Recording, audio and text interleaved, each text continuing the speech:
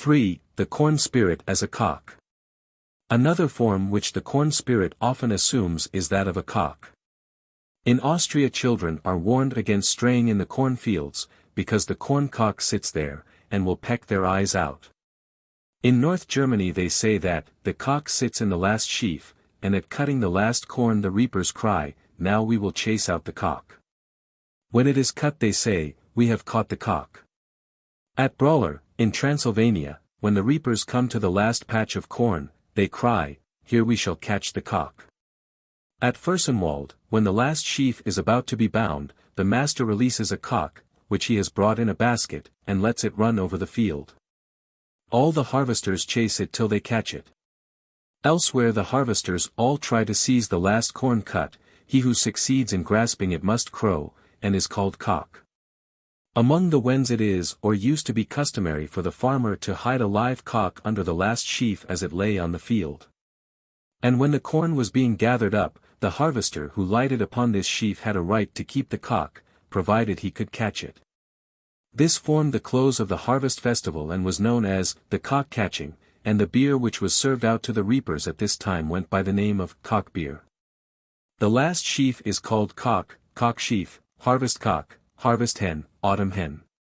A distinction is made between a wheat cock, bean cock, and so on, according to the crop. At Wunschenzel, in Thuringen, the last sheaf is made into the shape of a cock, and called the harvest cock.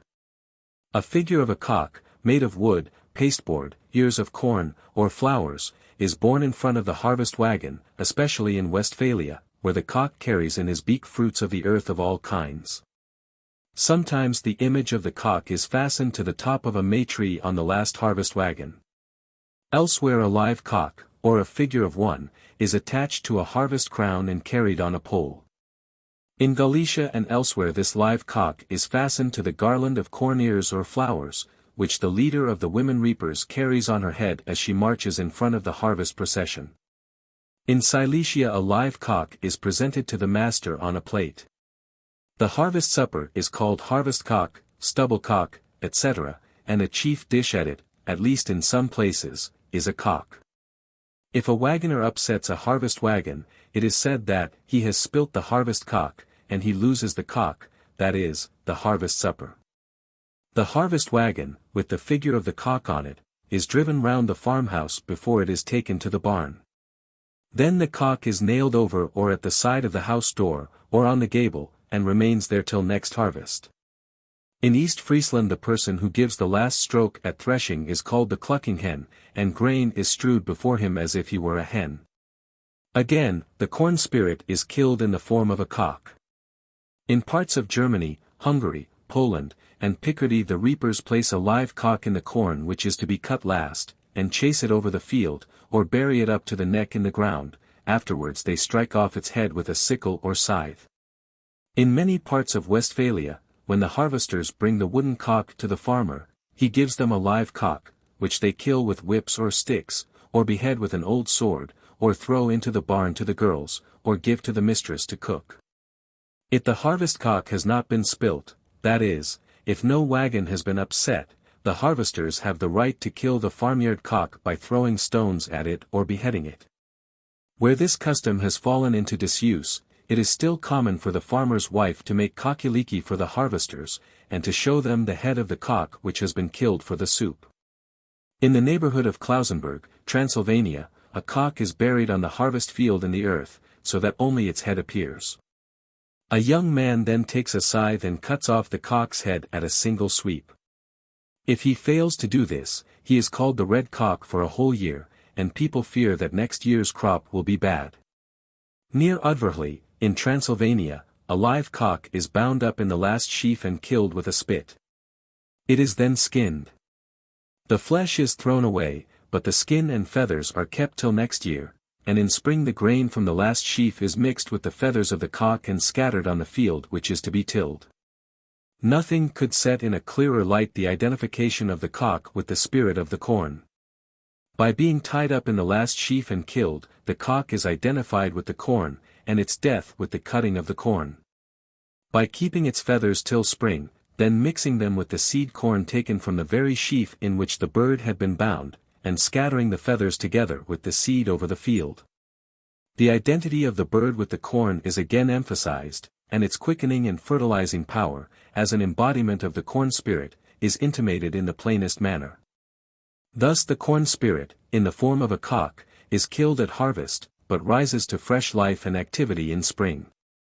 Again, the equivalence of the cock to the corn is expressed, hardly less plainly, in the custom of burying the bird in the ground, and cutting off its head, like the ears of corn, with the scythe. 4. The corn spirit as a hare. Another common embodiment of the corn spirit is the hare. In Galloway the reaping of the last standing corn is called cutting the hare. The mode of cutting it is as follows. When the rest of the corn has been reaped, a handful is left standing to form the hare. It is divided into 3 parts and plaited, and the ears are tied in a knot. The reapers then retire a few yards and each throws his or her sickle in turn at the hare to cut it down. It must be cut below the knot, and the reapers continue to throw their sickles at it, one after the other, until one of them succeeds in severing the stalks below the knot. The hare is then carried home and given to a maidservant in the kitchen, who places it over the kitchen door on the inside. Sometimes the hare used to be thus kept till the next harvest. In the parish of Minigaff, when the hare was cut, the unmarried reapers ran home with all speed, and the one who arrived first was the first to be married. In Germany also one of the names for the last sheaf is the hare. Thus in some parts of Anhalt, when the corn has been reaped and only a few stalks are left standing, they say, the hare will soon come, or the reapers cry to each other, look how the hare comes jumping out. In East Prussia they say that the hare sits in the last patch of standing corn, and must be chased out by the last reaper. The reapers hurry with their work, each being anxious not to have to chase out the hare. For the man who does so, that is, who cuts the last corn, is much laughed at. At Auric, as we have seen, an expression for cutting the last corn is to cut off the hare's tail. He is killing the hare, is commonly said of the man who cuts the last corn in Germany, Sweden, Holland, France, and Italy. In Norway the man who is thus said to kill the hare must give hare's blood, in the form of brandy, to his fellows to drink.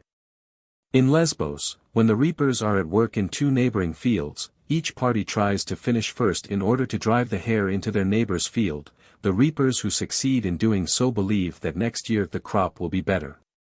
A small sheaf of corn is made up and kept beside the holy picture till next harvest. 5. The corn spirit as a cat. Again, the corn spirit sometimes takes the form of a cat. Near-Kiel children are warned not to go into the cornfields because the cat sits there. In the Eisenach Oberland they are told the corn cat will come and fetch you, the corn cat goes in the corn. In some parts of Silesia at mowing the last corn they say, the cat is caught. And at threshing, the man who gives the last stroke is called the cat. In the neighborhood of Lyons the last sheaf and the harvest supper are both called the cat. About Vesoul when they cut the last corn they say, we have the cat by the tail. At Briançon, in Dauphiné, at the beginning of reaping, a cat is decked out with ribbons, flowers, and ears of corn. It is called the cat of the ball skin, le chat de peau de bale. If a reaper is wounded at his work, they make the cat lick the wound. At the close of the reaping the cat is again decked out with ribbons and ears of corn, then they dance and make merry. When the dance is over the girls solemnly strip the cat of its finery. At Grunberg, in Silesia, the reaper who cuts the last corn goes by the name of the tomcat. He is enveloped in rice stalks and green withes, and is furnished with a long plaited tail. Sometimes as a companion he has a man similarly dressed, who is called the female cat. Their duty is to run after people whom they see and to beat them with a long stick. Near Amiens the expression for finishing the harvest is, they are going to kill the cat, and when the last corn is cut they kill a cat in the farmyard. At threshing, in some parts of France, a live cat is placed under the last bundle of corn to be threshed, and is struck dead with the flails. Then on Sunday it is roasted and eaten as a holiday dish.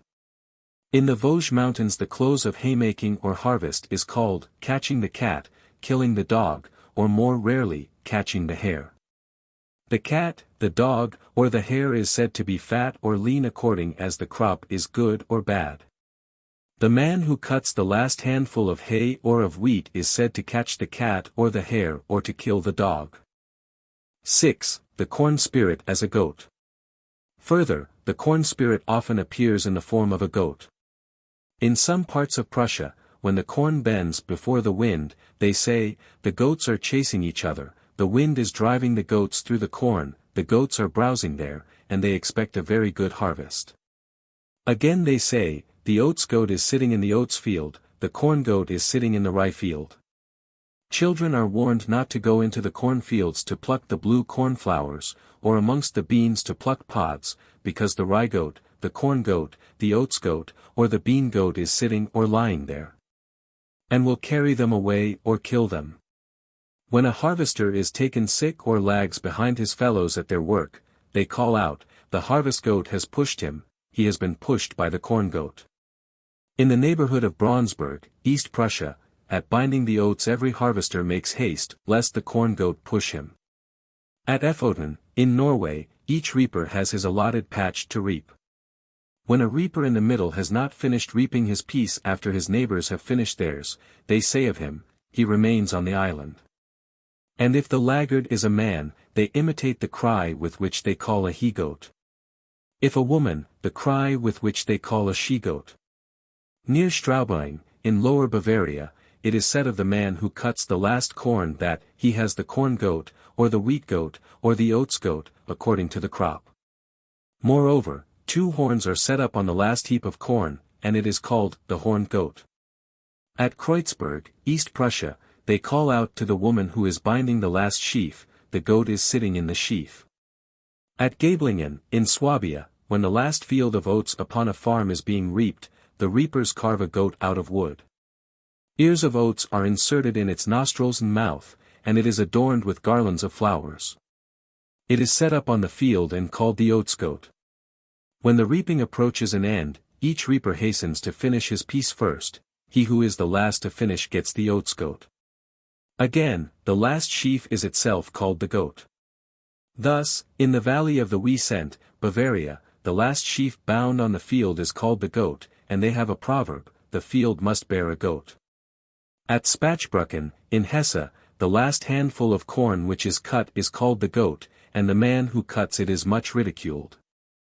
At Durenbuchig and about Mosbach in Baden the last sheaf is also called the goat. Sometimes the last sheaf is made up in the form of a goat, and they say, the goat is sitting in it. Again, the person who cuts or binds the last sheaf is called the goat. Thus, in parts of Mecklenburg they call out to the woman who binds the last sheaf, you are the harvest goat. Near Uelzen, in Hanover, the harvest festival begins with the bringing of the harvest goat. That is, the woman who bound the last sheaf is wrapped in straw, crowned with a harvest wreath, and brought in a wheelbarrow to the village, where a round dance takes place. About Lüneburg, also, the woman who binds the last corn is decked with a crown of corn ears and is called the corn goat. At Munsheim in Baden the reaper who cuts the last handful of corn or oats is called the corn goat or the oats goat. In the canton St. Gall, Switzerland, the person who cuts the last handful of corn on the field, or drives the last harvest wagon to the barn, is called the corn goat or the rye goat, or simply the goat. In the canton Thegau he is called corn goat. Like a goat he has a bell hung round his neck, is led in triumph, and drenched with liquor. In parts of Styria, also, the man who cuts the last corn is called corn goat, oats goat, or the like. As a rule, the man who thus gets the name of corn goat has to bear it a whole year till the next harvest. According to one view, the corn spirit, who has been caught in the form of a goat or otherwise, lives in the farmhouse or barn over winter. Thus, each farm has its own embodiment of the corn spirit. But, according to another view, the corn spirit is the genius or deity, not of the corn of one farm only, but of all the corn. Hence when the corn on one farm is all cut, he flees to another where there is still corn left standing. This idea is brought out in a harvest custom which was formerly observed in Skye. The farmer who first finished reaping sent a man or woman with a sheaf to a neighboring farmer who had not finished, the latter in his turn, when he had finished, sent on the sheaf to his neighbor who was still reaping. And so the sheaf made the round of the farms till all the corn was cut. The sheaf was called the gober bakak, that is, the cripple goat. The custom appears not to be extinct at the present day, for it was reported from Skye not very many years ago. The corn spirit was probably thus represented as lame because he had been crippled by the cutting of the corn. Sometimes the old woman who brings home the last sheaf must limp on one foot. But sometimes the corn spirit, in the form of a goat, is believed to be slain on the harvest field by the sickle or scythe. Thus, in the neighborhood of Bernkastel, on the Moselle, the reapers determine by lot the order in which they shall follow each other. The first is called the fore-reaper, the last the tailbearer. If a reaper overtakes the man in front, he reaps past him, bending round so as to leave the slower reaper in a patch by himself. This patch is called the goat. And the man for whom the goat is cut, in this way, is laughed and jeered at by his fellows for the rest of the day. When the talebearer cuts the last ears of corn, it is said, he is cutting the goat's neck off. In the neighborhood of Grenoble, before the end of the reaping, a live goat is adorned with flowers and ribbons and allowed to run about the field. The reapers chase it and try to catch it. When it is caught, the farmer's wife holds it fast while the farmer cuts off its head. The goat's flesh serves to furnish the harvest supper. A piece of the flesh is pickled and kept till the next harvest, when another goat is killed. Then all the harvesters eat of the flesh. On the same day the skin of the goat is made into a cloak, which the farmer, who works with his men, must always wear at harvest time if rain or bad weather sets in. But if a reaper gets pains in his back, the farmer gives him the goat skin to wear. The reason for this seems to be that the pains in the back, being inflicted by the corn spirit, can also be healed by it. Similarly, we saw that elsewhere, when a reaper is wounded at reaping, a cat, as the representative of the corn spirit, is made to lick the wound. Esthonian reapers of the island of Man think that the man who cuts the first ears of corn at harvest will get pains in his back, probably because the corn spirit is believed to resent especially the first wound. And, in order to escape pains in the back, Saxon reapers in Transylvania gird their loins with the first handful of ears which they cut. Here, again, the corn spirit is applied to for healing or protection, but in his original vegetable form, not in the form of a goat or a cat. Further, the corn spirit under the form of a goat is sometimes conceived as lurking among the cut corn in the barn, till he is driven from it by the threshing flail. Thus in Baden the last sheaf to be threshed is called the corn goat, the spelt goat, or the oats goat according to the kind of grain. Again, near Marktal, in Upper Bavaria, the sheaves are called straw goats or simply goats. They are laid in a great heap on the open field and threshed by 2 rows of men standing opposite each other, who, as they ply their flails, sing a song in which they say that they see the straw goat amongst the corn stalks.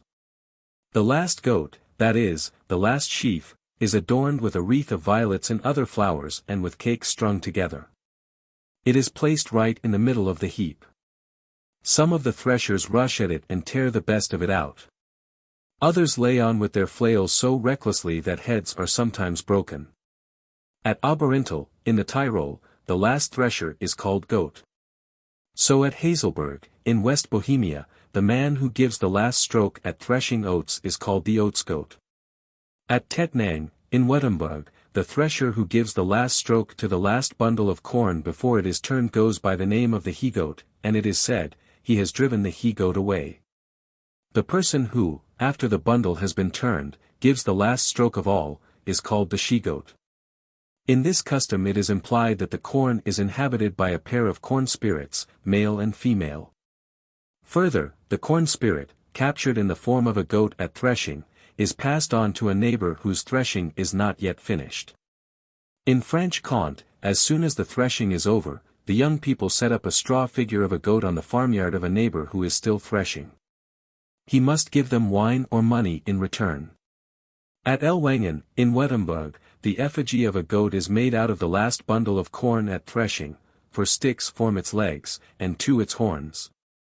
The man who gives the last stroke with the flail must carry the goat to the barn of a neighbor who is still threshing and throw it down on the floor, if he is caught in the act, they tie the goat on his back. A similar custom is observed at Indersdorf, in Upper Bavaria. The man who throws the straw goat into the neighbor's barn imitates the bleating of a goat. If they catch him, they blacken his face and tie the goat on his back. At Saverne, in Alsace, when a farmer is a week or more behind his neighbors with his threshing, they set a real stuffed goat or fox before his door. Sometimes the spirit of the corn in goat form is believed to be killed at threshing. In the district of Traunstein, Upper Bavaria, they think that the oats goat is in the last sheaf of oats. He is represented by an old rake set up on end, with an old pot for a head. The children are then told to kill the oats goat. 7. The corn spirit as a bull, cow, or ox. Another form which the corn spirit often assumes is that of a bull, cow, or ox. When the wind sweeps over the corn, they say at Konitz, in West Prussia, the steer is running in the corn. When the corn is thick and strong in one spot, they say in some parts of East Prussia, the bull is lying in the corn. When a harvester has overstrained and lamed himself, they say in the Graudenz district of West Prussia, the bull pushed him. In Lorraine they say, he has the bull. The meaning of both expressions is that he has unwittingly lighted upon the divine corn spirit, who has punished the profane intruder with lameness. So near Chabry, when a reaper wounds himself with his sickle, it is said that he has the wound of the ox. In the district of Bunzlau, Silesia, the last sheaf is sometimes made into the shape of a horned ox, stuffed with tow and wrapped in corn ears. This figure is called the Old Man. In some parts of Bohemia the last sheaf is made up in human form and called the buffalo bull. These cases show a confusion of the human with the animal shape of the corn spirit. The confusion is like that of killing a wether under the name of a wolf. All over Swabia the last bundle of corn on the field is called the cow. The man who cuts the last ears has the cow, and is himself called cow or barley cow or oats cow, according to the crop. At the harvest supper he gets a nosegay of flowers and corn ears and a more liberal allowance of drink than the rest. But he is teased and laughed at, so no one likes to be the cow. The cow was sometimes represented by the figure of a woman made out of ears of corn and cornflowers. It was carried to the farmhouse by the man who had cut the last handful of corn. The children ran after him and the neighbors turned out to laugh at him, till the farmer took the cow from him. Here again the confusion between the human and the animal form of the corn spirit is apparent. In various parts of Switzerland the reaper who cuts the last ears of corn is called wheat cow, corn cow, oats cow, or corn steer, and is the butt of many a joke. On the other hand, in the district of Rosenheim, Upper Bavaria, when a farmer is later of getting in his harvest than his neighbors, they set up on his land a straw bull, as it is called. This is a gigantic figure of a bull made of stubble on a framework of wood and adorned with flowers and leaves. Attached to it is a label on which are scrawled doggerel verses in ridicule of the man on whose land the straw bull is set up. Again, the corn spirit in the form of a bull or ox is killed on the harvest field at the close of the reaping. At Pauwely, near Dijon, when the last ears of corn are about to be cut, an ox adorned with ribbons, flowers, and ears of corn is led all round the field, followed by the whole troop of reapers dancing. Then a man disguised as the devil cuts the last ears of corn and immediately slaughters the ox. Part of the flesh of the animal is eaten at the harvest supper, part is pickled and kept till the first day of sowing in spring. At Pont-à-Mousson and elsewhere on the evening of the last day of reaping, a calf adorned with flowers and ears of corn is led thrice round the farmyard, being allured by a bait or driven by men with sticks. Or conducted by the farmer's wife with a rope. The calf chosen for this ceremony is the calf which was born first on the farm in the spring of the year. It is followed by all the reapers with their tools. Then it is allowed to run free. The reapers chase it, and whoever catches it is called king of the calf. Lastly, it is solemnly killed. At Lunéville the man who acts as butcher is the Jewish merchant of the village. Sometimes again the corn spirit hides himself amongst the cut corn in the barn to reappear in bull or cow form at threshing. Thus at Wormlingen, in Thuringen, the man who gives the last stroke at threshing is called the cow, or rather the barley cow, oats cow, peas cow, or the like, according to the crop. He is entirely enveloped in straw. His head is surmounted by sticks in imitation of horns, and 2 lads lead him by ropes to the well to drink. On the way thither he must low like a cow, and for a long time afterwards he goes by the name of the cow. At Obermedlingen, in Swabia, when the threshing draws near an end, each man is careful to avoid giving the last stroke. He who does give it, gets the cow, which is a straw figure dressed in an old ragged petticoat, hood, and stockings. It is tied on his back with a straw rope, his face is blackened, and being bound with straw ropes to a wheelbarrow he is wheeled round the village. Here, again, we meet with that confusion between the human and animal shape of the corn spirit which we have noted in other customs. In Canton Schaffhausen the man who threshes the last corn is called the cow, in Canton Thegau, the corn bull. In Canton Zurich, the thresher cow. In the last mentioned district he is wrapped in straw and bound to one of the trees in the orchard. At Arad, in Hungary, the man who gives the last stroke at threshing is enveloped in straw and a cow's hide with the horns attached to it. At Pesnitz, in the district of Dresden, the man who gives the last stroke with the flail is called bull.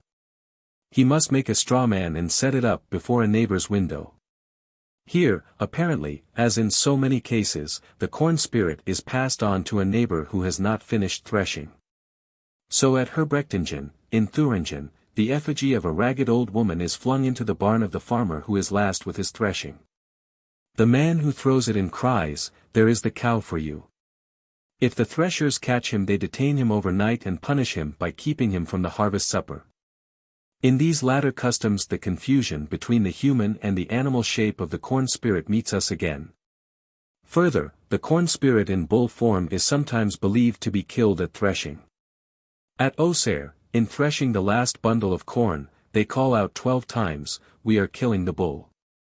In the neighborhood of Bordeaux, where a butcher kills an ox on the field immediately after the close of the reaping, it is said of the man who gives the last stroke at threshing that he has killed the bull.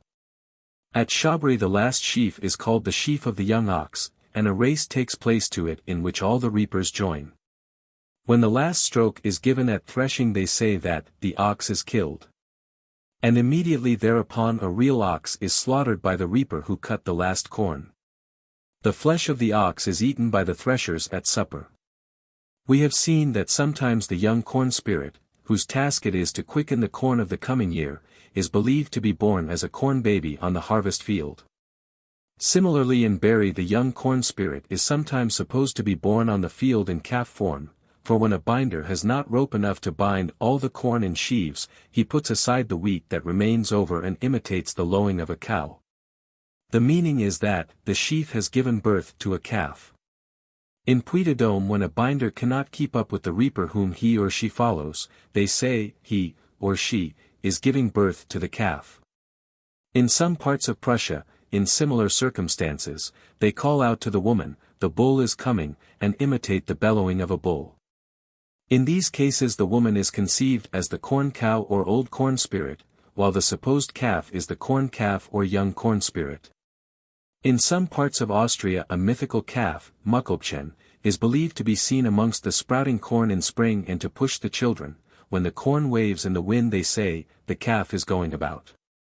Clearly, as Manhart observes, this calf of the springtime is the same animal which is afterwards believed to be killed at reaping. 8. The corn spirit as a horse or mare. Sometimes the corn spirit appears in the shape of a horse or mare. Between Colwyn and Stuttgart, when the corn bends before the wind, they say, "There runs the horse." At Bollingen, near Radolfzell in Baden, the last sheaf of oats is called the oat stallion. In Hertfordshire, at the end of the reaping, there is or used to be observed a ceremony called crying the mare. The last blades of corn left standing on the field are tied together and called the mare. The reapers stand at a distance and throw their sickles at it. He who cuts it through has the prize, with acclamations and good cheer. After it is cut the reapers cry thrice with a loud voice, "I have her." Others answer thrice, "What have you?" "A mare. A mare. A mare." "Whose is she?" is next asked thrice. A. B.S. naming the owner thrice. Whither will you send her? To sea. D. Naming some neighbor who has not reaped all his corn. In this custom the corn spirit in the form of a mare is passed on from a farm where the corn is all cut to another farm where it is still standing, and where therefore the corn spirit may be supposed naturally to take refuge. In Shropshire the custom is similar. The farmer who finishes his harvest last, and who therefore cannot send the mare to any one else, is said to keep her all winter. The mocking offer of the mare to a laggard neighbor was sometimes responded to by a mocking acceptance of her help. Thus an old man told an inquirer, while we won at supper, a mon comed why, a otter, halter, to fetch her away. At one place a real mare used to be sent, but the man who rode her was subjected to some rough treatment at the farmhouse to which he paid his unwelcome visit. In the neighborhood of Lille the idea of the corn spirit in horse form is clearly preserved. When a harvester grows weary at his work, it is said, he has the fatigue of the horse. The first sheaf, called the cross of the horse, is placed on a cross of boxwood in the barn, and the youngest horse on the farm must tread on it. The reapers dance round the last blades of corn, crying, "See the remains of the horse." The sheaf made out of these last blades is given to the youngest horse of the parish, commune, to eat. This youngest horse of the parish clearly represents, as Manhart says, the corn spirit of the following year, the corn foal, which absorbs the spirit of the old corn horse by eating the last corn cut. For, as usual, the old corn spirit takes his final refuge in the last sheaf.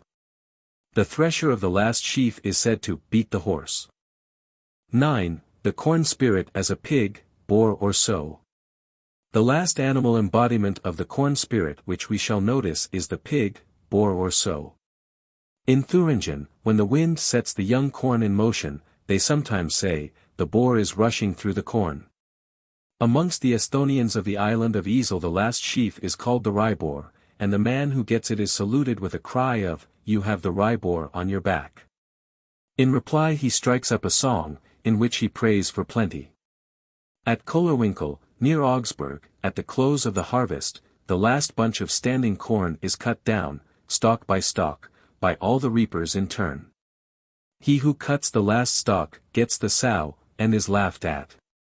In other Swabian villages also the man who cuts the last corn has the sow, or has the ryesow. At Bollingen, near Radolfsel in Baden, the last sheaf is called the ryesow or the wheatsow, according to the crop. And at Rohrenbach in Baden the person who brings the last armful for the last sheaf is called the corn sow or the oat sow. At Friedingen, in Swabia, the thresher who gives the last stroke is called sow, barley sow, corn sow, or the like, according to the crop.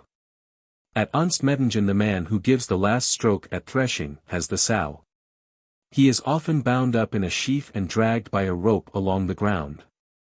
And, generally, in Swabia the man who gives the last stroke with the flail is called sow. He may, however, rid himself of this invidious distinction by passing on to a neighbor the straw rope, which is the badge of his position as so he goes to a house and throws the straw rope into it, crying, "There, I bring you the sow."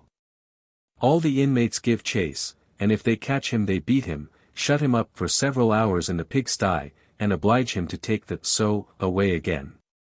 In various parts of Upper Bavaria the man who gives the last stroke at threshing must carry the pig, that is, either a straw effigy of a pig or merely a bundle of straw ropes. This he carries to a neighboring farm where the threshing is not finished, and throws it into the barn. If the threshers catch him they handle him roughly, beating him, blackening or dirtying his face, throwing him into filth, binding the sow on his back, and so on. If the bearer of the sow is a woman they cut off her hair. At the harvest supper or dinner the man who carried the pig gets one or more dumplings made in the form of pigs. When the dumplings are served up by the maidservant, all the people at table cry, "Suz, suz, suz." That being the cry used in calling pigs. Sometimes after dinner the man who carried the pig has his face blackened, and is set on a cart and drawn round the village by his fellows, followed by a crowd crying, "Suz, suz, suz," as if they were calling swine. Sometimes, after being wheeled round the village, he is flung on the dunghill. Again, the corn spirit in the form of a pig plays his part at sowing time as well as at harvest. At Nuouts, in Courland, when barley is sown for the first time in the year, the farmer's wife boils the chine of a pig along with the tail, and brings it to the sower on the field. He eats of it, but cuts off the tail and sticks it in the field. It is believed that the ears of corn will then grow as long as the tail. Here the pig is the corn spirit, whose fertilizing power is sometimes supposed to lie especially in his tail. As a pig he is put in the ground at sowing time, and as a pig he reappears amongst the ripe corn at harvest. For amongst the neighboring Esthonians, as we have seen, the last sheaf is called the Rybor. Somewhat similar customs are observed in Germany. In the Salza district, near Meiningen, a certain bone in the pig is called the Jew on the winnowing fan. The flesh of this bone is boiled on Shrove Tuesday, but the bone is put amongst the ashes which the neighbors exchange as presents on St. Peter's Day, the 22nd of February, and then mix with the seed corn.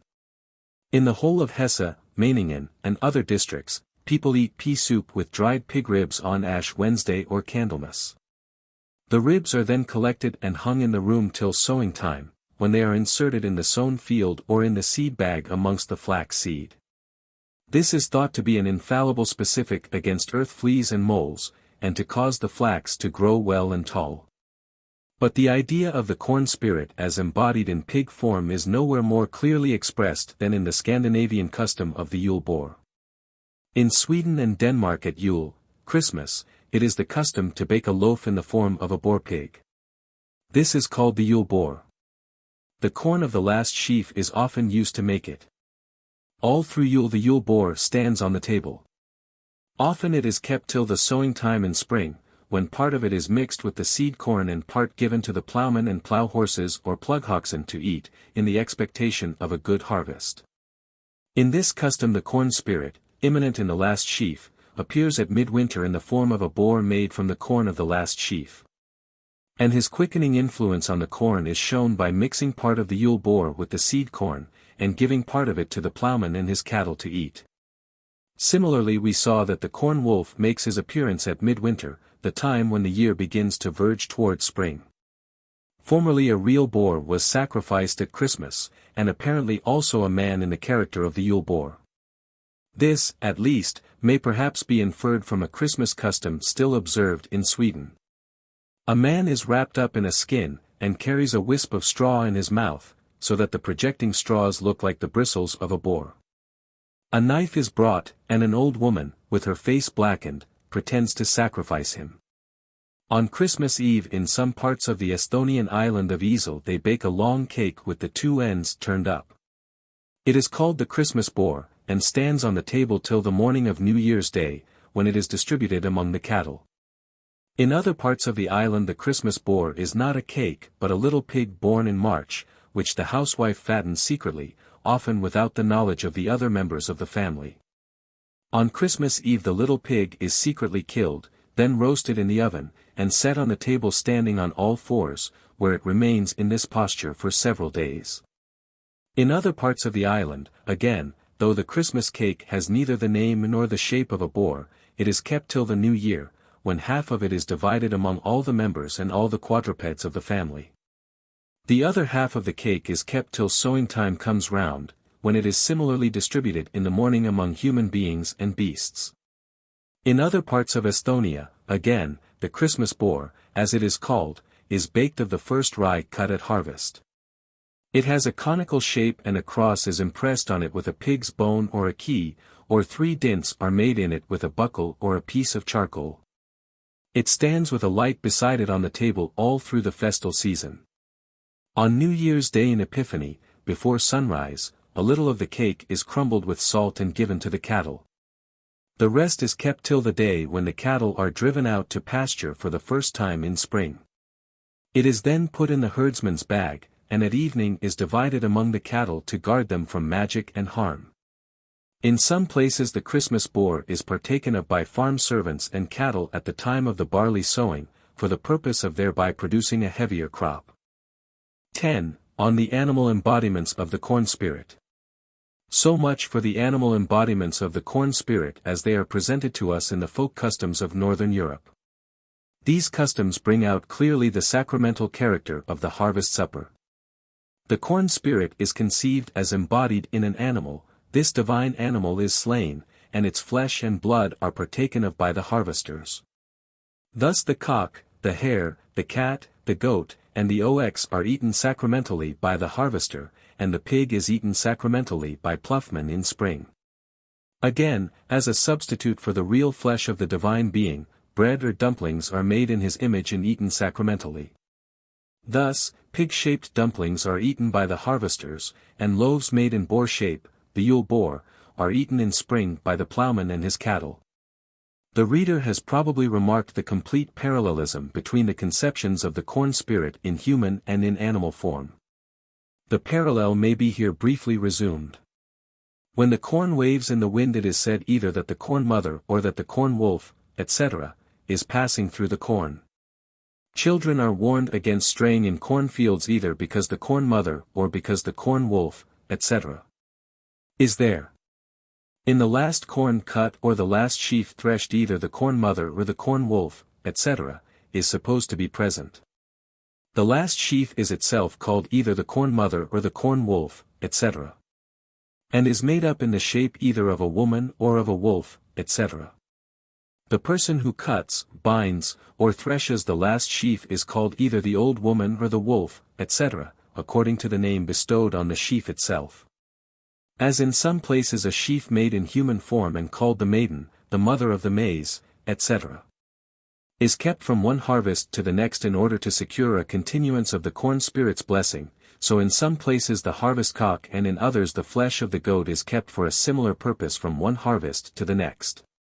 As in some places the grain taken from the corn mother is mixed with the seed corn in spring to make the crop abundant, so in some places the feathers of the cock, and in Sweden the Yule boar, are kept till spring and mixed with the seed corn for a like purpose. As part of the corn mother or maiden is given to the cattle at Christmas or to the horses at the first ploughing, so part of the Yule boar is given to the ploughing horses or oxen in spring. Lastly, the death of the corn spirit is represented by killing or pretending to kill either his human or his animal representative. And the worshippers partake sacramentally either of the actual body and blood of the representative of the divinity, or of bread made in his likeness. Other animal forms assumed by the corn spirit are the fox, stag, roe, sheep, bear, ass, mouse, quail, stork, swan, and kite.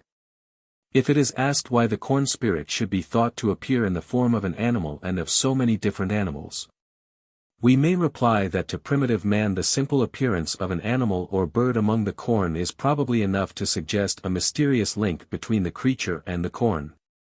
And when we remember that in the old days, before fields were fenced in, all kinds of animals must have been free to roam over them, we need not wonder that the corn spirit should have been identified even with large animals like the horse and cow, which nowadays could not, except by a rare accident, be found straying in an English cornfield. This explanation applies with peculiar force to the very common case in which the animal embodiment of the corn spirit is believed to lurk in the last standing corn. For at harvest a number of wild animals, such as hares, rabbits, and partridges, are commonly driven by the progress of the reaping into the last patch of standing corn, and make their escape from it as it is being cut down. So regularly does this happen that reapers and others often stand round the last patch of corn armed with sticks or guns, with which they kill the animals as they dart out of their last refuge among the stalks. Now, primitive man, to whom magical changes of shape seem perfectly credible, finds it most natural that the spirit of the corn, driven from his home in the ripe grain, should make his escape in the form of the animal which is seen to rush out of the last patch of corn as it falls under the scythe of the reaper. Thus the identification of the corn spirit with an animal is analogous to the identification of him with a passing stranger. As the sudden appearance of a stranger near the harvest field or threshing floor is, to the primitive mind, enough to identify him as the spirit of the corn escaping from the cut or threshed corn, so the sudden appearance of an animal issuing from the cut corn is enough to identify it with the corn spirit escaping from his ruined home. The two identifications are so analogous that they can hardly be dissociated in any attempt to explain them. Those who look to some other principle than the one here suggested for the explanation of the latter identification are bound to show that their theory covers the former identification also. 49. Ancient deities of vegetation as animals. 1. Dionysus, the goat and the bull. However we may explain it, the fact remains that in peasant folklore the corn spirit is very commonly conceived and represented in animal form. May not this fact explain the relation in which certain animals stood to the ancient deities of vegetation, Dionysus, Demeter, Adonis, Attis, and Osiris? To begin with Dionysus. We have seen that he was represented sometimes as a goat and sometimes as a bull. As a goat he can hardly be separated from the minor divinities, the Pans, Satyrs, and Silenuses, all of whom are closely associated with him and are represented more or less completely in the form of goats. Thus, Pan was regularly portrayed in sculpture and painting with the face and legs of a goat. The Satyrs were depicted with pointed goat ears, and sometimes with sprouting horns and short tails. They were sometimes spoken of simply as goats. And in the drama their parts were played by men dressed in goatskins. Silenus is represented in art clad in a goatskin. Further, the fauns, the Italian counterpart of the Greek Pans and Satyrs, are described as being half goats, with goat feet and goat horns. Again, all these minor goat-formed divinities partake more or less clearly of the character of woodland deities. Thus, Pan was called by the Arcadians the Lord of the Wood. The Silenuses kept company with the tree nymphs. The fauns are expressly designated as woodland deities. And their character as such is still further brought out by their association, or even identification, with Sylvanus and the Sylvanuses, who, as their name of itself indicates, are spirits of the woods. Lastly, the association of the Satyrs with the Silenuses, fauns, and Sylvanuses, proves that the Satyrs also were woodland deities. These goat-formed spirits of the woods have their counterparts in the folklore of northern Europe. Thus, the Russian wood spirits, called Ljeski, from Ljes, wood, are believed to appear partly in human shape, but with the horns, ears, and legs of goats. The Ljeski can alter his stature at pleasure. When he walks in the wood he is as tall as the trees, when he walks in the meadows he is no higher than the grass. Some of the Ljeski are spirits of the corn as well as of the wood. Before harvest they are as tall as the corn stalks, but after it they shrink to the height of the stubble. This brings out, what we have remarked before, the close connection between tree spirits and corn spirits, and shows how easily the former may melt into the latter. Similarly the fauns, though wood spirits, were believed to foster the growth of the crops. We have already seen how often the corn spirit is represented in folk custom as a goat. On the whole, then, as Manhart argues, the Pans, Satyrs, and fauns perhaps belong to a widely diffused class of wood spirits conceived in goat form. The fondness of goats for straying in woods and nibbling the bark of trees, to which indeed they are most destructive, is an obvious and perhaps sufficient reason why wood spirits should so often be supposed to take the form of goats. The inconsistency of a god of vegetation subsisting upon the vegetation which he personifies is not one to strike the primitive mind. Such inconsistencies arise when the deity, ceasing to be immanent in the vegetation, comes to be regarded as its owner or lord, for the idea of owning the vegetation naturally leads to that of subsisting on it. Sometimes the corn spirit, originally conceived as immanent in the corn, afterwards comes to be regarded as its owner, who lives on it and is reduced to poverty and want by being deprived of it. Hence he is often known as the poor man or the poor woman. Occasionally the last sheaf is left standing on the field for the poor old woman or for the old rye woman. Thus the representation of wood spirits in the form of goats appears to be both widespread and, to the primitive mind, natural. Therefore when we find, as we have done, that Dionysus, a tree god, is sometimes represented in goat form, we can hardly avoid concluding that this representation is simply a part of his proper character as a tree god and is not to be explained by the fusion of two distinct and independent worships, in one of which he originally appeared as a tree god and in the other as a goat. Dionysus was also figured, as we have seen, in the shape of a bull. After what has gone before, we are naturally led to expect that his bull form must have been only another expression for his character as a deity of vegetation, especially as the bull is a common embodiment of the corn spirit in northern Europe. And the close association of Dionysus with Demeter and Persephone in the mysteries of Eleusis shows that he had at least strong agricultural affinities. The probability of this view will be somewhat increased if it can be shown that in other rites than those of Dionysus the ancients slew an ox as a representative of the spirit of vegetation. This they appear to have done in the Athenian sacrifice known as the murder of the ox, Bouphonia. It took place about the end of June or beginning of July, that is, about the time when the threshing is nearly over in Attica.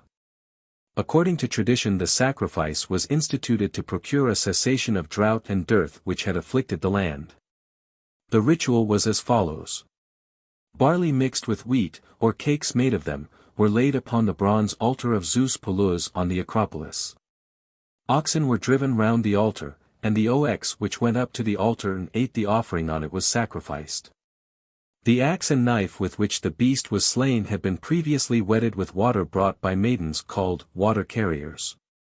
The weapons were then sharpened and handed to the butchers, one of whom felled the ox with the axe and another cut its throat with the knife.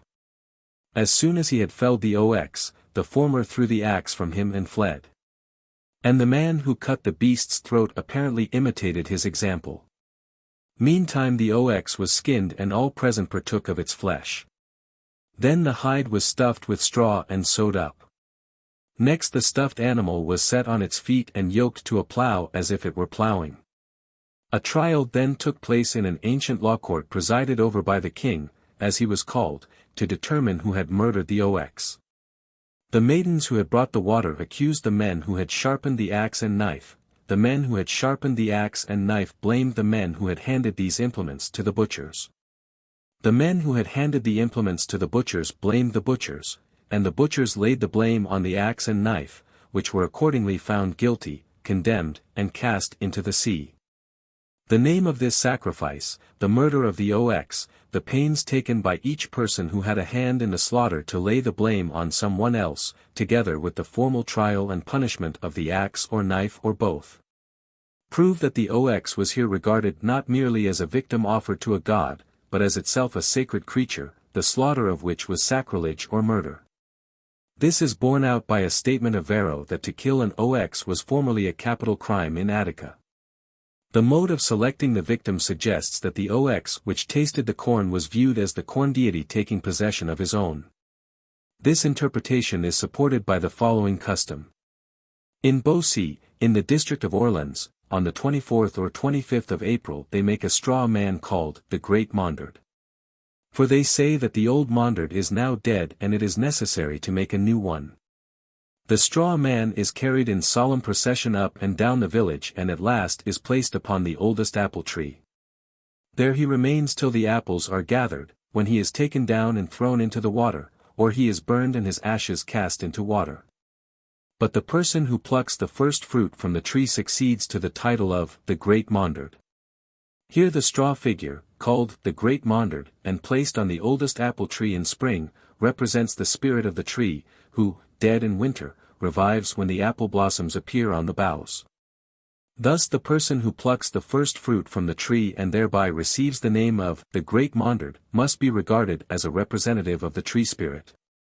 Primitive peoples are usually reluctant to taste the annual firstfruits of any crop, until some ceremony has been performed which makes it safe and pious for them to do so. The reason of this reluctance appears to be a belief that the firstfruits either belong to or actually contain a divinity. Therefore when a man or animal is seen boldly to appropriate the sacred firstfruits, he or it is naturally regarded as the divinity himself in human or animal form taking possession of his own. The time of the Athenian sacrifice, which fell about the close of the threshing, suggests that the wheat and barley laid upon the altar were a harvest offering. And the sacramental character of the subsequent repast, all partaking of the flesh of the divine animal, would make it parallel to the harvest suppers of modern Europe, in which, as we have seen, the flesh of the animal which stands for the corn spirit is eaten by the harvesters. Again, the tradition that the sacrifice was instituted in order to put an end to drought and famine is in favor of taking it as a harvest festival. The resurrection of the corn spirit, enacted by setting up the stuffed ox and yoking it to the plow, may be compared with the resurrection of the tree spirit in the person of his representative, the wild man. The ox appears as a representative of the corn spirit in other parts of the world. At Great Bassam, in Guinea, 2 oxen are slain annually to procure a good harvest. If the sacrifice is to be effectual, it is necessary that the oxen should weep. So all the women of the village sit in front of the beasts, chanting, "The ox will weep, yes, he will weep." From time to time one of the women walks round the beasts, throwing manioc meal or palm wine upon them, especially into their eyes. When tears roll down from the eyes of the oxen, the people dance, singing, "The ox weeps. The ox weeps." Then 2 men seize the tails of the beasts and cut them off at one blow. It is believed that a great misfortune will happen in the course of the year if the tails are not severed at one blow. The oxen are afterwards killed, and their flesh is eaten by the chiefs. Here the tears of the oxen, like those of the human victims amongst the Khans and the Aztecs, are probably a rain charm. We have already seen that the virtue of the corn spirit, embodied in animal form, is sometimes supposed to reside in the tail, and that the last handful of corn is sometimes conceived as the tail of the corn spirit. In the Mithraic religion this conception is graphically set forth in some of the numerous sculptures which represent Mithras kneeling on the back of a bull and plunging a knife into its flank. For on certain of these monuments the tail of the bull ends in 3 stalks of corn, and in one of them corn stalks instead of blood are seen issuing from the wound inflicted by the knife. Such representations certainly suggest that the bull, whose sacrifice appears to have formed a leading feature in the Mithraic ritual, was conceived, in one at least of its aspects, as an incarnation of the corn spirit. Still more clearly does the ox appear as a personification of the corn spirit in a ceremony which is observed in all the provinces and districts of China to welcome the approach of spring. On the first day of spring, usually on the 3rd or 4th of February, which is also the beginning of the Chinese New Year, the governor or prefect of the city goes in procession to the east gate of the city and sacrifices to the divine husbandman, who is represented with a bull's head on the body of a man. A large effigy of an ox, cow, or buffalo has been prepared for the occasion, and stands outside of the east gate, with agricultural implements beside it. The figure is made of differently colored pieces of paper pasted on a framework either by a blind man or according to the directions of a necromancer. The colors of the paper prognosticate the character of the coming year. If red prevails, there will be many fires, if white, there will be floods and rain, and so with the other colors. The mandarins walk slowly round the ox, beating it severely at each step with rods of various hues. It is filled with 5 kinds of grain, which pour forth when the effigy is broken by the blows of the rods. The paper fragments are then set on fire, and a scramble takes place for the burning fragments, because the people believe that whoever gets one of them is sure to be fortunate throughout the year. A live buffalo is next killed, and its flesh is divided among the mandarins. According to one account, the effigy of the ox is made of clay, and, after being beaten by the governor, is stoned by the people till they break it in pieces, from which they expect an abundant year. Here the corn spirit appears to be plainly represented by the corn-filled ox, whose fragments may therefore be supposed to bring fertility with them.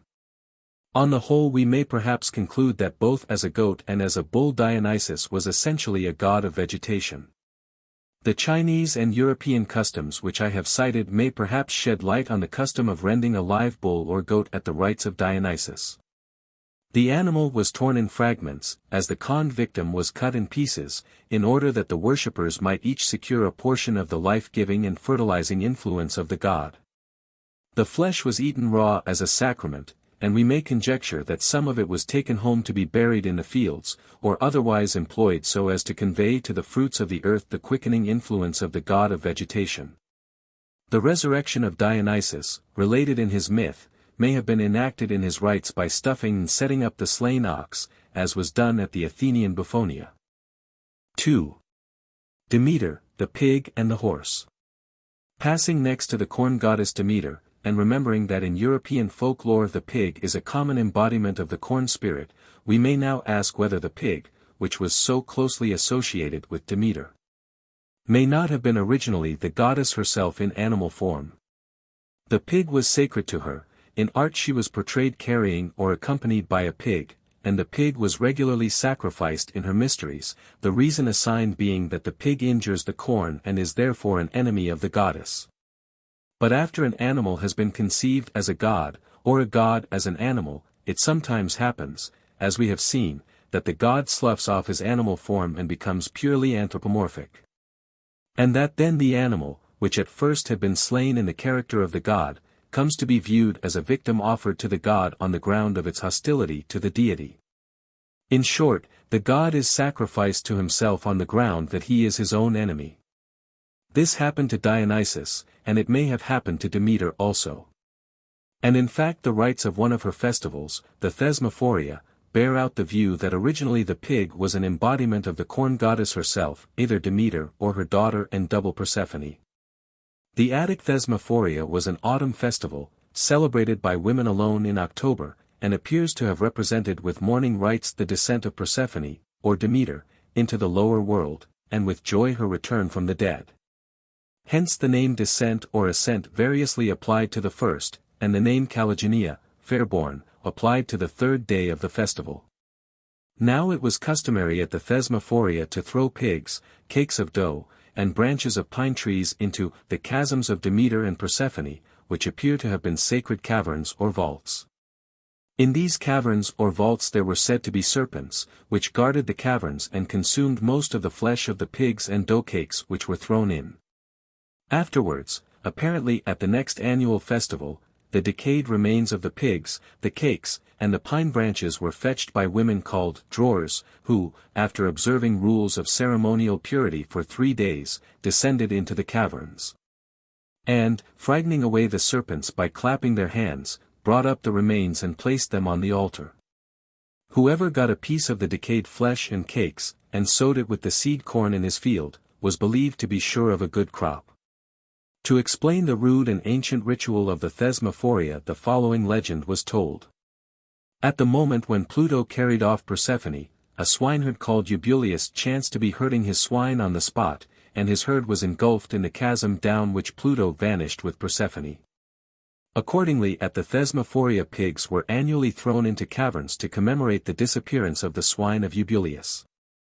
It follows from this that the casting of the pigs into the vaults at the Thesmophoria formed part of the dramatic representation of Persephone's descent into the lower world. And as no image of Persephone appears to have been thrown in, we may infer that the descent of the pigs was not so much an accompaniment of her descent as the descent itself, in short, that the pigs were Persephone.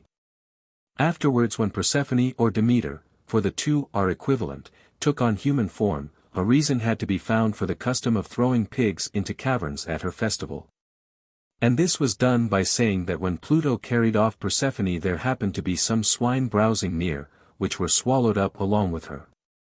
The story is obviously a forced and awkward attempt to bridge over the gulf between the old conception of the corn spirit as a pig and the new conception of her as an anthropomorphic goddess.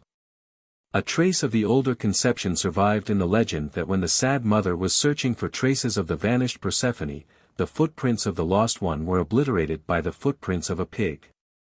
Originally, we may conjecture, the footprints of the pig were the footprints of Persephone and of Demeter herself.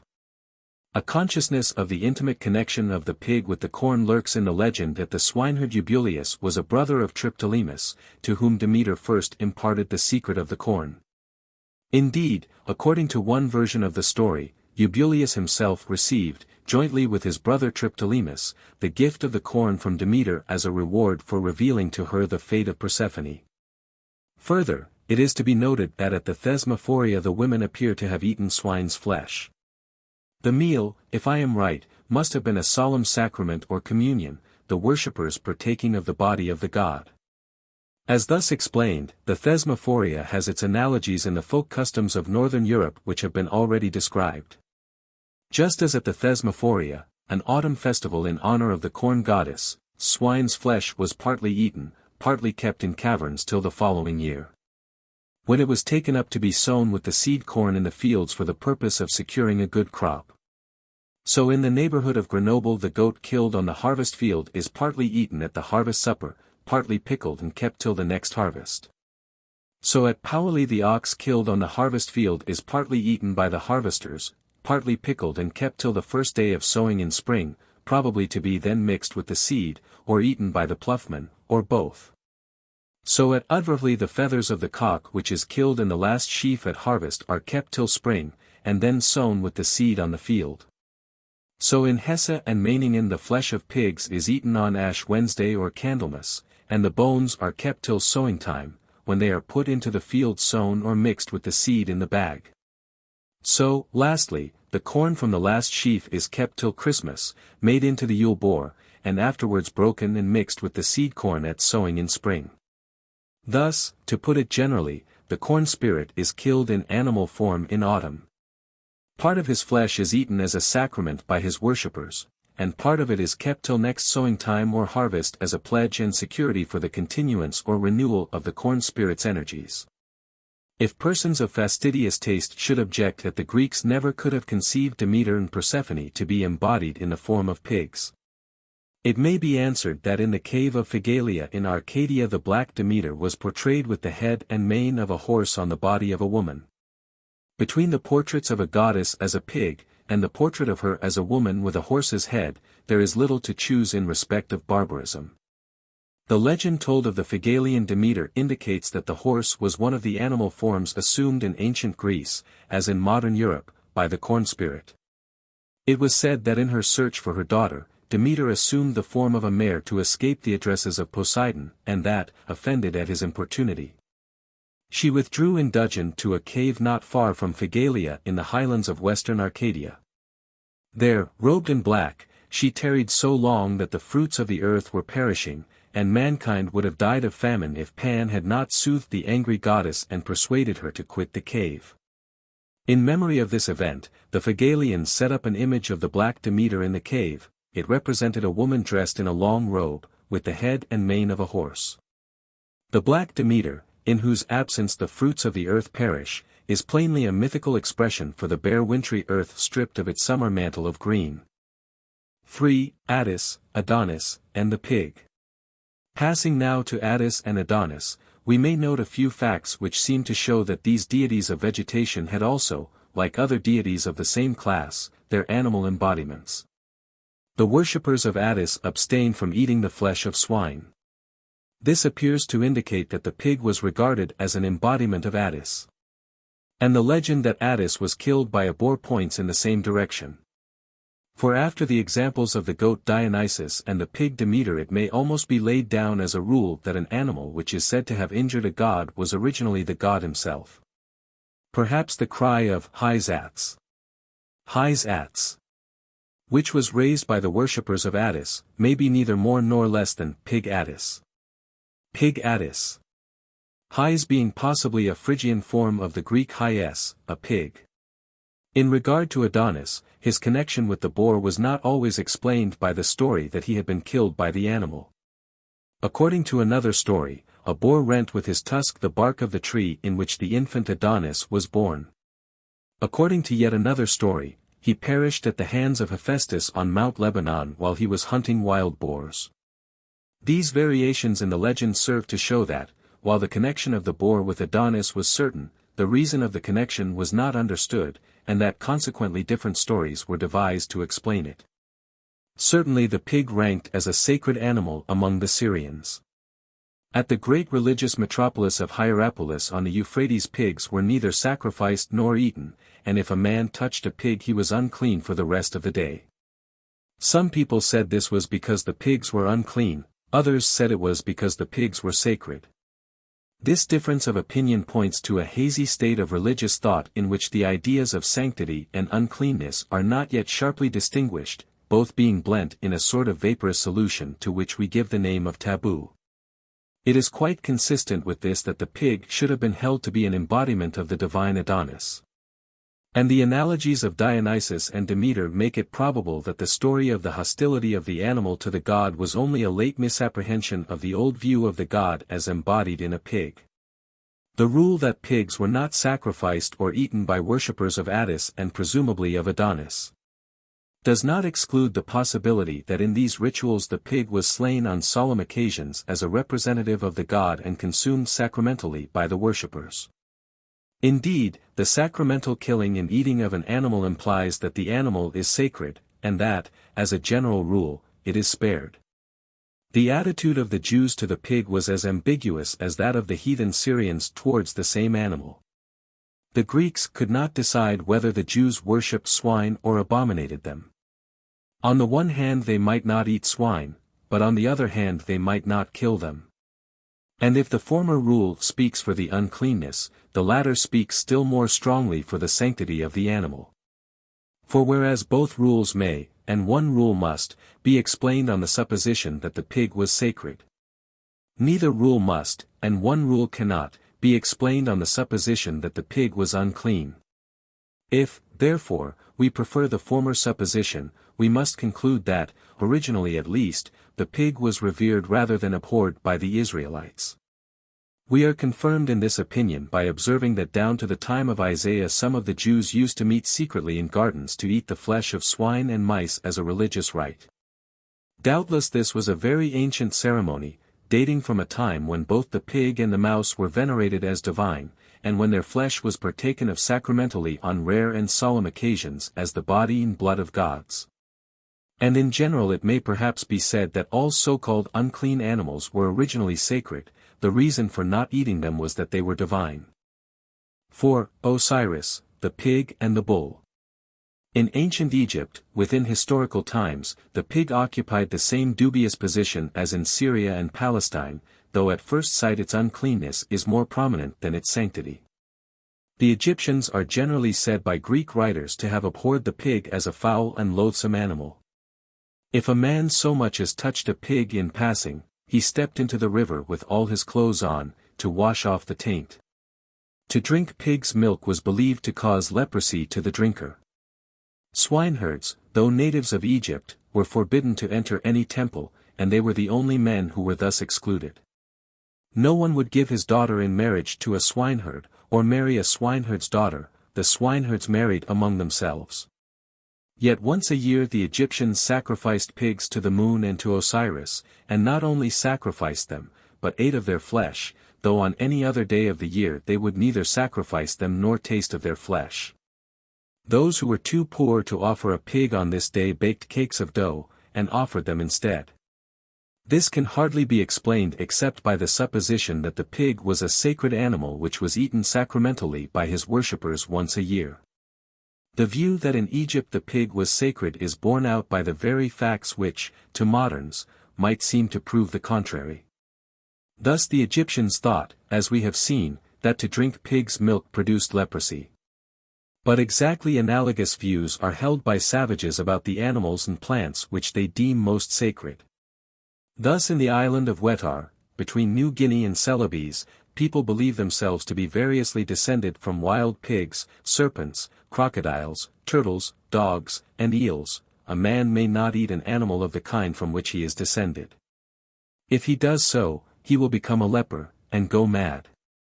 Amongst the Omaha Indians of North America, men whose totem is the elk, believe that if they ate the flesh of the male elk they would break out in boils and white spots in different parts of their bodies.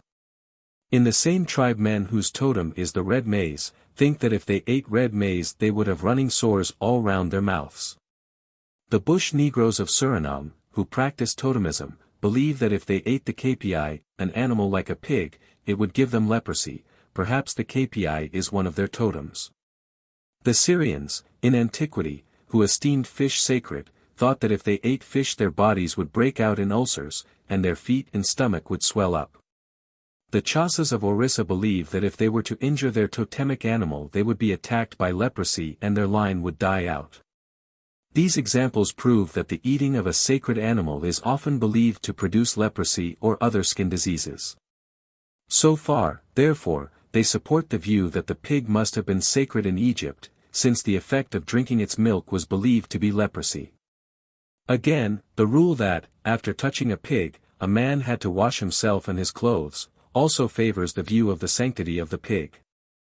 For it is a common belief that the effect of contact with a sacred object must be removed, by washing or otherwise, before a man is free to mingle with his fellows. Thus the Jews washed their hands after reading the sacred scriptures.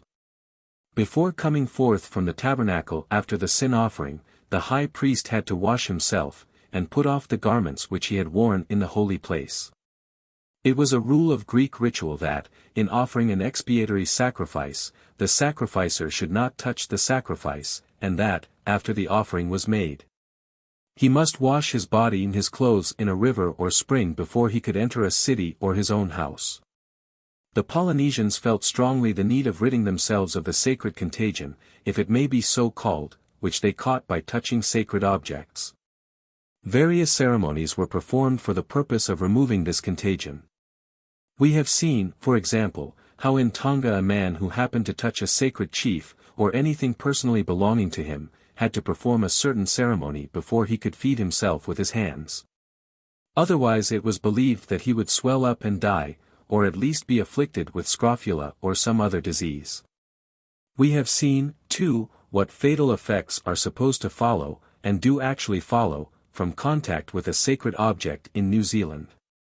In short, primitive man believes that what is sacred is dangerous. It is pervaded by a sort of electrical sanctity which communicates a shock to, even if it does not kill, whatever comes in contact with it.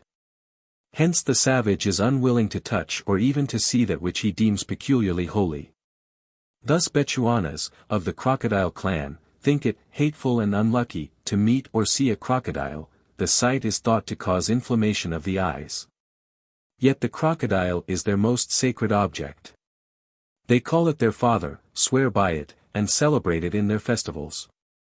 The goat is the sacred animal of the Madnasana Bushmen. Yet, to look upon it would be to render the man for the time impure, as well as to cause him undefined uneasiness. The elk clan, among the Omaha Indians, believe that even to touch the male elk would be followed by an eruption of boils and white spots on the body. Members of the reptile clan in the same tribe think that if one of them touches or smells a snake, it will make his hair white. In Samoa people whose god was a butterfly believed that if they caught a butterfly it would strike them dead. Again, in Samoa the reddish seared leaves of the banana tree were commonly used as plates for handing food. But if any member of the wild pigeon family had used banana leaves for this purpose, it was supposed that he would suffer from rheumatic swellings or an eruption all over the body like chickenpox. The Maori clan of the Bills in central India worship the peacock as their totem and make offerings of grain to it. Yet members of the clan believe that were they even to set foot on the tracks of a peacock they would afterwards suffer from some disease, and if a woman sees a peacock she must veil her face and look away. Thus the primitive mind seems to conceive of holiness as a sort of dangerous virus, which a prudent man will shun as far as possible, and of which, if he should chance to be infected by it, he will carefully disinfect himself by some form of ceremonial purification.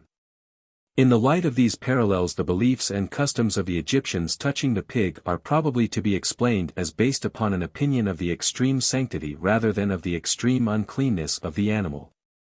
Or rather, to put it more correctly, they imply that the animal was looked on, not simply as a filthy and disgusting creature, but as a being endowed with high supernatural powers. And that as such it was regarded with that primitive sentiment of religious awe and fear in which the feelings of reverence and abhorrence are almost equally blended.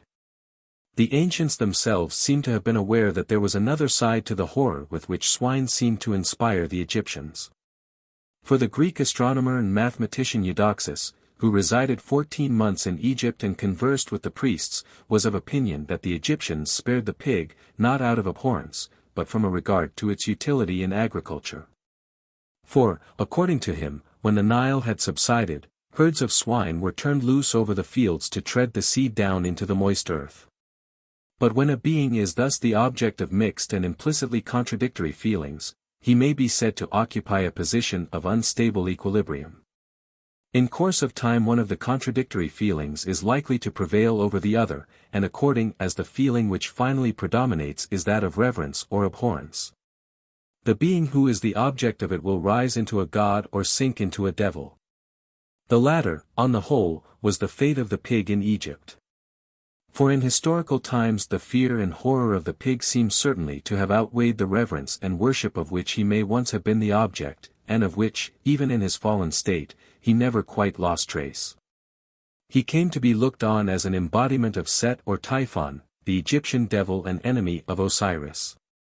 For it was in the shape of a black pig that Typhon injured the eye of the god Horus, who burned him and instituted the sacrifice of the pig, the sun god Hare having declared the beast abominable.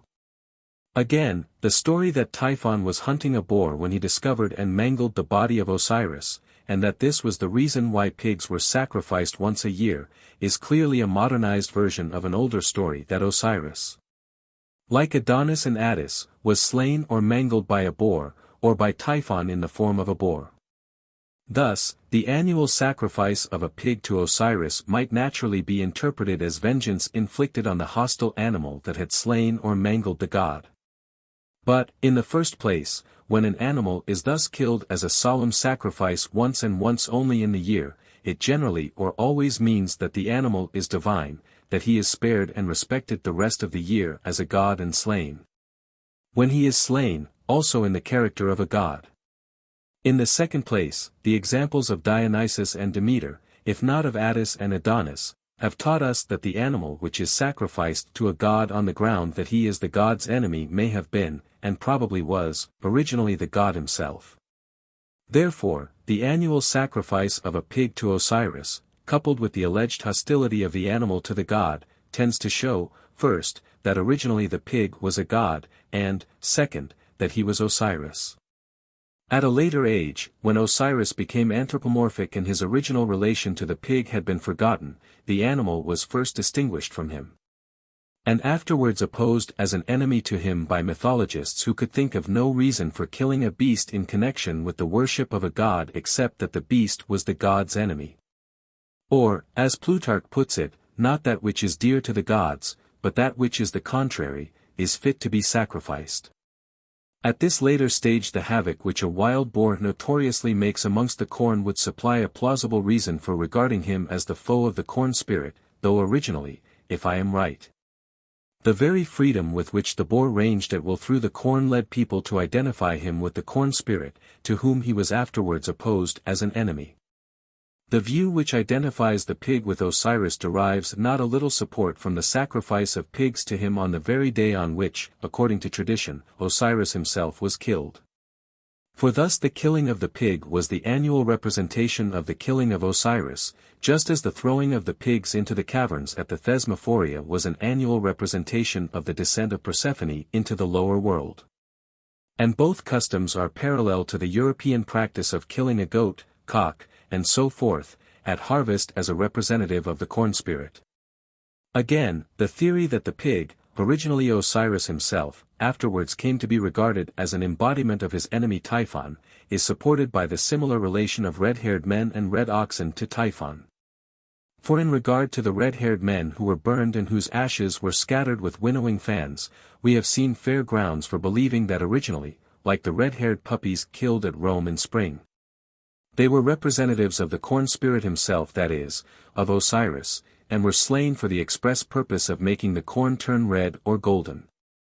Yet at a later time these men were explained to be representatives, not of Osiris, but of his enemy Typhon, and the killing of them was regarded as an act of vengeance inflicted on the enemy of the god.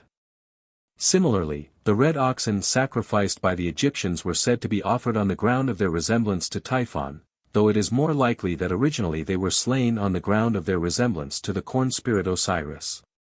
We have seen that the ox is a common representative of the corn spirit and is slain as such on the harvest field.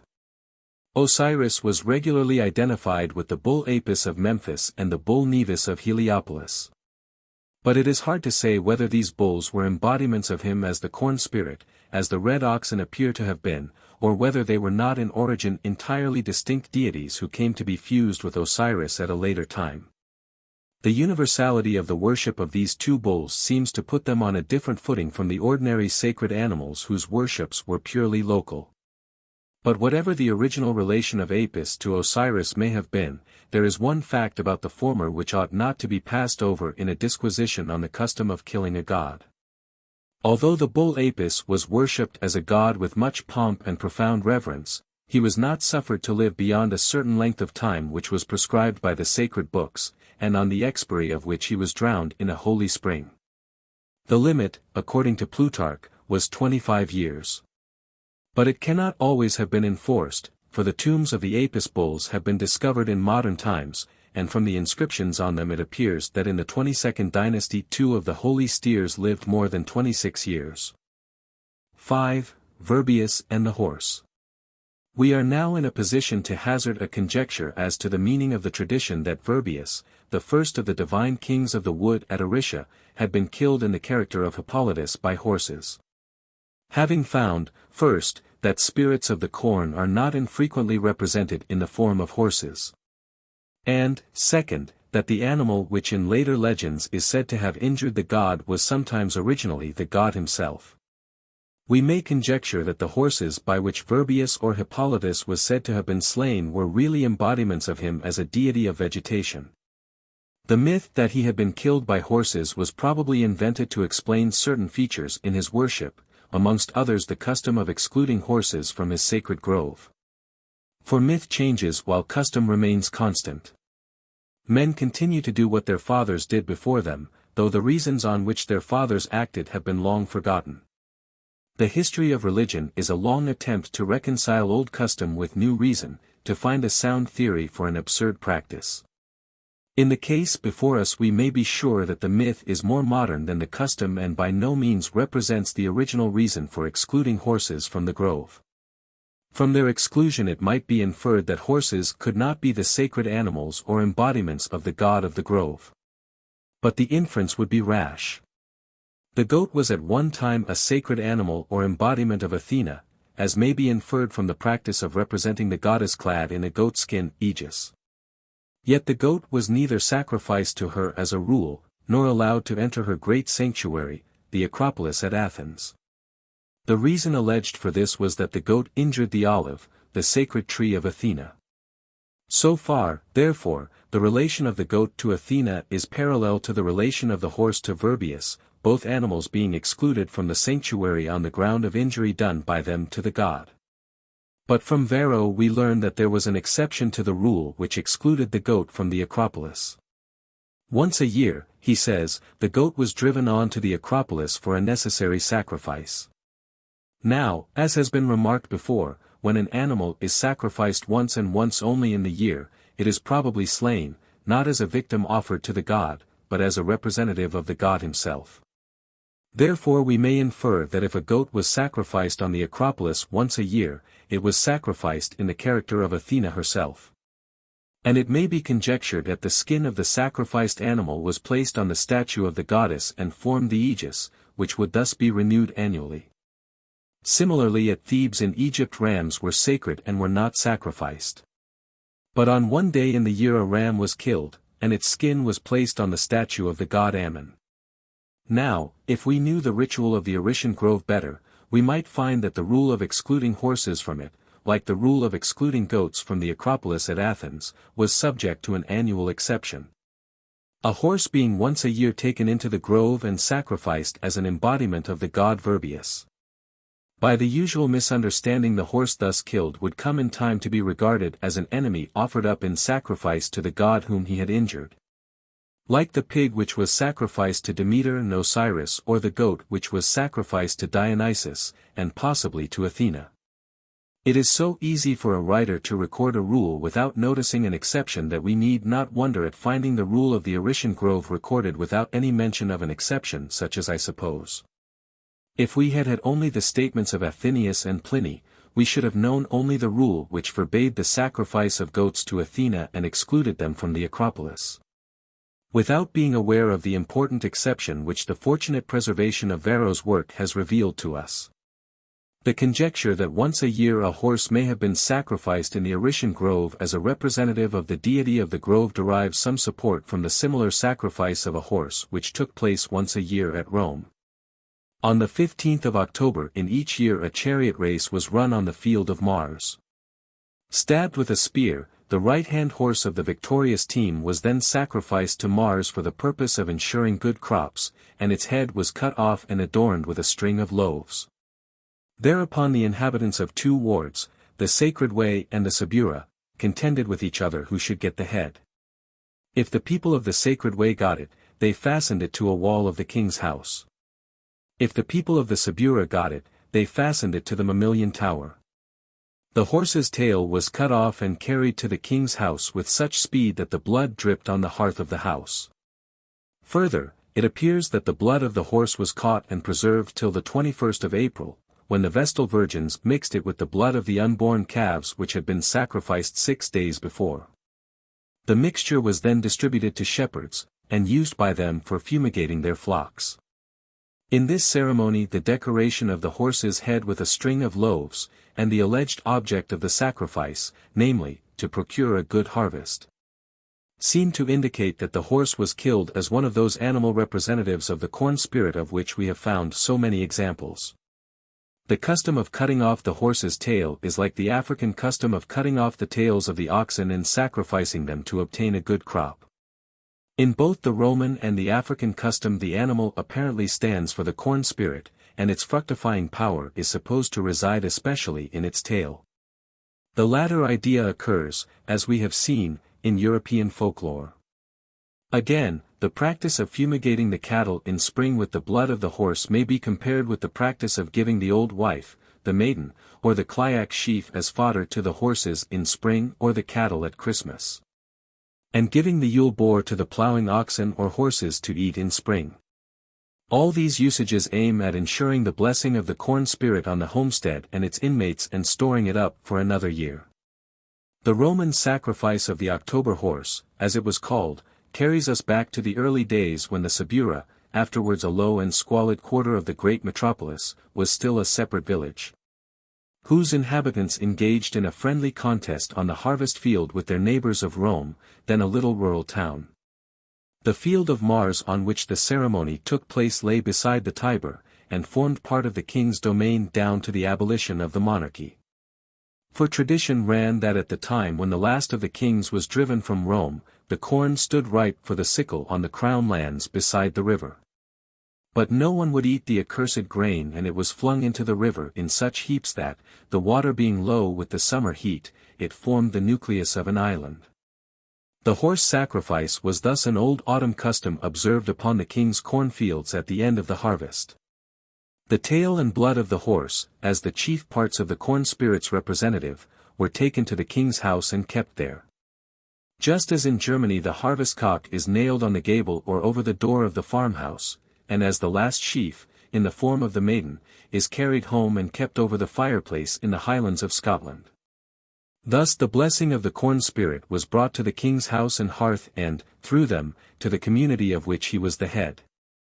Similarly in the spring and autumn customs of northern Europe the maypole is sometimes set up in front of the house of the mayor or burgomaster, and the last sheaf at harvest is brought to him as the head of the village.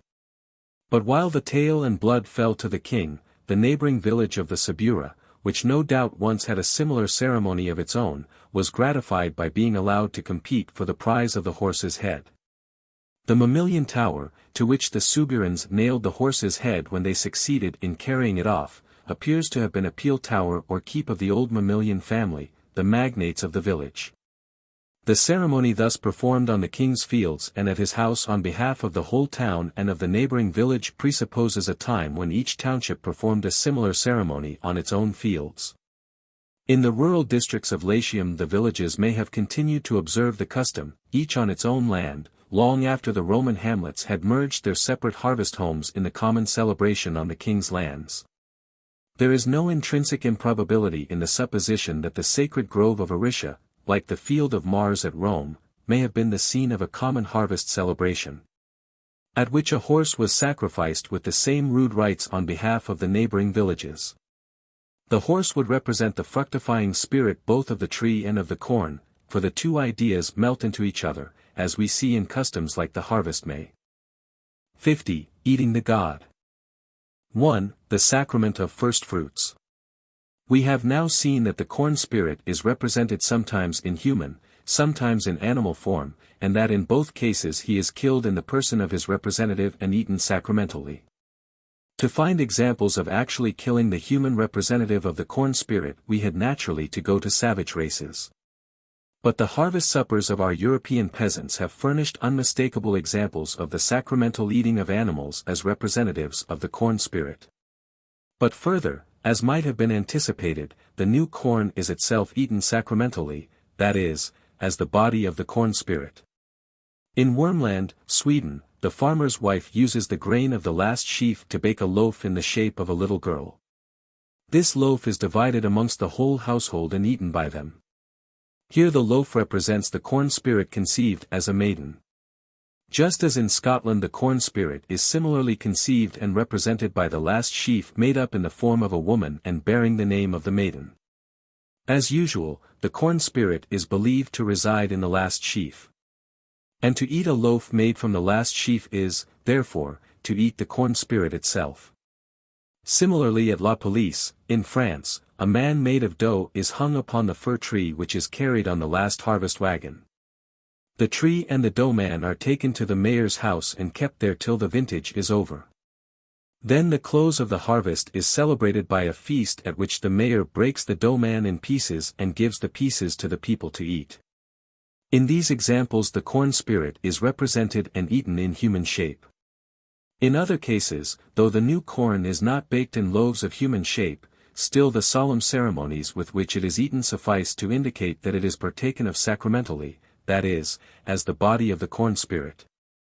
For example, the following ceremonies used to be observed by Lithuanian peasants at eating the new corn. About the time of the autumn sowing, when all the corn had been got in and the threshing had begun, each farmer held a festival called Sabarios, that is, the mixing or throwing together. He took 9 good handfuls of each kind of crop, wheat, barley, oats, flax, beans, lentils, and the rest, and each handful he divided into 3 parts.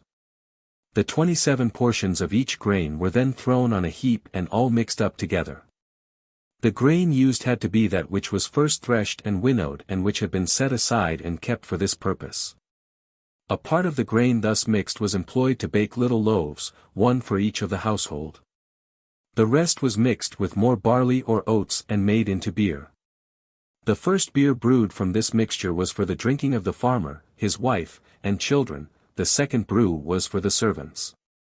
The beer being ready, the farmer chose an evening when no stranger was expected. Then he knelt down before the barrel of beer, drew a jugful of the liquor and poured it on the bung of the barrel, saying, O fruitful earth, make rye and barley and all kinds of corn to flourish. Next he took the jug to the parlor, where his wife and children awaited him. On the floor of the parlor lay bound a black or white or speckled, not a red, cock and a hen of the same color and of the same brood, which must have been hatched within the year. Then the farmer knelt down, with the jug in his hand, and thanked God for the harvest and prayed for a good crop next year. Next all lifted up their hands and said, O God, and thou, O earth, we give you this cock and hen as a freewill offering. With that the farmer killed the fowls with the blows of a wooden spoon, for he might not cut their heads off. After the first prayer and after killing each of the birds he poured out 1/3 of the beer. Then his wife boiled the fowls in a new pot which had never been used before. After that, a bushel was set, bottom upwards, on the floor, and on it were placed the little loaves mentioned above and the boiled fowls. Next the new beer was fetched, together with a ladle and 3 mugs, none of which was used except on this occasion. When the farmer had ladled the beer into the mugs, the family knelt down round the bushel. The father then uttered a prayer and drank off the 3 mugs of beer. The rest followed his example. Then the loaves and the flesh of the fowls were eaten, after which the beer went round again, till every one had emptied each of the 3 mugs 9 times. None of the food should remain over. But if anything did happen to be left, it was consumed next morning with the same ceremonies. The bones were given to the dog to eat, if he did not eat them all up, the remains were buried under the dung in the cattle stall. This ceremony was observed at the beginning of December. On the day on which it took place no bad word might be spoken. Such was the custom about 200 years or more ago. At the present day in Lithuania, when new potatoes or loaves made from the new corn are being eaten, all the people at table pull each other's hair. The meaning of this last custom is obscure, but a similar custom was certainly observed by the heathen Lithuanians at their solemn sacrifices. Many of the Esthonians of the island of Easel will not eat bread baked of the new corn till they have first taken a bite at a piece of iron. The iron is here plainly a charm, intended to render harmless the spirit that is in the corn. In Sutherlandshire at the present day, when the new potatoes are dug, all the family must taste them, otherwise, the spirits in them, the potatoes, take offence, and the potatoes would not keep. In one part of Yorkshire it is still customary for the clergyman to cut the first corn, and my informant believes that the corn so cut is used to make the communion bread. If the latter part of the custom is correctly reported, an analogy is all in its favor. It shows how the Christian communion has absorbed within itself a sacrament which is doubtless far older than Christianity. The Aino or Ainu of Japan are said to distinguish various kinds of millet as male and female respectively, and these kinds, taken together, are called the divine husband and wife cereal, Yumurek Haru Kamui. Therefore before millet is pounded and made into cakes for general eating, the old men have a few made for themselves first to worship. When they are ready they pray to them very earnestly and say, O thou cereal deity, we worship thee. Thou hast grown very well this year, and thy flavor will be sweet. Thou art good. The goddess of fire will be glad, and we also shall rejoice greatly. O thou God, O thou divine cereal, do thou nourish the people. I now partake of thee. I worship thee and give thee thanks. After having thus prayed, they, the worshippers, take a cake and eat it, and from this time the people may all partake of the new millet. And so with many gestures of homage and words of prayer this kind of food is dedicated to the well-being of the Ainu. No doubt the cereal offering is regarded as a tribute paid to a god, but that god is no other than the seed itself. And it is only a god in so far as it is beneficial to the human body. At the close of the rice harvest in the East Indian island of Buru, each clan meets at a common sacramental meal, to which every member of the clan is bound to contribute a little of the new rice. This meal is called eating the soul of the rice, a name which clearly indicates the sacramental character of the repast. Some of the rice is also set apart and offered to the spirits. Amongst the Alfers of Minahassa, in Celebes, the priest sows the first rice seed and plucks the first ripe rice in each field. This rice he roasts and grinds into meal, and gives some of it to each of the household. Shortly before the rice harvest in Boland Mongondo, another district of Celebes, an offering is made of a small pig or a fowl. Then the priest plucks a little rice, first on his own field and next on those of his neighbors.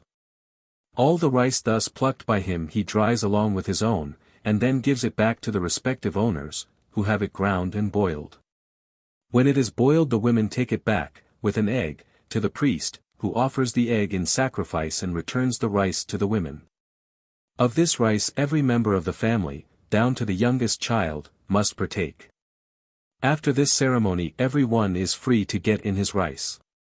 Amongst the Burghers or Badagas, a tribe of the Nilgiri hills in southern India, the first handful of seed is sown and the first sheaf reaped by a Kurumbar, a man of a different tribe, the members of which the Burghers regard as sorcerers. The grain contained in the first sheaf is that day reduced to meal, made into cakes, and, being offered as a first-fruit oblation, is, together with the remainder of the sacrificed animal, partaken of by the Burgher and the whole of his family, as the meat of a federal offering and sacrifice. Among the Hindus of southern India the eating of the new rice is the occasion of a family festival called Pongal. The new rice is boiled in a new pot on a fire which is kindled at noon on the day when, according to Hindu astrologers, the sun enters the Tropic of Capricorn. The boiling of the pot is watched with great anxiety by the whole family, for as the milk boils, so will the coming year be. If the milk boils rapidly, the year will be prosperous, but it will be the reverse if the milk boils slowly. Some of the new boiled rice is offered to the image of Ganesha, then everyone partakes of it. In some parts of northern India the festival of the new crop is known as Navan, that is, new grain. When the crop is ripe, the owner takes the omens, goes to the field, plucks 5 or 6 ears of barley in the spring crop and one of the millets in the autumn harvest. This is brought home, parched, and mixed with coarse sugar, butter, and curds. Some of it is thrown on the fire in the name of the village gods and deceased ancestors, the rest is eaten by the family. The ceremony of eating the new yams at Onitsha, on the Niger, is thus described: each headman brought out 6 yams, and cut down young branches of palm leaves and placed them before his gate, roasted 3 of the yams. And got some kola nuts and fish. After the yam is roasted, the Libya or country doctor, takes the yam, scrapes it into a sort of meal, and divides it into halves. He then takes one piece, and places it on the lips of the person who is going to eat the new yam. The eater then blows up the steam from the hot yam, and afterwards pokes the hole into his mouth, and says, "I thank God for being permitted to eat the new yam." He then begins to chew it heartily, with fish likewise. Among the Nandi of British East Africa, when the Eleusine grain is ripening in autumn, every woman who owns a cornfield goes out into it with her daughters, and they all pluck some of the ripe grain. Each of the women then fixes one grain in her necklace and chews another, which she rubs on her forehead, throat, and breast. No mark of joy escapes them. Sorrowfully they cut a basketful of the new corn, and carrying it home place it in the loft to dry. As the ceiling is of wickerwork, a good deal of the grain drops through the crevices and falls into the fire, where it explodes with a crackling noise. The people make no attempt to prevent this waste. For they regard the crackling of the grain in the fire as a sign that the souls of the dead are partaking of it. A few days later porridge is made from the new grain and served up with milk at the evening meal. All the members of the family take some of the porridge and dab it on the walls and roofs of the huts, also they put a little in their mouths and spit it out towards the east and on the outside of the huts. Then, holding up some of the grain in his hand, the head of the family prays to God for health and strength, and likewise for milk, and everybody present repeats the words of the prayer after him. Amongst the Kaffirs of Natal and Zululand, no one may eat of the new fruits till after a festival which marks the beginning of the Kaffir year and falls at the end of December or the beginning of January. All the people assemble at the king's kraal, where they feast and dance. Before they separate, the dedication of the people takes place. Various fruits of the earth, as corn, mealies, and pumpkins, mixed with the flesh of a sacrificed animal and with medicine, are boiled in great pots, and a little of this food is placed in each man's mouth by the king himself. After thus partaking of the sanctified fruits, a man is himself sanctified for the whole year, and may immediately get in his crops. It is believed that if any man were to partake of the new fruits before the festival, he would die. If he were detected, he would be put to death, or at least all his cattle would be taken from him. The holiness of the new fruits is well marked by the rule that they must be cooked in a special pot which is used only for this purpose, and on a new fire kindled by a magician through the friction of 2 sticks which are called husband and wife. Among the Bechuanas it is a rule that before they partake of the new crops they must purify themselves. The purification takes place at the commencement of the new year on a day in January which is fixed by the chief. It begins in the great kraal of the tribe, where all the adult males assemble. Each of them takes in his hand leaves of a gourd called by the natives larats, described as something between a pumpkin and a vegetable marrow. And having crushed the leaves he anoints with the expressed juice his big toes and his navel. Many people indeed apply the juice to all the joints of their body, but the better informed say that this is a vulgar departure from ancient custom. After this ceremony in the great kraal every man goes home to his own kraal, assembles all the members of his family, men, women, and children, and smears them all with the juice of the laritza leaves. Some of the leaves are also pounded, mixed with milk in a large wooden dish, and given to the dogs to lap up. Then the porridge plate of each member of the family is rubbed with the larat's leaves. When this purification has been completed, but not before, the people are free to eat of the new crops. The Bororo Indians of Brazil think that it would be certain death to eat the new maize before it has been blessed by the medicine man. The ceremony of blessing it is as follows.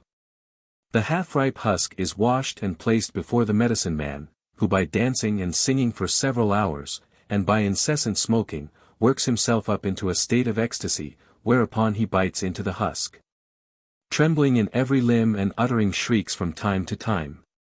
A similar ceremony is performed whenever a large animal or a large fish is killed. The Bororo are firmly persuaded that were any man to touch unconsecrated maize or meat, before the ceremony had been completed, he and his whole tribe would perish. Amongst the Creek Indians of North America, the busk or festival of first fruits was the chief ceremony of the year. It was held in July or August, when the corn was ripe, and marked the end of the old year and the beginning of the new one. Before it took place, none of the Indians would eat or even handle any part of the new harvest. Sometimes each town had its own busk, sometimes several towns united to hold one in common. Before celebrating the busk, the people provided themselves with new clothes and new household utensils and furniture. They collected their old clothes and rubbish, together with all the remaining grain and other old provisions, cast them together in one common heap, and consumed them with fire. As a preparation for the ceremony, all the fires in the village were extinguished, and the ashes swept clean away. In particular, the hearth or altar of the temple was dug up and the ashes carried out. Then the chief priest put some roots of the button snake plant, with some green tobacco leaves and a little of the new fruits, at the bottom of the fireplace, which he afterwards commanded to be covered up with white clay, and wetted over with clean water. A thick arbor of green branches of young trees was then made over the altar. Meanwhile the women at home were cleaning out their houses, renewing the old hearths, and scouring all the cooking vessels that they might be ready to receive the new fire and the new fruits. The public or sacred square was carefully swept of even the smallest crumbs of previous feasts, for fear of polluting the first-fruit offerings. Also every vessel that had contained or had been used about any food during the expiring year was removed from the temple before sunset. Then all the men who were not known to have violated the law of the first-fruit offering and that of marriage during the year were summoned by a crier to enter the holy square and observe a solemn fast. But the women, except 6 old ones, the children, and all who had not attained the rank of warriors were forbidden to enter the square. Sentinels were also posted at the corners of the square to keep out all persons deemed impure and all animals. A strict fast was then observed for 2 nights and a day, the devotees drinking a bitter decoction of button snake root, in order to vomit and purge their sinful bodies. That the people outside the square might also be purified, one of the old men laid down a quantity of green tobacco at a corner of the square. This was carried off by an old woman and distributed to the people without, who chewed and swallowed it, in order to afflict their souls. During this general fast, the women, children, and men of weak constitution were allowed to eat after midday, but not before. On the morning when the fast ended, the women brought a quantity of the old year's food to the outside of the sacred square. These provisions were then fetched in and set before the famished multitude, but all traces of them had to be removed before noon. When the sun was declining from the meridian, all the people were commanded by the voice of a crier to stay within doors, to do no bad act, and to be sure to extinguish and throw away every spark of the old fire. Universal silence now reigned. Then the high priest made the new fire by the friction of 2 pieces of wood, and placed it on the altar under the green arbor. This new fire was believed to atone for all past crimes except murder. Next a basket of new fruits was brought.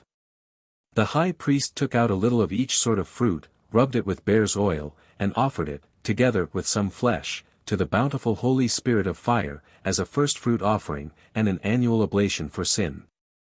He also consecrated the sacred emetics, the button snake root and the cassina or black drink, by pouring a little of them into the fire. The persons who had remained outside now approached, without entering, the sacred square. And the chief priest thereupon made a speech, exhorting the people to observe their old rites and customs, announcing that the new divine fire had purged away the sins of the past year, and earnestly warning the women that, if any of them had not extinguished the old fire, or had contracted any impurity, they must forthwith depart, lest the divine fire should spoil both them and the people. Some of the new fire was then set down outside the holy square, the women carried it home joyfully, and laid it on their unpolluted hearths. When several towns had united to celebrate the festival, the new fire might thus be carried for several miles. The new fruits were then dressed on the new fires and eaten with bear's oil, which was deemed indispensable. At one point of the festival the men rubbed the new corn between their hands, then on their faces and breasts. During the festival which followed, the warriors, dressed in their wild martial array, their heads covered with white down and carrying white feathers in their hands, danced round the sacred arbor, under which burned the new fire. The ceremonies lasted 8 days, during which the strictest continence was practiced. Towards the conclusion of the festival the warriors fought a mock battle, then the men and women together, in 3 circles, danced round the sacred fire. Lastly, all the people smeared themselves with white clay and bathed in running water. They came out of the water believing that no evil could now befall them for what they had done amiss in the past. So they departed in joy and peace.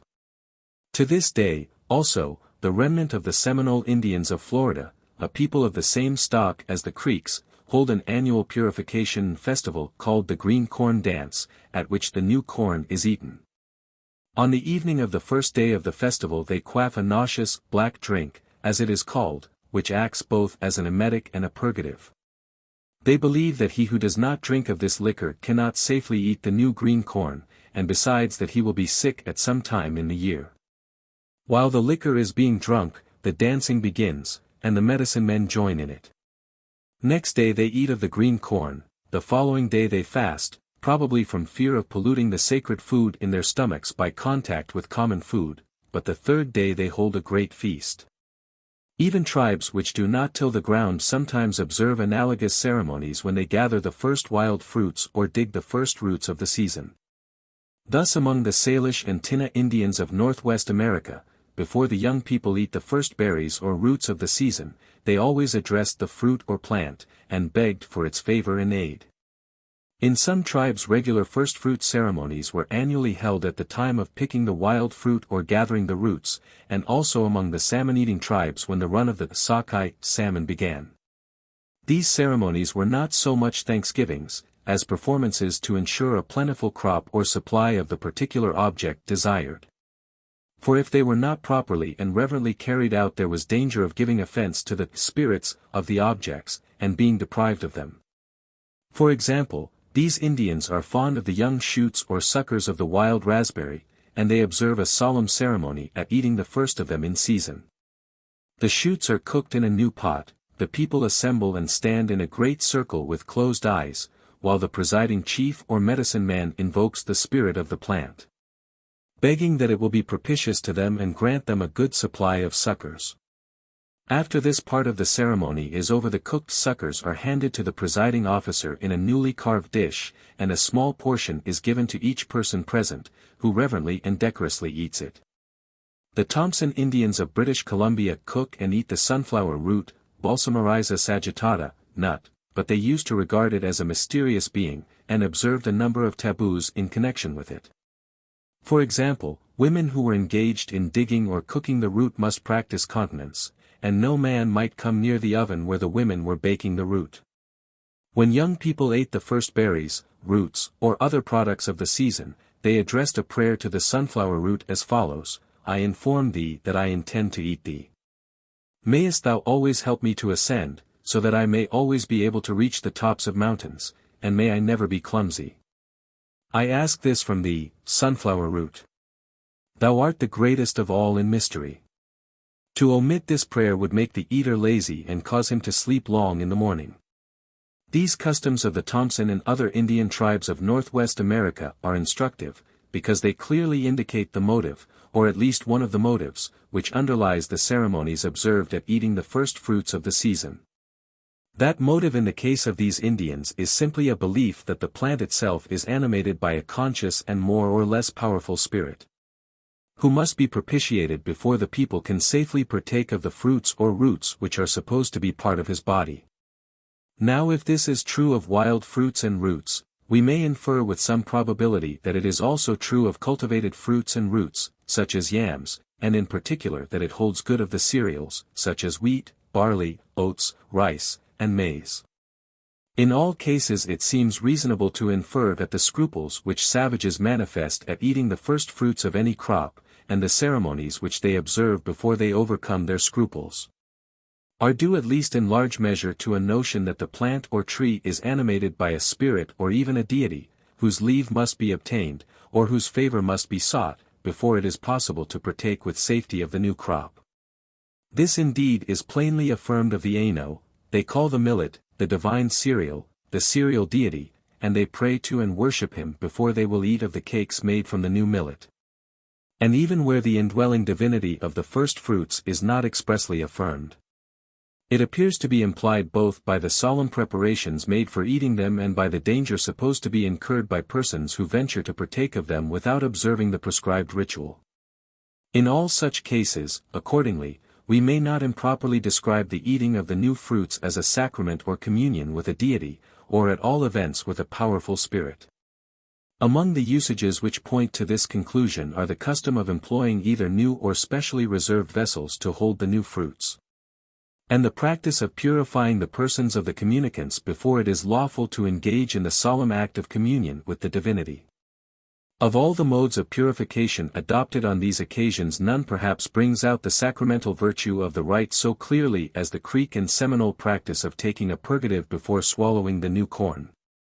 The intention is thereby to prevent the sacred food from being polluted by contact with common food in the stomach of the eater. For the same reason Catholics partake of the Eucharist fasting. And among the pastoral Maasai of Eastern Africa, the young warriors, who live on meat and milk exclusively, are obliged to eat nothing but milk for so many days and then nothing but meat for so many more. And before they pass from the one food to the other they must make sure that none of the old food remains in their stomachs. This they do by swallowing a very powerful purgative and emetic. In some of the festivals which we have examined, the sacrament of firstfruits is combined with a sacrifice or presentation of them to gods or spirits, and in course of time the sacrifice of firstfruits tends to throw the sacrament into the shade, if not to supersede it. The mere fact of offering the firstfruits to the gods or spirits comes now to be thought a sufficient preparation for eating the new corn. The higher powers having received their share, man is free to enjoy the rest. This mode of viewing the new fruits implies that they are regarded no longer as themselves instinct with divine life, but merely as a gift bestowed by the gods upon man, who is bound to express his gratitude and homage to his divine benefactors by returning to them a portion of their bounty. 2. Eating the god among the Aztecs. The custom of eating bread sacramentally as the body of a god was practiced by the Aztecs before the discovery and conquest of Mexico by the Spaniards. Twice a year, in May and December, an image of the great Mexican god Huitzilopochtli or Vitziliputli was made of dough, then broken in pieces, and solemnly eaten by his worshippers. The May ceremony is thus described by the historian Acosta. The Mexicans in the month of May made their principal feast to their god Vitziliputli, and 2 days before this feast, the virgins whereof I have spoken, the which were shut up and secluded in the same temple and were as it were religious women, did mingle a quantity of the seed of beets with roasted maize, and then they did mould it with honey, making an idol of that paste in bigness like to that of wood, putting instead of eyes grains of green glass, of blue or white, and for teeth grains of maize set forth with all the ornament and furniture that I have said. This being finished, all the noblemen came and brought it an exquisite and rich garment, like unto that of the idol, wherewith they did attire it. Being thus clad and decked, they did set it in an azured chair and in a litter to carry it on their shoulders. The morning of this feast being come, an hour before day all the maidens came forth attired in white, with new ornaments, the which that day were called the sisters of their god Vitziliputli. They came crowned with garlands of maize roasted and parched, being like unto azahar or the flower of orange. And about their necks they had great chains of the same, which went baldrickwise under their left arm. Their cheeks were dyed with vermilion, their arms from the elbow to the wrist were covered with red parrots' feathers. Young men, dressed in red robes and crowned like the virgins with maize, then carried the idol in its litter to the foot of the great pyramid-shaped temple, up the steep and narrow steps of which it was drawn to the music of flutes, trumpets, cornets, and drums.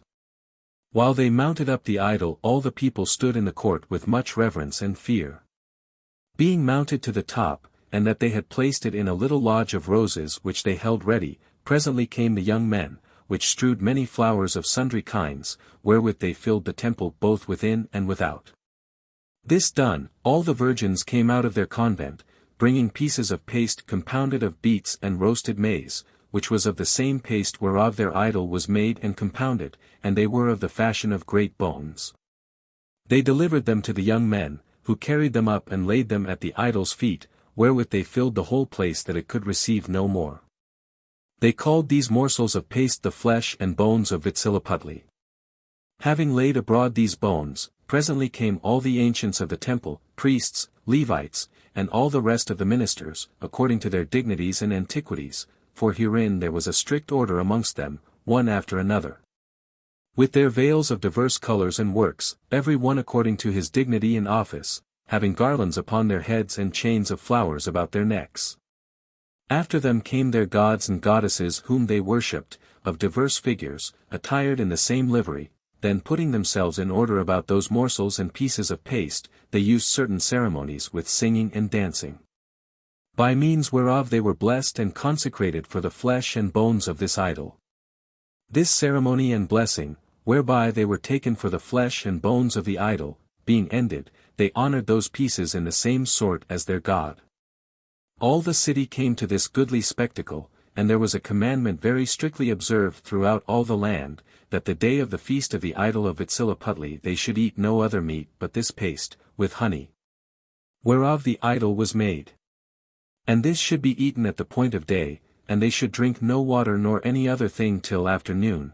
They held it for an ill sign, yea, for sacrilege to do the contrary, but after the ceremonies ended, it was lawful for them to eat anything. During the time of this ceremony they hid the water from their little children, admonishing all such as had the use of reason not to drink any water. Which, if they did, the anger of God would come upon them, and they should die, which they did observe very carefully and strictly. The ceremonies, dancing, and sacrifice ended, they went to unclothe themselves, and the priests and superiors of the temple took the idol of paste, which they spoiled of all the ornaments it had, and made many pieces. As well of the idol itself as of the truncheons which they consecrated, and then they gave them to the people in manner of a communion, beginning with the greater, and continuing unto the rest, both men, women, and little children. Who received it with such tears, fear, and reverence as it was an admirable thing, saying that they did eat the flesh and bones of God, wherewith they were grieved. Such as had any sick folks demanded thereof for them, and carried it with great reverence and veneration.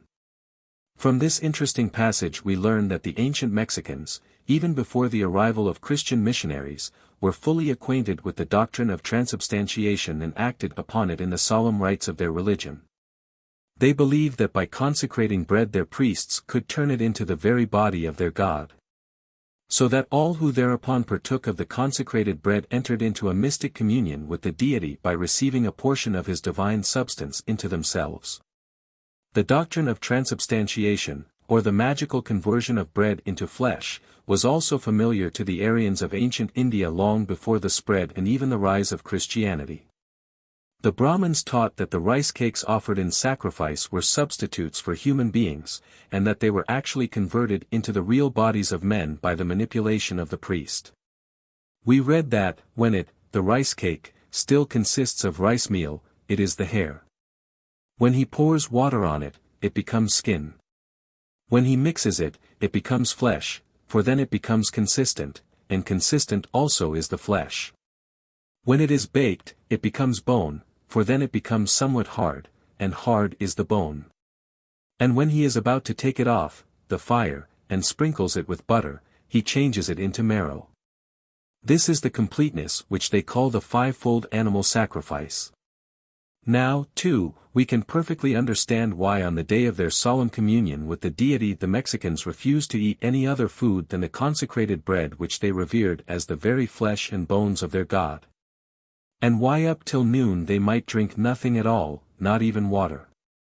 They feared no doubt to defile the portion of God in their stomachs by contact with common things.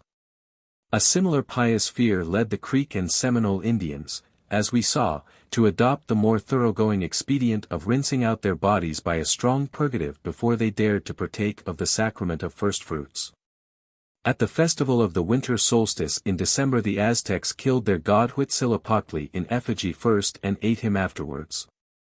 As a preparation for this solemn ceremony, an image of the deity in the likeness of a man was fashioned out of seeds of various sorts, which were kneaded into a dough with the blood of children.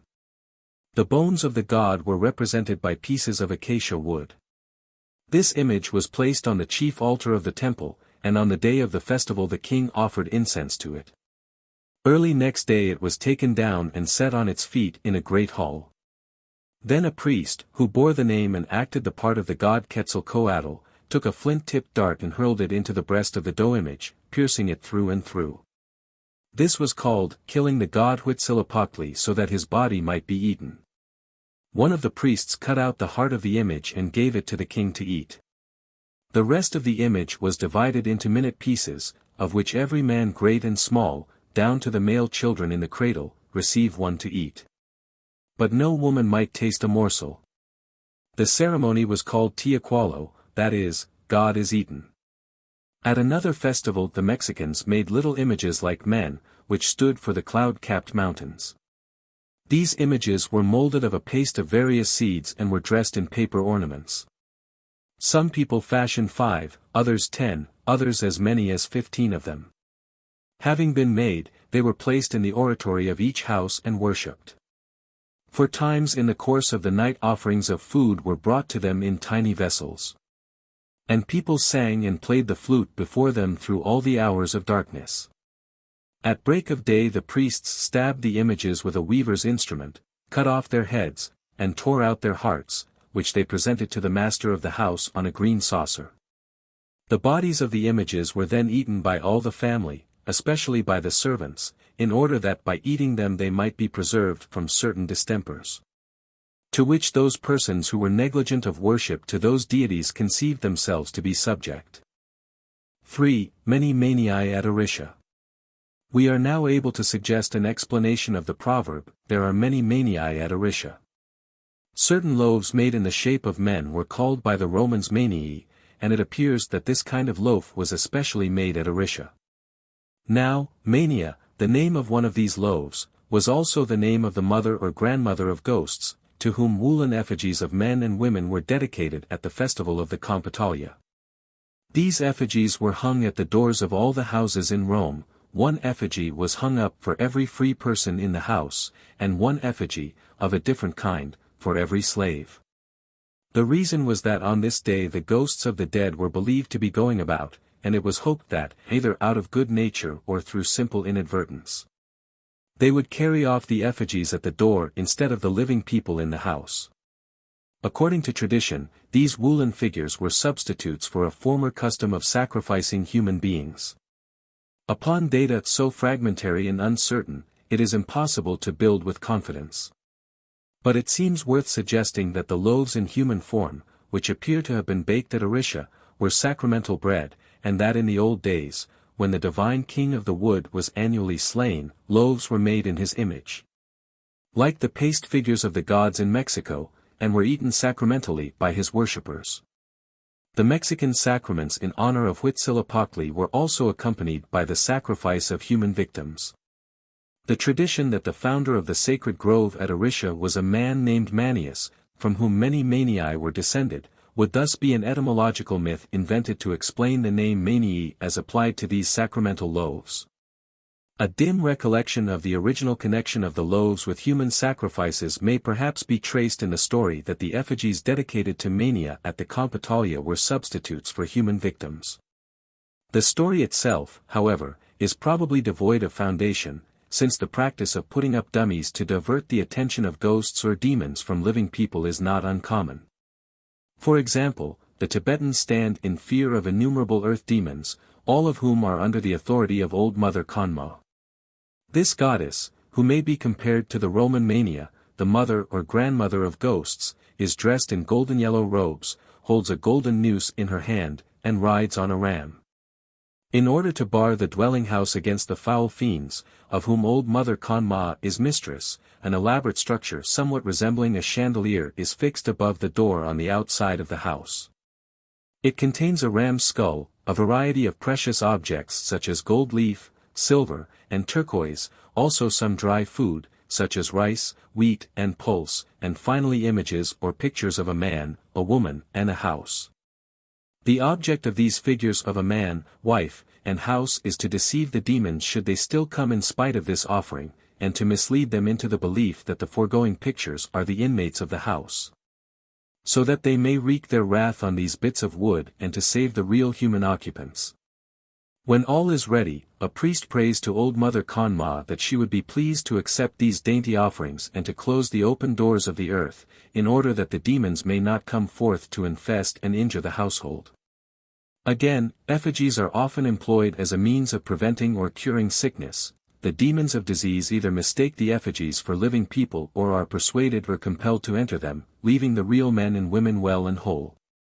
Thus the Alfers of Minahassa, in Celebes, will sometimes transport a sick man to another house, while they leave on his bed a dummy made up of a pillow and clothes. This dummy the demon is supposed to mistake for the sick man, who consequently recovers. Cure or prevention of this sort seems to find a special favor with the natives of Borneo. Thus, when an epidemic is raging among them, the Dayaks of the Katoengau River set up wooden images at their doors in the hope that the demons of the plague may be deluded into carrying off the effigies instead of the people.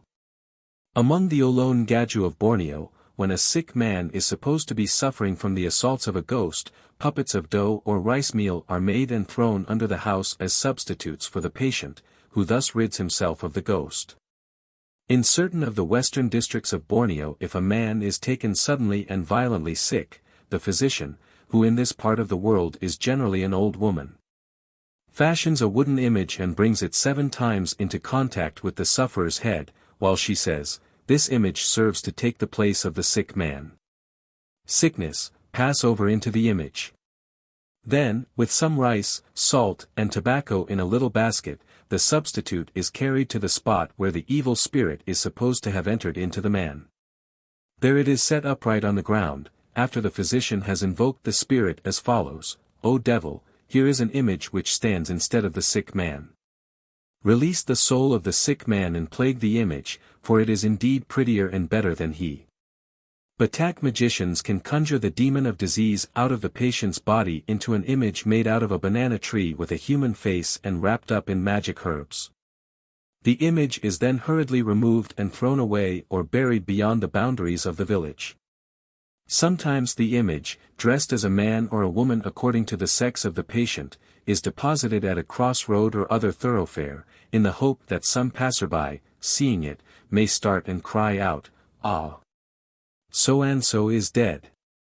For such an exclamation is supposed to delude the demon of disease into a belief that he has accomplished his fell purpose, so he takes himself off and leaves the sufferer to get well. The Mideret, a Sakai tribe of the Malay Peninsula, attribute all kinds of diseases to the agency of spirits which they call Nyani.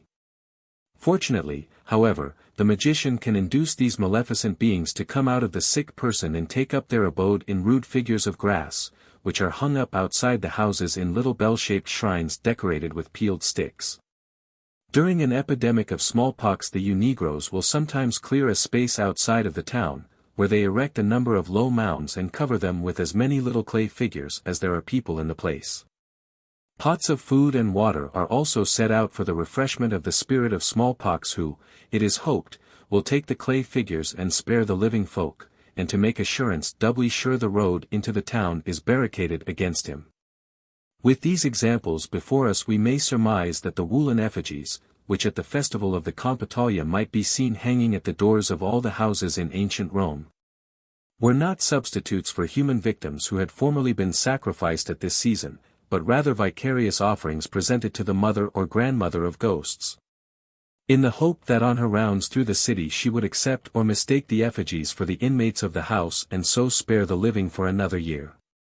It is possible that the puppets made of rushes, which in the month of May the pontiffs and Vestal virgins annually threw into the Tiber from the old Sublician bridge at Rome, had originally the same significance. That is, they may have been designed to purge the city from demoniac influence by diverting the attention of the demons from human beings to the puppets and then toppling the whole uncanny crew, neck and crop, into the river, which would soon sweep them far out to sea.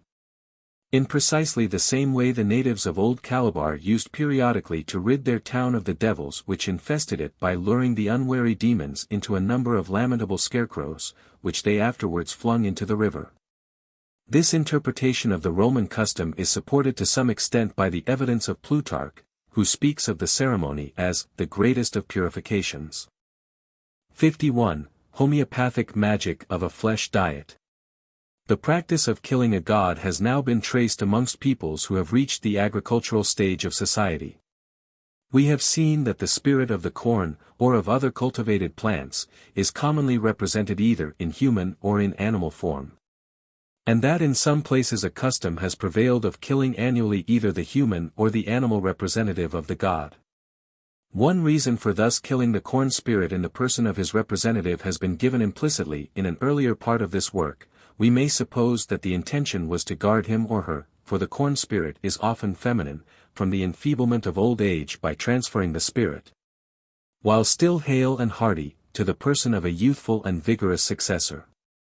Apart from the desirability of renewing his divine energies, the death of the corn spirit may have been deemed inevitable under the sickles or the knives of the reapers.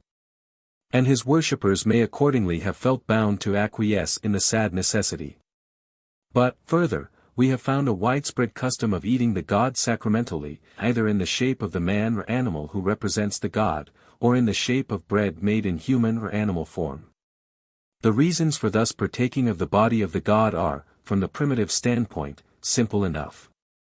The savage commonly believes that by eating the flesh of an animal or man he acquires not only the physical, but even the moral and intellectual qualities which were characteristic of that animal or man.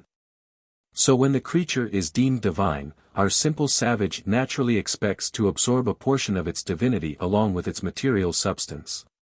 It may be well to illustrate by instances this common faith in the acquisition of virtues or vices of many kinds through the medium of animal food, even when there is no pretense that the viands consist of the body or blood of a god.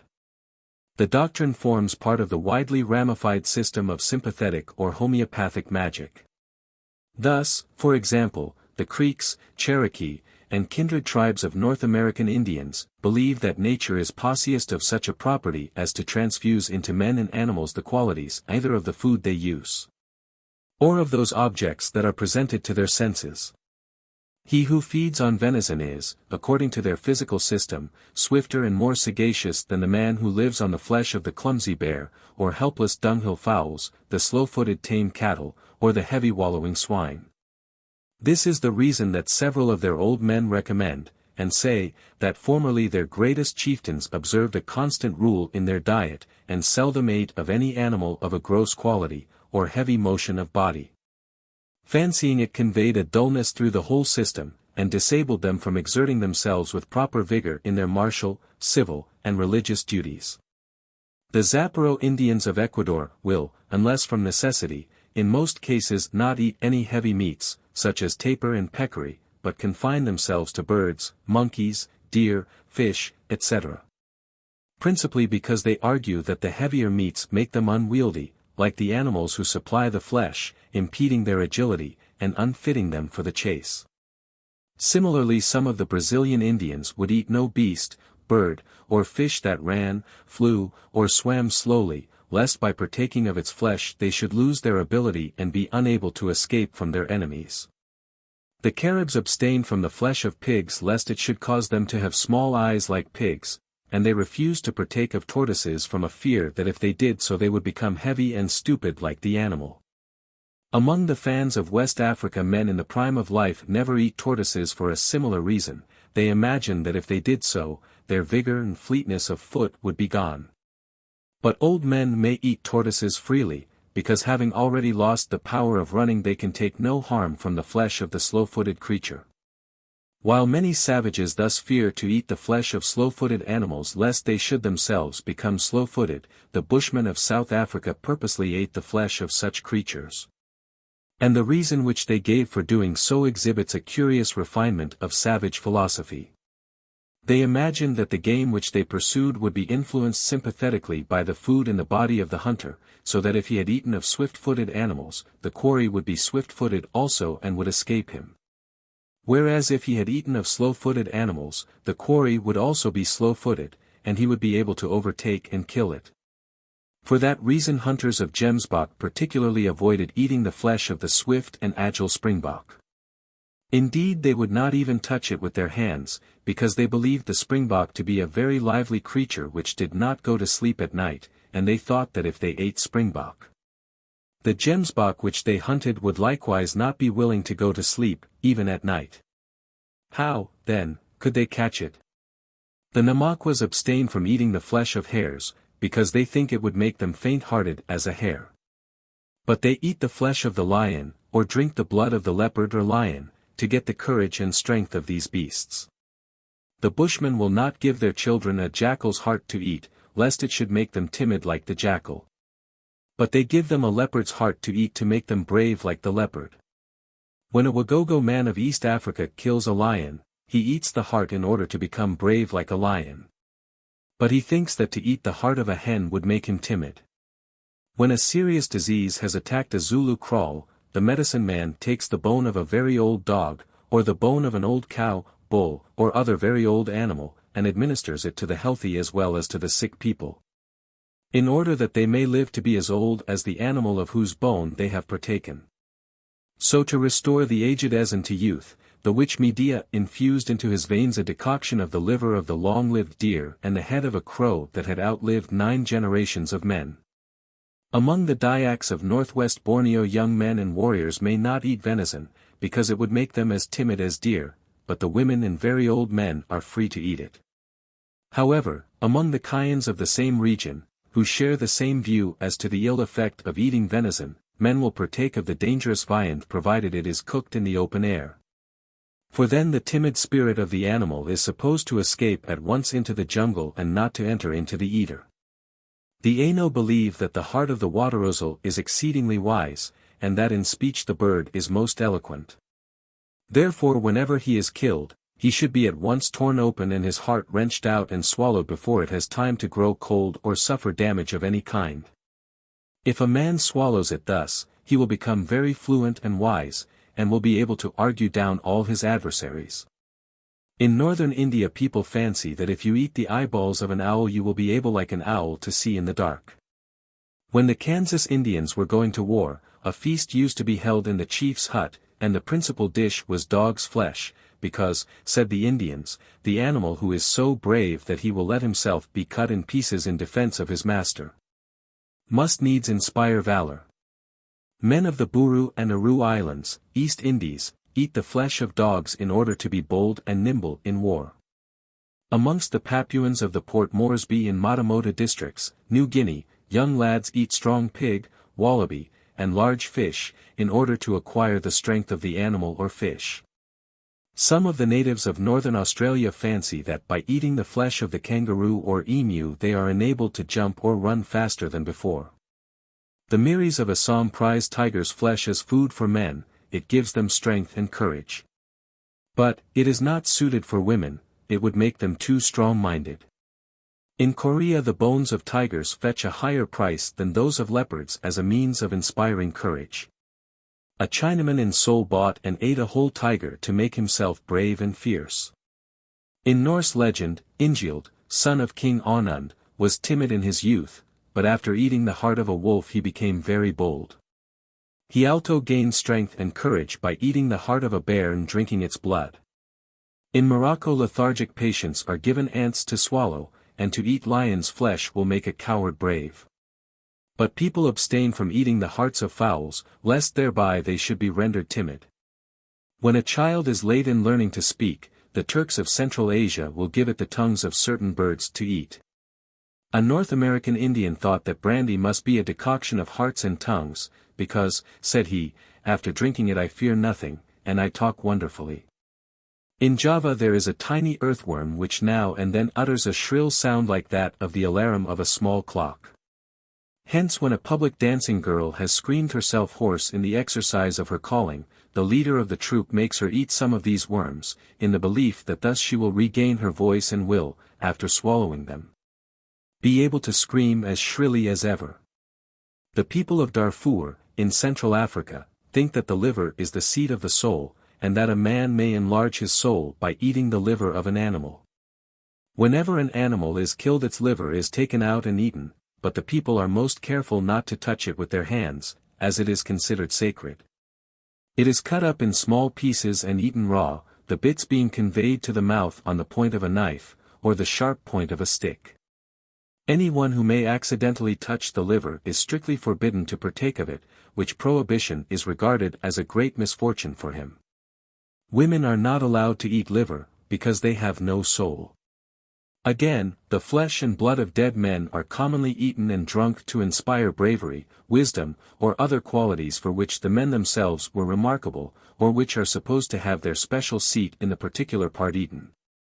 Thus among the mountain tribes of southeastern Africa there are ceremonies by which the youths are formed into guilds or lodges, and among the rites of initiation there is one which is intended to infuse courage, intelligence, and other qualities into the novices.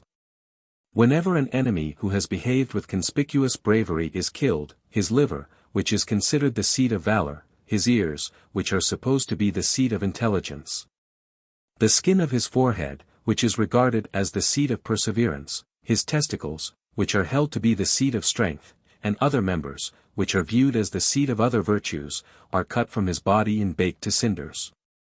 The ashes are carefully kept in the horn of a bull, and, during the ceremonies observed at circumcision, are mixed with other ingredients into a kind of paste, which is administered by the tribal priest to the youths.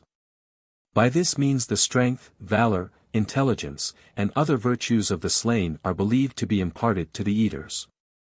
When Basutos of the mountains have killed a very brave foe, they immediately cut out his heart and eat it, because this is supposed to give them his courage and strength in battle. When Sir Charles McCarthy was killed by the Ashantis in 1824, it is said that his heart was devoured by the chiefs of the Ashanti army, who hoped by this means to imbibe his courage. His flesh was dried and parcelled out among the lower officers for the same purpose, and his bones were long kept at Kumasi as national fetishes. The Norris Indians of New Granada ate the hearts of Spaniards when they had the opportunity, hoping thereby to make themselves as dauntless as the dreaded Castilian chivalry. The Sioux Indians used to reduce to powder the heart of a valiant enemy and swallow the powder, hoping thus to appropriate the dead man's valor. But while the human heart is thus commonly eaten for the sake of imbuing the eater with the qualities of its original owner, it is not, as we have already seen, the only part of the body which is consumed for this purpose. Thus warriors of the Theddora and Ngarigo tribes of southeastern Australia used to eat the hands and feet of their slain enemies, believing that in this way they acquired some of the qualities and courage of the dead. The Kamilaroi of New South Wales ate the liver as well as the heart of a brave man to get his courage. In Tonquin also there is a popular superstition that the liver of a brave man makes brave any who partake of it. With a like intent the Chinese swallow the bile of notorious bandits who have been executed. The Dayaks of Sarawak used to eat the palms of the hands and the flesh of the knees of the slain in order to steady their own hands and strengthen their own knees. The Tulalaki, notorious head-hunters of central Celebes, drink the blood and eat the brains of their victims that they may become brave. The Italones of the Philippine Islands drink the blood of their slain enemies, and eat part of the back of their heads and of their entrails raw to acquire their courage. For the same reason the Ifugayos, another tribe of the Philippines, suck the brains of their foes. In like manner the Kai of German New Guinea eat the brains of the enemies they kill in order to acquire their strength. Among the Kimbunda of Western Africa, when a new king succeeds to the throne, a brave prisoner of war is killed in order that the king and nobles may eat his flesh, and so acquire his strength and courage. The notorious Zulu chief Machuana drank the gall of 30 chiefs, whose people he had destroyed, in the belief that it would make him strong. It is a Zulu fancy that by eating the center of the forehead and the eyebrow of an enemy they acquire the power of looking steadfastly at a foe. Before every warlike expedition the people of Minahassa in Celebes used to take the locks of hair of a slain foe and dabble them in boiling water to extract the courage. This infusion of bravery was then drunk by the warriors. In New Zealand, the chief was an Atua, god, but there were powerful and powerless gods, each naturally sought to make himself one of the former. The plan therefore adopted was to incorporate the spirits of others with their own. Thus, when a warrior slew a chief, he immediately gouged out his eyes and swallowed them, the Atua Tonga, or divinity, being supposed to reside in that organ. Thus he not only killed the body, but also possessed himself of the soul of his enemy, and consequently the more chiefs he slew the greater did his divinity become. It is now easy to understand why a savage should desire to partake of the flesh of an animal or man whom he regards as divine. By eating the body of the god he shares in the god's attributes and powers. And when the god is a corn god, the corn is his proper body, when he is a vine god, the juice of the grape is his blood, and so by eating the bread and drinking the wine the worshipper partakes of the real body and blood of his god. Thus the drinking of wine in the rites of a vine god like Dionysus is not an act of revelry, it is a solemn sacrament. Yet a time comes when reasonable men find it hard to understand how any one in his senses can suppose that by eating bread or drinking wine he consumes the body or blood of a deity. When we call corn Ceres and wine Bacchus, says Cicero, we use a common figure of speech, but do you imagine that anybody is so insane as to believe that the thing he feeds upon is a god? 52. Killing the divine animal. 1. Killing the sacred buzzard. In the preceding chapters we saw that many communities which have progressed so far as to subsist mainly by agriculture have been in the habit of eating their farinaceous deities either in their proper form of corn, rice, and so forth, or in the borrowed shapes of animals and men. It remains to show that hunting and pastoral tribes, as well as agricultural peoples, have been in the habit of killing the beings whom they worship. Among the worshipful beings or gods, if indeed they deserve to be dignified by that name, whom hunters and shepherds adore and kill are animals pure and simple, not animals regarded as embodiments of other supernatural beings. Our first example is drawn from the Indians of California, who living in a fertile country under a serene and temperate sky, nevertheless rank near the bottom of the savage scale. The Acagchimum tribe adored the great buzzard, and once a year they celebrated a great festival called Pains or Bird Feast in its honor. The day selected for the festival was made known to the public on the evening before its celebration, and preparations were at once made for the erection of a special temple, Vanquek, which seems to have been a circular or oval enclosure of stakes with the stuffed skin of a coyote or prairie wolf set up on a hurdle to represent the god Chinigchinich. When the temple was ready, the bird was carried into it in solemn procession and laid on an altar erected for the purpose. Then all the young women, whether married or single, began to run to and fro, as if distracted, some in one direction and some in another, while the elders of both sexes remained silent spectators of the scene, and the captains, tricked out in paint and feathers, danced round their adored bird. These ceremonies being concluded, they seized upon the bird and carried it to the principal temple, all the assembly uniting in the grand display, and the captains dancing and singing at the head of the procession. Arrived at the temple, they killed the bird without losing a drop of its blood. The skin was removed entire and preserved with the feathers as a relic or for the purpose of making the festal garment or palt.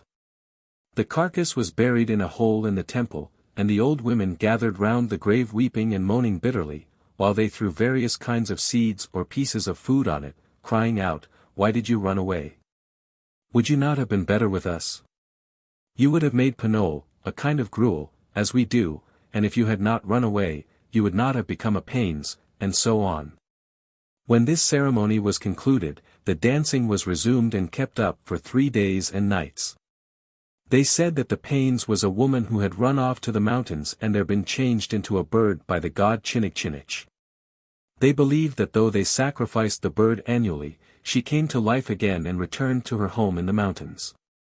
Moreover, they thought that, as often as the bird was killed, it became multiplied.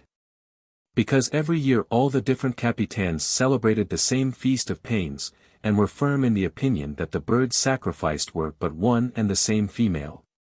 The unity and multiplicity thus postulated by the Californians is very noticeable and helps to explain their motive for killing the divine bird. The notion of the life of a species as distinct from that of an individual, easy and obvious as it seems to us, appears to be one which the Californian savage cannot grasp. He is unable to conceive the life of the species otherwise than as an individual life, and therefore as exposed to the same dangers and calamities which menace and finally destroy the life of the individual. Apparently he imagines that a species left to itself will grow old and die like an individual, and that therefore some step must be taken to save from extinction the particular species which he regards as divine. The only means he can think of to avert the catastrophe is to kill a member of the species in whose veins the tide of life is still running strong and has not yet stagnated among the fens of old age. The life thus diverted from one channel will flow, he fancies, more freshly and freely in a new one. In other words, the slain animal will revive and enter on a new term of life with all the spring and energy of youth. To us this reasoning is transparently absurd, but so too is the custom. A similar confusion, it may be noted, between the individual life and the life of the species was made by the Samoans. Each family had for its god a particular species of animal, yet the death of one of these animals, for example an owl, was not the death of the god. He was supposed to be yet alive, and incarnate in all the owls in existence. 2. Killing the sacred ram. The rude Californian rite which we have just considered has a close parallel in the religion of ancient Egypt. The Thebans and all other Egyptians who worshipped the Theban god Ammon held rams to be sacred, and would not sacrifice them. But once a year at the festival of Ammon they killed a ram, skinned it, and clothed the image of the god in the skin. Then they mourned over the ram and buried it in a sacred tomb. The custom was explained by a story that Zeus had once exhibited himself to Hercules clad in a fleece and wearing the head of a ram. Of course the ram in this case was simply the beast god of Thebes, as the wolf was the beast god of Lycopolis, and the goat was the beast god of Mendes. In other words, the ram was Ammon himself. On the monuments, it is true, Ammon appears in semi-human form with the body of a man and the head of a ram. But this only shows that he was in the usual chrysalis state through which beast gods regularly pass before they emerge as full-blown anthropomorphic gods. The ram, therefore, was killed, not as a sacrifice to Ammon, but as the god himself, whose identity with the beast is plainly shown by the custom of clothing his image in the skin of the slain ram. The reason for thus killing the ram god annually may have been that which I have assigned for the general custom of killing a god and for the special Californian custom of killing the divine buzzard. As applied to Egypt, this explanation is supported by the analogy of the bull god Apis, who was not suffered to outlive a certain term of years. The intention of thus putting a limit to the life of the human god was, as I have argued, to secure him from the weakness and frailty of age. The same reasoning would explain the custom, probably an older one, of putting the beast god to death annually, as was done with the ram of Thebes. One point in the Theban ritual, the application of the skin to the image of the god, deserves particular attention. If the god was at first the living ram, his representation by an image must have originated later. But how did it originate? One answer to this question is perhaps furnished by the practice of preserving the skin of the animal which is slain as divine. The Californians, as we have seen, preserved the skin of the buzzard. And the skin of the goat, which is killed on the harvest field as a representative of the corn spirit, is kept for various superstitious purposes.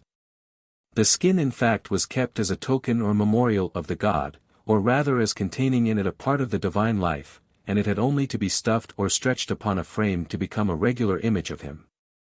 At first an image of this kind would be renewed annually, the new image being provided by the skin of the slain animal. But from annual images to permanent images the transition is easy.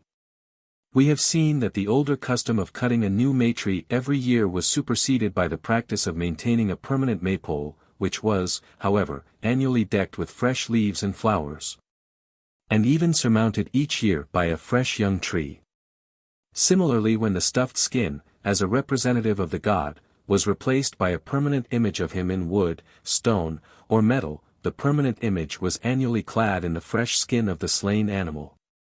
When this stage had been reached, the custom of killing the ram came naturally to be interpreted as a sacrifice offered to the image, and was explained by a story like that of Ammon and Hercules. 3. Killing the sacred serpent. West Africa appears to furnish another example of the annual killing of a sacred animal and the preservation of its skin. The Negroes of Issapu, in the island of Fernando Po, regard the cobra capella as their guardian deity, who can do them good or ill, bestow riches or inflict disease and death.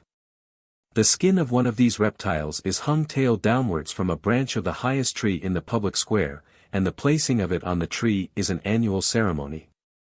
As soon as the ceremony is over, all children born within the past year are carried out and their hands made to touch the tail of the serpent's skin. The latter custom is clearly a way of placing the infants under the protection of the tribal god. Similarly, in Senegambia, a python is expected to visit every child of the python clan within 8 days after birth. And the Silai, a snake clan of ancient Africa, used to expose their infants to snakes in the belief that the snakes would not harm trueborn children of the clan. 4. Killing the sacred turtles. In the Californian, Egyptian, and Fernando Po customs, the worship of the animal seems to have no relation to agriculture, and may therefore be presumed to date from the hunting or pastoral stage of society. The same may be said of the following custom, though the Zuni Indians of New Mexico, who practice it, are now settled in walled villages or towns of a peculiar type, and practice agriculture and the arts of pottery and weaving. But the Zuni custom is marked by certain features which appear to place it in a somewhat different class from the preceding cases. It may be well therefore to describe it at full length in the words of an eyewitness. With midsummer the heat became intense. My brother, i.e., adopted Indian brother, and I sat, day after day, in the cool underrooms of our house, the latter, sick, busy with his quaint forge and crude appliances, working Mexican coins over into bangles, girdles, earrings, buttons, and what not, for savage ornament. Though his tools were wonderfully rude, the work he turned out by dint of combined patience and ingenuity was remarkably beautiful. One day as I sat watching him, a procession of 50 men went hastily down the hill, and off westward over the plain. They were solemnly led by a painted and shell-bedecked priest, and followed by the torch-bearing Shuluwidesi or god of fire. After they had vanished, I asked old brother what it all meant. They are going, said he, to the city of Ka and the home of our others. For days after, toward sunset, costumed and masked in the beautiful paraphernalia of the Kakeokesher, or good dance, they returned in file up the same pathway, each bearing in his arms a basket filled with living, squirming turtles, which he regarded and carried as tenderly as a mother would her infant.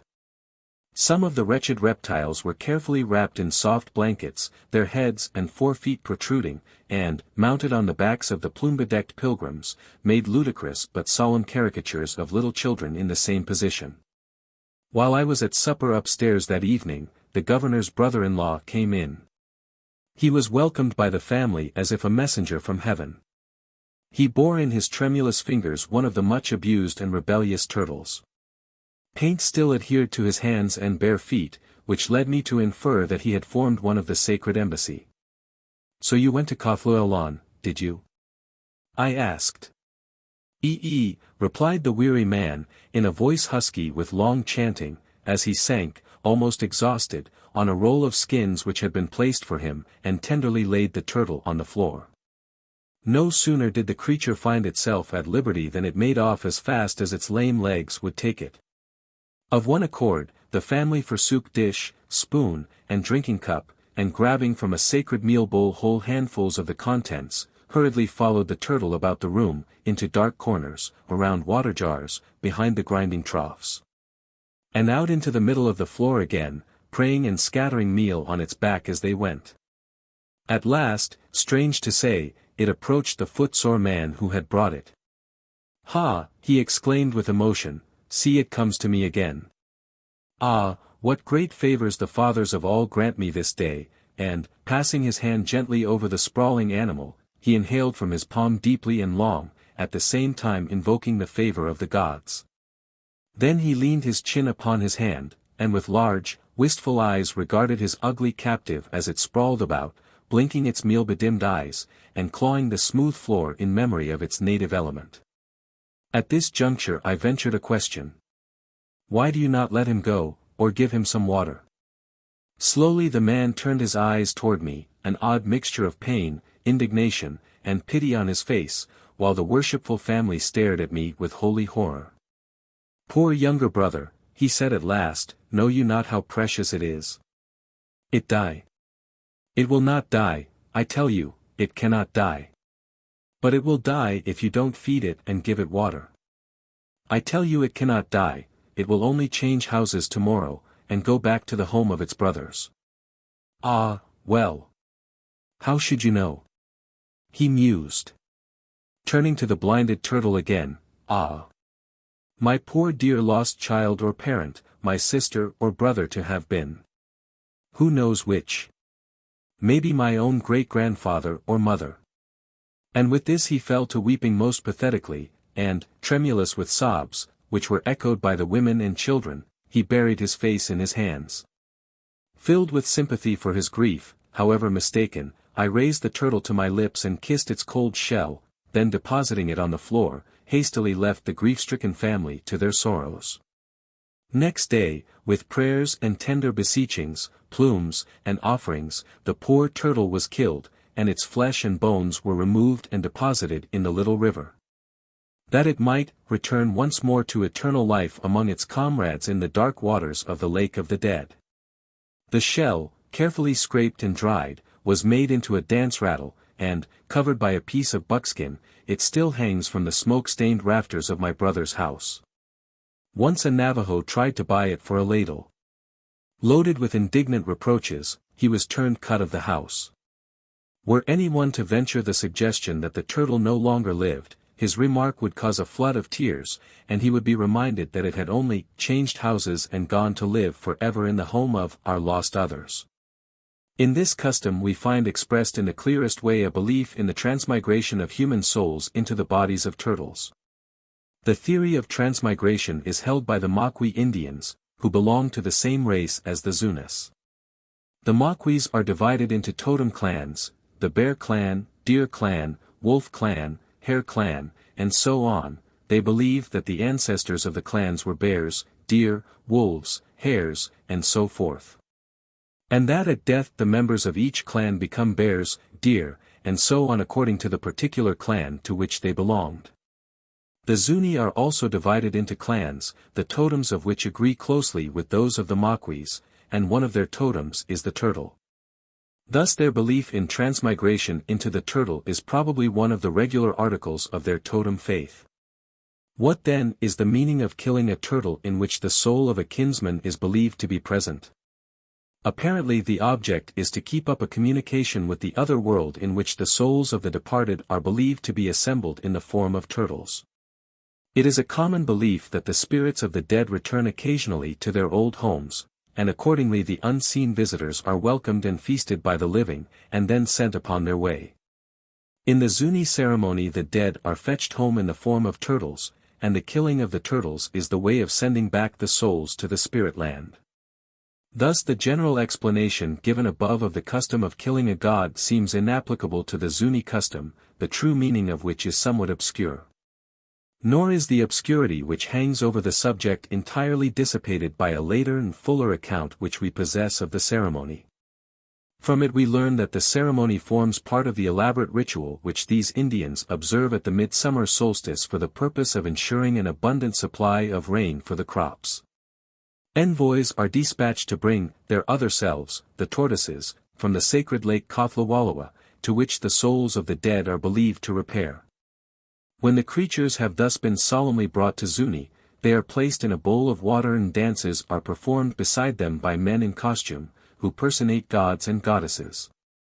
After the ceremonial the tortoises are taken home by those who caught them and are hung by their necks to the rafters till morning, when they are thrown into pots of boiling water. The eggs are considered a great delicacy. The meat is seldom touched except as a medicine, which is curative for cutaneous diseases. Part of the meat is deposited in the river with cohaqua, white shell beads, and turquoise beads as offerings to council of the gods. This account at all events confirms the inference that the tortoises are supposed to be reincarnations of the human dead, for they are called the other selves of the Zuni. Indeed, what else should they be than the souls of the dead in the bodies of tortoises, seeing that they come from the haunted lake? As the principal object of the prayers uttered and of the dances performed at these midsummer ceremonies appears to be to procure rain for the crops.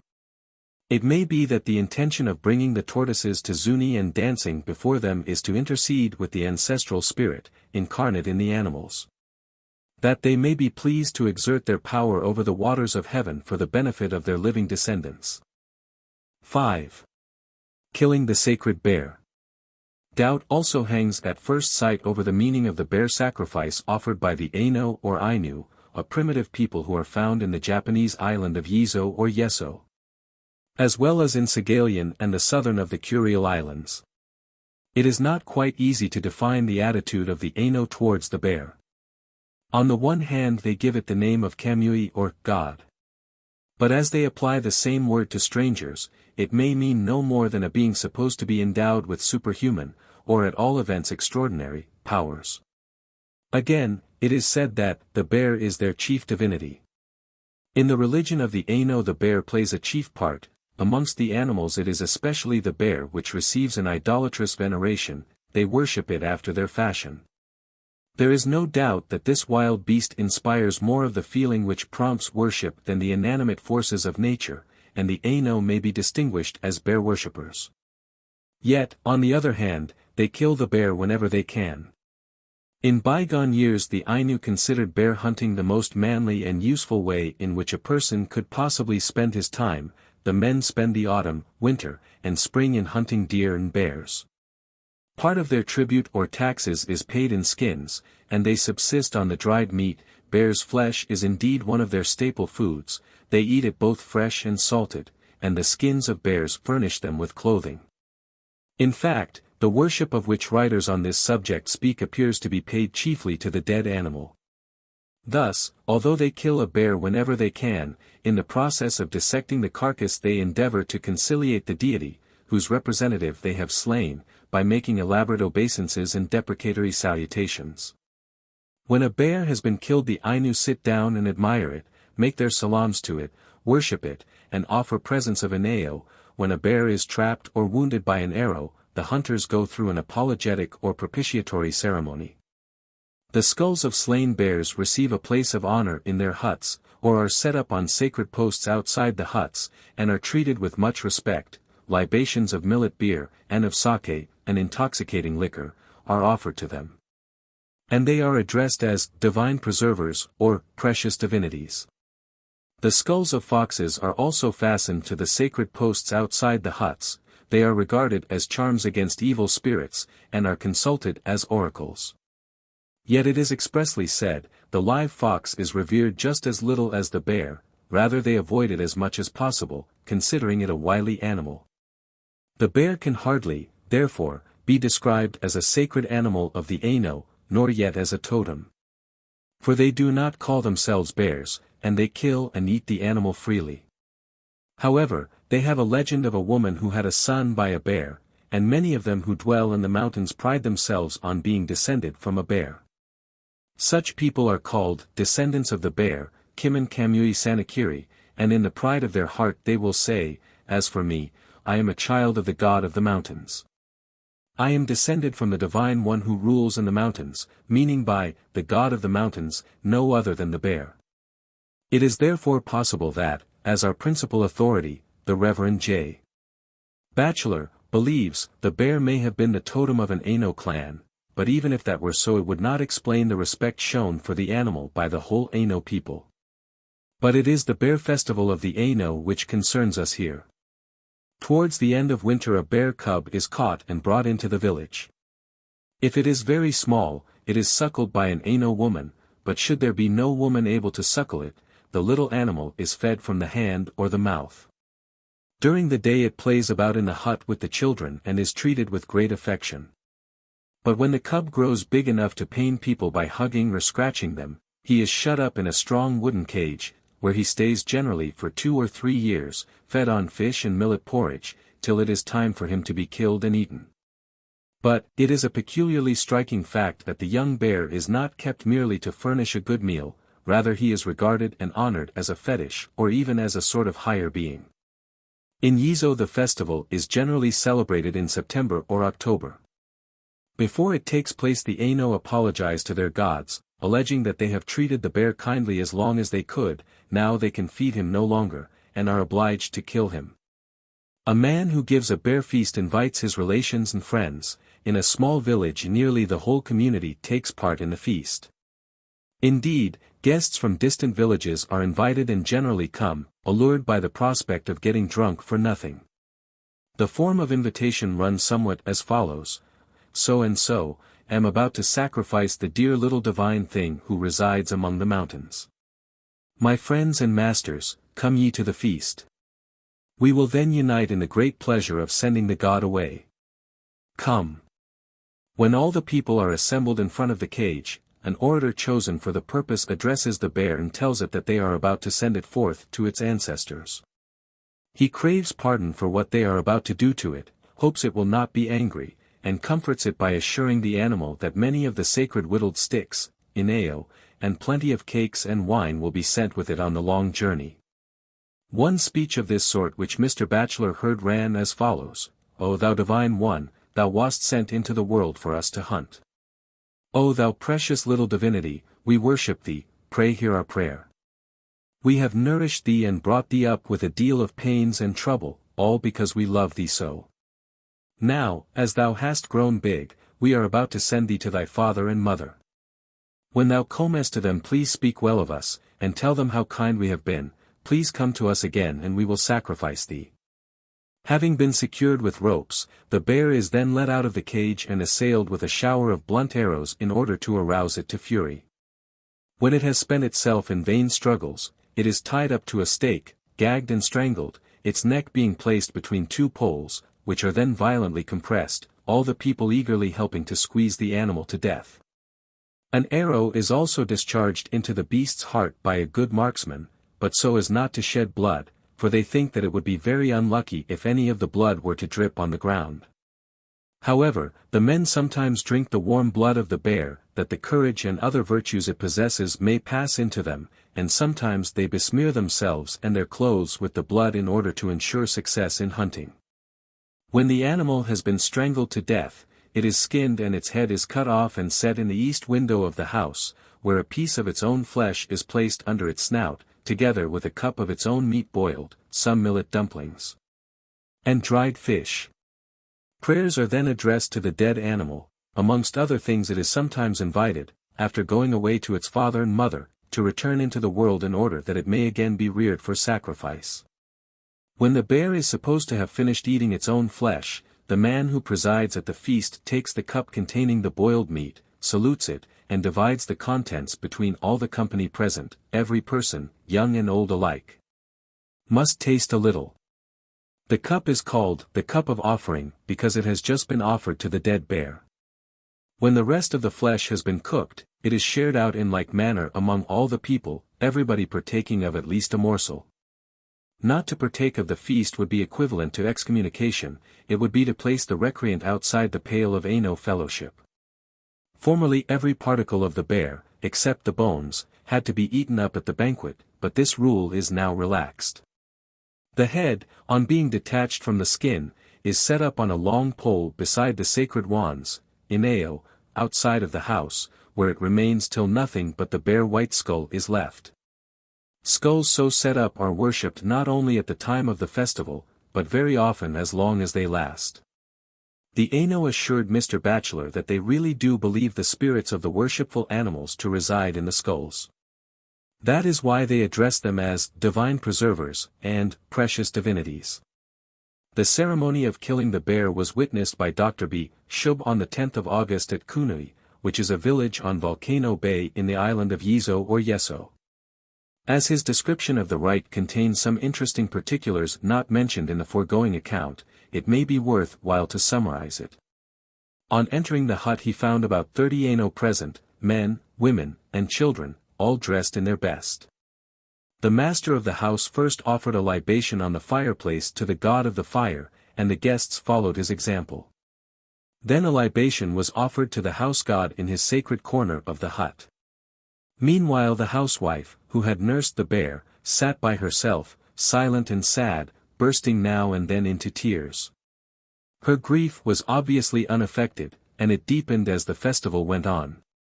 Next, the master of the house and some of the guests went out of the hut and offered libations before the bear's cage. A few drops were presented to the bear in a saucer, which he at once upset. Then the women and girls danced round the cage, their faces turned towards it, their knees slightly bent, rising and hopping on their toes. As they danced they clapped their hands and sang a monotonous song. The housewife and a few old women, who might have nursed many bears, danced tearfully, stretching out their arms to the bear, and addressing it in terms of endearment.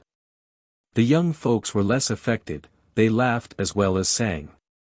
Disturbed by the noise, the bear began to rush about his cage and howl lamentably. Next libations were offered at the Aneo, Inabas, or sacred wands which stand outside of an Aino hut. These wands are about a couple of feet high, and are whittled at the top into spiral shavings. 5 new wands with bamboo leaves attached to them had been set up for the festival. This is regularly done when a bear is killed. The leaves mean that the animal may come to life again.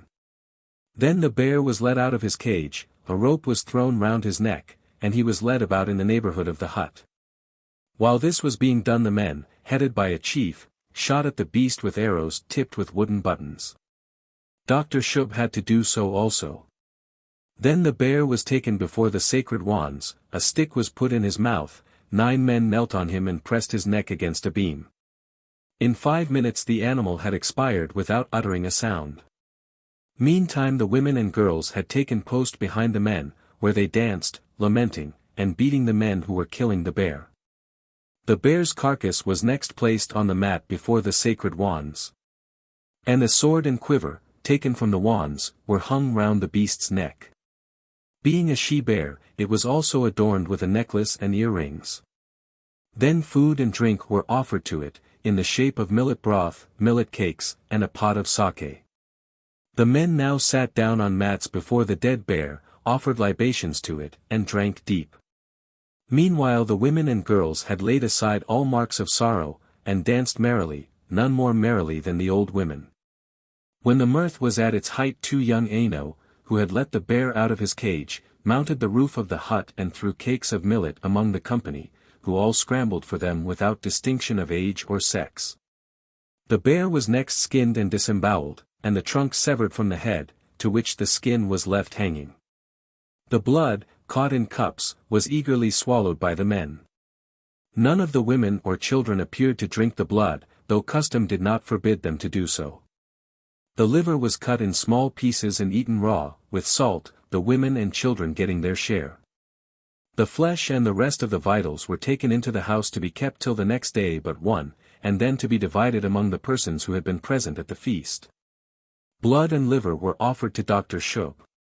While the bear was being disemboweled, the women and girls danced the same dance which they had danced at the beginning, not, however, round the cage, but in front of the sacred wands. At this dance the old women, who had been merry a moment before, again shed tears freely. After the brain had been extracted from the bear's head and swallowed with salt, the skull, detached from the skin, was hung on a pole beside the sacred wands. The stick with which the bear had been gagged was also fastened to the pole, and so were the sword and quiver which had been hung on the carcass. The latter were removed in about an hour, but the rest remained standing. The whole company, men and women, danced noisily before the pole, and another drinking bout, in which the women joined, closed the festival. Perhaps the first published account of the bear feast of the Aino is one which was given to the world by a Japanese writer in 1652. It has been translated into French and runs thus: when they find a young bear, they bring it home, and the wife suckles it. When it is grown they feed it with fish and fowl and kill it in winter for the sake of the liver, which they esteem an antidote to poison, the worms, colic, and disorders of the stomach. It is of a very bitter taste, and is good for nothing if the bear has been killed in summer. This butchery begins in the first Japanese month. For this purpose they put the animal's head between two long poles, which are squeezed together by 50 or 60 people, both men and women. When the bear is dead they eat his flesh, keep the liver as a medicine, and sell the skin, which is black and commonly 6 feet long, but the longest measure 12 feet. As soon as he is skinned, the persons who nourish the beast begin to bewail him, afterwards they make little cakes to regale those who help them. The Aino of Sagalian rear bear cubs and kill them with similar ceremonies. We are told that they do not look upon the bear as a god but only as a messenger whom they dispatch with various commissions to the god of the forest. The animal is kept for about 2 years in a cage, and then killed at a festival, which always takes place in winter and at night. The day before the sacrifice is devoted to lamentation, old women relieving each other in the duty of weeping and groaning in front of the bear's cage. Then about the middle of the night or very early in the morning an orator makes a long speech to the beast, reminding him how they have taken care of him, and fed him well, and bathed him in the river, and made him warm and comfortable. Now, he proceeds, we are holding a great festival in your honor. Be not afraid. We will not hurt you. We will only kill you and send you to the god of the forest who loves you. We are about to offer you a good dinner, the best you have ever eaten among us, and we will all weep for you together. The Aino who will kill you is the best shot among us. There he is, he weeps and asks your forgiveness. You will feel almost nothing, it will be done so quickly. We cannot feed you always, as you will understand. We have done enough for you, it is now your turn to sacrifice yourself for us. You will ask God to send us, for the winter, plenty of otters and sables, and for the summer, seals and fish in abundance. Do not forget our messages, we love you much, and our children will never forget you. When the bear has partaken of his last meal amid the general emotion of the spectators, the old women weeping afresh and the men uttering stifled cries, he is strapped, not without difficulty in danger. And being led out of the cage is led on leash or dragged, according to the state of his temper, thrice round his cage, then round his master's house, and lastly round the house of the orator. Thereupon he is tied up to a tree, which is decked with sacred whittled sticks, ineo, of the usual sort, and the orator again addresses him in a long harangue, which sometimes lasts till the day is beginning to break. Remember, he cries, remember. I remind you of your whole life and of the services we have rendered you. It is now for you to do your duty. Do not forget what I have asked of you. You will tell the gods to give us riches, that our hunters may return from the forest laden with rare furs and animals good to eat.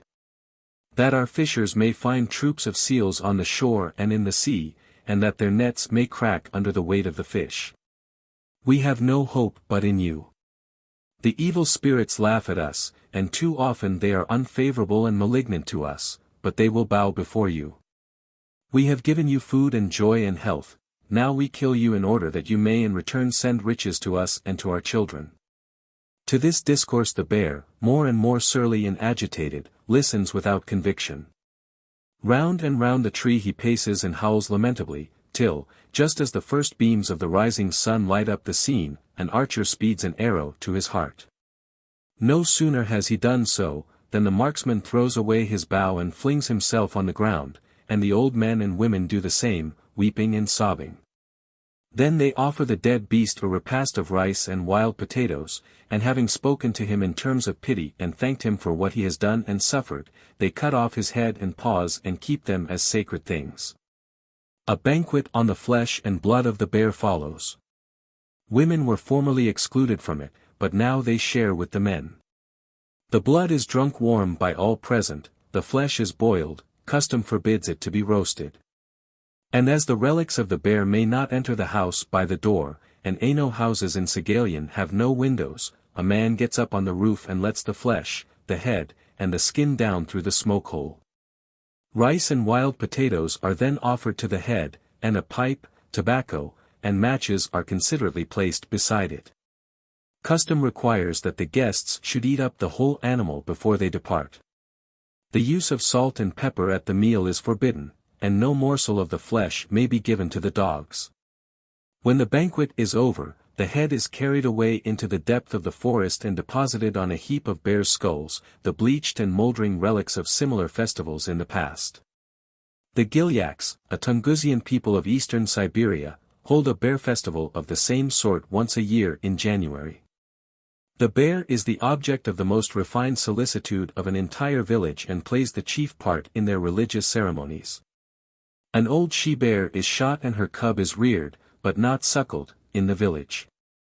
When the bear is big enough he is taken from his cage and dragged through the village.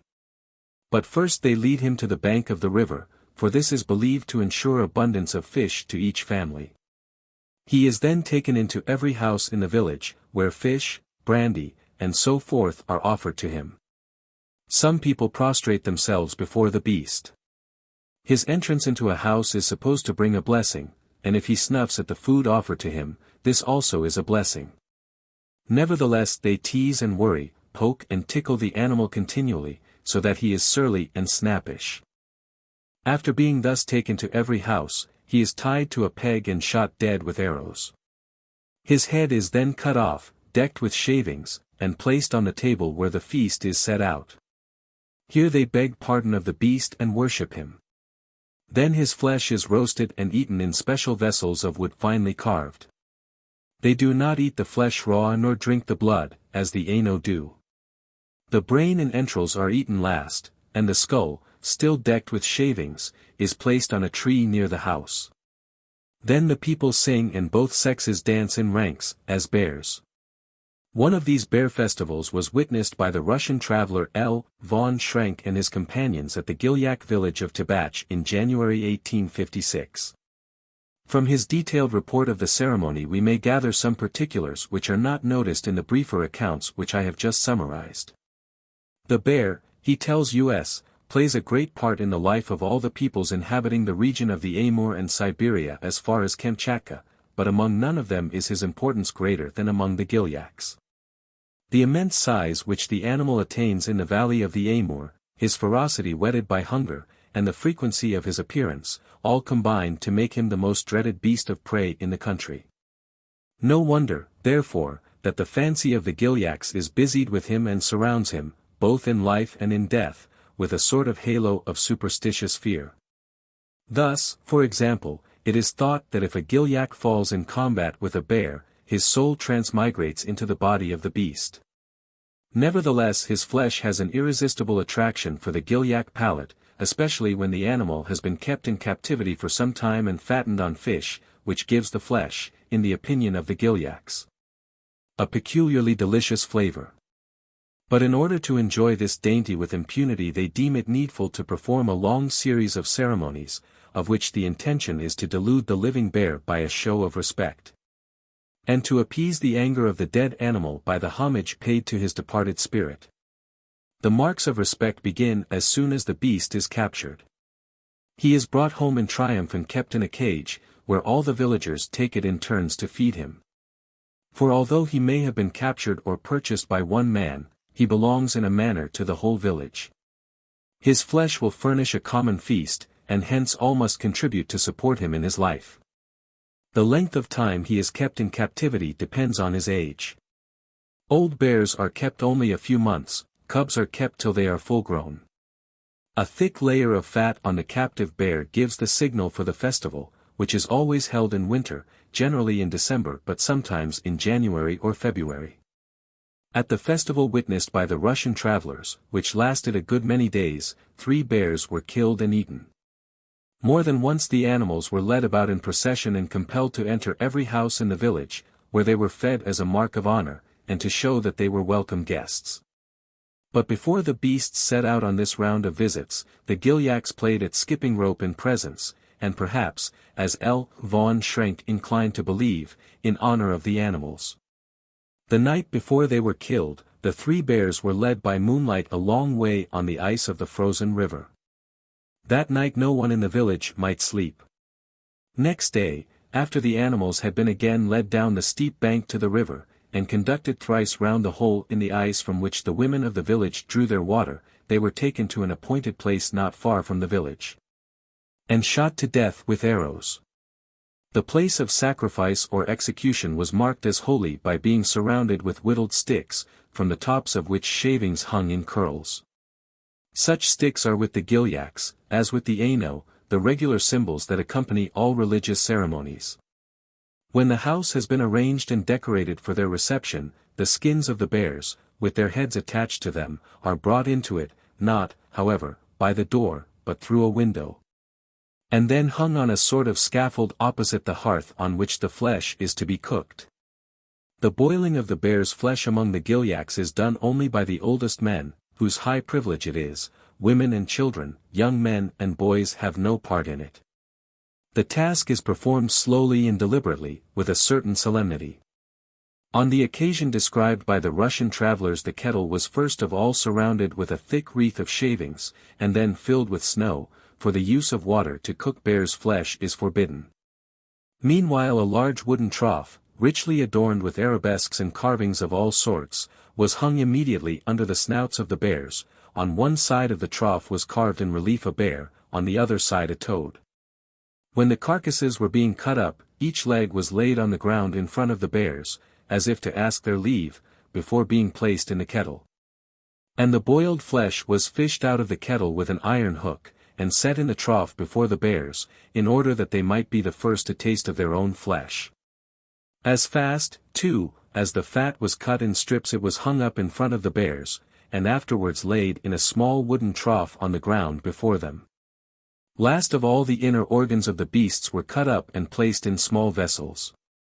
At the same time the women made bandages out of party-colored rags, and after sunset these bandages were tied round the bears' snouts just below the eyes, in order to dry the tears that flowed from them.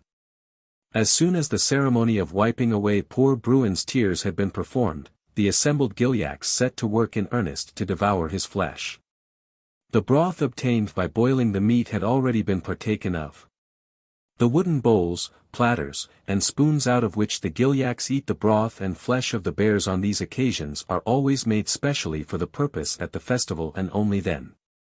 They are elaborately ornamented with carved figures of bears and other devices that refer to the animal or the festival, and the people have a strong superstitious scruple against parting with them. After the bones had been picked clean, they were put back in the kettle in which the flesh had been boiled. And when the festal meal was over, an old man took his stand at the door of the house with a branch of fir in his hand, with which, as the people passed out, he gave a light blow to every one who had eaten of the bear's flesh or fat, perhaps as a punishment for their treatment of the worshipful animal. In the afternoon the women performed a strange dance.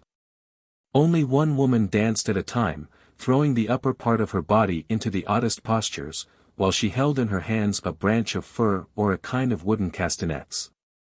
The other women meanwhile played an accompaniment by drumming on the beams of the house with clubs. Von Schrenck believed that after the flesh of the bear has been eaten, the bones and the skull are solemnly carried out by the oldest people to a place in the forest not far from the village. There all the bones except the skull are buried. After that a young tree is felled a few inches above the ground, its stump cleft, and the skull wedged into the cleft. When the grass grows over the spot, the skull disappears from view, and that is the end of the bear.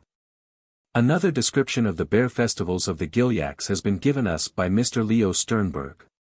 It agrees substantially with the foregoing accounts, but a few particulars in it may be noted.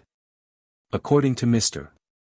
Sternberg, the festival is usually held in honor of a deceased relation. The next of kin either buys or catches a bear cub and nurtures it for 2 or 3 years till it is ready for the sacrifice. Only certain distinguished guests, Narchen, are privileged to partake of the bear's flesh, but the host and members of his clan eat a broth made from the flesh. Great quantities of this broth are prepared and consumed on the occasion. The guests of honor, Narchen, must belong to the clan into which the host's daughters and the other women of his clan are married. One of these guests, usually the host's son-in-law, is entrusted with the duty of shooting the bear dead with an arrow. The skin, head, and flesh of the slain bear are brought into the house not through the door but through the smoke hole. A quiver full of arrows is laid under the head, and beside it are deposited tobacco, sugar, and other food. The soul of the bear is supposed to carry off the souls of these things with it on the far journey. A special vessel is used for cooking the bear's flesh, and the fire must be kindled by a sacred apparatus of flint and steel, which belongs to the clan and is handed down from generation to generation, but which is never used to light fires except on these solemn occasions. Of all the many viands cooked for the consumption of the assembled people, a portion is placed in a special vessel and set before the bear's head. This is called feeding the head. After the bear has been killed, dogs are sacrificed in couples of male and female. Before being throttled, they are fed and invited to go to their lord on the highest mountain, to change their skins, and to return next year in the form of bears. The soul of the dead bear departs to the same lord, who is also lord of the primeval forest. It goes away laden with the offerings that have been made to it, and attended by the souls of the dogs and also by the souls of the sacred whittled sticks, which figure prominently at the festival. The Goldi, neighbors of the Gilyaks, treat the bear in much the same way. They hunt and kill it, but sometimes they capture a live bear and keep him in a cage, feeding him well and calling him their son and brother. Then at a great festival he is taken from his cage, paraded about with marked consideration, and afterwards killed and eaten. The skull, jawbones, and ears are then suspended on a tree, as an antidote against evil spirits. But the flesh is eaten and much relished, for they believe that all who partake of it acquire a zest for the chase, and become courageous.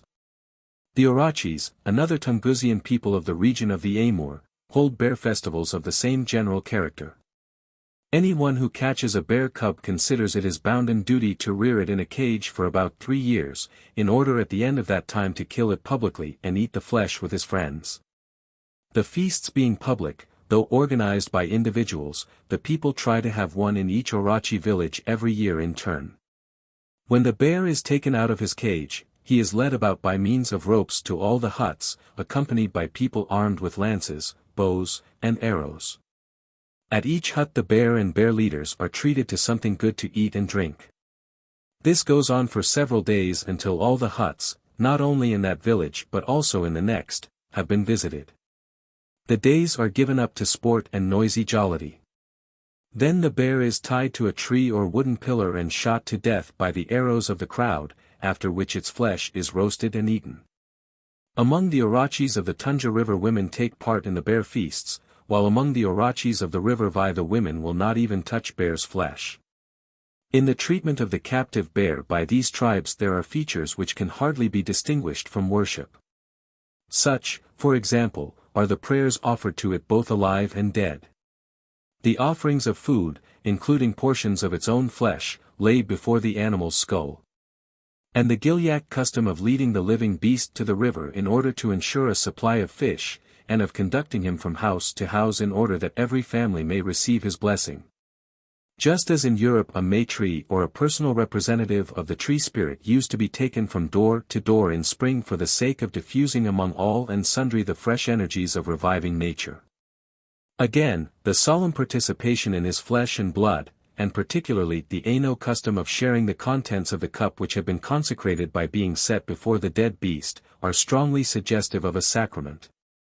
And the suggestion is confirmed by the Gilyak practice of reserving special vessels to hold the flesh and cooking it on a fire kindled by a sacred apparatus which is never employed except on these religious occasions. Indeed, our principal authority on Aino religion, the Reverend John Batchelor, frankly describes as worship the ceremonious respect which the Aino pay to the bear, and he affirms that the animal is undoubtedly one of their gods. Certainly the Aino appear to apply their name for God, Kamui, freely to the bear, but, as Mr. Batchelor himself points out, that word is used with many different shades of meaning and is applied to a great variety of objects, so that from its application to the bear we cannot safely argue that the animal is actually regarded as a deity. Indeed, we are expressly told that the Aino of Sagalian do not consider the bear to be a god but only a messenger to the gods, and the message with which they charge the animal at its death bears out the statement. Apparently the Gilyaks also look on the bear in the light of an envoy dispatched with presents to the Lord of the Mountain, on whom the welfare of the people depends. At the same time they treat the animal as a being of a higher order than man, in fact as a minor deity, whose presence in the village, so long as he is kept and fed, diffuses blessings. Especially by keeping at bay the swarms of evil spirits who are constantly lying in wait for people, stealing their goods and destroying their bodies by sickness and disease. Moreover, by partaking of the flesh, blood, or broth of the bear, the Gilyaks, the Aino, and the Goldie are all of opinion that they acquire some portion of the animal's mighty powers, particularly his courage and strength. No wonder, therefore, that they should treat so great a benefactor with marks of the highest respect and affection. Some light may be thrown on the ambiguous attitude of the Aino to bears by comparing the similar treatment which they accord to other creatures.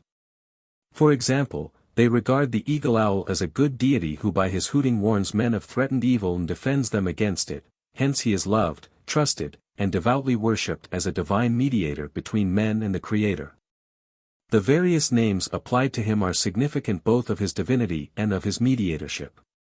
Whenever an opportunity offers, one of these divine birds is captured and kept in a cage, where he is greeted with the endearing titles of Beloved God and Dear Little Divinity. Nevertheless, the time comes and the dear little divinity is throttled and sent away in his capacity of mediator to take a message to the superior gods or to the Creator himself.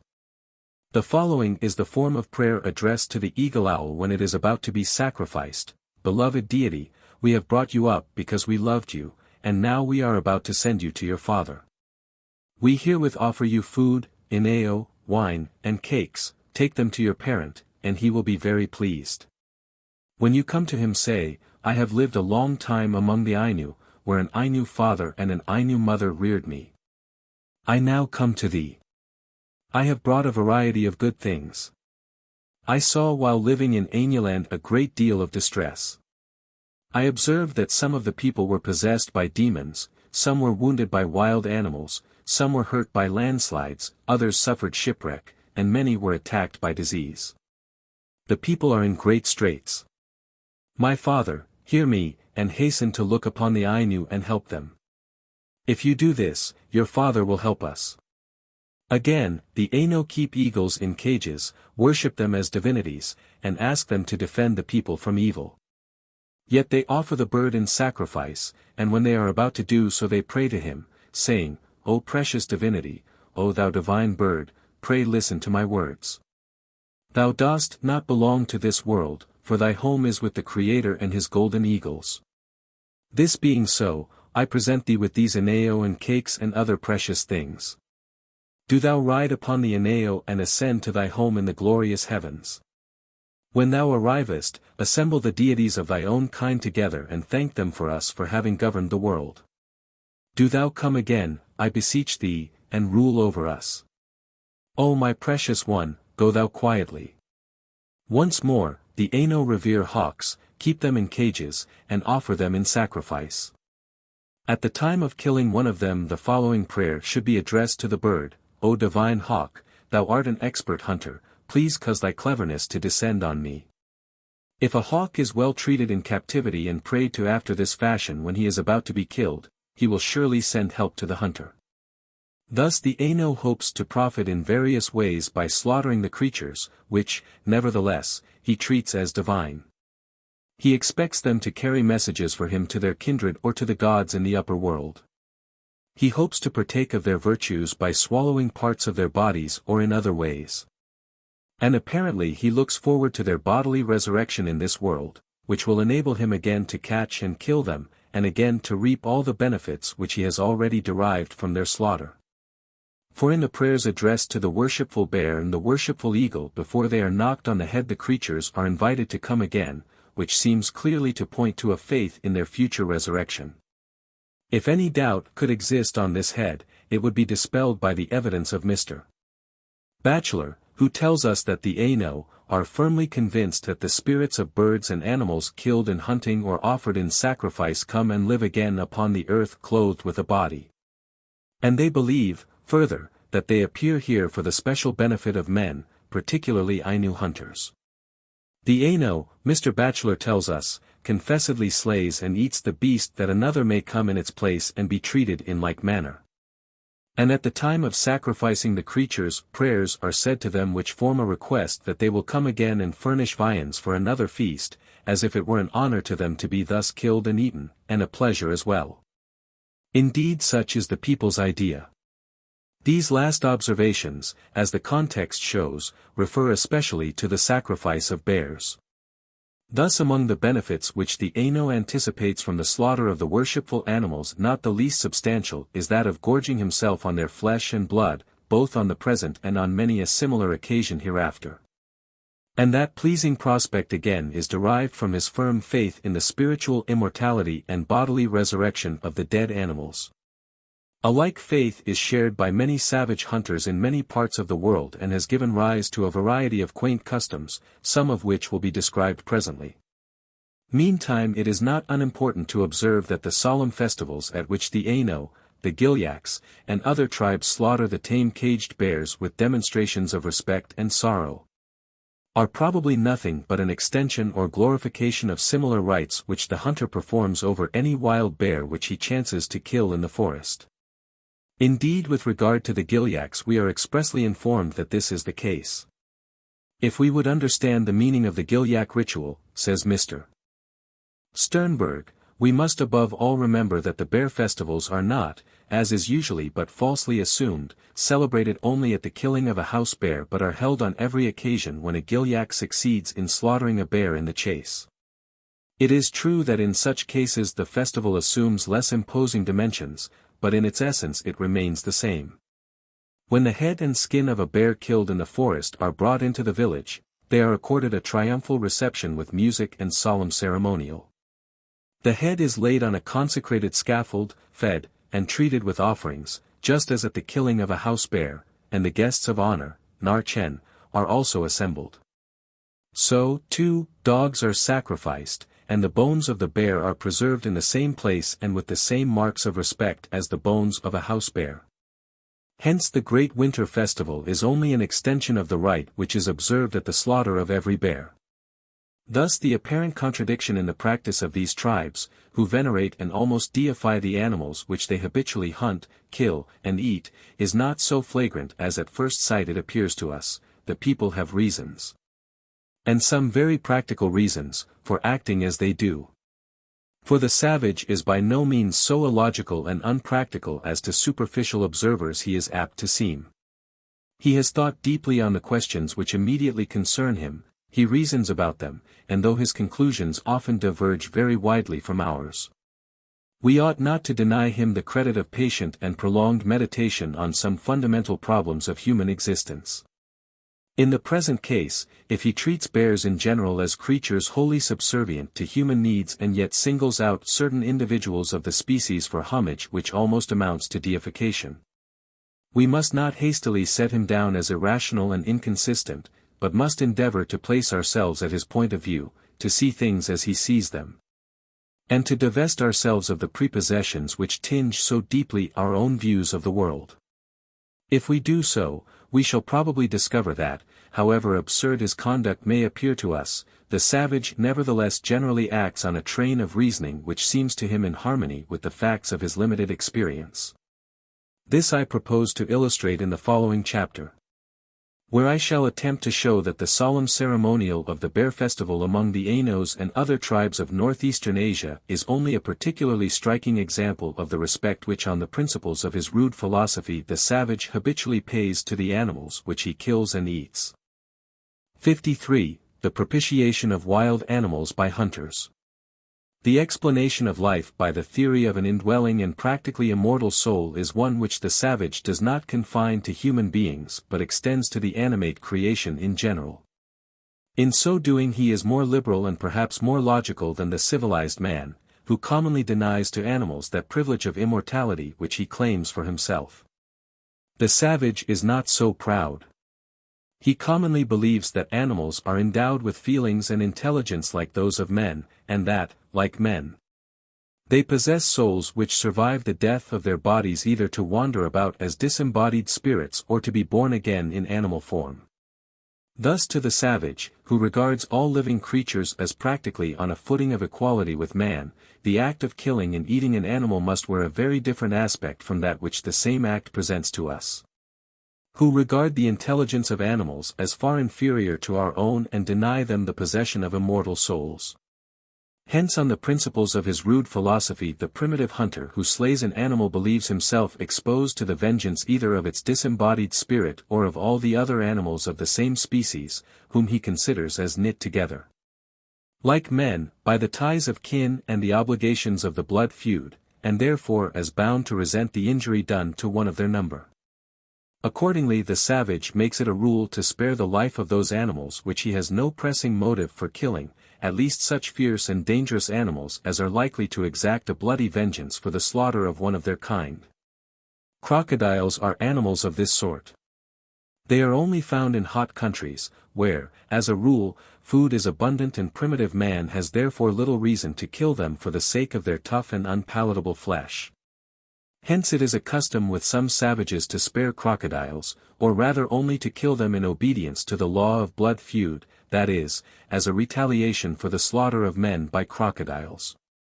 For example, the Dyaks of Borneo will not kill a crocodile unless a crocodile has first killed a man. For why, say they, should they commit an act of aggression, when he and his kindred can so easily repay them? But should the alligator take a human life, revenge becomes a sacred duty of the living relatives, who will trap the man-eater in the spirit of an officer of justice pursuing a criminal. Others, even then, hang back, reluctant to embroil themselves in a quarrel which does not concern them. The man-eating alligator is supposed to be pursued by a righteous nemesis. And whenever one is caught they have a profound conviction that it must be the guilty one, or his accomplice. Like the Dyaks, the natives of Madagascar never kill a crocodile, except in retaliation for one of their friends who has been destroyed by a crocodile. They believe that the wanton destruction of one of these reptiles will be followed by the loss of human life, in accordance with the principle of lex talionis. The people who live near the Lake Edesi in Madagascar make a yearly proclamation to the crocodiles, announcing that they will revenge the death of some of their friends by killing as many crocodiles in return, and warning all well-disposed crocodiles to keep out of the way, as they have no quarrel with them, but only with their evil-minded relations who have taken human life. Various tribes of Madagascar believe themselves to be descended from crocodiles, and accordingly they view the scaly reptile as, to all intents and purposes, a man and a brother. If one of the animals should so far forget himself as to devour one of his human kinsfolk, the chief of the tribe, or in his absence an old man familiar with the tribal customs, repairs at the head of the people to the edge of the water, and summons the family of the culprit to deliver him up to the arm of justice. A hook is then baited and cast into the river or lake. Next day the guilty brother, or one of his family, is dragged ashore, and after his crime has been clearly brought home to him by a strict interrogation, he is sentenced to death and executed. The claims of justice being thus satisfied and the majesty of the law fully vindicated, the deceased crocodile is lamented and buried like a kinsman, a mound is raised over his relics and a stone marks the place of his head. Again, the tiger is another of those dangerous beasts whom the savage prefers to leave alone, lest by killing one of the species he should excite the hostility of the rest.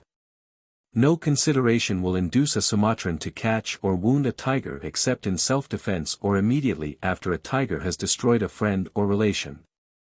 When a European has set traps for tigers, the people of the neighborhood have been known to go by night to the place and explain to the animals that the traps are not set by them nor with their consent.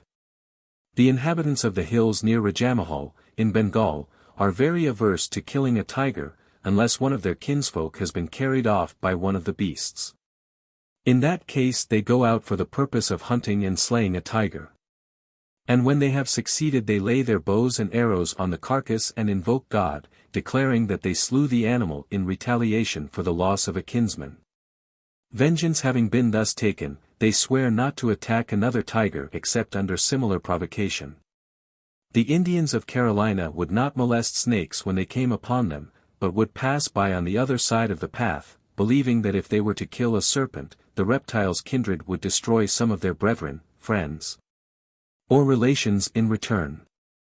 So the Seminole Indians spared the rattlesnake, because they feared that the soul of the dead rattlesnake would incite its kinsfolk to take vengeance. The Cherokee regard the rattlesnake as the chief of the snake tribe and fear and respect him accordingly. Few Cherokee will venture to kill a rattlesnake, unless they cannot help it, and even then they must atone for the crime by craving pardon of the snake's ghost either in their own person or through the mediation of a priest. According to a set formula. If these precautions are neglected, the kinsfolk of the dead snake will send one of their number as an avenger of blood, who will track down the murderer and sting him to death. No ordinary Cherokee dares to kill a wolf, if he can possibly help it. For he believes that the kindred of the slain beast would surely avenge its death, and that the weapon with which the deed had been done would be quite useless for the future, unless it were cleaned and exorcised by a medicine man. However, certain persons who know the proper rites of atonement for such a crime can kill wolves with impunity, and they are sometimes hired to do so by people who have suffered from the raids of the wolves on their cattle or fish traps. In Jebel Nuba, a district of the eastern Sudan, it is forbidden to touch the nests or remove the young of a species of black birds, resembling our blackbirds. Because the people believe that the parent birds would avenge the wrong by causing a stormy wind to blow, which would destroy the harvest. But the savage clearly cannot afford to spare all animals. He must either eat some of them or starve, and when the question thus comes to be whether he or the animal must perish, he is forced to overcome his superstitious scruples and take the life of the beast. At the same time he does all he can to appease his victims and their kinsfolk. Even in the act of killing them he testifies his respect for them, endeavors to excuse or even conceal his share in procuring their death, and promises that their remains will be honorably treated. By thus robbing death of its terrors, he hopes to reconcile his victims to their fate and to induce their fellows to come and be killed also. For example, it was a principle with the Kamchatkans never to kill a land or sea animal without first making excuses to it and begging that the animal would not take it ill. Also they offered it cedar nuts and so forth, to make it think that it was not a victim but a guest at a feast. They believed that this hindered other animals of the same species from growing shy. For instance, after they had killed a bear and feasted on its flesh, the host would bring the bear's head before the company, wrap it in grass, and present it with a variety of trifles. Then he would lay the blame of the bear's death on the Russians, and bid the beast wreak his wrath upon them. Also he would ask the bear to inform the other bears how well he had been treated, that they too might come without fear. Seals, sea lions, and other animals were treated by the Kamchatkans with the same ceremonious respect. Moreover, they used to insert sprigs of a plant resembling bear's wort in the mouths of the animals they killed. After which they would exhort the grinning skulls to have no fear but to go and tell it to their fellows, that they also might come and be caught and so partake of this splendid hospitality. When the Ostiaks have hunted and killed a bear, they cut off its head and hang it on a tree. Then they gather round in a circle and pay it divine honors. Next they run towards the carcass uttering lamentations and saying, "Who killed you?" "It was the Russians." "Who cut off your head?" "It was a Russian axe." "Who skinned you?" "It was a knife made by a Russian." They explain, too, that the feathers which sped the arrow on its flight came from the wing of a strange bird, and that they did nothing but let the arrow go. They do all this because they believe that the wandering ghost of the slain bear would attack them on the first opportunity, if they did not thus appease it. Or they stuff the skin of the slain bear with hay. And after celebrating their victory with songs of mockery and insult, after spitting on and kicking it, they set it up on its hind legs, and then, for a considerable time, they bestow on it all the veneration due to a guardian god. When a party of Koryak have killed a bear or a wolf, they skin the beast and dress one of themselves in the skin. Then they dance round the skin-clad man, saying that it was not they who killed the animal, but someone else, generally a Russian.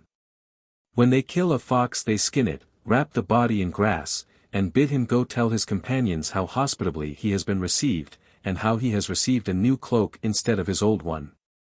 A fuller account of the Koryak ceremonies is given by a more recent writer.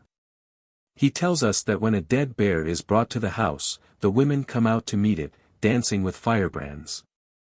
The bear skin is taken off along with the head. And one of the women puts on the skin, dances in it, and entreats the bear not to be angry, but to be kind to the people. At the same time they offer meat on a wooden platter to the dead beast, saying, "Eat, friend." Afterwards a ceremony is performed for the purpose of sending the dead bear, or rather his spirit, away back to his home. He is provided with provisions for the journey in the shape of puddings or reindeer flesh packed in a grass bag. His skin is stuffed with grass and carried round the house, after which he is supposed to depart towards the rising sun. The intention of the ceremonies is to protect the people from the wrath of the slain bear and his kinsfolk, and so to ensure success in future bear hunts. The Finns used to try to persuade a slain bear that he had not been killed by them, but had fallen from a tree, or met his death in some other way. Moreover, they held a funeral festival in his honor, at the close of which bards expatiated on the homage that had been paid to him, urging him to report to the other bears the high consideration with which he had been treated, in order that they also, following his example, might come and be slain. When the Lapps had succeeded in killing a bear with impunity, they thanked him for not hurting them and for not breaking the clubs and spears which had given him his death wounds. And they prayed that he would not visit his death upon them by sending storms or in any other way. His flesh then furnished a feast. The reverence of hunters for the bear whom they regularly kill and eat may thus be traced all along the northern region of the Old World from Bering Straits to Lapland. It reappears in similar forms in North America. With the American Indians a bear hunt was an important event for which they prepared by long fasts and purgations. Before setting out they offered expiatory sacrifices to the souls of bears slain in previous hunts, and besought them to be favorable to the hunters. When a bear was killed the hunter lit his pipe, and putting the mouth of it between the bear's lips, blew into the bowl, filling the beast's mouth with smoke. Then he begged the bear not to be angry at having been killed, and not to thwart him afterwards in the chase. The carcass was roasted whole and eaten, not a morsel of the flesh might be left over. The head, painted red and blue, was hung on a post and addressed by orators, who heaped praise on the dead beast. When men of the Bear clan in the Ottawa tribe killed a bear, they made him a feast of his own flesh, and addressed him thus, "Cherish us no grudge because we have killed you. You have sense, you see that our children are hungry. They love you and wish to take you into their bodies. Is it not glorious to be eaten by the children of a chief?" Amongst the Nootka Indians of British Columbia, when a bear had been killed, it was brought in and seated before the head chief in an upright posture, with a chief's bonnet, wrought in figures, on its head, and its fur powdered over with white down. A tray of provisions was then set before it, and it was invited by words and gestures to eat. After that the animal was skinned, boiled, and eaten. A like respect is testified for other dangerous creatures by the hunters who regularly trap and kill them. When Kaffir hunters are in the act of showering spears on an elephant, they call out, "Don't kill us, great captain. Don't strike or tread upon us, mighty chief." When he is dead they make their excuses to him, pretending that his death was a pure accident. As a mark of respect they bury his trunk with much solemn ceremony. For they say that, the elephant is a great lord, his trunk is his hand. Before the Amaksosa Kaffirs attack an elephant they shout to the animal and beg him to pardon them for the slaughter they are about to perpetrate. Professing great submission to his person and explaining clearly the need they have of his tusks to enable them to procure beads and supply their wants. When they have killed him they bury in the ground, along with the end of his trunk, a few of the articles they have obtained for the ivory, thus hoping to avert some mishap that would otherwise befall them. Amongst some tribes of eastern Africa, when a lion is killed, the carcass is brought before the king, who does homage to it by prostrating himself on the ground and rubbing his face on the muzzle of the beast. In some parts of western Africa if a Negro kills a leopard he is bound fast and brought before the chiefs for having killed one of their peers. The man defends himself on the plea that the leopard is chief of the forest and therefore a stranger. He is then set at liberty and rewarded. But the dead leopard, adorned with a chief's bonnet, is set up in the village, where nightly dances are held in its honor. The Baganda greatly fear the ghosts of buffaloes which they have killed, and they always appease these dangerous spirits. On no account will they bring the head of a slain buffalo into a village or into a garden of plantains, they always eat the flesh of the head in the open country. Afterwards they place the skull in a small hut built for the purpose, where they pour out beer as an offering and pray to the ghost to stay where he is and not to harm them. Another formidable beast whose life the savage hunter takes with joy, yet with fear and trembling, is the whale. After the slaughter of a whale, the maritime Koryak of northeastern Siberia hold a communal festival, the essential part of which is based on the conception that the whale killed has come on a visit to the village. That it is staying for some time, during which it is treated with great respect, that it then returns to the sea to repeat its visit the following year. That it will induce its relatives to come along, telling them of the hospitable reception that has been accorded to it. According to the Koryak ideas, the whales, like all other animals, constitute one tribe, or rather family, of related individuals, who live in villages like the Koryak. They avenge the murder of one of their number, and are grateful for kindnesses that they may have received. When the inhabitants of the Isle of St. Mare, to the north of Madagascar, go a-whaling, they single out the young whales for attack and humbly beg the mother's pardon, stating the necessity that drives them to kill her progeny, and requesting that she will be pleased to go below while the deed is doing, that her maternal feelings may not be outraged by witnessing what must cause her so much uneasiness. An Ajumba hunter having killed a female hippopotamus on Lake Aziengo in West Africa, the animal was decapitated and its quarters and bowels removed. Then the hunter, naked, stepped into the hollow of the ribs, and kneeling down in the bloody pool washed his whole body with the blood and excretions of the animal. While he prayed to the soul of the hippopotamus not to bear him a grudge for having killed her and so blighted her hopes of future maternity. And he further entreated the ghost not to stir up other hippopotamuses to avenge her death by butting at and capsizing his canoe. The ounce, a leopard-like creature, is dreaded for its depredations by the Indians of Brazil. When they have caught one of these animals in a snare, they kill it and carry the body home to the village.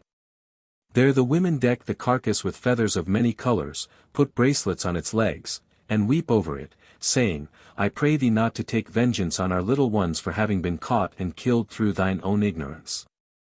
For it was not we who deceived thee, it was thyself. Our husbands only set the trap to catch animals that are good to eat, they never thought to take thee in it. Therefore, let not thy soul counsel thy fellows to avenge thy death on our little ones." When a Blackfoot Indian has caught eagles in a trap and killed them, he takes them home to a special lodge, called the Eagle's Lodge, which has been prepared for their reception outside of the camp. Here he sets the birds in a row on the ground, and propping up their heads on a stick, puts a piece of dried meat in each of their mouths in order that the spirits of the dead eagles may go and tell the other eagles how well they are being treated by the Indians. So when Indian hunters of the Orinoco region have killed an animal, they open its mouth and pour into it a few drops of the liquor they generally carry with them, in order that the soul of the dead beast may inform its fellows of the welcome it has met with, and that they too, cheered by the prospect of the same kind reception, may come with alacrity to be killed. When a Teton Indian is on a journey, and he meets a gray spider or a spider with yellow legs, he kills it, because some evil would befall him if he did not. But he is very careful not to let the spider know that he kills it, for if the spider knew, his soul would go and tell the other spiders, and one of them would be sure to avenge the death of his relation. So in crushing the insect, the Indian says, "O grandfather spider, the thunder beings kill you." And the spider is crushed at once and believes what is told him. His soul probably runs and tells the other spiders that the thunder beings have killed him, but no harm comes of that. For what can gray or yellow-legged spiders do to the thunder beings? But it is not merely dangerous creatures with whom the savage desires to keep on good terms. It is true that the respect which he pays to wild beasts is in some measure proportioned to their strength and ferocity. Thus the savage Steens of Cambodia, believing that all animals have souls which roam about after their death, beg an animal's pardon when they kill it, lest its soul should come and torment them. Also they offer it sacrifices, but these sacrifices are proportioned to the size and strength of the animal. The ceremonies which they observe at the death of an elephant are conducted with much pomp and last 7 days. Similar distinctions are drawn by North American Indians. The bear, the buffalo, and the beaver are manidos, divinities, which furnish food. The bear is formidable, and good to eat. They render ceremonies to him, begging him to allow himself to be eaten, although they know he has no fancy for it.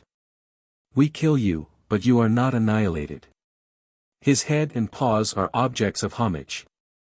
Other animals are treated similarly from similar reasons. Many of the animal manidos, not being dangerous, are often treated with contempt, the terrapin, the weasel, polecat, etc. The distinction is instructive. Animals which are feared, or are good to eat, or both, are treated with ceremonious respect, those which are neither formidable nor good to eat are despised. We have had examples of reverence paid to animals which are both feared and eaten. It remains to prove that similar respect is shown to animals which, without being feared, are either eaten or valued for their skins. When Siberian sable hunters have caught a sable, no one is allowed to see it, and they think that if good or evil be spoken of the captured sable, no more sables will be caught. A hunter has been known to express his belief that the sables could hear what was said of them as far off as Moscow. He said that the chief reason why the sable hunt was now so unproductive was that some live sables had been sent to Moscow. There they had been viewed with astonishment as strange animals, and the sables cannot abide that. Another, though minor, cause of the diminished take of sables was, he alleged, that the world is now much worse than it used to be, so that nowadays a hunter will sometimes hide the sable which he has got instead of putting it into the common stock. This also, said he, the sables cannot abide. Alaskan hunters preserve the bones of sables and beavers out of reach of the dogs for a year and then bury them carefully, lest the spirits who look after the beavers and sables should consider that they are regarded with contempt. And hence no more should be killed or trapped. The Canadian Indians were equally particular not to let their dogs gnaw the bones, or at least certain of the bones, of beavers. They took the greatest pains to collect and preserve these bones, and, when the beaver had been caught in a net, they threw them into the river. To a Jesuit who argued that the beavers could not possibly know what became of their bones, the Indians replied, "You know nothing about catching beavers and yet you will be prating about it." Before the beaver is stone dead, his soul takes a turn in the hut of the man who is killing him and makes a careful note of what is done with his bones. If the bones are given to the dogs, the other beavers would get word of it and would not let themselves be caught. Whereas, if their bones are thrown into the fire or a river, they are quite satisfied. And it is particularly gratifying to the net which caught them. Before hunting the beaver they offered a solemn prayer to the great beaver, and presented him with tobacco. And when the chase was over, an orator pronounced a funeral oration over the dead beavers. He praised their spirit and wisdom. "You will hear no more," said he, "the voice of the chieftains who commanded you and whom you chose from among all the warrior beavers to give you laws. Your language, which the medicine men understand perfectly, will be heard no more at the bottom of the lake. You will fight no more battles with the otters, your cruel foes. No, beavers. But your skins shall serve to buy arms. We will carry your smoked hams to our children, we will keep the dogs from eating your bones, which are so hard." The eland, deer, and elk were treated by the American Indians with the same punctilious respect, and for the same reason. Their bones might not be given to the dogs nor thrown into the fire, nor might their fat be dropped upon the fire, because the souls of the dead animals were believed to see what was done to their bodies and to tell it to the other beasts, living and dead. Hence, if their bodies were ill-used, the animals of that species would not allow themselves to be taken, neither in this world or in the world to come. Among the Chiquites of Paraguay a sick man would be asked by the medicine man whether he had not thrown away some of the flesh of the deer or turtle, and if he answered yes, the medicine man would say, "That is what is killing you. The soul of the deer or turtle has entered into your body to avenge the wrong you did it." The Canadian Indians would not eat the embryos of the elk, unless at the close of the hunting season. Otherwise the mother elks would be shy and refuse to be caught. In the Timor-Lot Islands of the Indian archipelago, the skulls of all the turtles which a fisherman has caught are hung up under his house. Before he goes out to catch another, he addresses himself to the skull of the last turtle that he killed, and having inserted beetle between its jaws, he prays the spirit of the dead animal to entice its kinsfolk in the sea to come and be caught. In the Poso district of central Celebes, hunters keep the jawbones of deer and wild pigs which they have killed and hang them up in their houses near the fire. Then they say to the jawbones, "Ye cry after your comrades, that your grandfathers, or nephews, or children may not go away." Their notion is that the souls of the dead deer and pigs tarry near their jawbones and attract the souls of living deer and pigs, which are thus drawn into the toils of the hunter. Thus the wily savage employs dead animals as decoys to lure living animals to their doom. The Lengua Indians of the Gran Chaco love to hunt the ostrich, but when they have killed one of these birds and are bringing home the carcass to the village, they take steps to outwit the resentful ghost of their victim. They think that when the first natural shock of death is past, the ghost of the ostrich pulls himself together and makes after his body. Acting on this sage calculation, the Indians pluck feathers from the breast of the bird and strew them at intervals along the track. At every bunch of feathers the ghost stops to consider, is this the whole of my body or only a part of it? The doubt gives him pause, and when at last he has made up his mind fully at all the bunches, and has further wasted valuable time by the zigzag course which he invariably pursues in going from one to another, the hunters are safe at home. And the bilked ghost may stalk in vain round about the village, which he is too timid to enter. The Eskimo about Bering Strait believe that the souls of dead sea beasts, such as seals, walrus, and whales, remain attached to their bladders. And that by returning the bladders to the sea they can cause the souls to be reincarnated in fresh bodies and so multiply the game which the hunters pursue and kill. Acting on this belief, every hunter carefully removes and preserves the bladders of all the sea beasts that he kills. And at a solemn festival held once a year in winter these bladders, containing the souls of all the sea beasts that have been killed throughout the year, are honored with dances and offerings of food in the public assembly room. After which they are taken out on the ice and thrust through holes into the water. For the simple Eskimo imagine that the souls of the animals, in high good humor at the kind treatment they have experienced, will thereafter be born again as seals, walrus, and whales, and in that form will flock willingly to be again speared, harpooned, or otherwise done to death by the hunters. For like reasons, a tribe which depends for its subsistence, chiefly or in part, upon fishing is careful to treat the fish with every mark of honor and respect. The Indians of Peru adored the fish that they caught in greatest abundance. For they said that the first fish that was made in the world above, for so they named heaven, gave birth to all other fish of that species, and took care to send them plenty of its children to sustain their tribe.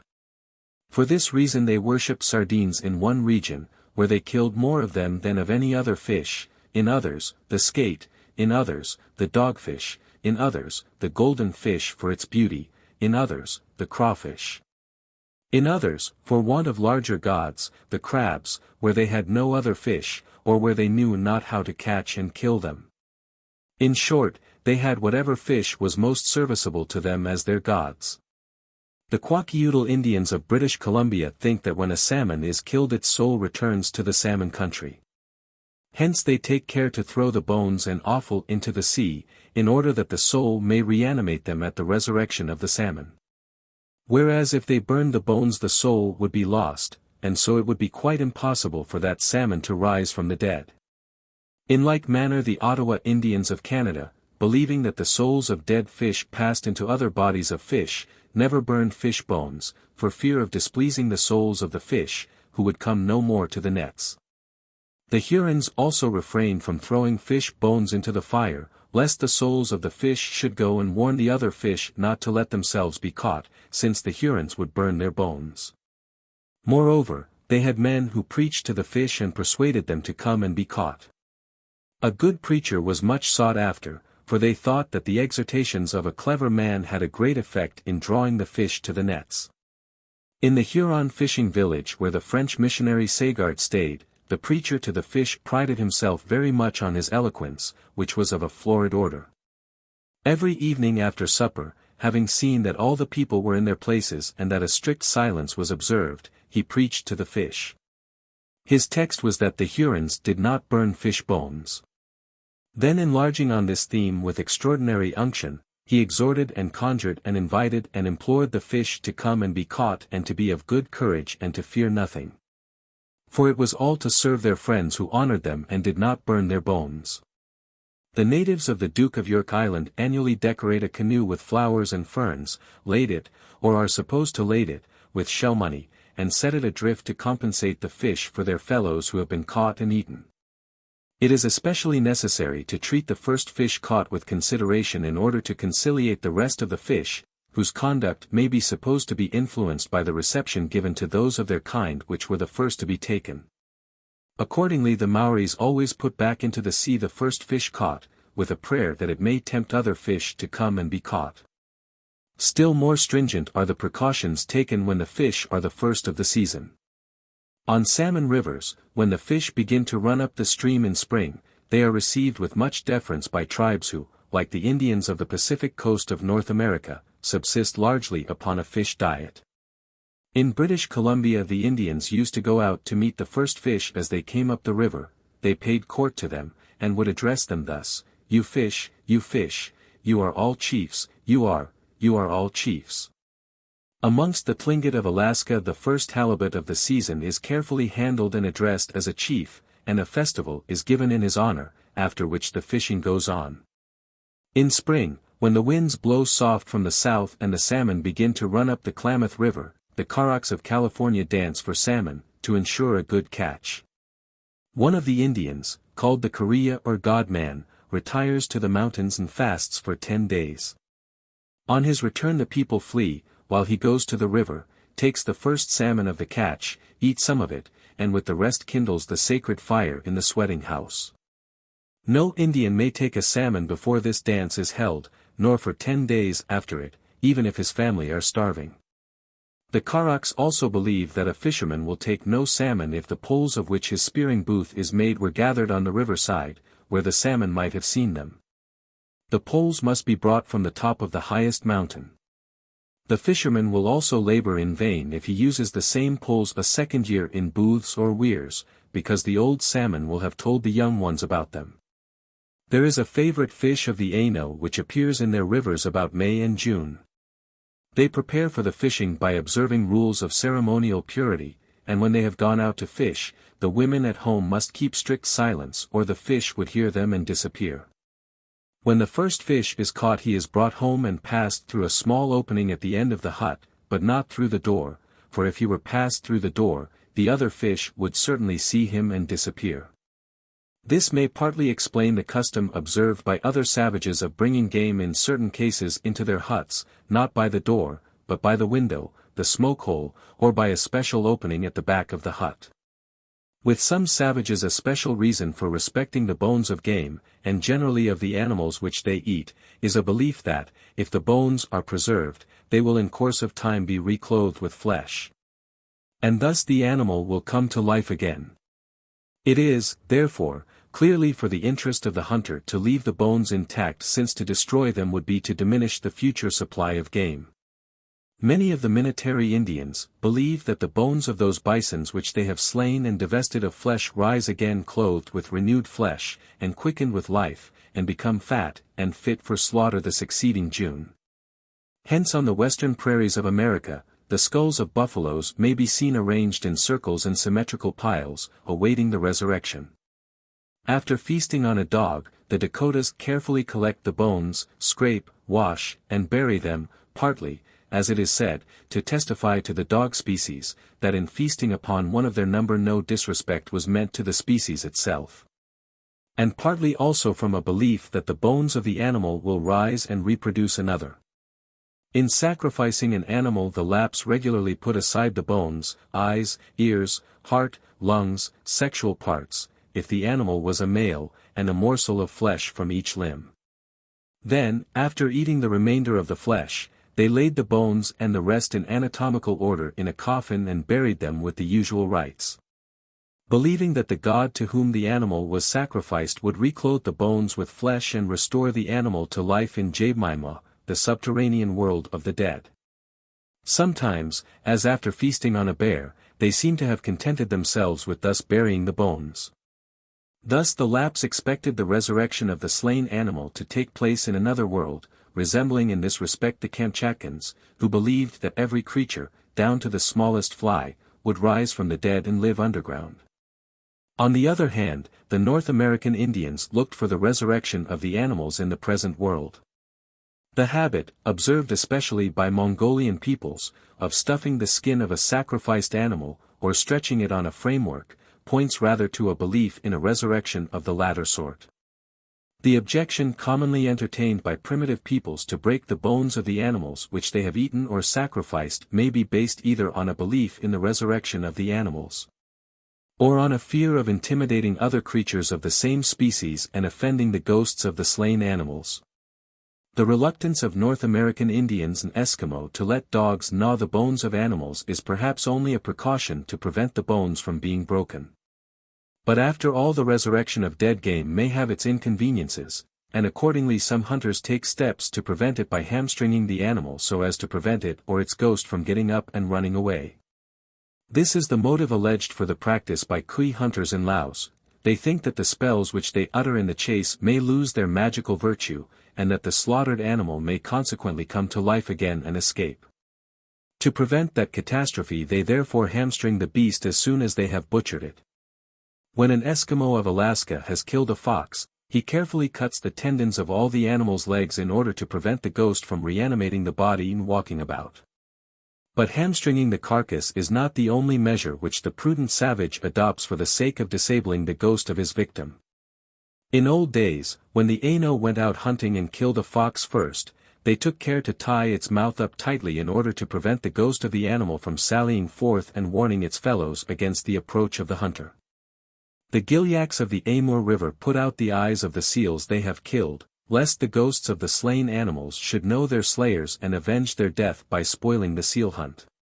Besides the animals which primitive man dreads for their strength and ferocity, and those which he reveres on account of the benefits which he expects from them, there is another class of creatures which he sometimes deems it necessary to conciliate by worship and sacrifice. These are the vermin that infest his crops and his cattle. To rid himself of these deadly foes the farmer has recourse to many superstitious devices, of which, though some are meant to destroy or intimidate the vermin, others aim at propitiating them and persuading them by fair means to spare the fruits of the earth and the herds. Thus Esthonian peasants, in the island of Ezel, stand in great awe of the weevil, an insect which is exceedingly destructive to the grain. They give it a fine name, and if a child is about to kill a weevil they say, "Don't do it. The more we hurt him, the more he hurts us." If they find a weevil they bury it in the earth instead of killing it. Some even put the weevil under a stone in the field and offer corn to it. They think that thus it is appeased and does less harm. Amongst the Saxons of Transylvania, in order to keep sparrows from the corn, the sower begins by throwing the first handful of seed backwards over his head, saying, "That is for you, sparrows." To guard the corn against the attacks of leaf flies he shuts his eyes and scatters 3 handfuls of oats in different directions. Having made this offering to the leaf flies he feels sure that they will spare the corn. A Transylvanian way of securing the crops against all birds, beasts, and insects, is this: after he has finished sowing, the sower goes once more from end to end of the field imitating the gesture of sowing, but with an empty hand. As he does so he says, "I sow this for the animals, I sow it for everything that flies and creeps, that walks and stands, that sings and springs, in the name of God the Father," etc. The following is a German way of freeing a garden from caterpillars. After sunset or at midnight the mistress of the house, or another female member of the family, walks all round the garden dragging a broom after her. She may not look behind her, and must keep murmuring, "Good evening, Mother Caterpillar, you shall come with your husband to church." The garden gate is left open till the following morning. Sometimes in dealing with vermin the farmer aims at hitting a happy mean between excessive rigor on the one hand and weak indulgence on the other, kind but firm, he tempers severity with mercy. An ancient Greek treatise on farming advises the husbandman who would rid his lands of mice to act thus: take a sheet of paper and write on it as follows: I adjure you, ye mice here present, that ye neither injure me nor suffer another mouse to do so. I give you yonder field, here you specify the field, but if ever I catch you here again, by the mother of the gods I will rend you in 7 pieces. Write this, and stick the paper on an unhewn stone in the field before sunrise, taking care to keep the written side up. In the Ardennes they say that to get rid of rats you should repeat the following words: erat verbum, apud deum vestram.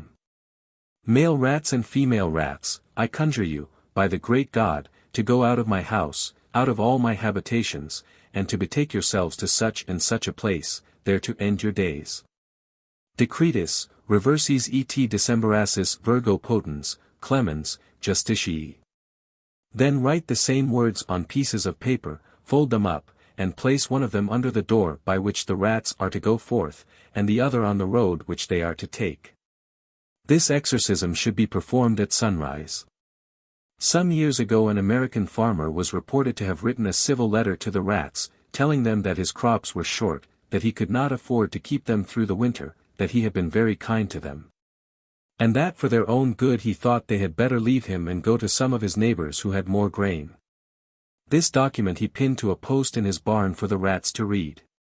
Sometimes the desired object is supposed to be attained by treating with high distinction 1 or 2 chosen individuals of the obnoxious species, while the rest are pursued with relentless rigor. In the East Indian island of Bali, the mice which ravage the rice fields are caught in great numbers, and burned in the same way that corpses are burned. But 2 of the captured mice are allowed to live, and receive a little packet of white linen. Then the people bow down before them, as before gods, and let them go.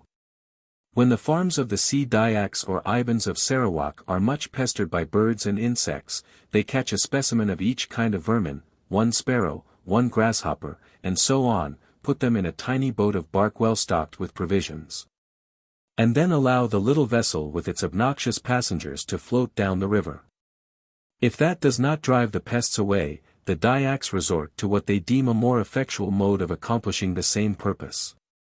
They make a clay crocodile as large as life and set it up in the fields, where they offer it food, rice spirit, and cloth, and sacrifice a fowl and a pig before it. Mollified by these attentions, the ferocious animal very soon gobbles up all the creatures that devour the crops. In Albania, if the fields or vineyards are ravaged by locusts or beetles, some of the women will assemble with disheveled hair, catch a few of the insects, and march with them in a funeral procession to a spring or stream, in which they drown the creatures. Then one of the women sings, "O locusts and beetles who have left us bereaved," and the dirge is taken up and repeated by all the women in chorus. Thus by celebrating the obsequies of a few locusts and beetles, they hope to bring about the death of them all. When caterpillars invaded a vineyard or field in Syria, the virgins were gathered, and one of the caterpillars was taken and a girl made its mother. Then they bewailed and buried it. Thereafter they conducted the mother to the place where the caterpillars were, consoling her, in order that all the caterpillars might leave the garden. 54. Types of Animal Sacrament. 1. The Egyptian and the Aino types of sacrament. We are now perhaps in a position to understand the ambiguous behavior of the Aino and Gilyaks towards the bear. It has been shown that the sharp line of demarcation which we draw between mankind and the lower animals does not exist for the savage. To him many of the other animals appear as his equals or even his superiors, not merely in brute force but in intelligence. And if choice or necessity leads him to take their lives, he feels bound, out of regard to his own safety, to do it in a way which will be as inoffensive as possible not merely to the living animal, but to its departed spirit and to all the other animals of the same species, which would resent an affront put upon one of their kind much as a tribe of savages would revenge an injury or insult offered to a tribesman. We have seen that among the many devices by which the savage seeks to atone for the wrong done by him to his animal victims, one is to show marked deference to a few chosen individuals of the species. For such behavior is apparently regarded as entitling him to exterminate with impunity all the rest of the species upon which he can lay hands. This principle perhaps explains the attitude, at first sight puzzling and contradictory, of the Aino towards the bear. The flesh and skin of the bear regularly afford them food and clothing. But since the bear is an intelligent and powerful animal, it is necessary to offer some satisfaction or atonement to the bear species for the loss which it sustains in the death of so many of its members. This satisfaction or atonement is made by rearing young bears, treating them, so long as they live, with respect, and killing them with extraordinary marks of sorrow and devotion. So the other bears are appeased, and do not resent the slaughter of their kind by attacking the slayers or deserting the country, which would deprive the Aino of one of their means of subsistence. Thus the primitive worship of animals conforms to two types, which are in some respects the converse of each other. On the one hand, animals are worshipped, and are therefore neither killed nor eaten. On the other hand, animals are worshipped because they are habitually killed and eaten. In both types of worship the animal is revered on account of some benefit, positive or negative, which the savage hopes to receive from it. In the former worship the benefit comes either in the positive shape of protection, advice, and help which the animal affords the man, or in the negative shape of abstinence from injuries which it is in the power of the animal to inflict. In the latter worship the benefit takes the material form of the animal's flesh and skin. The two types of worship are in some measure antithetical. In the one, the animal is not eaten because it is revered. In the other, it is revered because it is eaten. But both may be practiced by the same people, as we see in the case of the North American Indians, who, while they apparently revere and spare their totem animals, also revere the animals and fish upon which they subsist. The Aborigines of Australia have totemism in the most primitive form known to us, but there is no clear evidence that they attempt, like the North American Indians, to conciliate the animals which they kill and eat. The means which the Australians adopt to secure a plentiful supply of game appear to be primarily based, not on conciliation, but on sympathetic magic, a principle to which the North American Indians also resort for the same purpose. Hence, as the Australians undoubtedly represent a ruder and earlier stage of human progress than the American Indians, it would seem that before hunters think of worshipping the game as a means of ensuring an abundant supply of it, they seek to attain the same end by sympathetic magic. This, again, would show, what there is good reason for believing, that sympathetic magic is one of the earliest means by which man endeavors to adapt the agencies of nature to his needs. Corresponding to the two distinct types of animal worship, there are two distinct types of the custom of killing the animal god. On the one hand, when the revered animal is habitually spared, it is nevertheless killed, and sometimes eaten, on rare and solemn occasions. Examples of this custom have been already given and an explanation of them offered. On the other hand, when the revered animal is habitually killed, the slaughter of any one of the species involves the killing of the god, and is atoned for on the spot by apologies and sacrifices. Especially when the animal is a powerful and dangerous one. And, in addition to this ordinary and everyday atonement, there is a special annual atonement, at which a select individual of the species is slain with extraordinary marks of respect and devotion. Clearly the two types of sacramental killing, the Egyptian and the Aino types, as we may call them for distinction, are liable to be confounded by an observer.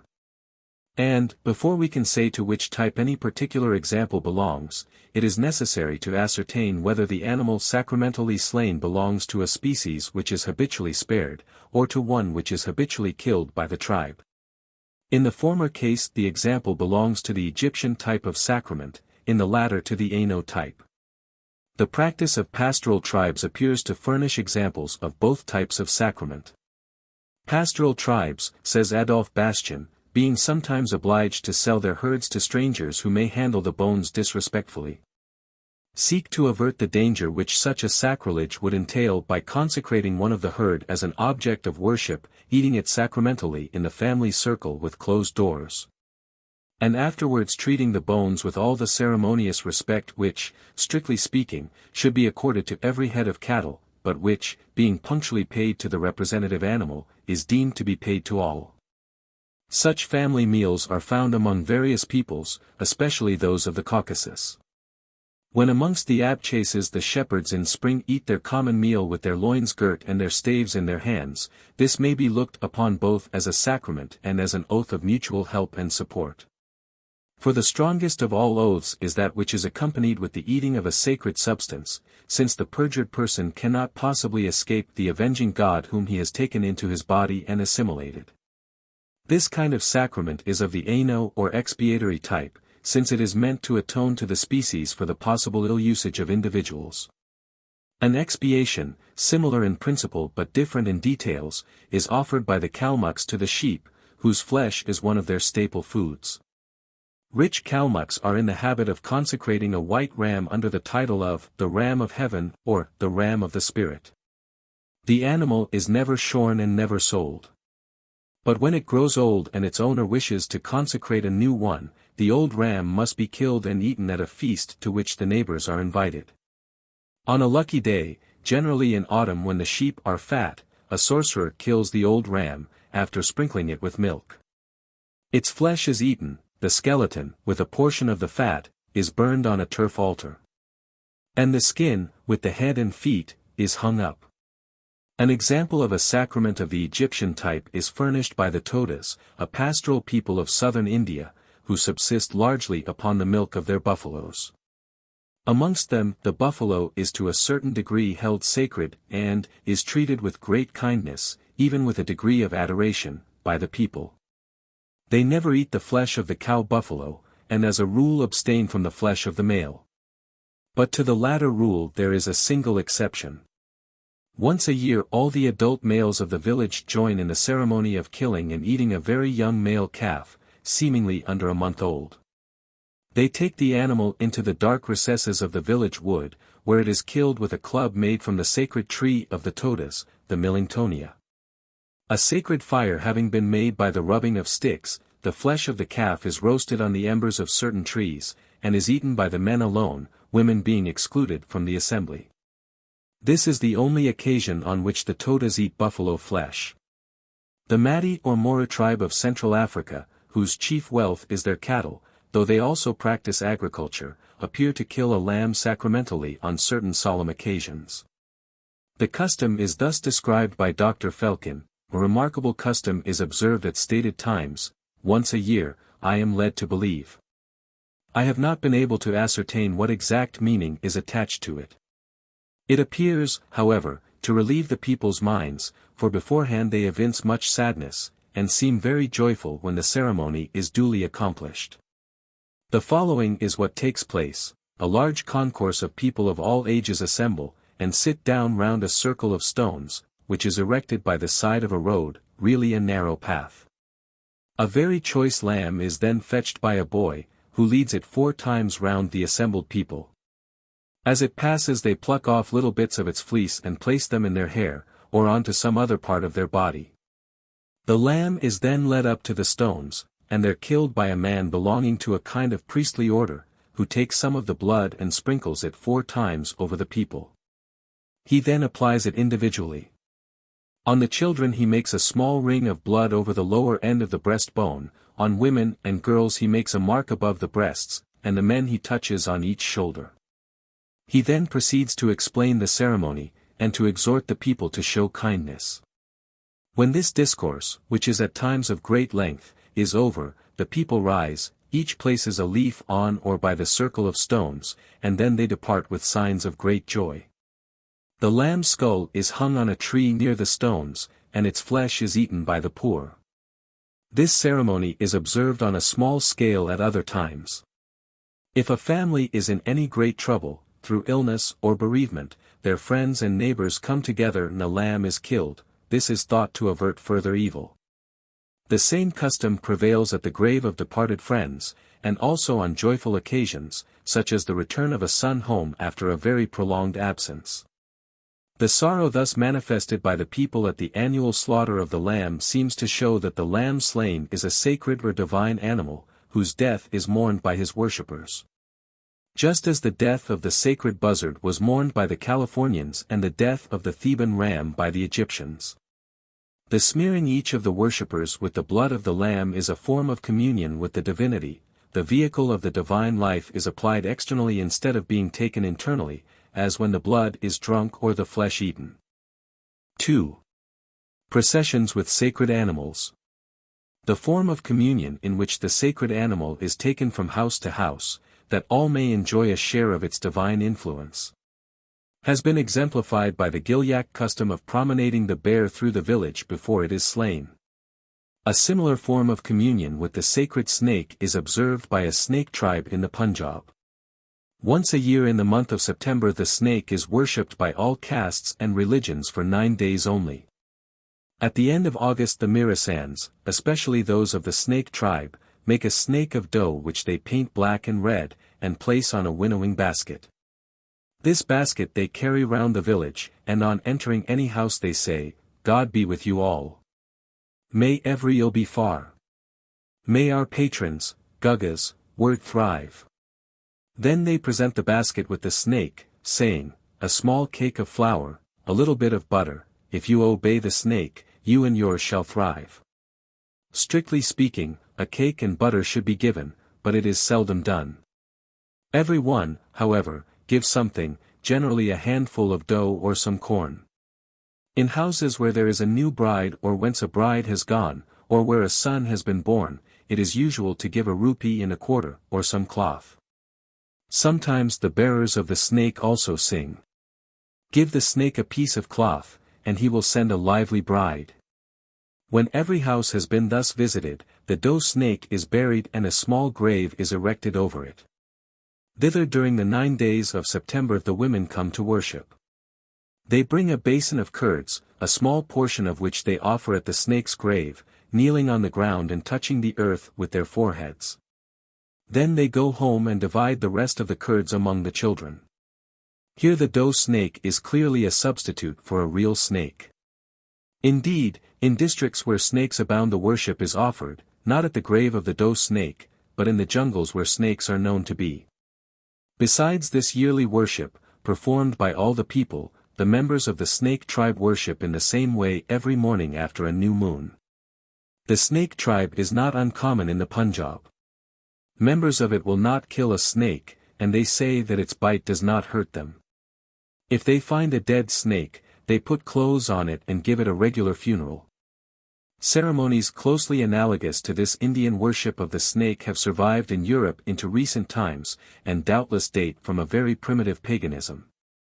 The best known example is the hunting of the wren. By many European peoples, the ancient Greeks and Romans, the modern Italians, Spaniards, French, Germans, Dutch, Danes, Swedes, English, and Welsh, the wren has been designated the king, the little king, the king of birds, the hedge king, and so forth, and has been reckoned amongst those birds which it is extremely unlucky to kill. In England it is supposed that if any one kills a wren or harries its nest, he will infallibly break a bone or meet with some dreadful misfortune within the year. Sometimes it is thought that the cows will give bloody milk. In Scotland the wren is called the Lady of Heaven's hen, and boys say, Molly sons, mair than 10. That Harry the Lady of Heaven's hen. At St. Donan, in Brittany, people believe that if children touch the young wrens in the nest, they will suffer from the fire of St. Lawrence, that is, from pimples on the face, legs, and so on. In other parts of France it is thought that if a person kills a wren or harries its nest, his house will be struck by lightning, or that the fingers with which he did the deed will shrivel up and drop off, or at least be maimed. Or that his cattle will suffer in their feet. Notwithstanding such beliefs, the custom of annually killing the wren has prevailed widely both in this country and in France. In the Isle of Man down to the 18th century the custom was observed on Christmas Eve, or rather Christmas morning. On the 24th of December, towards evening, all the servants got a holiday. They did not go to bed all night, but rambled about till the bells rang in all the churches at midnight. When prayers were over, they went to hunt the wren, and having found one of these birds they killed it and fastened it to the top of a long pole with its wings extended. Thus they carried it in procession to every house chanting the following rhyme. We hunted the wren for Robin the Bobbin. We hunted the wren for Jack of the Can. We hunted the wren for Robin the Bobbin. We hunted the wren for every one. When they had gone from house to house and collected all the money they could, they laid the wren on a bier and carried it in procession to the parish churchyard, where they made a grave and buried it, with the utmost solemnity. Singing dirges over her in the Manx language, which they call her knell. After which Christmas begins. The burial over, the company outside the churchyard formed a circle and danced to music. A writer of the 18th century says that in Ireland the wren is still hunted and killed by the peasants on Christmas Day, and on the following, St. Stephen's Day, he is carried about, hung by the leg, in the center of two hoops, crossing each other at right angles, and a procession made in every village, of men, women, and children, singing an Irish catch, importing him to be the king of all birds. Down to the present time the hunting of the wren still takes place in parts of Leinster and Connaught. On Christmas Day or St. Stephen's Day the boys hunt and kill the wren, fasten it in the middle of a mass of holly and ivy on the top of a broomstick, and on St. Stephen's Day go about with it from house to house, singing, the wren, the king of all birds. St. Stephen's Day was caught in the furs. Although he is little, his family's great. I pray you, good landlady, give us a treat. Money or food, bread, butter, eggs, etc., were given them, upon which they feasted in the evening. In the first half of the 19th century similar customs were still observed in various parts of the south of France. Thus at Carcassonne, every year on the first Sunday of December the young people of the street Saint-Jean used to go out of the town armed with sticks, with which they beat the bushes, looking for wrens. The first to strike down one of these birds was proclaimed king. Then they returned to the town in procession, headed by the king, who carried the wren on a pole. On the evening of the last day of the year the king and all who had hunted the wren marched through the streets of the town to the light of torches, with drums beating and fifes playing in front of them. At the door of every house they stopped, and one of them wrote with chalk on the door Vive le Roi, with the number of the year which was about to begin. On the morning of 12th day the king again marched in procession with great pomp, wearing a crown and a blue mantle and carrying a scepter. In front of him was borne the wren fastened to the top of a pole, which was adorned with a verdant wreath of olive, of oak, and sometimes of mistletoe grown on an oak. After hearing high mass in the parish church of St. Vincent, surrounded by his officers and guards, the king visited the bishop, the mayor, the magistrates, and the chief inhabitants, collecting money to defray the expenses of the royal banquet which took place in the evening and wound up with a dance. The parallelism between this custom of hunting the wren and some of those which we have considered, especially the Gilyak procession with the bear, and the Indian one with the snake, seems too close to allow us to doubt that they all belong to the same circle of ideas. The worshipful animal is killed with special solemnity once a year. And before or immediately after death he is promenaded from door to door, that each of his worshippers may receive a portion of the divine virtues that are supposed to emanate from the dead or dying god. Religious processions of this sort must have had a great place in the ritual of European peoples in prehistoric times, if we may judge from the numerous traces of them which have survived in folk custom. For example, on the last day of the year, or Hogmanay as it was called, it used to be customary in the Highlands of Scotland for a man to dress himself up in a cow's hide and thus attired to go from house to house, attended by young fellows, each of them armed with a staff, to which a bit of raw hide was tied. Round every house the hide-clad man used to run thrice decile, that is, according to the course of the sun, so as to keep the house on his right hand, while the others pursued him, beating the hide with their staves and thereby making a loud noise like the beating of a drum. In this disorderly procession they also struck the walls of the house. On being admitted, one of the party, standing within the threshold, pronounced a blessing on the family in these words, "May God bless the house and all that belongs to it, cattle, stones, and timber. In plenty of meat, of bed and body clothes, and health of men may it ever abound." Then each of the party singed in the fire a little bit of the hide which was tied to his staff. And having done so he applied the singed hide to the nose of every person and of every domestic animal belonging to the house. This was imagined to secure them from diseases and other misfortunes, particularly from witchcraft, throughout the ensuing year. The whole ceremony was called Hallowe'en because of the great noise made in beating the hide. It was observed in the Hebrides, including Street Kilda, down to the second half of the 18th century at least, and it seems to have survived well into the 19th century. 55. The Transference of Evil. 1. The Transference to Inanimate Objects. We have now traced the practice of killing a god among peoples in the hunting, pastoral, and agricultural stages of society. And I have attempted to explain the motives which led men to adopt so curious a custom. One aspect of the custom still remains to be noticed.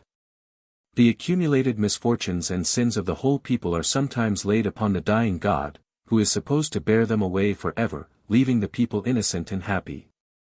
The notion that we can transfer our guilt and sufferings to some other being who will bear them for us is familiar to the savage mind. It arises from a very obvious confusion between the physical and the mental, between the material and the immaterial.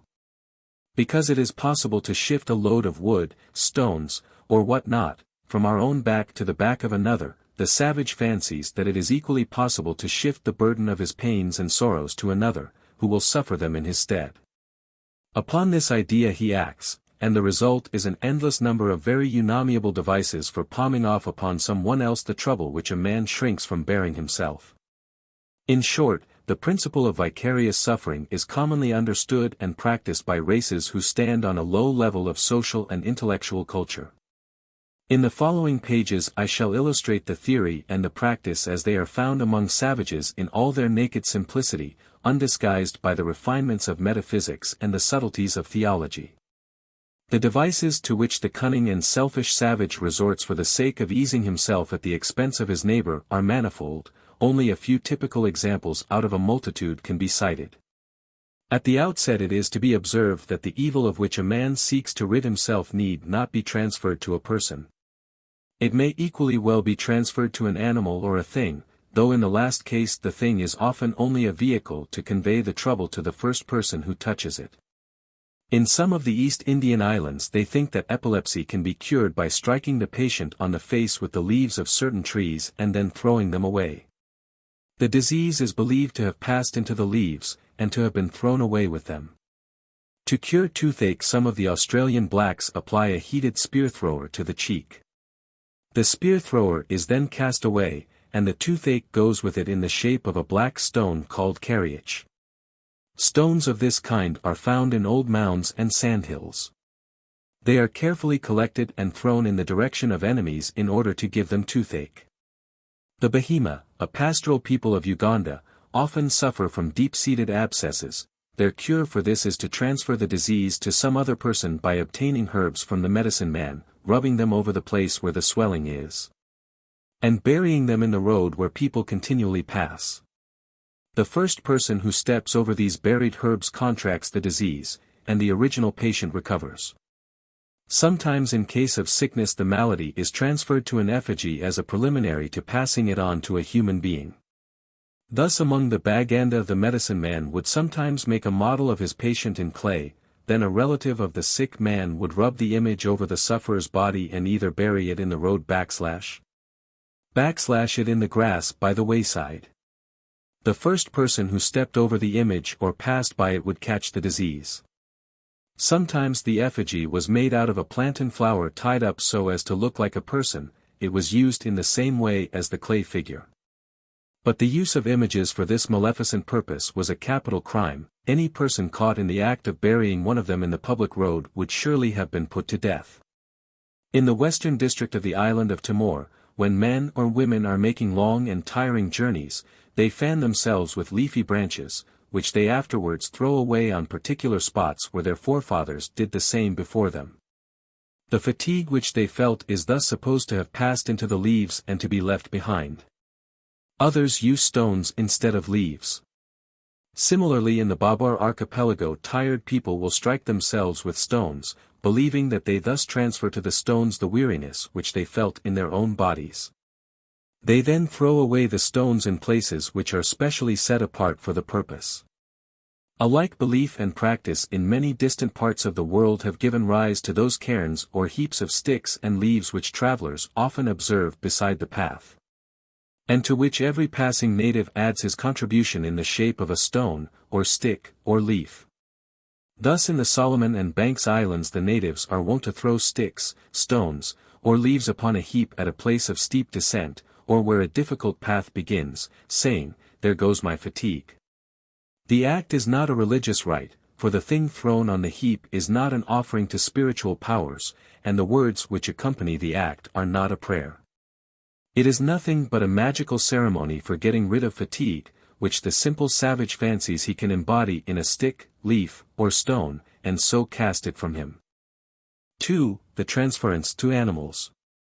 Animals are often employed as a vehicle for carrying away or transferring the evil. When a Moor has a headache he will sometimes take a lamb or a goat and beat it till it falls down, believing that the headache will thus be transferred to the animal. In Morocco most wealthy Moors keep a wild boar in their stables, in order that the jinn and evil spirits may be diverted from the horses and enter into the boar. Amongst the Kaffirs of South Africa, when other remedies have failed, natives sometimes adopt the custom of taking a goat into the presence of a sick man, and confess the sins of the crawl over the animal. Sometimes a few drops of blood from the sick man are allowed to fall on the head of the goat, which is turned out into an uninhabited part of the veldt. The sickness is supposed to be transferred to the animal, and to become lost in the desert.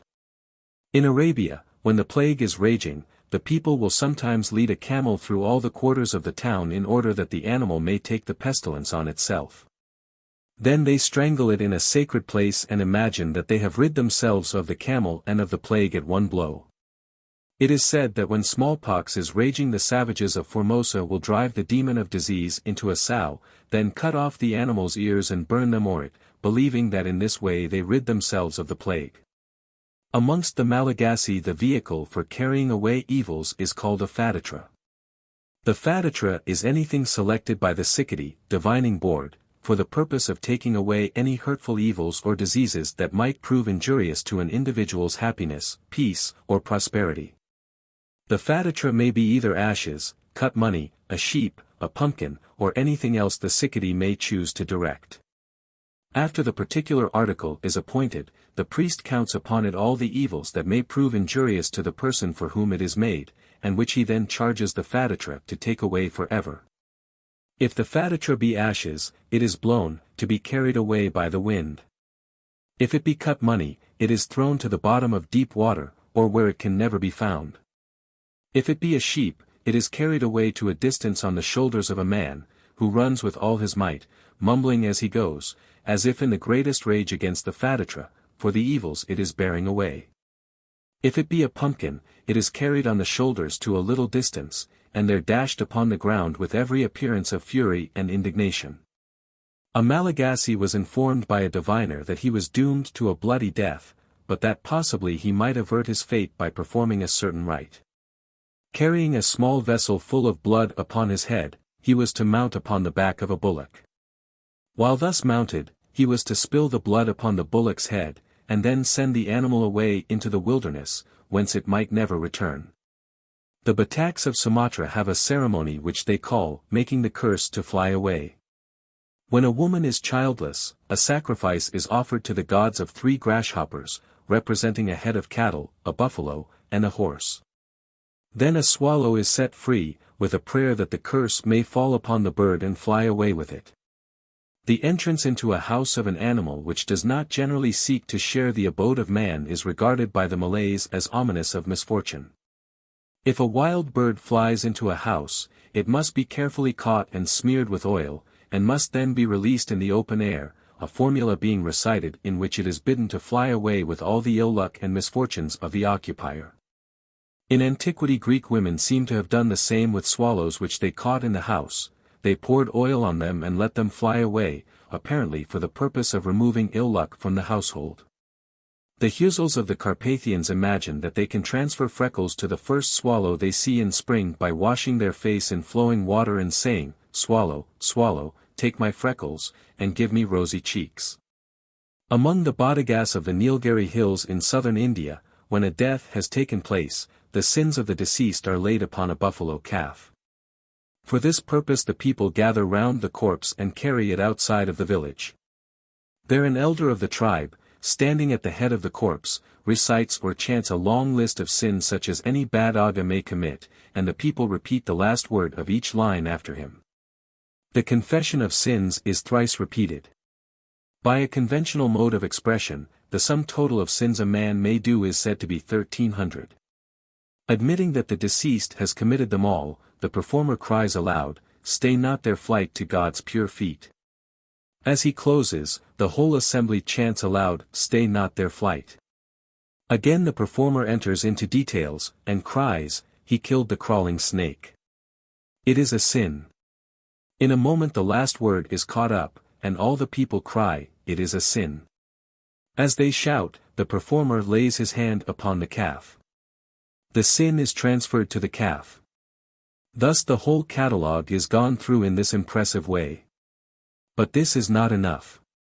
As the last shout, "Let all be well," dies away, the performer gives place to another, and again confession is made, and all the people shout, "It is a sin." A third time it is done. Then, still in solemn silence, the calf is let loose. Like the Jewish scapegoat, it may never be used for secular work. At a Bad Aga funeral witnessed by the Reverend A. C. Clayton, the buffalo calf was led thrice round the bier, and the dead man's hand was laid on its head. By this act, the calf was supposed to receive all the sins of the deceased. It was then driven away to a great distance, that it might contaminate no one, and it was said that it would never be sold, but looked on as a dedicated sacred animal. The idea of this ceremony is, that the sins of the deceased enter the calf, or that the task of his absolution is laid on it. They say that the calf very soon disappears, and that it is never heard of. 3. The transference to men. Again, men sometimes play the part of scapegoat by diverting to themselves the evils that threaten others. When a Singalese is dangerously ill, and the physicians can do nothing, a devil dancer is called in, who by making offerings to the devils, and dancing in the masks appropriate to them, conjures these demons of disease, one after the other, out of the sick man's body and into his own. Having thus successfully extracted the cause of the malady, the artful dancer lies down on a bier, and shamming death is carried to an open place outside the village. Here, being left to himself, he soon comes to life again, and hastens back to claim his reward. In 1590 a Scotch witch of the name of Agnes Sampson was convicted of curing a certain Robert Kerrs of a disease laid upon him by a Westland warlock when he was at Dumfries, whilk sickness she took upon herself. And kept the same with great groaning and torment till the morn, at whilk time there was a great din heard in the house. The noise was made by the witch in her efforts to shift the disease, by means of clothes, from herself to a cat or dog. Unfortunately the attempt partly miscarried. The disease missed the animal and hit Alexander Douglas of Dalkeith, who dwined and died of it, while the original patient, Robert Kerrs, was made whole. In one part of New Zealand an expiation for sin was felt to be necessary.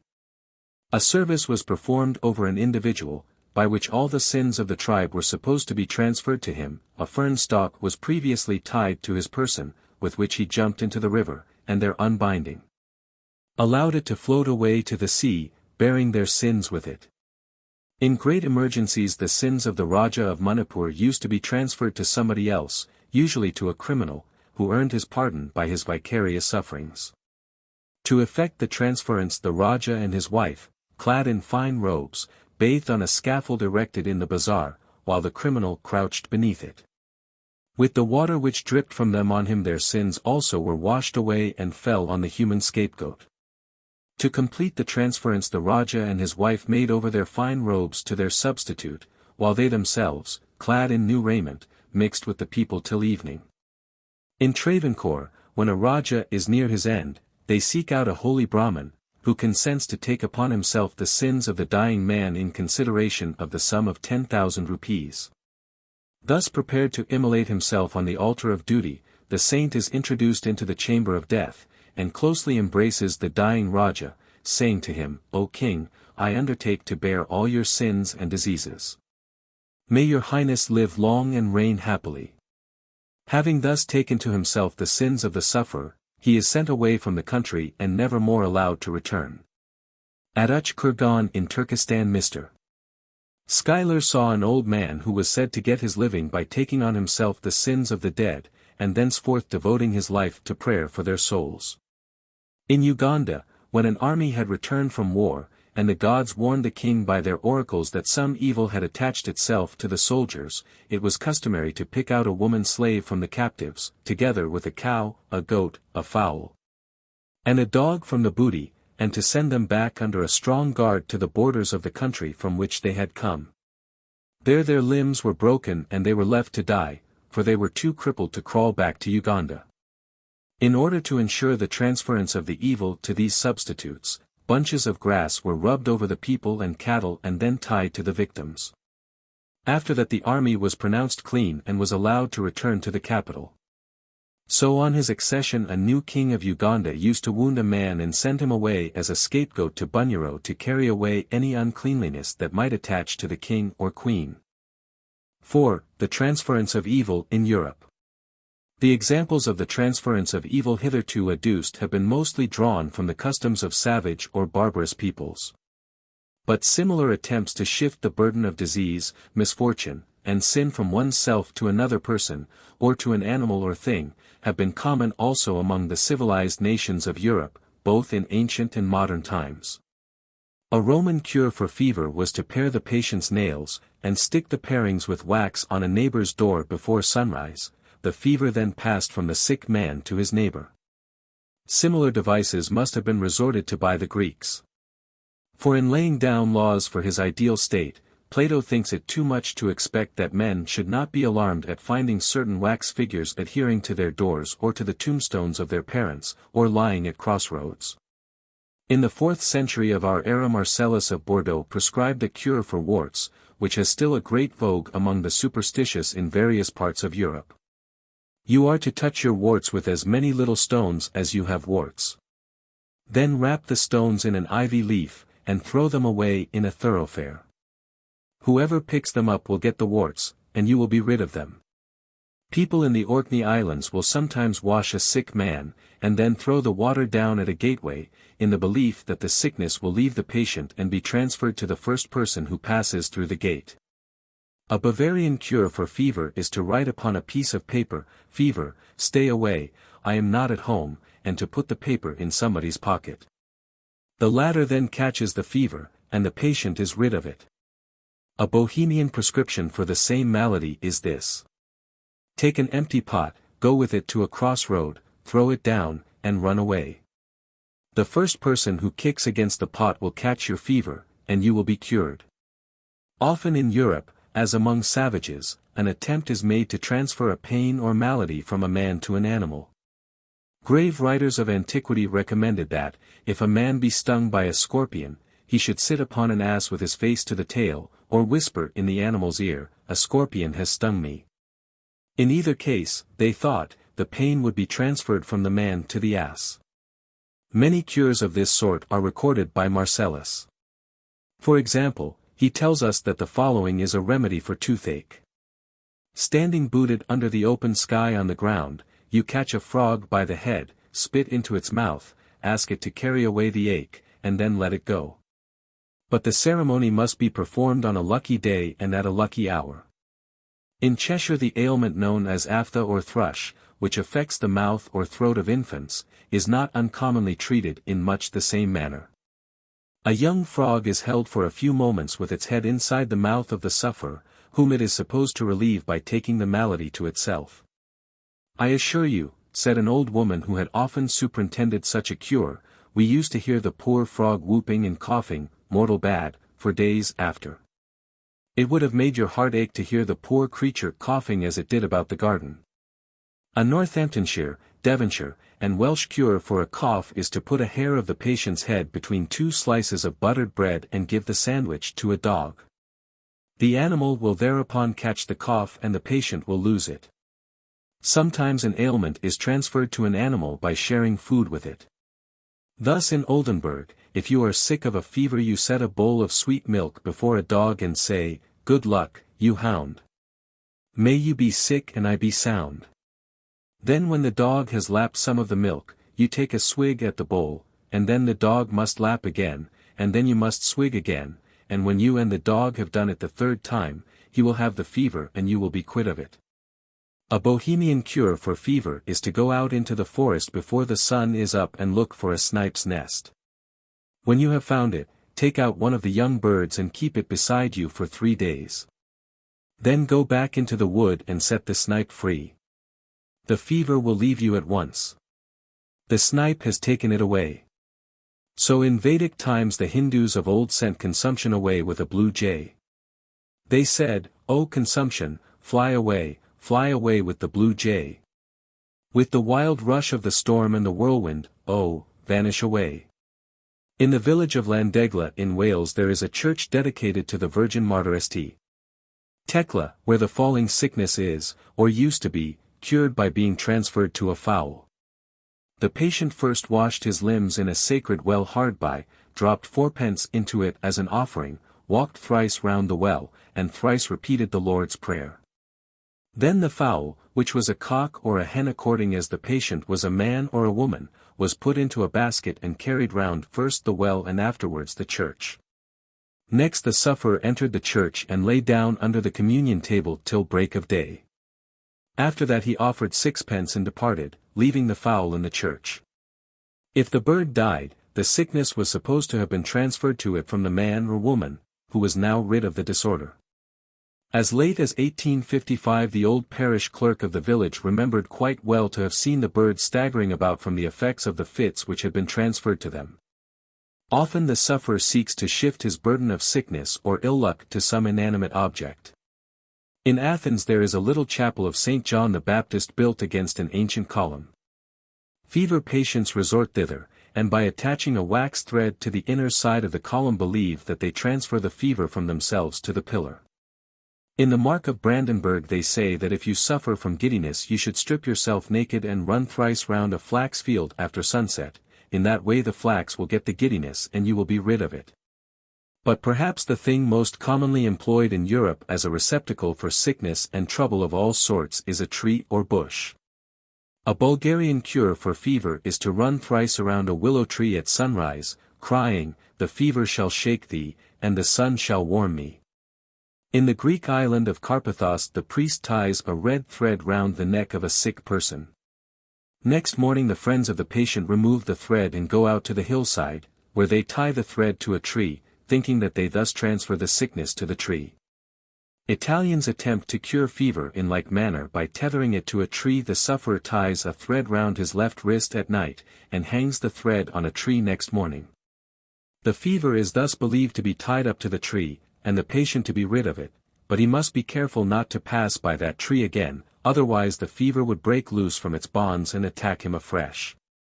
A Flemish cure for the ague is to go early in the morning to an old willow, tie 3 knots in one of its branches, say, "Good morrow, old one, I give thee the cold, good morrow, old one," then turn and run away without looking round. In Sonnenberg, if you would rid yourself of gout you should go to a young fir tree and tie a knot in one of its twigs, saying, "God greet thee, noble fir. I bring thee my gout. Here will I tie a knot and bind my gout into it. In the name," etc. Another way of transferring gout from a man to a tree is this. Pare the nails of the sufferer's fingers and clip some hairs from his legs. Bore a hole in an oak, stuff the nails and hair in the hole, stop up the hole again, and smear it with cow's dung. If, for 3 months thereafter, the patient is free of gout, you may be sure the oak has it in his stead. In Cheshire if you would be rid of warts, you have only to rub them with a piece of bacon, cut a slit in the bark of an ash tree, and slip the bacon under the bark. Soon the warts will disappear from your hand, only however to reappear in the shape of rough excrescences or knobs on the bark of the tree. At Berkhamsted, in Hertfordshire, there used to be certain oak trees which were long celebrated for the cure of ague. The transference of the malady to the tree was simple but painful. A lock of the sufferer's hair was pegged into an oak. Then by a sudden wrench he left his hair and his ague behind him in the tree. 56. The public expulsion of evils. 1. The omnipresence of demons. In the foregoing chapter the primitive principle of the transference of ills to another person, animal, or thing was explained and illustrated. But similar means have been adopted to free a whole community from diverse evils that afflict it. Such attempts to dismiss at once the accumulated sorrows of a people are by no means rare or exceptional. On the contrary, they have been made in many lands, and from being occasional they tend to become periodic and annual. It needs some effort on our part to realize the frame of mind which prompts these attempts. Bred in a philosophy which strips nature of personality and reduces it to the unknown cause of an orderly series of impressions on our senses, we find it hard to put ourselves in the place of the savage, to whom the same impressions appear in the guise of spirits or the handiwork of spirits. For ages the army of spirits, once so near, has been receding farther and farther from us, banished by the magic wand of science from hearth and home, from ruined cell and ivied tower, from haunted glade and lonely mere. From the riven murky cloud that belches forth the lightning, and from those fairer clouds that pillow the silvery moon or fret with flakes of burning red the golden eve. The spirits are gone even from their last stronghold in the sky, whose blue arch no longer passes, except with children, for the screen that hides from mortal eyes the glories of the celestial world. Only in poets' dreams or impassioned flights of oratory is it given to catch a glimpse of the last flutter of the standards of the retreating host, to hear the beat of their invisible wings, the sound of their mocking laughter, or the swell of angel music dying away in the distance. Far otherwise is it with the savage. To his imagination the world still teems with those motley beings whom a more sober philosophy has discarded. Fairies and goblins, ghosts and demons, still hover about him both waking and sleeping. They dog his footsteps, dazzle his senses, enter into him, harass and deceive and torment him in 1,000 freakish and mischievous ways. The mishaps that befall him, the losses he sustains, the pains he has to endure, he commonly sets down, if not to the magic of his enemies, to the spite or anger or caprice of the spirits. Their constant presence wearies him, their sleepless malignity exasperates him. He longs with an unspeakable longing to be rid of them altogether, and from time to time, driven to bay, his patience utterly exhausted, he turns fiercely on his persecutors and makes a desperate effort to chase the whole pack of them from the land, to clear the air of their swarming multitudes, that he may breathe more freely and go on his way unmolested, at least for a time. Thus it comes about that the endeavor of primitive people to make a clean sweep of all their troubles generally takes the form of a grand hunting out and expulsion of devils or ghosts. They think that if they can only shake off these their accursed tormentors, they will make a fresh start in life, happy and innocent, the tales of Eden and the old poetic golden age will come true again. 2. The occasional expulsion of evils. We can therefore understand why those general clearances of evil, to which from time to time the savage resorts, should commonly take the form of a forcible expulsion of devils. In these evil spirits primitive man sees the cause of many if not of most of his troubles, and he fancies that if he can only deliver himself from them, things will go better with him.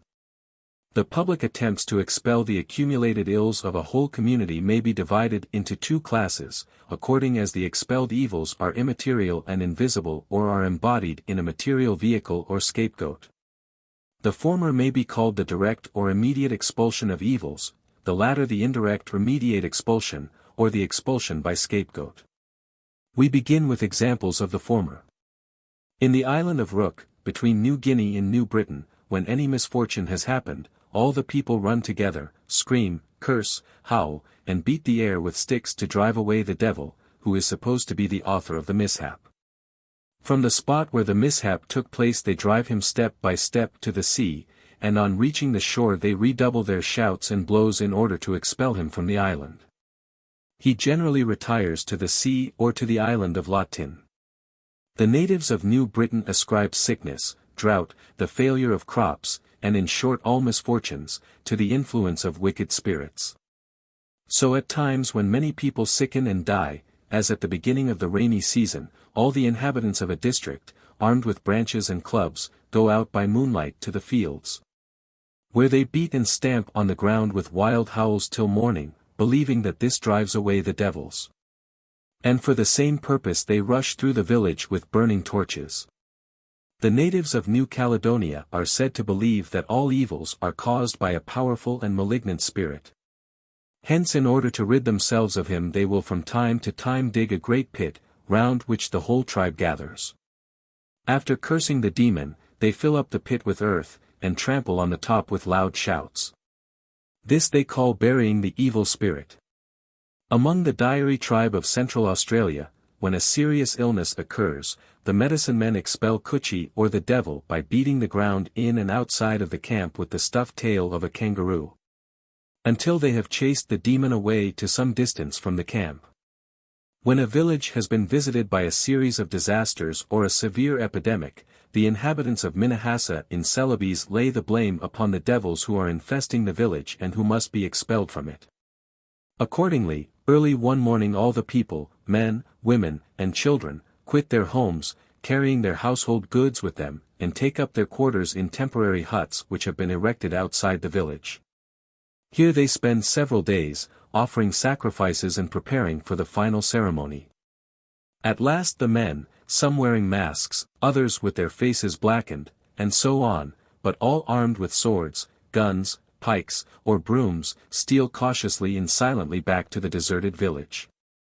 Then, at a signal from the priest, they rush furiously up and down the streets and into and under the houses, which are raised on piles above the ground, yelling and striking on walls, doors, and windows, to drive away the devils. Next, the priests and the rest of the people come with the holy fire and march 9 times round each house and thrice round the ladder that leads up to it, carrying the fire with them. Then they take the fire into the kitchen, where it must burn for 3 days continuously. The devils are now driven away, and great and general is the joy. The Alphas of Halmahera attribute epidemics to the devil who comes from other villages to carry them off. So, in order to rid the village of the disease, the sorcerer drives away the devil. From all the villagers he receives a costly garment and places it on 4 vessels, which he takes to the forest and leaves at the spot where the devil is supposed to be. Then with mocking words he bids the demon abandon the place. In the K Islands to the southwest of New Guinea, the evil spirits, who are quite distinct from the souls of the dead, form a mighty host. Almost every tree and every cave is the lodging place of one of these fiends, who are moreover extremely irascible and apt to fly out on the smallest provocation. They manifest their displeasure by sending sickness and other calamities. Hence in times of public misfortune, as when an epidemic is raging, and all other remedies have failed, the whole population go forth with the priest at their head to a place at some distance from the village. Here at sunset they erect a couple of poles with a crossbar between them, to which they attach bags of rice, wooden models of pivot guns, gongs, bracelets, and so on.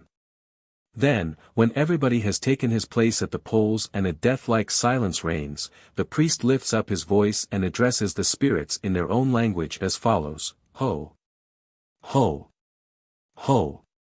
Ye evil spirits who dwell in the trees, ye evil spirits who live in the grottos, ye evil spirits who lodge in the earth, we give you these pivot guns, these gongs, etc. Let the sickness cease and not so many people die of it. Then everybody runs home as fast as their legs can carry them. In the island of Nias, when a man is seriously ill and other remedies have been tried in vain, the sorcerer proceeds to exorcise the devil who is causing the illness.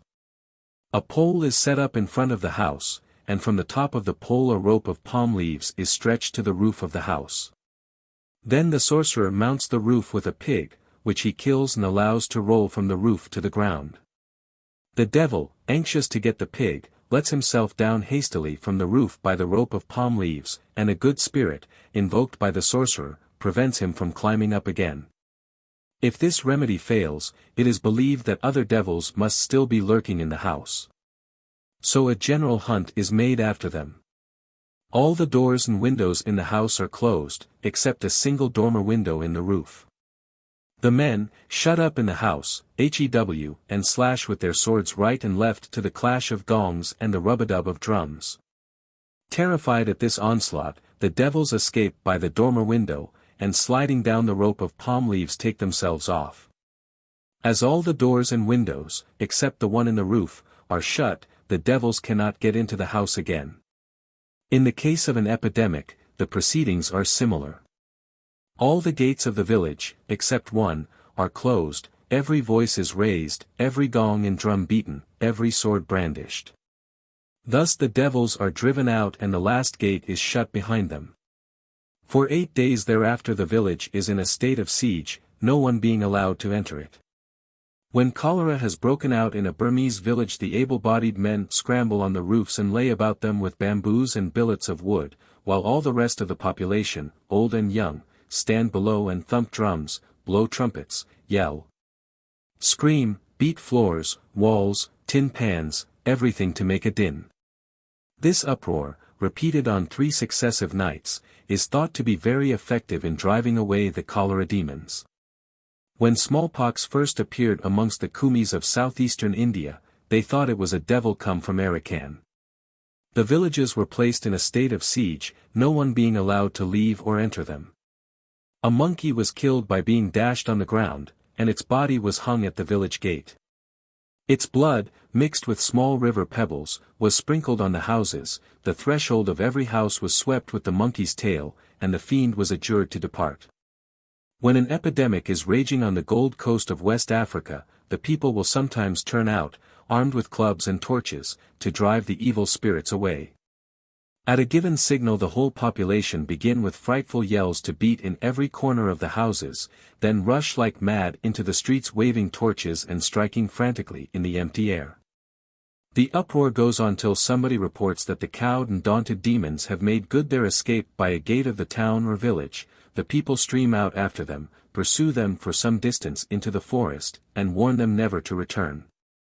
The expulsion of the devils is followed by a general massacre of all the cocks in the village or town, lest by their unseasonable crowing they should betray to the banished demons the direction they must take to return to their old homes. When sickness was prevalent in a Huron village, and all other remedies had been tried in vain, the Indians had recourse to the ceremony called Lani Roya, which is the principal invention and most proper means, so they say, to expel from the town or village the devils and evil spirits which cause, induce, and import all the maladies and infirmities which they suffer in body and mind. Accordingly, one evening the men would begin to rush like madmen about the village, breaking and upsetting whatever they came across in the wigwams. They threw fire and burning brands about the streets, and all night long they ran howling and singing without cessation. Then they all dreamed of something, a knife, dog, skin, or whatever it might be, and when morning came they went from wigwam to wigwam asking for presents. These they received silently, till the particular thing was given them which they had dreamed about. On receiving it they uttered a cry of joy and rushed from the hut, amid the congratulations of all present. The health of those who received what they had dreamed of was believed to be assured, whereas those who did not get what they had set their hearts upon regarded their fate as sealed. Sometimes, instead of chasing the demon of disease from their homes, savages prefer to leave him in peaceable possession, while they themselves take to flight and attempt to prevent him from following in their tracks. Thus when the Patagonians were attacked by smallpox, which they attributed to the machinations of an evil spirit, they used to abandon their sick and flee, slashing the air with their weapons and throwing water about in order to keep off the dreadful pursuer. And when after several days' march they reached a place where they hoped to be beyond his reach, they used by way of precaution to plant all their cutting weapons with the sharp edges turned towards the quarter from which they had come, as if they were repelling a charge of cavalry. Similarly, when the Lules or Tonacotes Indians of the Grand Chaco were attacked by an epidemic, they regularly sought to evade it by flight, but in so doing they always followed a sinuous, not a straight, course. Because they said that when the disease made after them he would be so exhausted by the turnings and windings of the route that he would never be able to come up with them. When the Indians of New Mexico were decimated by smallpox or other infectious disease, they used to shift their quarters every day, retreating into the most sequestered parts of the mountains and choosing the thorniest thickets they could find, in the hope that the smallpox would be too afraid of scratching himself on the thorns to follow them. When some Chins on a visit to Rangoon were attacked by cholera, they went about with drawn swords to scare away the demon, and they spent the day hiding under bushes so that he might not be able to find them. 3. The periodic expulsion of evils. The expulsion of evils, from being occasional, tends to become periodic. It comes to be thought desirable to have a general riddance of evil spirits at fixed times, usually once a year, in order that the people may make a fresh start in life, freed from all the malignant influences which have been long accumulating about them. Some of the Australian blacks annually expelled the ghosts of the dead from their territory. The ceremony was witnessed by the Reverend W. Ridley on the banks of the River Barwon. A chorus of 20, old and young, were singing and beating time with boomerangs. Suddenly, from under a sheet of bark darted a man with his body whitened by pipe clay, his head and face colored with lines of red and yellow, and a tuft of feathers fixed by means of a stick 2 feet above the crown of his head. He stood 20 minutes perfectly still, gazing upwards. An aboriginal who stood by told me he was looking for the ghosts of dead men. At last he began to move very slowly, and soon rushed to and fro at full speed, flourishing a branch as if to drive away some foes invisible to us. When I thought this pantomime must be almost over, 10 more, similarly adorned, suddenly appeared from behind the trees, and the whole party joined in a brisk conflict with their mysterious assailants. At last, after some rapid evolutions in which they put forth all their strength, they rested from the exciting toil which they had kept up all night and for some hours after sunrise. They seemed satisfied that the ghosts were driven away for 12 months. They were performing the same ceremony at every station along the river, and I am told it is an annual custom. Certain seasons of the year mark themselves naturally out as appropriate moments for a general expulsion of devils. Such a moment occurs towards the close of an Arctic winter, when the sun reappears on the horizon after an absence of weeks or months. Accordingly, at Point Barrow, the most northerly extremity of Alaska, and nearly of America, the Eskimo choose the moment of the sun's reappearance to hunt the mischievous spirit tuna from every house. The ceremony was witnessed by the members of the United States Polar Expedition, who wintered at Point Barrow. A fire was built in front of the council house, and an old woman was posted at the entrance to every house. The men gathered round the council house while the young women and girls drove the spirit out of every house with their knives, stabbing viciously under the bunk and deerskins, and calling upon Tuna to be gone. When they thought he had been driven out of every hole and corner, they thrust him down through the hole in the floor and chased him into the open air with loud cries and frantic gestures. Meanwhile the old woman at the entrance of the house made passes with a long knife in the air to keep him from returning. Each party drove the spirit towards the fire and invited him to go into it. All were by this time drawn up in a semicircle round the fire, when several of the leading men made specific charges against the spirit. And each after his speech brushed his clothes violently, calling on the spirit to leave him and go into the fire. 2 men now stepped forward with rifles loaded with blank cartridges, while a third brought a vessel of urine and flung it on the flames. At the same time one of the men fired a shot into the fire. And as the cloud of steam rose it received the other shot, which was supposed to finish Tuna for the time being. In late autumn, when storms rage over the land and break the icy fetters by which the frozen sea is as yet but slightly bound, when the loosened floes are driven against each other and break with loud crashes, and when the cakes of ice are piled in wild disorder one upon another, the Eskimo of Baffinland fancy they hear the voices of the spirits who people the mischief-laden air. Then the ghosts of the dead knock wildly at the huts, which they cannot enter, and woe to the hapless wight whom they catch, he soon sickens and dies. Then the phantom of a huge hairless dog pursues the real dogs, which expire in convulsions and cramps at sight of him. All the countless spirits of evil are abroad striving to bring sickness and death, foul weather and failure in hunting on the Eskimo. Most dreaded of all these spectral visitants are Sedna, mistress of the nether world, and her father, to whose share dead Eskimo fall. While the other spirits fill the air and the water, she rises from underground. It is then a busy season for the wizards. In every house you may hear them singing and praying, while they conjure the spirits, seated in a mystic gloom at the back of the hut, which is dimly lit by a lamp burning low. The hardest task of all is to drive away Sedna, and this is reserved for the most powerful enchanter. A rope is coiled on the floor of a large hut in such a way as to leave a small opening at the top, which represents the breathing hole of a seal. 2 enchanters stand beside it, one of them grasping a spear as if he were watching a seal hole in winter, the other holding the harpoon line. A 3rd sorcerer sits at the back of the hut chanting a magic song to lure Sedna to the spot. Now she is heard approaching under the floor of the hut, breathing heavily, now she emerges at the hole, now she is harpooned and sinks away in angry haste, dragging the harpoon with her, while the 2 men hold on to the line with all their might. The struggle is severe, but at last by a desperate wrench she tears herself away and returns to her dwelling in Adlavan. When the harpoon is drawn up out of the hole it is found to be splashed with blood, which the enchanters proudly exhibit as a proof of their prowess. Thus Sedna and the other evil spirits are at last driven away, and next day a great festival is celebrated by old and young in honor of the event. But they must still be cautious, for the wounded Sedna is furious and will seize anyone she may find outside of his hut, so they all wear amulets on the top of their hoods to protect themselves against her.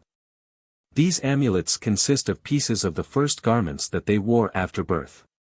The Iroquois inaugurated the new year in January, February, or March, the time varied, with a festival of dreams like that which the Hurons observed on special occasions.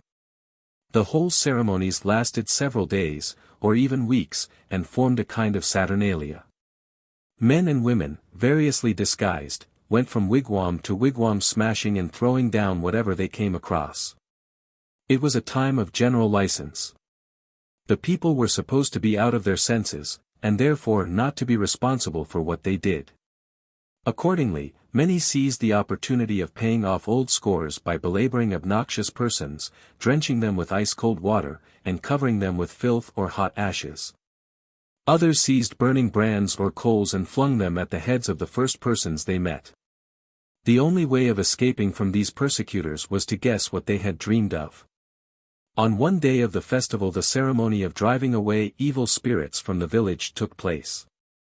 Men clothed in the skins of wild beasts, their faces covered with hideous masks, and their hands with the shell of the tortoise, went from hut to hut making frightful noises. In every hut they took the fuel from the fire and scattered the embers and ashes about the floor with their hands.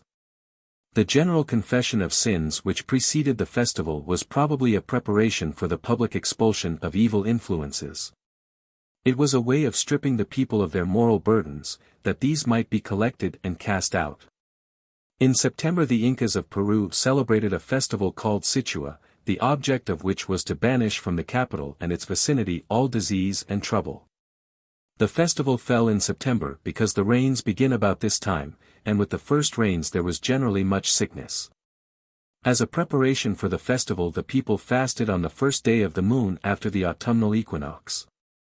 Having fasted during the day, and the night being come, they baked a coarse paste of maize. This paste was made of 2 sorts. One was kneaded with the blood of children aged from 5 to 10 years, the blood being obtained by bleeding the children between the eyebrows.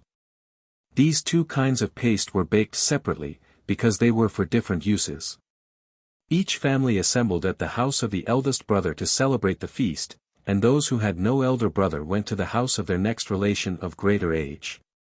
On the same night all who had fasted during the day washed their bodies, and taking a little of the blood-kneaded paste, rubbed it over their head, face, breast, shoulders, arms and legs. They did this in order that the paste might take away all their infirmities. After this the head of the family anointed the threshold with the same paste, and left it there as a token that the inmates of the house had performed their ablutions and cleansed their bodies. Meantime the high priest performed the same ceremonies in the temple of the sun. As soon as the sun rose, all the people worshipped and besought him to drive all evils out of the city, and then they broke their fast with the paste that had been kneaded without blood. When they had paid their worship and broken their fast, which they did at a stated hour, in order that all might adore the sun as one man, an Inca of the blood royal came forth from the fortress, as a messenger of the sun, richly dressed, with his mantle girded round his body, and a lance in his hand. The lance was decked with feathers of many hues, extending from the blade to the socket, and fastened with rings of gold. He ran down the hill from the fortress brandishing his lance, till he reached the center of the great square, where stood the golden urn, like a fountain, that was used for the sacrifice of the fermented juice of the maize. Here 4 other Incas of the blood royal awaited him, each with a lance in his hand, and his mantle girded up to run.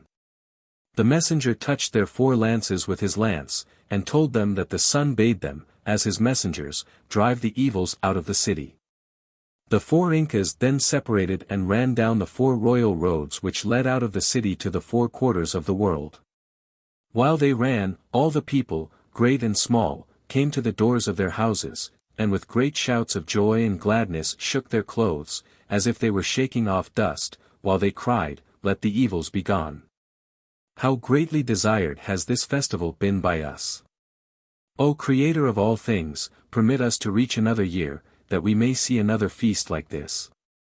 After they had shaken their clothes, they passed their hands over their heads, faces, arms, and legs, as if in the act of washing.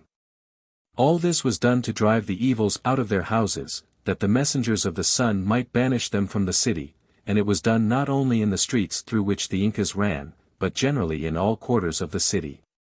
Moreover, they all danced, the Inca himself amongst them, and bathed in the rivers and fountains, saying that their maladies would come out of them. Then they took great torches of straw, bound round with cords. These they lighted, and passed from one to the other, striking each other with them, and saying, "Let all harm go away." Meanwhile the runners ran with their lances for a quarter of a league outside the city, where they found 4 other Incas ready, who received the lances from their hands and ran with them. Thus the lances were carried by relays of runners for a distance of 5 or 6 leagues, at the end of which the runners washed themselves and their weapons in rivers, and set up the lances, in sign of a boundary within which the banished evils might not return. The Negroes of Guinea annually banish the devil from all their towns with much ceremony at a time set apart for the purpose. At Axim, on the Gold Coast, this annual expulsion is preceded by a feast of 8 days, during which mirth and jollity, skipping, dancing, and singing prevail, and a perfect lampooning liberty is allowed, and scandal so highly exalted, that they may freely sing of all the faults, villanies, and frauds of their superiors as well as inferiors, without punishment, or so much as the least interruption. On the 8th day they hunt out the devil with a dismal cry, running after him and pelting him with sticks, stones, and whatever comes to hand. When they have driven him far enough out of the town, they all return. In this way he is expelled from more than 100 towns at the same time. To make sure that he does not return to their houses, the women wash and scour all their wooden and earthen vessels, to free them from all uncleanness and the devil. At Cape Coast Castle, on the Gold Coast, the ceremony was witnessed on the 9th of October, 1844, by an Englishman, who has described it as follows: "Tonight the annual custom of driving the evil spirit, Abonsam, out of the town has taken place. As soon as the 8 o'clock gun fired in the fort the people began firing muskets in their houses, turning all their furniture out of doors, beating about in every corner of the rooms with sticks, etc. and screaming as loudly as possible, in order to frighten the devil. Being driven out of the houses, as they imagine, they sallied forth into the streets, throwing lighted torches about, shouting, screaming, beating sticks together, rattling old pans, making the most horrid noise, in order to drive him out of the town into the sea. The custom is preceded by 4 weeks' dead silence, no gun is allowed to be fired, no drum to be beaten, no palaver to be made between man and man. If, during these weeks, 2 natives should disagree and make a noise in the town, they are immediately taken before the king and fined heavily. If a dog or pig, sheep or goat be found at large in the street, it may be killed, or taken by anyone, the former owner not being allowed to demand any compensation. This silence is designed to deceive Abonsam, that, being off his guard, he may be taken by surprise, and frightened out of the place. If anyone died during the silence, his relatives are not allowed to weep until the 4 weeks have been completed. Sometimes the date of the annual expulsion of devils is fixed with reference to the agricultural seasons. Thus among the Hos of Togoland, in West Africa, the expulsion is performed annually before the people partake of the new yams. The chiefs summon the priests and magicians and tell them that the people are now to eat the new yams and be merry, therefore they must cleanse the town and remove the evils. Accordingly the evil spirits, witches, and all the ills that infest the people are conjured into bundles of leaves and creepers, fastened to poles, which are carried away and set up in the earth on various roads outside the town. During the following night no fire may be lit and no food eaten. Next morning the women sweep out their hearths and houses, and deposit the sweepings on broken wooden plates. Then the people pray, saying, "All ye sicknesses that are in our body and plague us, we are come today to throw you out." Thereupon they run as fast as they can in the direction of Mount Adaklu, smiting their mouths and screaming, "Out today! Out today! That which kills anybody, out today! Ye evil spirits, out today! And all that causes our heads to ache, out today! Anlo and Adaklu are the places whither all ill shall betake itself. When they have come to a certain tree on Mount Adaklu, they throw everything away and return home. At Kiriwina, in southeastern New Guinea, when the new yams had been harvested, the people feasted and danced for many days, and a great deal of property, such as armlets, native money, and so forth, was displayed conspicuously on a platform erected for the purpose. When the festivities were over, all the people gathered together and expelled the spirits from the village by shouting, beating the posts of the houses, and overturning everything under which a wily spirit might be supposed to lurk. The explanation which the people gave to a missionary was that they had entertained and feasted the spirits and provided them with riches, and it was now time for them to take their departure. Had they not seen the dances, and heard the songs, and gorged themselves on the souls of the yams, and appropriated the souls of the money and all the other fine things set out on the platform? What more could the spirits want? So out they must go. Among the Hos of northeastern India the great festival of the year is the Harvest Home, held in January, when the granaries are full of grain, and the people, to use their own expression, are full of devilry. They have a strange notion that at this period, men and women are so overcharged with vicious propensities, that it is absolutely necessary for the safety of the person to let off steam by allowing for a time full vent to the passions. The ceremonies open with a sacrifice to the village god of 3 fowls, a cock and 2 hens, one of which must be black. Along with them are offered flowers of the paulus tree, Butea frondosa, bread made from rice flour, and sesamum seeds.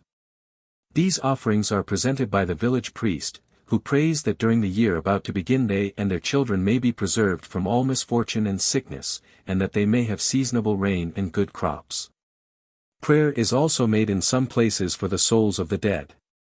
At this time an evil spirit is supposed to infest the place, and to get rid of it men, women, and children go in procession round and through every part of the village with sticks in their hands, as if beating for game, singing a wild chant, and shouting vociferously, till they feel assured that the evil spirit must have fled. Then they give themselves up to feasting and drinking rice beer, till they are in a fit state for the wild debauch which follows. The festival now becomes a Saturnalia, during which servants forget their duty to their masters, children their reverence for parents, men their respect for women, and women all notions of modesty, delicacy, and gentleness. They become raging bacchantes. Usually the Hos are quiet and reserved in manner, decorous and gentle to women.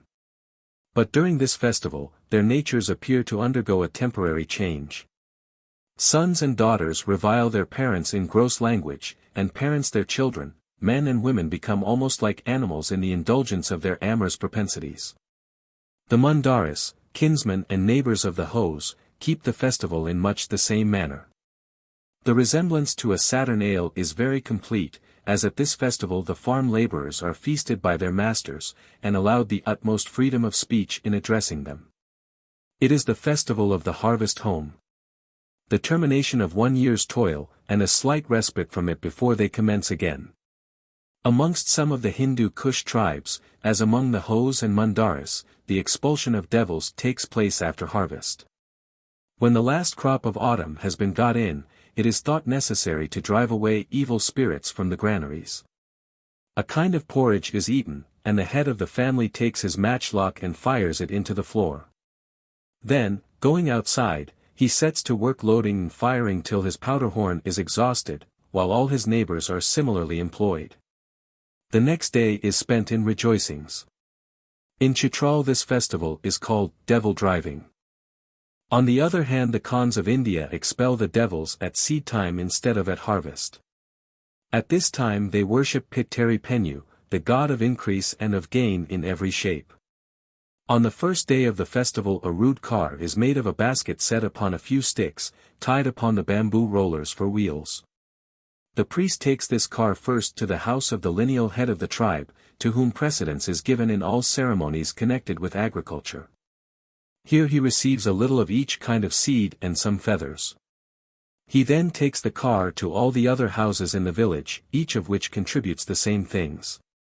Lastly, the car is conducted to a field without the village, attended by all the young men, who beat each other and strike the air violently with long sticks.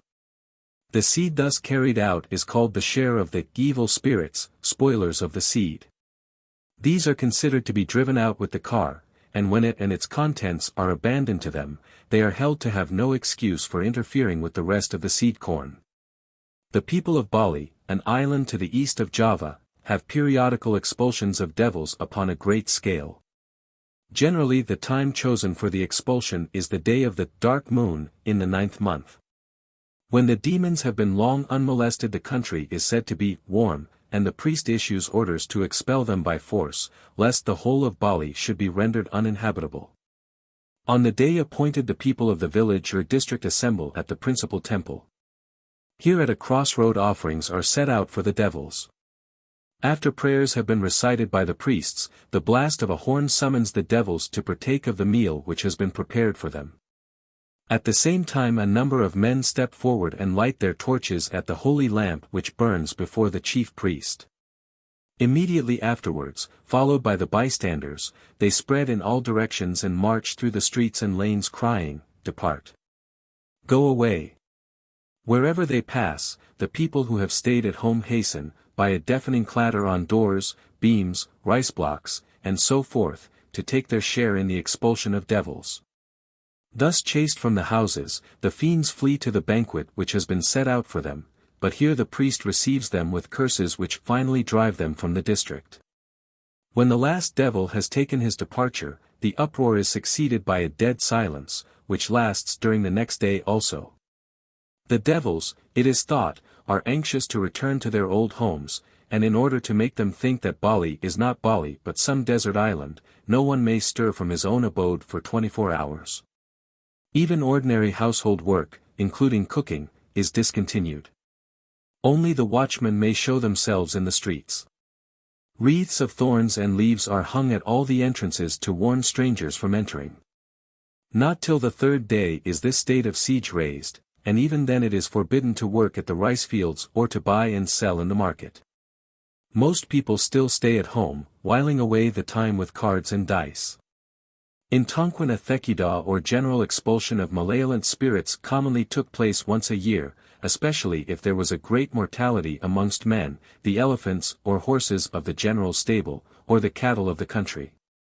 The cause of which they attribute to the malicious spirits of such men as have been put to death for treason, rebellion, and conspiring the death of the king, general, or princes, and that in revenge of the punishment they have suffered. They are bent to destroy everything and commit horrible violence. To prevent which their superstition has suggested to them the institution of this Thekida, as a proper means to drive the devil away, and purge the country of evil spirits. The day appointed for the ceremony was generally the 25th of February, 1 month after the beginning of the new year, which fell on the 25th of January. The intermediate month was a season of feasting, merrymaking of all kinds, and general license. During the whole month the Great Seal was kept shut up in a box, face downwards, and the law was, as it were, laid asleep. All courts of justice were closed, debtors could not be seized, small crimes, such as petty larceny, fighting, and assault, escaped with impunity. Only treason and murder were taken account of and the malefactors detained till the Great Seal should come into operation again. At the close of the Saturnalia the wicked spirits were driven away. Great masses of troops and artillery having been drawn up with flying colors and all the pomp of war. The general beginneth then to offer meat offerings to the criminal devils and malevolent spirits, for it is usual and customary likewise amongst them to feast the condemned before their execution, inviting them to eat and drink. When presently he accuses them in a strange language, by characters and figures, etc. of many offences and crimes committed by them, as to their having disquieted the land, killed his elephants and horses, etc., for all which they justly deserve to be chastised and banished the country. Whereupon 3 great guns are fired as the last signal, upon which all the artillery and muskets are discharged, that, by their most terrible noise the devils may be driven away. And they are so blind as to believe for certain, that they really and effectually put them to flight. In Cambodia the expulsion of evil spirits took place in March. Bits of broken statues and stones, considered as the abode of the demons, were collected and brought to the capital. Here as many elephants were collected as could be got together. On the evening of the full moon volleys of musketry were fired and the elephants charged furiously to put the devils to flight. The ceremony was performed on 3 successive days. In Siam the banishment of demons is annually carried into effect on the last day of the old year. A signal gun is fired from the palace. It is answered from the next station, and so on from station to station, till the firing has reached the outer gate of the city. Thus the demons are driven out step by step. As soon as this is done a consecrated rope is fastened round the circuit of the city walls to prevent the banished demons from returning. The rope is made of tough couch grass and is painted in alternate stripes of red, yellow, and blue. Annual expulsions of demons, witches, or evil influences appear to have been common among the heathen of Europe, if we may judge from the relics of such customs among their descendants at the present day. Thus among the heathen Watyaks, a Finnish people of eastern Russia, all the young girls of the village assemble on the last day of the year or on New Year's Day, armed with sticks, the ends of which are split in 9 places. With these they beat every corner of the house and yard, saying, "We are driving Satan out of the village." Afterwards the sticks are thrown into the river below the village, and as they float downstream Satan goes with them to the next village, from which he must be driven out in turn. In some villages the expulsion is managed otherwise. The unmarried men receive from every house in the village groats, flesh, and brandy. These they take to the fields, light a fire under a fir tree, boil the groats, and eat of the food they have brought with them, after pronouncing the words, "Go away into the wilderness, come not into the house." Then they return to the village and enter every house where there are young women. They take hold of the young women and throw them into the snow, saying, "May the spirits of disease leave you." The remains of the groats and the other food are then distributed among all the houses in proportion to the amount that each contributed, and each family consumes its share.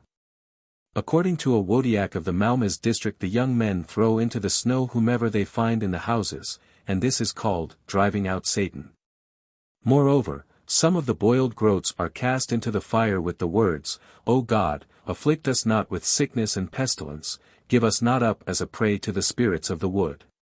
But the most antique form of the ceremony is that observed by the Watyaks of the Kazan government. First of all a sacrifice is offered to the devil at noon. Then all the men assemble on horseback in the center of the village, and decide with which house they shall begin.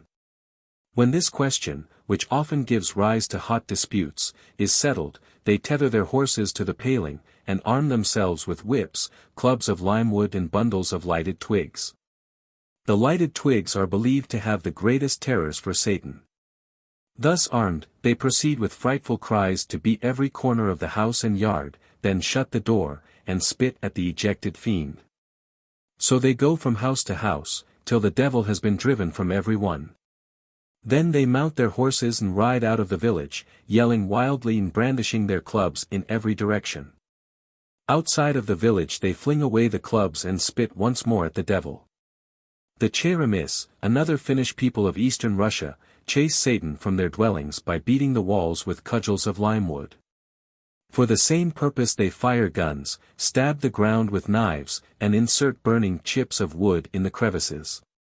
Also they leap over bonfires, shaking out their garments as they do so. And in some districts they blow on long trumpets of lime tree bark to frighten him away. When he has fled to the wood, they pelt the trees with some of the cheesecakes and eggs which furnish the feast. In Christian Europe the old heathen custom of expelling the powers of evil at certain times of the year has survived to modern times.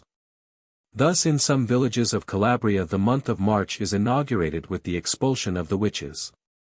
It takes place at night to the sound of the church bells, the people running about the streets and crying, "March is come."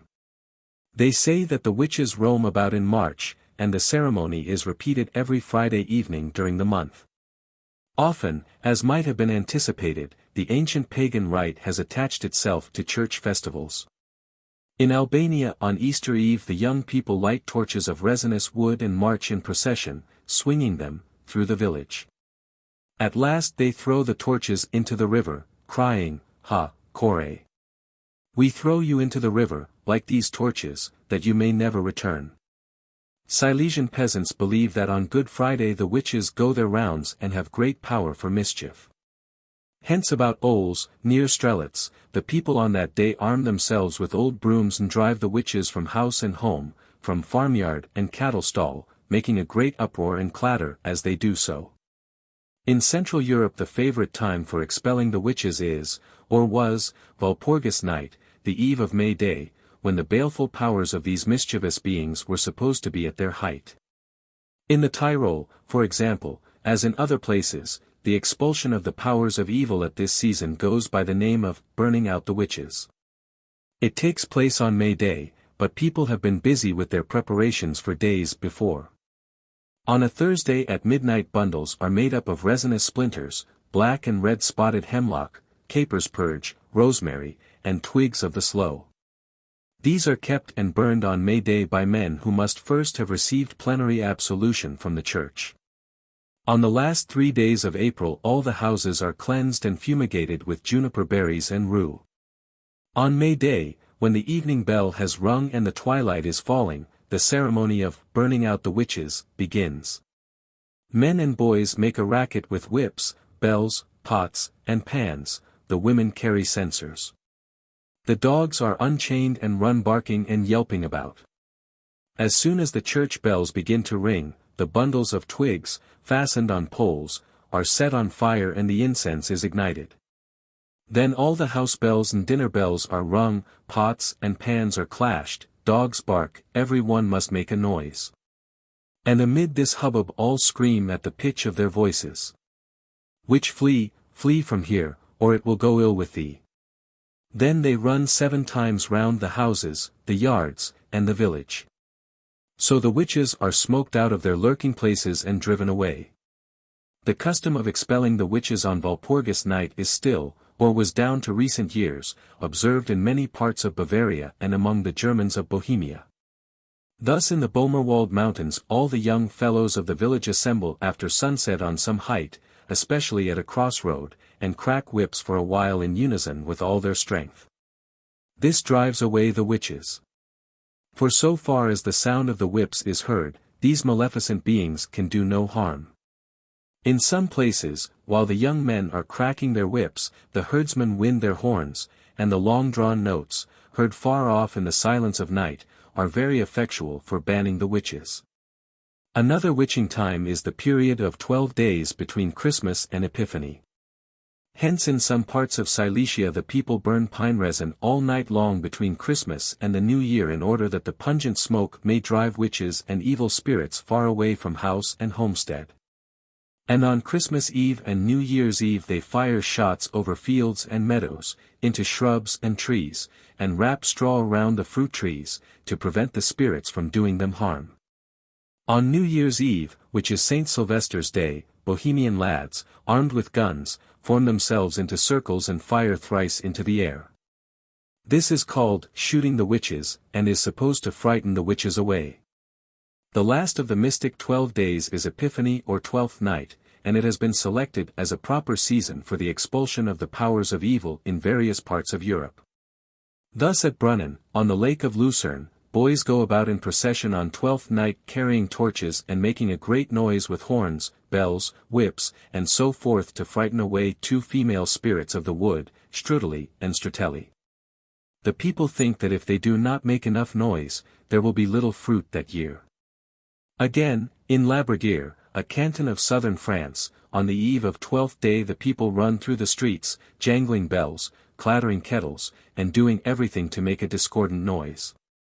Then by the light of torches and blazing faggots they set up a prodigious hue and cry, an ear-splitting uproar, hoping thereby to chase all the wandering ghosts and devils from the town. 57. Public Scapegoats. 1. The expulsion of embodied evils.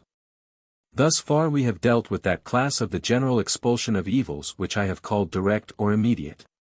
In this class the evils are invisible, at least to common eyes, and the mode of deliverance consists for the most part in beating the empty air and raising such a hubbub as may scare the mischievous spirits and put them to flight. It remains to illustrate the second class of expulsions, in which the evil influences are embodied in a visible form or are at least supposed to be loaded upon a material medium, which acts as a vehicle to draw them off from the people, village, or town. The Pomos of California celebrate an expulsion of devils every 7 years, at which the devils are represented by disguised men. 20 or 30 men array themselves in harlequin rig and barbaric paint, and put vessels of pitch on their heads. Then they secretly go out into the surrounding mountains. These are to personify the devils. A herald goes up to the top of the assembly house, and makes a speech to the multitude. At a signal agreed upon in the evening the masqueraders come in from the mountains, with the vessels of pitch flaming on their heads, and with all the frightful accessories of noise, motion, and costume which the savage mind can devise in representation of demons. The terrified women and children flee for life, the men huddle them inside a circle, and, on the principle of fighting the devil with fire, they swing blazing firebrands in the air, yell, whoop, and make frantic dashes at the marauding and bloodthirsty devils, so creating a terrific spectacle, and striking great fear into the hearts of the assembled hundreds of women, who are screaming and fainting and clinging to their valorous protectors. Finally the devils succeed in getting into the assembly house, and the bravest of the men enter and hold a parley with them. As a conclusion of the whole farce, the men summon courage, the devils are expelled from the assembly house, and with a prodigious row and racket of sham fighting are chased away into the mountains. In spring, as soon as the willow leaves were full grown on the banks of the river, the Mandan Indians celebrated their great annual festival, one of the features of which was the expulsion of the devil. A man, painted black to represent the devil, entered the village from the prairie, chased and frightened the women, and acted the part of a buffalo bull in the buffalo dance. The object of which was to ensure a plentiful supply of buffaloes during the ensuing year. Finally he was chased from the village, the women pursuing him with hisses and jibes, beating him with sticks, and pelting him with dirt. Some of the native tribes of central Queensland believe in a noxious being called Malanga, who prowls unseen and would kill men and violate women if certain ceremonies were not performed. These ceremonies last for 5 nights and consist of dances, in which only men, fantastically painted and adorned, take part. On the 5th night Malanga himself, personified by a man tricked out with red ochre and feathers and carrying a long feather-tipped spear, rushes forth from the darkness at the spectators and makes as if he would run them through. Great is the excitement, loud are the shrieks and shouts, but after another feigned attack the demon vanishes in the gloom. On the last night of the year the palace of the kings of Cambodia is purged of devils. Men painted as fiends are chased by elephants about the palace courts. When they have been expelled, a consecrated thread of cotton is stretched round the palace to keep them out. In Munzrabad, a district of Mysore in southern India, when cholera or smallpox has broken out in a parish, the inhabitants assemble and conjure the demon of the disease into a wooden image, which they carry, generally at midnight, into the next parish. The inhabitants of that parish in like manner pass the image on to their neighbors, and thus the demon is expelled from one village after another, until he comes to the bank of a river into which he is finally thrown. Oftener, however, the expelled demons are not represented at all, but are understood to be present invisibly in the material and visible vehicle which conveys them away.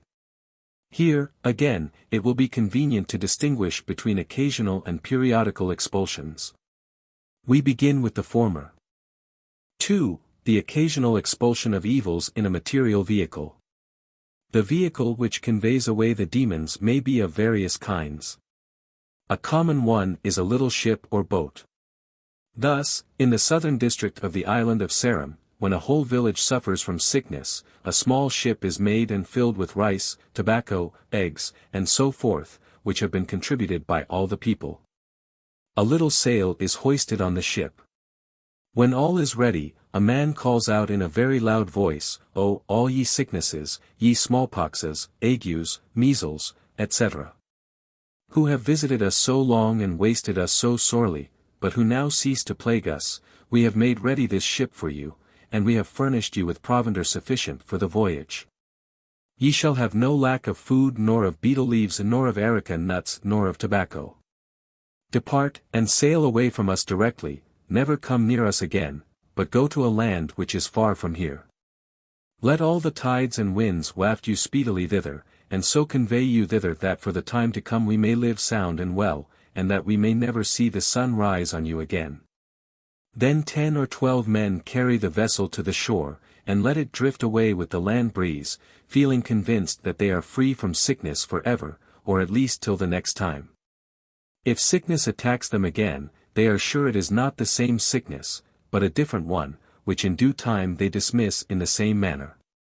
When the demon-laden bark is lost to sight, the bearers return to the village, whereupon a man cries out, "The sicknesses are now gone, vanished, expelled, and sailed away." At this all the people come running out of their houses, passing the word from one to the other with great joy, beating on gongs and on tinkling instruments. Similar ceremonies are commonly resorted to in other East Indian islands. Thus in Timor-Lot, to mislead the demons who are causing sickness, a small prow, containing the image of a man and provisioned for a long voyage, is allowed to drift away with wind and tide. As it is being launched, the people cry, "O sickness, go from here, turn back, what do you here in this poor land?" 3 days after this ceremony a pig is killed, and part of the flesh is offered to Didilla, who lives in the sun. One of the oldest men says, "Old sir, I beseech you make well the grandchildren, children, women, and men, that we may be able to eat pork and rice and to drink palm wine. I will keep my promise. Eat your share, and make all the people in the village well. If the prow is stranded at any inhabited spot, the sickness will break out there." Hence a stranded prow excites much alarm amongst the coast population, and they immediately burn it, because demons fly from fire. In the island of Buru the prow which carries away the demons of disease is about 20 feet long, rigged out with sails, oars, anchor, and so on, and well stocked with provisions. For a day and a night the people beat gongs and drums, and rush about to frighten the demons.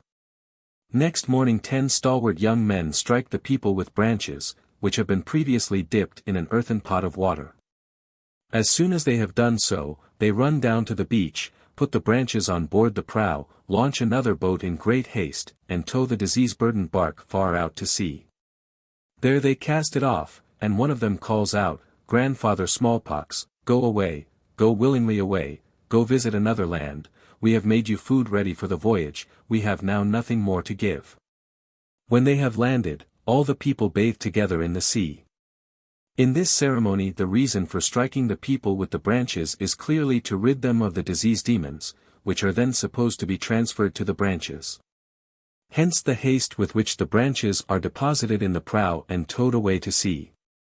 So in the inland districts of Ceram, when smallpox or other sickness is raging, the priest strikes all the houses with consecrated branches, which are then thrown into the river, to be carried down to the sea. Exactly as amongst the Watyaks of Russia the sticks which have been used for expelling the devils from the village are thrown into the river, that the current may sweep the baleful burden away. The plan of putting puppets in the boat to represent sick persons, in order to lure the demons after them, is not uncommon.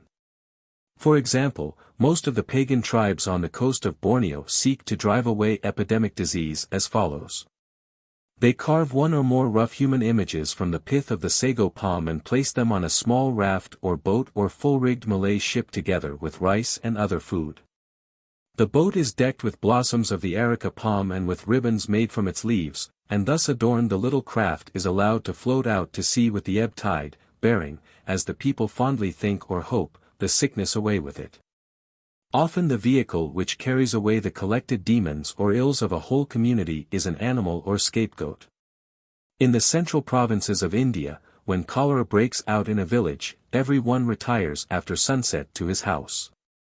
The priests then parade the streets, taking from the roof of each house a straw, which is burnt with an offering of rice, ghee, and turmeric, at some shrine to the east of the village. Chickens daubed with vermilion are driven away in the direction of the smoke, and are believed to carry the disease with them. If they fail, goats are tried, and last of all pigs. When cholera rages among the Bars, Malans, and Kurmis of India, they take a goat or a buffalo, in either case the animal must be a female, and as black as possible, then having tied some grain, cloves, and red lead in a yellow cloth on its back they turn it out of the village. The animal is conducted beyond the boundary and not allowed to return. Sometimes the buffalo is marked with a red pigment and driven to the next village, where he carries the plague with him. Amongst the Dinkas, a pastoral people of the White Nile, each family possesses a sacred cow. When the country is threatened with war, famine, or any other public calamity, the chiefs of the village require a particular family to surrender their sacred cow to serve as a scapegoat. The animal is driven by the women to the brink of the river and across it to the other bank, there to wander in the wilderness and fall a prey to ravening beasts. Then the women return in silence and without looking behind them. Were they to cast a backward glance, they imagine that the ceremony would have no effect. In 1857, when the Aymara Indians of Bolivia and Peru were suffering from a plague, they loaded a black llama with the clothes of the plague-stricken people, sprinkled brandy on the clothes, and then turned the animal loose on the mountains, hoping that it would carry the pest away with it. Occasionally the scapegoat is a man. For example, from time to time the gods used to warn the king of Uganda that his foes the Banyoro were working magic against him and his people to make them die of disease. To avert such a catastrophe the king would send a scapegoat to the frontier of Bunyoro, the land of the enemy. The scapegoat consisted of either a man, a boy, or a woman and her child, chosen because of some mark or bodily defect, which the gods had noted and by which the victims were to be recognized. With the human victims were sent a cow, a goat, a fowl, and a dog, and a strong guard escorted them to the land which the god had indicated. There the limbs of the victims were broken and they were left to die a lingering death in the enemy's country, being too crippled to crawl back to Uganda. The disease or plague was thought to have been thus transferred to the victims and to have been conveyed back in their persons to the land from which it came. Some of the aboriginal tribes of China, as a protection against pestilence, select a man of great muscular strength to act the part of scapegoat. Having besmeared his face with paint, he performs many antics with the view of enticing all pestilential and noxious influences to attach themselves to him only. He is assisted by a priest. Finally the scapegoat, hotly pursued by men and women beating gongs and tom-toms, is driven with great haste out of the town or village. In the Punjab a cure for the murrain is to hire a man of the Chamar caste, turn his face away from the village, brand him with a red-hot sickle, and let him go out into the jungle taking the murrain with him. He must not look back. 3. The periodic expulsion of evils in a material vehicle. The immediate expulsion of evils by means of a scapegoat or other material vehicle, like the immediate expulsion of them in invisible form, tends to become periodic, and for a like reason. Thus every year, generally in March, the people of Ledi, Moa, and Lakar, islands of the Indian archipelago, send away all their diseases to sea. They make a prow about 6 feet long, rig it with sails, oars, rudder, and other gear, and every family deposits in it some rice, fruit, a fowl, 2 eggs, insects that ravage the fields, and so on. Then they let it drift away to sea, saying, "Take away from here all kinds of sickness, take them to other islands, to other lands, distribute them in places that lie eastward, where the sun rises." The Bayajas of Borneo annually send to sea a little bark laden with the sins and misfortunes of the people. The crew of any ship that falls in with the ill-omened bark at sea will suffer all the sorrows with which it is laden. A like custom is annually observed by the Dusans of the Tuaran district in British North Borneo. The ceremony is the most important of the whole year. Its aim is to bring good luck to the village during the ensuing year by solemnly expelling all the evil spirits that may have collected in or about the houses throughout the last 12 months. The task of routing out the demons and banishing them devolves chiefly on women. Dressed in their finest array, they go in procession through the village. One of them carries a small sucking pig in a basket on her back. And all of them bear wands, with which they belabor the little pig at the appropriate moment. Its squeals help to attract the vagrant spirits. At every house the women dance and sing, clashing castanets or cymbals of brass and jingling bunches of little brass bells in both hands. When the performance has been repeated at every house in the village, the procession defiled down to the river, and all the evil spirits, which the performers have chased from the houses, follow them to the edge of the water. There a raft has been made ready and moored to the bank. It contains offerings of food, cloth, cooking pots, and swords, and the deck is crowded with figures of men, women, animals, and birds, all made out of the leaves of the sago palm. The evil spirits now embark on the raft, and when they are all aboard, it is pushed off and allowed to float down with the current, carrying the demons with it. Should the raft run aground near the village, it is shoved off with all speed, lest the invisible passengers should seize the opportunity of landing and returning to the village. Finally, the sufferings of the little pig, whose squeals serve to decoy the demons from their lurking places, are terminated by death, for it is killed and its carcass thrown away. Every year, at the beginning of the dry season, the Nicobar Islanders carry the model of a ship through their villages. The devils are chased out of the huts, and driven on board the little ship, which is then launched and suffered to sail away with the wind. The ceremony has been described by a catechist, who witnessed it at Car Nicobar in July 1897. For 3 days the people were busy preparing 2 very large floating cars, shaped like canoes, fitted with sails, and loaded with certain leaves, which possessed the valuable property of expelling devils.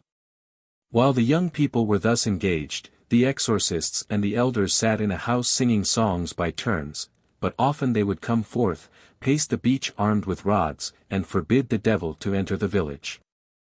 The 4th day of the solemnity bore a name which means, expelling the devil by sails. In the evening all the villagers assembled, the women bringing baskets of ashes and bunches of devil-expelling leaves.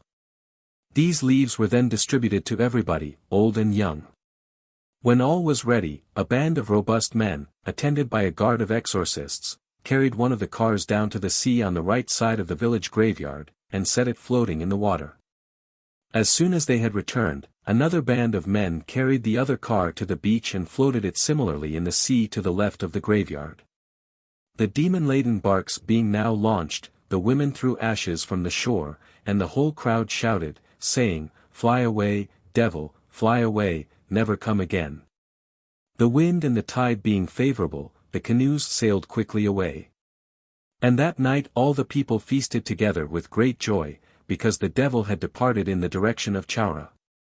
A similar expulsion of devils takes place once a year in other Nicobar villages.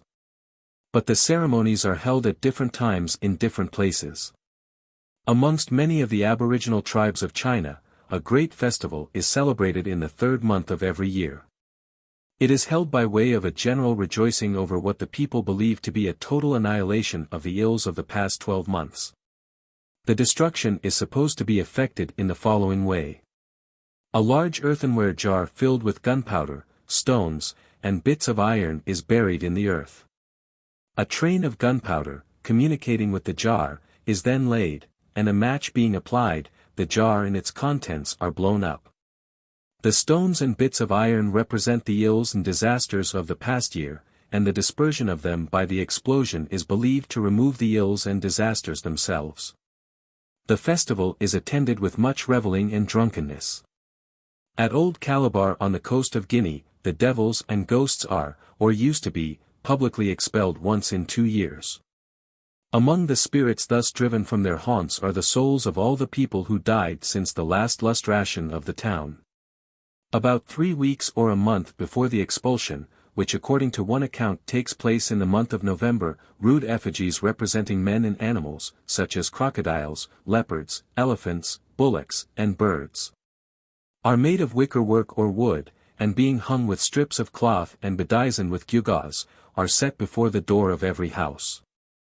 About 3 o'clock in the morning of the day appointed for the ceremony the whole population turns out into the streets, and proceeds with a deafening uproar and in a state of the wildest excitement to drive all lurking devils and ghosts into the effigies, in order that they may be banished with them from the abodes of men. For this purpose bands of people roam through the streets knocking on doors, firing guns, beating drums, blowing on horns, ringing bells, clattering pots and pans, shouting and hallooing with might and main. In short, making all the noise it is possible for them to raise. The hubbub goes on till the approach of dawn, when it gradually subsides and ceases altogether at sunrise. By this time the houses have been thoroughly swept, and all the frightened spirits are supposed to have huddled into the effigies or their fluttering drapery. In these wicker figures are also deposited the sweepings of the houses and the ashes of yesterday's fires. Then the demon-laden images are hastily snatched up, carried in tumultuous procession down to the brink of the river, and thrown into the water to the tuck of drums. The ebb tide bears them away seaward, and thus the town is swept clean of ghosts and devils for another 2 years. Similar annual expulsions of embodied evils are not unknown in Europe. On the evening of Easter Sunday the gypsies of southern Europe take a wooden vessel like a bandbox, which rests cradle-wise on 2 cross pieces of wood.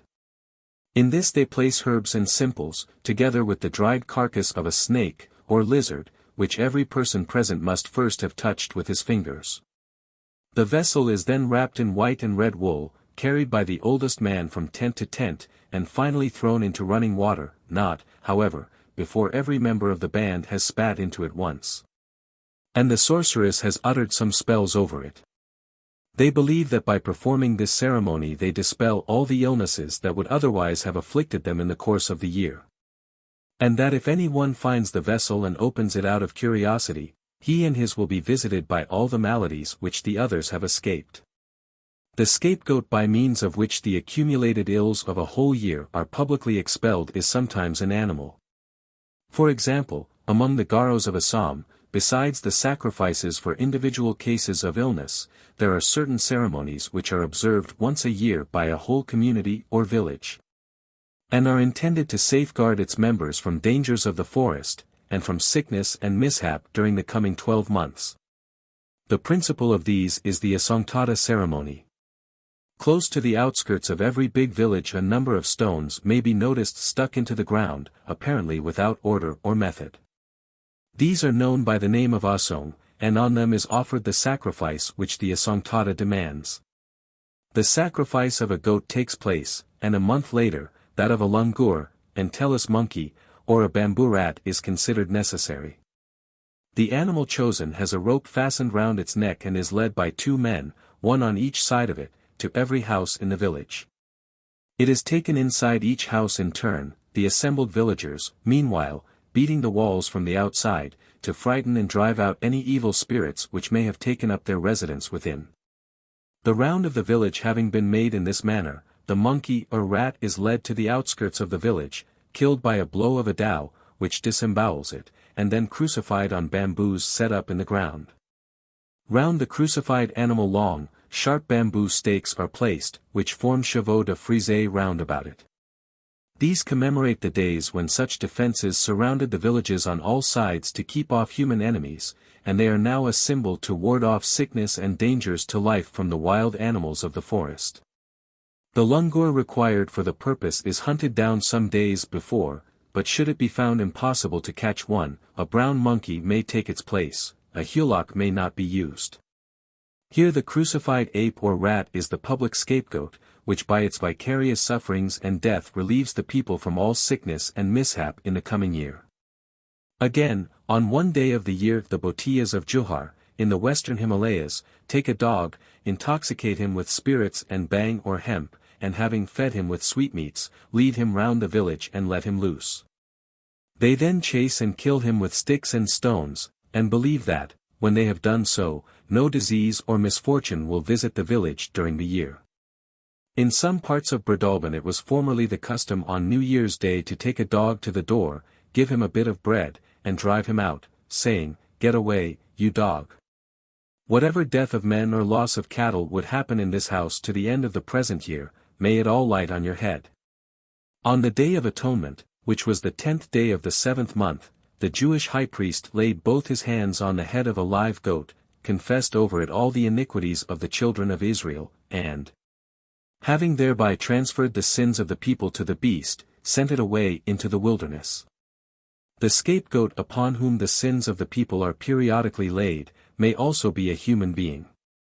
At Onitsha, on the Niger, 2 human beings used to be annually sacrificed to take away the sins of the land.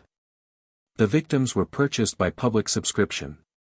All persons who, during the past year, had fallen into gross sins, such as incendiarism, theft, adultery, witchcraft, and so forth, were expected to contribute 28 ngugas, or a little over £2. The money thus collected was taken into the interior of the country and expended in the purchase of 2 sickly persons, to be offered as a sacrifice for all these abominable crimes, one for the land and one for the river. A man from a neighboring town was hired to put them to death. On the 27th of February 1858 the Reverend J. C. Taylor witnessed the sacrifice of one of these victims. The sufferer was a woman, about 19 or 20 years of age. They dragged her alive along the ground, face downwards, from the king's house to the river, a distance of 2 miles, the crowds who accompanied her crying, "Wickedness! Wickedness!" The intention was, to take away the iniquities of the land. The body was dragged along in a merciless manner, as if the weight of all their wickedness was thus carried away. Similar customs are said to be still secretly practiced every year by many tribes in the delta of the Niger in spite of the vigilance of the British government. Among the Yoruba Negroes of West Africa, the human victim chosen for sacrifice, and who may be either a freeborn or a slave, a person of noble or wealthy parentage, or one of humble birth, is, after he has been chosen and marked out for the purpose, called an Oluwo. He is always well fed and nourished and supplied with whatever he should desire during the period of his confinement. When the occasion arrives for him to be sacrificed and offered up, he is commonly led about and paraded through the streets of the town or city of the sovereign who would sacrifice him for the well-being of his government and of every family and individual under it, in order that he might carry off the sin, guilt, misfortune and death of all without exception. Ashes and chalk would be employed to hide his identity by the one being freely thrown over his head, and his face painted with the latter. Whilst individuals would often rush out of their houses to lay their hands upon him that they might thus transfer to him their sin, guilt, trouble, and death. This parade over, he is taken to an inner sanctuary and beheaded. His last words or dying groans are the signal for an outburst of joy among the people assembled outside, who believe that the sacrifice has been accepted and the divine wrath appeased.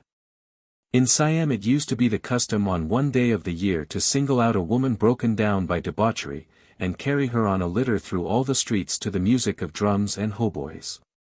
The mob insulted her and pelted her with dirt.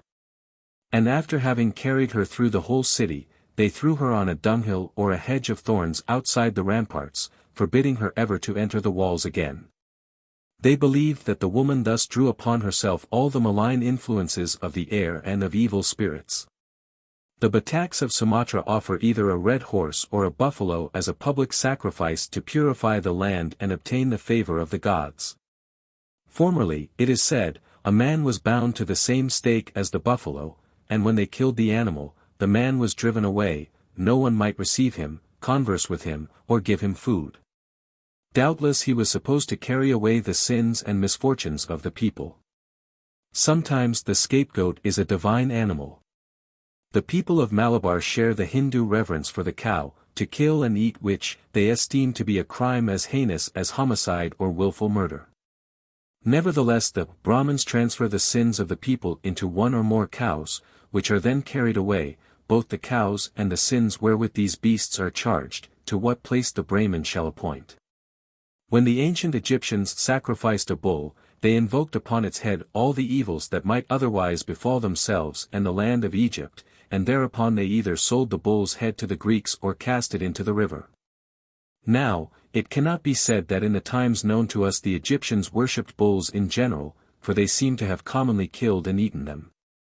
But a good many circumstances point to the conclusion that originally all cattle, bulls as well as cows, were held sacred by the Egyptians. For not only were all cows esteemed holy by them and never sacrificed, but even bulls might not be sacrificed unless they had certain natural marks. A priest examined every bull before it was sacrificed. If it had the proper marks, he put his seal on the animal in token that it might be sacrificed, and if a man sacrificed a bull which had not been sealed, he was put to death. Moreover, the worship of the black bulls Apis and Nevis, especially the former, played an important part in Egyptian religion. All bulls that died a natural death were carefully buried in the suburbs of the cities, and their bones were afterwards collected from all parts of Egypt and interred in a single spot.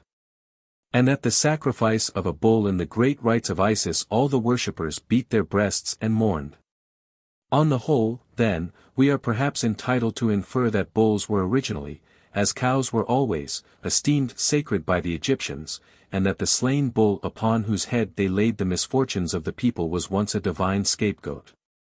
It seems not improbable that the lamb annually slain by the Medes of Central Africa is a divine scapegoat, and the same supposition may partly explain the Zuni sacrifice of the turtle. Lastly, the scapegoat may be a divine man. Thus, in November the Gonds of India worship Ganesham Deo, the protector of the crops, and at the festival the god himself is said to descend on the head of one of the worshippers, who is suddenly seized with a kind of fit and, after staggering about, rushes off into the jungle, where it is believed that, if left to himself, he would die mad. However, they bring him back, but he does not recover his senses for 1 or 2 days. The people think that one man is thus singled out as a scapegoat for the sins of the rest of the village.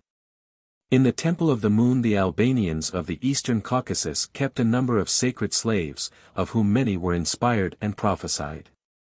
When one of these men exhibited more than usual symptoms of inspiration or insanity, and wandered solitary up and down the woods, like the Gond in the jungle, the high priest had him bound with a sacred chain and maintained him in luxury for a year.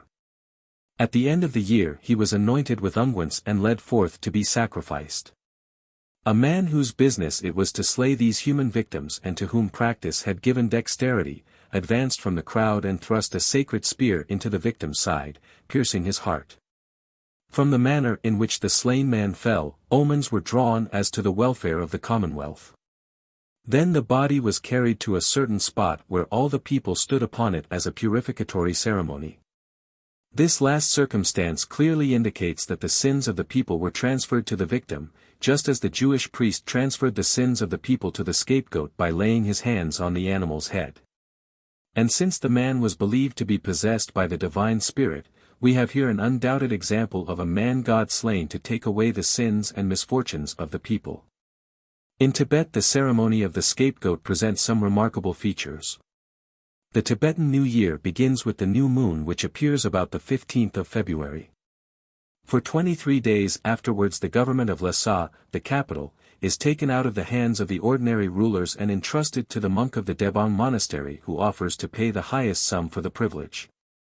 The successful bidder is called the Jalno, and he announces his accession to power in person, going through the streets of Lhasa with a silver stick in his hand. Monks from all the neighboring monasteries and temples assemble to pay him homage. The Jalno exercises his authority in the most arbitrary manner for his own benefit, as all the fines which he exacts are his by purchase. The profit he makes is about 10 times the amount of the purchase money. His men go about the streets in order to discover any conduct on the part of the inhabitants that can be found fault with. Every house in Lhasa is taxed at this time, and the slightest offense is punished with unsparing rigor by fines. This severity of the Jalno drives all working classes out of the city till the 23 days are over. But if the laity go out, the clergy come in. All the Buddhist monasteries of the country for miles round about open their gates and disgorge their inmates. All the roads that lead down into Lhasa from the neighboring mountains are full of monks hurrying to the capital, some on foot, some on horseback, some riding asses or lowing oxen, all carrying their prayer books and culinary utensils. In such multitudes do they come that the streets and squares of the city are encumbered with their swarms, and incarnadined with their red cloaks. The disorder and confusion are indescribable. Bands of the holy men traverse the streets chanting prayers, or uttering wild cries. They meet, they jostle, they quarrel, they fight, bloody noses, black eyes, and broken heads are freely given and received. All day long, too, from before the peep of dawn till after darkness has fallen, these red-cloaked monks hold services in the dim incense-laden air of the great Mashindranath temple, the cathedral of Lhasa. And thither they crowd thrice a day to receive their doles of tea and soup and money. The cathedral is a vast building, standing in the center of the city, and surrounded by bazaars and shops. The idols in it are richly inlaid with gold and precious stones. 24 days after the Jalno has ceased to have authority, he assumes it again, and for 10 days acts in the same arbitrary manner as before. On the first of the 10 days the priests again assemble at the cathedral, pray to the gods to prevent sickness and other evils among the people, and, as a peace offering, sacrifice one man. The man is not killed purposely, but the ceremony he undergoes often proves fatal. Grain is thrown against his head, and his face is painted half white, half black. Thus grotesquely disguised, and carrying a coat of skin on his arm, he is called the King of the Years, and sits daily in the marketplace, where he helps himself to whatever he likes and goes about shaking a black yak's tail over the people, who thus transfer their bad luck to him. On the 10th day, all the troops in Lhasa march to the great temple and form in line before it. The King of the Years is brought forth from the temple and receives small donations from the assembled multitude. He then ridicules the Jalno, saying to him, "What we perceive through the 5 senses is no illusion. All you teach is untrue," and the like. The Jalno, who represents the Grand Lama for the time being, contests these heretical opinions. The dispute waxes warm, and at last both agree to decide the questions at issue by a cast of the dice, the Jalno offering to change places with the scapegoat should the throw be against him. If the King of the Years wins, much evil is prognosticated, but if the Jalno wins, there is great rejoicing, for it proves that his adversary has been accepted by the gods as a victim to bear all the sins of the people of Lhasa. Fortune, however, always favors the Jalno, who throws 6s with unvarying success, while his opponent turns up only 1s.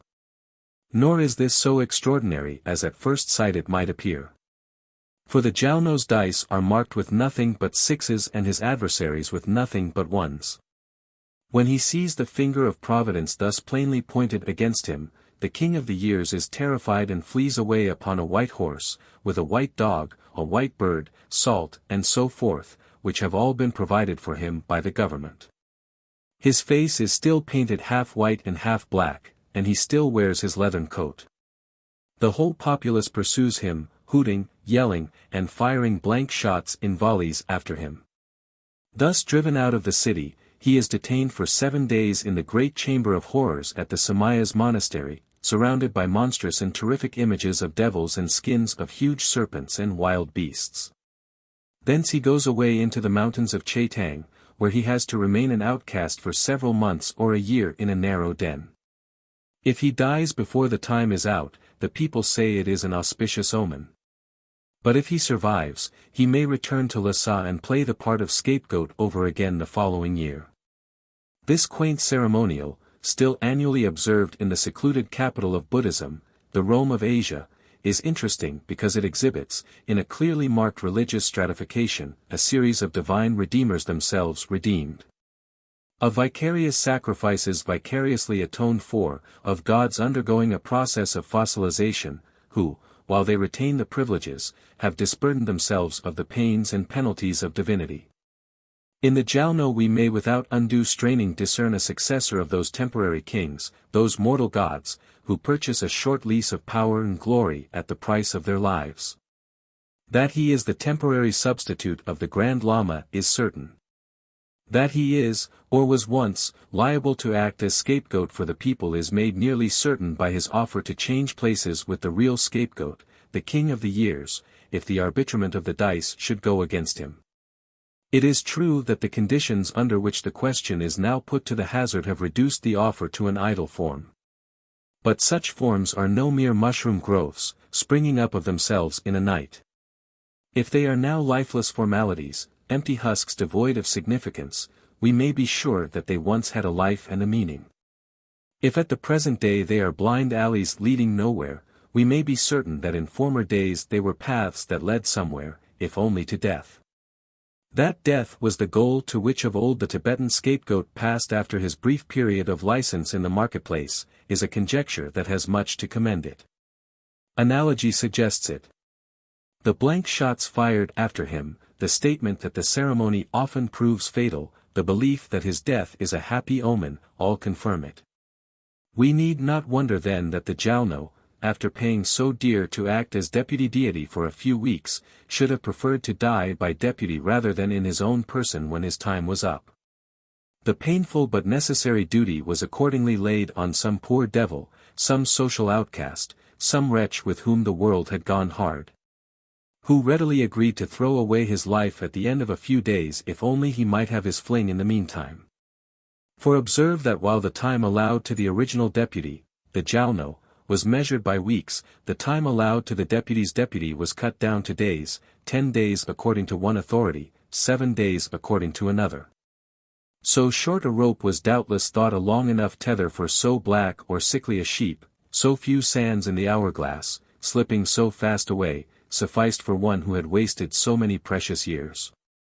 Hence in the jack-pudding who now masquerades with motley countenance in the marketplace of Lessa, sweeping up misfortune with a black yak's tail, we may fairly see the substitute of a substitute, the vicar of a vicar. The proxy on whose back the heavy burden was laid when it had been lifted from nobler shoulders.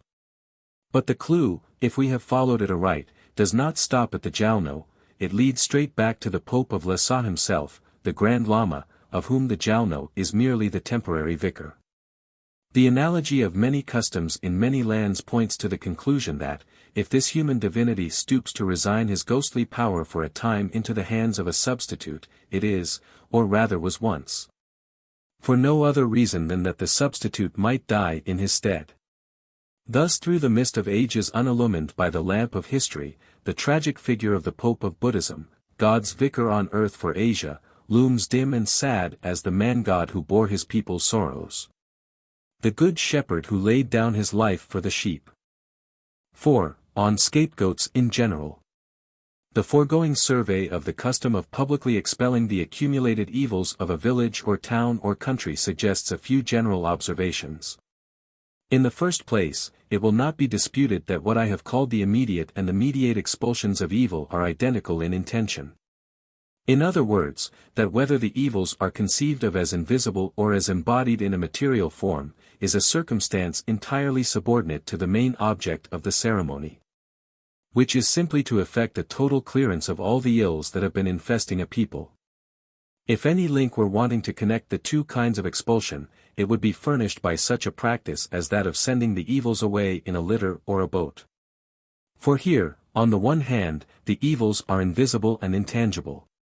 And, on the other hand, there is a visible and tangible vehicle to convey them away. And a scapegoat is nothing more than such a vehicle. In the second place, when a general clearance of evils is resorted to periodically, the interval between the celebrations of the ceremony is commonly a year. And the time of year when the ceremony takes place usually coincides with some well-marked change of season, such as the beginning or end of winter in the Arctic and temperate zones, and the beginning or end of the rainy season in the tropics. The increased mortality which such climatic changes are apt to produce, especially amongst ill-fed, ill-clothed, and ill-housed savages, is set down by primitive man to the agency of demons, who must accordingly be expelled. Hence, in the tropical regions of New Britain and Peru, the devils are or were driven out at the beginning of the rainy season. Hence, on the dreary coasts of Baffin land, they are banished at the approach of the bitter Arctic winter. When a tribe has taken to husbandry, the time for the general expulsion of devils is naturally made to agree with one of the great epochs of the agricultural year, as sowing, or harvest. But, as these epochs themselves naturally coincide with changes of season, it does not follow that the transition from the hunting or pastoral to the agricultural life involves any alteration in the time of celebrating this great annual rite. Some of the agricultural communities of India and the Hindu Kush, as we have seen, hold their general clearance of demons at harvest, others at sowing time. But, at whatever season of the year it is held, the general expulsion of devils commonly marks the beginning of the new year. For, before entering on a new year, people are anxious to rid themselves of the troubles that have harassed them in the past. Hence it comes about that in so many communities the beginning of the new year is inaugurated with a solemn and public banishment of evil spirits. In the third place, it is to be observed that this public and periodic expulsion of devils is commonly preceded or followed by a period of general license, during which the ordinary restraints of society are thrown aside, and all offences, short of the gravest, are allowed to pass unpunished. In Guinea and Tonquin the period of license precedes the public expulsion of demons, and the suspension of the ordinary government in Lesau previous to the expulsion of the scapegoat is perhaps a relic of a similar period of universal license. Amongst the Hos of India the period of license follows the expulsion of the devil. Amongst the Iroquois it hardly appears whether it preceded or followed the banishment of evils. In any case, the extraordinary relaxation of all ordinary rules of conduct on such occasions is doubtless to be explained by the general clearance of evils which precedes or follows it. On the one hand, when a general riddance of evil and absolution from all sin is in immediate prospect, men are encouraged to give the rein to their passions, trusting that the coming ceremony will wipe out the score which they are running up so fast. On the other hand, when the ceremony has just taken place, men's minds are freed from the oppressive sense, under which they generally labor, of an atmosphere surcharged with devils. And in the first revulsion of joy they overleap the limits commonly imposed by custom and morality. When the ceremony takes place at harvest time, the elation of feeling which it excites is further stimulated by the state of physical well-being produced by an abundant supply of food. Fourthly, the employment of a divine man or animal as a scapegoat is especially to be noted. Indeed, we are here directly concerned with the custom of banishing evils only in so far as these evils are believed to be transferred to a god who is afterward slain. It may be suspected that the custom of employing a divine man or animal as a public scapegoat is much more widely diffused than appears from the examples cited. For, as has already been pointed out, the custom of killing a god dates from so early a period of human history that in later ages, even when the custom continues to be practiced, it is liable to be misinterpreted. The divine character of the animal or man is forgotten, and he comes to be regarded merely as an ordinary victim. This is especially likely to be the case when it is a divine man who is killed. For when a nation becomes civilized, if it does not drop human sacrifices altogether, it at least selects as victims only such wretches as would be put to death at any rate. Thus the killing of a god may sometimes come to be confounded with the execution of a criminal. If we ask why a dying god should be chosen to take upon himself and carry away the sins and sorrows of the people, it may be suggested that in the practice of using the divinity as a scapegoat we have a combination of two customs which were at one time distinct and independent. On the one hand we have seen that it has been customary to kill the human or animal god in order to save his divine life from being weakened by the inroads of age. On the other hand we have seen that it has been customary to have a general expulsion of evils and sins once a year. Now, if it occurred to people to combine these two customs, the result would be the employment of the dying god as a scapegoat. He was killed, not originally to take away sin, but to save the divine life from the degeneracy of old age. But, since he had to be killed at any rate, people may have thought that they might as well seize the opportunity to lay upon him the burden of their sufferings and sins, in order that he might bear it away with him to the unknown world beyond the grave. The use of the divinity as a scapegoat clears up the ambiguity which, as we saw, appears to hang about the European folk custom of carrying out death. Grounds have been shown for believing that in this ceremony the so-called death was originally the spirit of vegetation, who was annually slain in spring, in order that he might come to life again with all the vigor of youth. But, as I pointed out, there are certain features in the ceremony which are not explicable on this hypothesis alone. Such are the marks of joy with which the effigy of death is carried out to be buried or burnt, and the fear and abhorrence of it manifested by the bearers.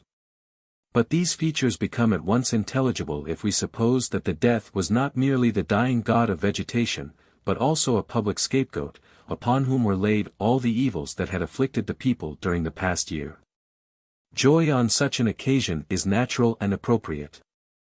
And if the dying god appears to be the object of that fear and abhorrence which are properly due not to himself, but to the sins and misfortunes with which he is laden, this arises merely from the difficulty of distinguishing, or at least of marking the distinction, between the bearer and the burden.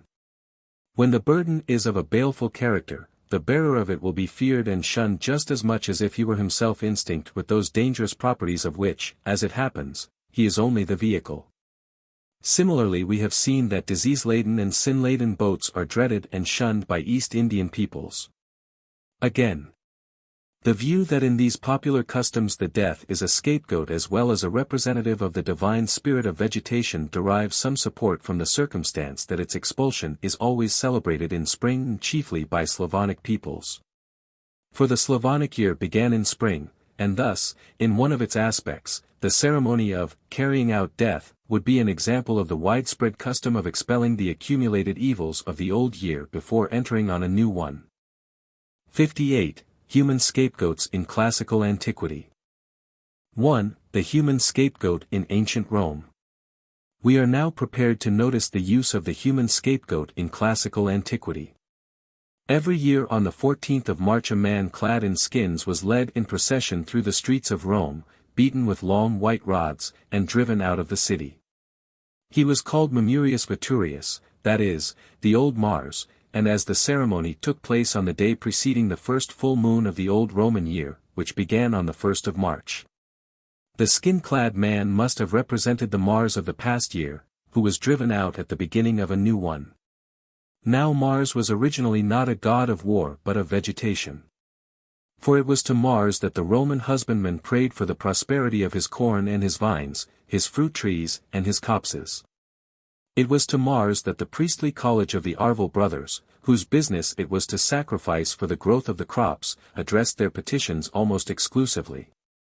And it was to Mars, as we saw, that a horse was sacrificed in October to secure an abundant harvest. Moreover, it was to Mars, under his title of Mars of the Woods, Mars Sylvanus, that farmers offered sacrifice for the welfare of their cattle. We have already seen that cattle are commonly supposed to be under the special patronage of tree gods. Once more, the consecration of the vernal month of March to Mars seems to point him out as the deity of the sprouting vegetation. Thus the Roman custom of expelling the old Mars at the beginning of the new year in spring is identical with the Slavonic custom of carrying out death, if the view here taken of the latter custom is correct. The similarity of the Roman and Slavonic customs has been already remarked by scholars, who appear, however, to have taken Mamurius Veturius and the corresponding figures in the Slavonic ceremonies to be representatives of the old year rather than of the old god of vegetation. It is possible that ceremonies of this kind may have come to be thus interpreted in later times even by the people who practiced them. But the personification of a period of time is too abstract an idea to be primitive. However, in the Roman, as in the Slavonic, ceremony, the representative of the god appears to have been treated not only as a deity of vegetation but also as a scapegoat. His expulsion implies this. For there is no reason why the god of vegetation, as such, should be expelled the city. But it is otherwise if he is also a scapegoat. It then becomes necessary to drive him beyond the boundaries, that he may carry his sorrowful burden away to other lands. And, in fact, Mamurius Veturius appears to have been driven away to the land of the Oscans, the enemies of Rome. 2. The human scapegoat in ancient Greece. The ancient Greeks were also familiar with the use of a human scapegoat.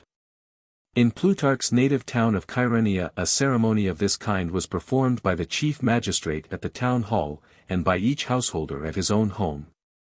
It was called the expulsion of hunger.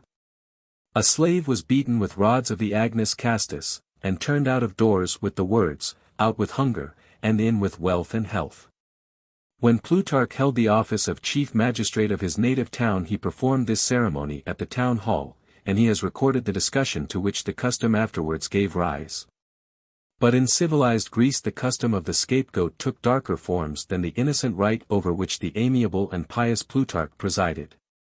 Whenever Marseilles, one of the busiest and most brilliant of Greek colonies, was ravaged by a plague, a man of the poorer classes used to offer himself as a scapegoat.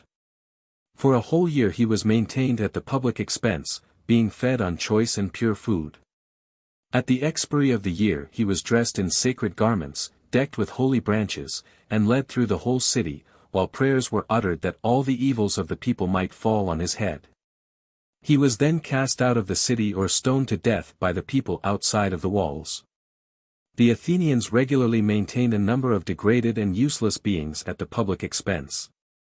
And when any calamity, such as plague, drought, or famine, befell the city, they sacrificed two of these outcast scapegoats. One of the victims was sacrificed for the men and the other for the women. The former wore round his neck a string of black, the latter a string of white figs. Sometimes, it seems, the victim slain on behalf of the women was a woman. They were led about the city and then sacrificed, apparently by being stoned to death outside the city. But such sacrifices were not confined to extraordinary occasions of public calamity.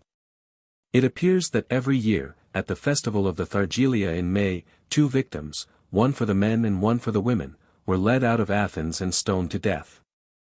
The city of Abdera in Thrace was publicly purified once a year, and one of the burghers, set apart for the purpose, was stoned to death as a scapegoat or vicarious sacrifice for the life of all the others. 6 days before his execution he was excommunicated, in order that he alone might bear the sins of all the people. From the Lover's Leap, a white bluff at the southern end of their island, the Leucadians used annually to hurl a criminal into the sea as a scapegoat.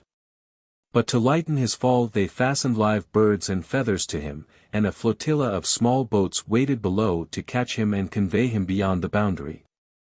Probably these humane precautions were a mitigation of an earlier custom of flinging the scapegoat into the sea to drown.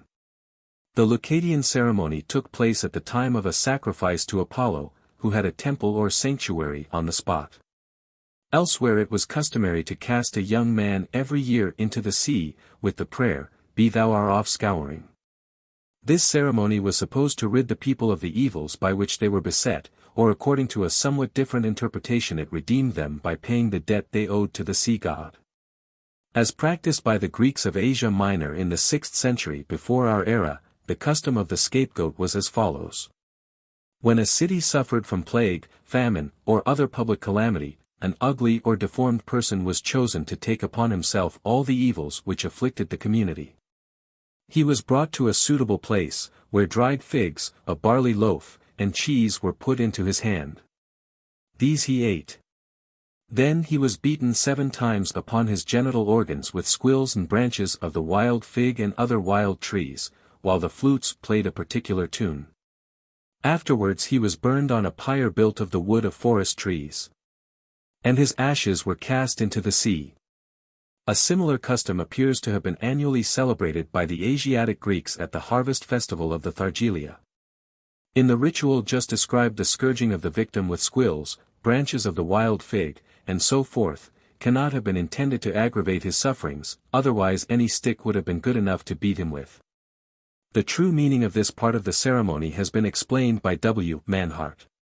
He points out that the ancients attributed to squills a magical power of averting evil influences, and that accordingly they hung them up at the doors of their houses and made use of them in purificatory rites.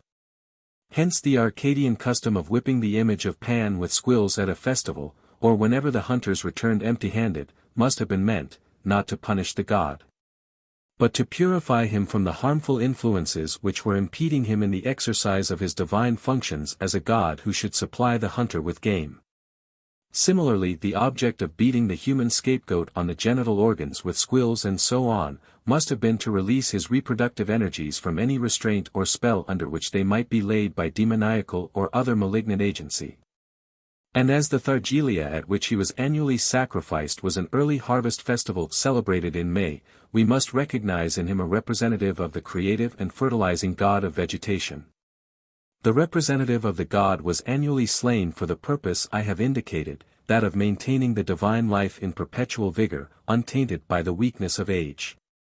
And before he was put to death it was not unnatural to stimulate his reproductive powers in order that these might be transmitted in full activity to his successor, the new god or new embodiment of the old god, who was doubtless supposed immediately to take the place of the one slain. Similar reasoning would lead to a similar treatment of the scapegoat on special occasions, such as drought or famine. If the crops did not answer to the expectation of the husbandman, this would be attributed to some failure in the generative powers of the god whose function it was to produce the fruits of the earth. It might be thought that he was under a spell or was growing old and feeble. Accordingly he was slain in the person of his representative, with all the ceremonies already described, in order that, born young again, he might infuse his own youthful vigor into the stagnant energies of nature. On the same principle we can understand why Mamurius Veturius was beaten with rods, why the slave at the Chaerenean ceremony was beaten with the Agnus Castus, a tree to which magical properties were ascribed.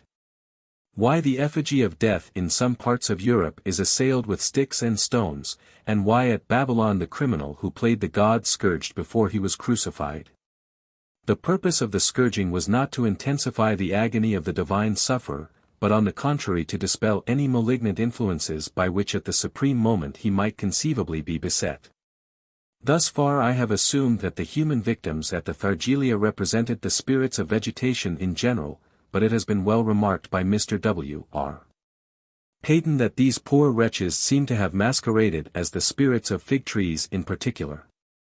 He points out that the process of caprification, as it is called, that is, the artificial fertilization of the cultivated fig trees by hanging strings of wild figs among the boughs, takes place in Greece and Asia Minor in June about a month after the date of the Thargelia, and he suggests that the hanging of the black and white figs round the necks of the two human victims, one of whom represented the men and the other the women, may have been a direct imitation of the process of caprification designed, on the principle of imitative magic, to assist the fertilization of the fig trees. And since caprification is in fact a marriage of the male fig tree with the female fig tree, Mr. Peyton further supposes that the loves of the trees may, on the same principle of imitative magic, have been simulated by a mock or even a real marriage between the two human victims, one of whom appears sometimes to have been a woman. On this view the practice of beating the human victims on their genitals with branches of wild fig trees and with squills was a charm intended to stimulate the generative powers of the man and woman who for the time being personated the male and the female fig trees respectively, and who by their union in marriage, whether real or pretended, were believed to help the trees to bear fruit. The interpretation which I have adopted of the custom of beating the human scapegoat with certain plants is supported by many analogies. Thus among the Kai of German New Guinea, when a man wishes to make his banana shoots bear fruit quickly, he beats them with a stick cut from a banana tree which has already borne fruit. Here it is obvious that fruitfulness is believed to inhere in a stick cut from a fruitful tree and to be imparted by contact to the young banana plants. Similarly in New Caledonia a man will beat his taro plants lightly with a branch, saying as he does so, "I beat this taro that it may grow," after which he plants the branch in the ground at the end of the field. Among the Indians of Brazil at the mouth of the Amazon, when a man wishes to increase the size of his generative organ, he strikes it with the fruit of a white aquatic plant called anina, which grows luxuriantly on the banks of the river. The fruit, which is inedible, resembles a banana, and is clearly chosen for this purpose on account of its shape. The ceremony should be performed 3 days before or after the new moon. In the county of Bécs, in Hungary, barren women are fertilized by being struck with a stick which has first been used to separate pairing dogs. Here a fertilizing virtue is clearly supposed to be inherent in the stick and to be conveyed by contact to the women. The Turages of Central Celebes think that the plant Dracaena terminalis has a strong soul, because when it is lopped, it soon grows up again.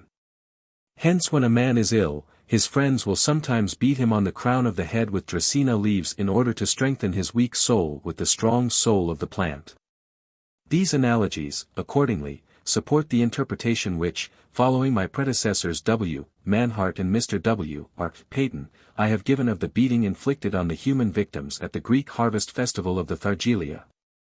That beating, being administered to the generative organs of the victims by fresh green plants and branches, is most naturally explained as a charm to increase the reproductive energies of the men or women, either by communicating to them the fruitfulness of the plants and branches, or by ridding them of the maleficent influences.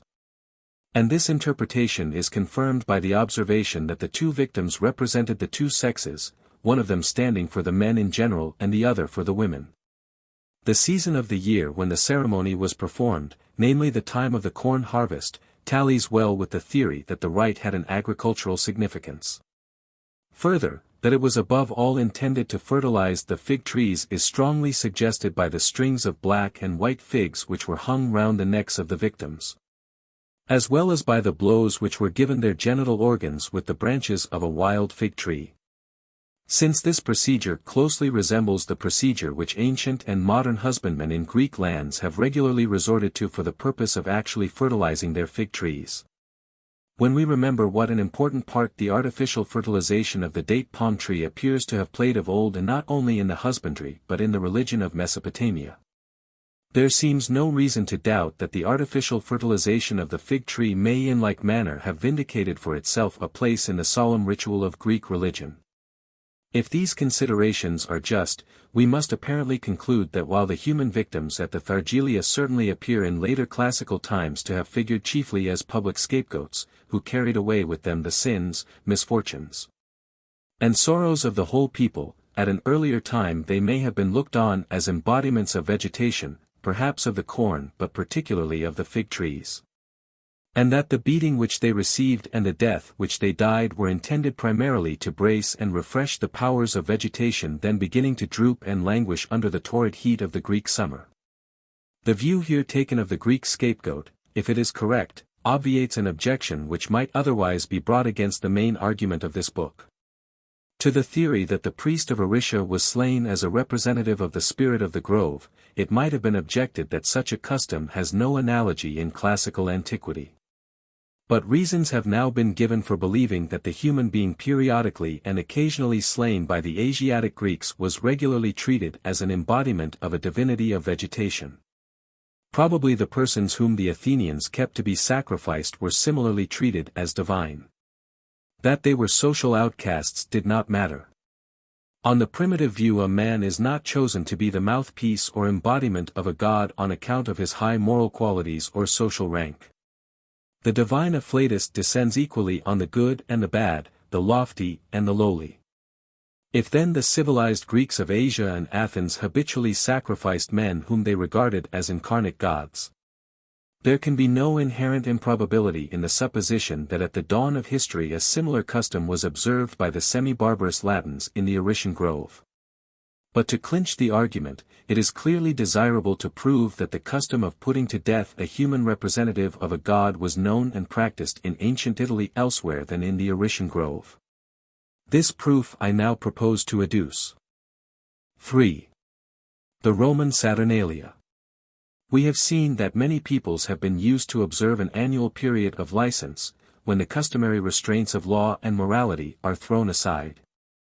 When the whole population give themselves up to extravagant mirth and jollity, and when the darker passions find a vent which would never be allowed them in the more staid and sober course of ordinary life. Such outbursts of the pent-up forces of human nature, too often degenerating into wild orgies of lust and crime, occur most commonly at the end of the year, and are frequently associated, as I have had occasion to point out, with one or other of the agricultural seasons, especially with the time of sowing or of harvest. Now, of all these periods of license the one which is best known and which in modern language has given its name to the rest, is the Saturnalia.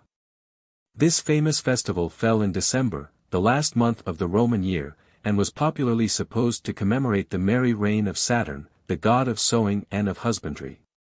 Who lived on earth long ago as a righteous and beneficent king of Italy, drew the rude and scattered dwellers on the mountains together, taught them to till the ground, gave them laws, and ruled in peace.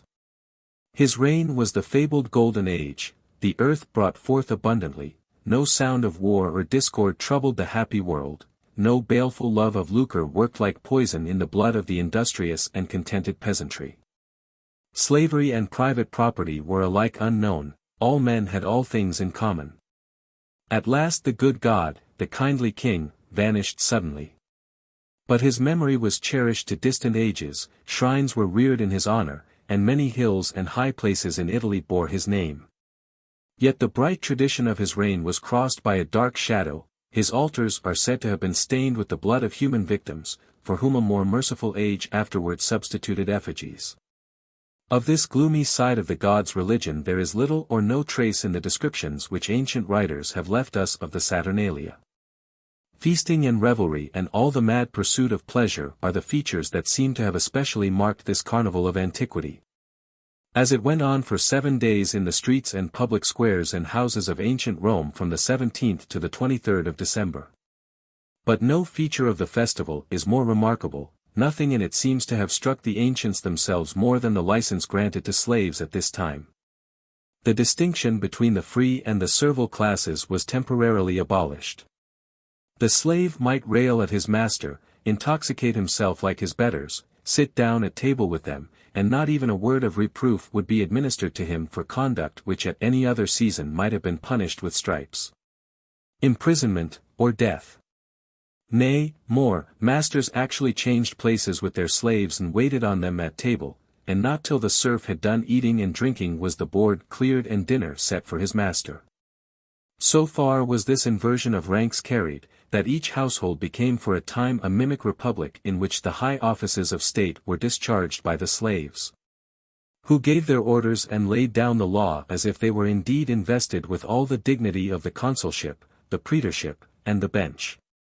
Like the pale reflection of power thus accorded to bondsmen at the Saturnalia was the mock kingship for which freemen cast lots at the same season.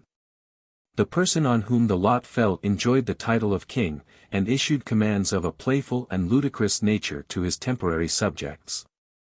One of them he might order to mix the wine, another to drink, another to sing, another to dance, another to speak in his own dispraise, another to carry a flute girl on his back round the house.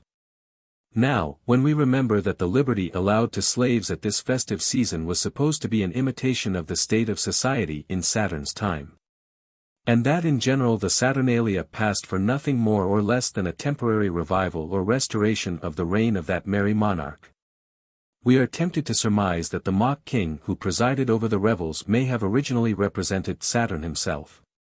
The conjecture is strongly confirmed, if not established, by a very curious and interesting account of the way in which the Saturnalia was celebrated by the Roman soldiers stationed on the Danube in the reign of Maximian and Diocletian. The account is preserved in a narrative of the martyrdom of Saint Decius, which was unearthed from a Greek manuscript in the Paris Library, and published by Professor Franz Cumont of Ghent. 2 briefer descriptions of the event and of the custom are contained in manuscripts at Milan and Berlin. One of them had already seen the light in an obscure volume printed at Urbino in 1727, but its importance for the history of the Roman religion, both ancient and modern, appears to have been overlooked until Professor Cumont drew the attention of scholars to all 3 narratives by publishing them together some years ago. According to these narratives, which have all the appearance of being authentic, and of which the longest is probably based on official documents, the Roman soldiers at Durostorum in Lower Moesia celebrated the Saturnalia year by year in the following manner. 30 days before the festival they chose by lot from amongst themselves a young and handsome man, who was then clothed in royal attire to resemble Saturn. Thus arrayed and attended by a multitude of soldiers he went about in public with full license to indulge his passions and to taste of every pleasure, however base and shameful. But if his reign was merry, it was short and ended tragically. For when the 30 days were up and the festival of Saturn had come, he cut his own throat on the altar of the god whom he personated. In the year AD 303 The lot fell upon the Christian soldier Decius, but he refused to play the part of the heathen god and soil his last days by debauchery. The threats and arguments of his commanding officer Bassus failed to shake his constancy, and accordingly he was beheaded, as the Christian martyrologist records with minute accuracy. At Durostorum by the soldier John on Friday the 20th day of November, being the 24th day of the moon, at the 4th hour. Since this narrative was published by Professor Cumont, its historical character, which had been doubted or denied, has received strong confirmation from an interesting discovery. In the crypt of the cathedral which crowns the promontory of Ancona there is preserved, among other remarkable antiquities, a white marble sarcophagus bearing a Greek inscription, in characters of the age of Justinian. To the following effect, here lies the holy martyr Decius, brought from Durostorum. The sarcophagus was transferred to the crypt of the cathedral in 1848 from the church of San Pellegrino, under the high altar of which, as we learn from a Latin inscription let into the masonry. The martyr's bones still repose with those of 2 other saints. How long the sarcophagus was deposited in the church of San Pellegrino, we do not know, but it is recorded to have been there in the year 1650. We may suppose that the saint's relics were transferred for safety to Ancona at some time in the troubled centuries which followed his martyrdom, when Moesia was occupied and ravaged by successive hordes of barbarian invaders. At all events it appears certain from the independent and mutually confirmatory evidence of the martyrology and the monuments that Decius was no mythical saint, but a real man, who suffered death for his faith at Durostorum in one of the early centuries of the Christian era. Finding the narrative of the nameless martyrologist thus established as to the principal fact recorded, namely, the martyrdom of St. Decius, we may reasonably accept his testimony as to the manner and cause of the martyrdom, all the more because his narrative is precise, circumstantial, and entirely free from the miraculous element. Accordingly I conclude that the account which he gives of the celebration of the Saturnalia among the Roman soldiers is trustworthy. This account sets in a new and lurid light the office of the king of the Saturnalia, the ancient lord of misrule, who presided over the winter revels at Rome in the time of Horace and Tacitus. It seems to prove that his business had not always been that of a mere harlequin or merry andrew whose only care was that the revelry should run high and the fun grow fast and furious, while the fire blazed and crackled on the hearth. While the streets swarmed with festive crowds, and through the clear frosty air, far away to the north, Soracte showed his coronal of snow. When we compare this comic monarch of the gay, the civilized metropolis with his grim counterpart of the rude camp on the Danube, and when we remember the long array of similar figures, ludicrous yet tragic, who in other ages and in other lands, wearing mock crowns and wrapped in sceptred palls, have played their little pranks for a few brief hours or days, then passed before their time to a violent death, we can hardly doubt that in the king of the Saturnalia at Rome, as he is depicted by classical writers, we see only a feeble emasculated copy of that original, whose strong features have been fortunately preserved for us by the obscure author of the martyrdom of St. Decius.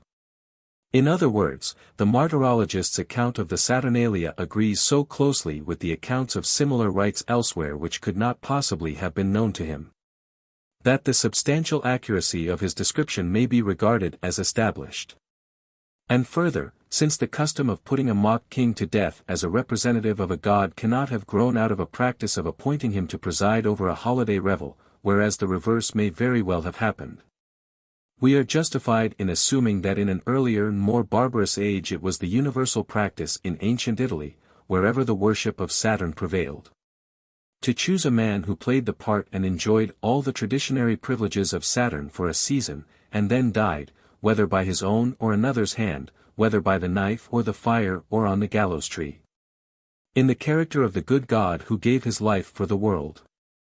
In Rome itself and other great towns the growth of civilization had probably mitigated this cruel custom long before the Augustan age, and transformed it into the innocent shape it wears in the writings of the few classical writers who bestow a passing notice on the holiday king of the Saturnalia. But in remoter districts the older and sterner practice may long have survived. And even if after the unification of Italy the barbarous usage was suppressed by the Roman government, the memory of it would be handed down by the peasants and would tend from time to time, As still happens with the lowest forms of superstition among ourselves, to lead to a recrudescence of the practice. Especially among the rude soldiery on the outskirts of the empire over whom the once iron hand of Rome was beginning to relax its grasp. The resemblance between the Saturnalia of ancient and the carnival of modern Italy has often been remarked, but in the light of all the facts that have come before us, we may well ask whether the resemblance does not amount to identity. We have seen that in Italy, Spain, and France, that is, in the countries where the influence of Rome has been deepest and most lasting, a conspicuous feature of the carnival is a burlesque figure personifying the festive season, which after a short career of glory in dissipation is publicly shot, burnt, or otherwise destroyed, to the feigned grief or genuine delight of the populace. If the view here suggested of the carnival is correct, this grotesque personage is no other than a direct successor of the old king of the Saturnalia, the master of the revels, the real man who personated Saturn and, when the revels were over, suffered a real death in his assumed character. The king of the bean on Twelfth Night and the medieval bishop of fools, abbot of unreason, or lord of misrule are figures of the same sort and may perhaps have had a similar origin. Whether that was so or not, we may conclude with a fair degree of probability that if the king of the wood at Aricia lived and died as an incarnation of a sylvan deity, he had of old a parallel at Rome in the men who, year by year, were slain in the character of King Saturn, the god of the sown and sprouting seed. 59. Killing the god in Mexico. By no people does the custom of sacrificing the human representative of a god appear to have been observed so commonly and with so much solemnity as by the Aztecs of ancient Mexico. With the ritual of these remarkable sacrifices we are well acquainted, for it has been fully described by the Spaniards who conquered Mexico in the 16th century, and whose curiosity was naturally excited by the discovery in this distant region of a barbarous and cruel religion which presented many curious points of analogy to the doctrine and ritual of their own church. They took a captive, says the Jesuit Acosta, such as they thought good. And afore they did sacrifice him unto their idols, they gave him the name of the idol, to whom he should be sacrificed, and apparelled him with the same ornaments like their idol, saying, that he did represent the same idol. And during the time that this representation lasted, which was for a year in some feasts, in others 6 months, and in others less, they reverenced and worshipped him in the same manner as the proper idol. And in the meantime he did eat, drink, and was merry. When he went through the streets, the people came forth to worship him, and every one brought him an alms, with children and sick folks, that he might cure them, and bless them, suffering him to do all things at his pleasure. Only he was accompanied with 10 or 12 men lest he should fly. And he, to the end he might be reverenced as he passed, sometimes sounded upon a small flute, that the people might prepare to worship him. The feast being come, and he grown fat, they killed him, opened him, and ate him, making a solemn sacrifice of him. This general description of the custom may now be illustrated by particular examples. Thus at the festival called Toxcatl, the greatest festival of the Mexican year, a young man was annually sacrificed in the character of Tezcatlipoca, the god of gods. After having been maintained and worshipped as that great deity in person for a whole year. According to the old Franciscan monk Sahagan, our best authority on the Aztec religion, the sacrifice of the human god fell at Easter or a few days later, so that, if he is right, it would correspond in date as well as in character to the Christian festival of the death and resurrection of the Redeemer. More exactly he tells us that the sacrifice took place on the first day of the 5th Aztec month, which according to him began on the 23rd or 27th day of April. At this festival the great god died in the person of one human representative and came to life again in the person of another, who was destined to enjoy the fatal honor of divinity for a year and to perish, like all his predecessors. At the end of it, the young man singled out for this high dignity was carefully chosen from among the captives on the ground of his personal beauty. He had to be of unblemished body, slim as a reed and straight as a pillar, neither too tall nor too short. If through high living he grew too fat, he was obliged to reduce himself by drinking salt water. And in order that he might behave in his lofty station with becoming grace and dignity he was carefully trained to comport himself like a gentleman of the first quality, to speak correctly and elegantly, to play the flute, to smoke cigars and to snuff at flowers with a dandified air. He was honorably lodged in the temple, where the nobles waited on him and paid him homage, bringing him meat and serving him like a prince. The king himself saw to it that he was apparelled in gorgeous attire, for already he esteemed him as a god.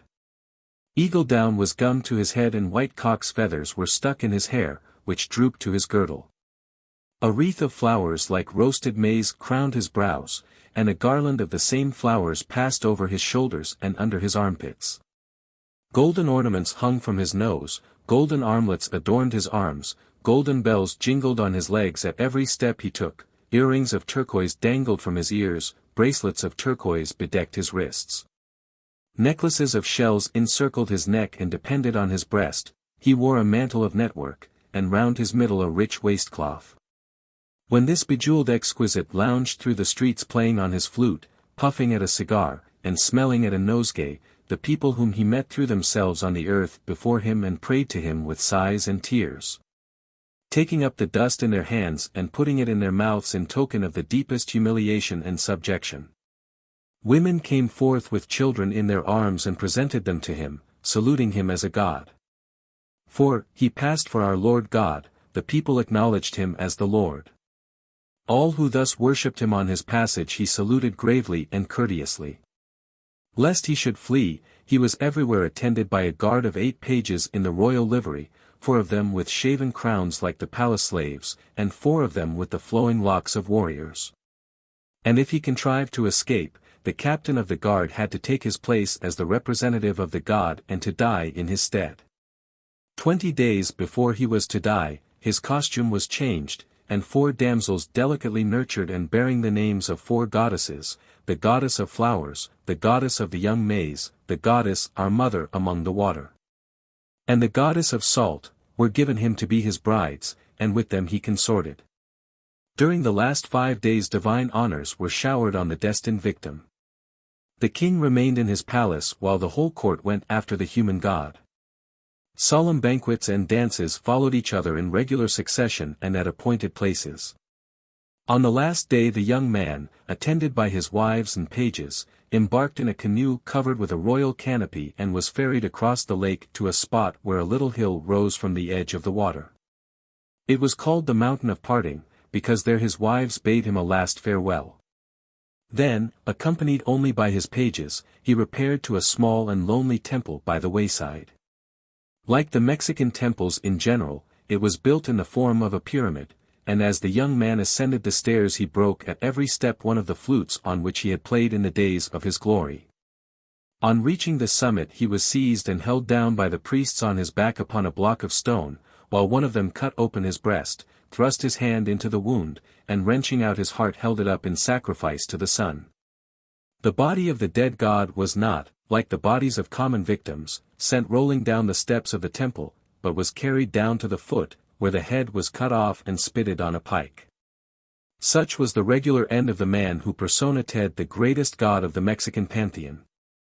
The honor of living for a short time in the character of a god and dying a violent death in the same capacity was not restricted to men in Mexico.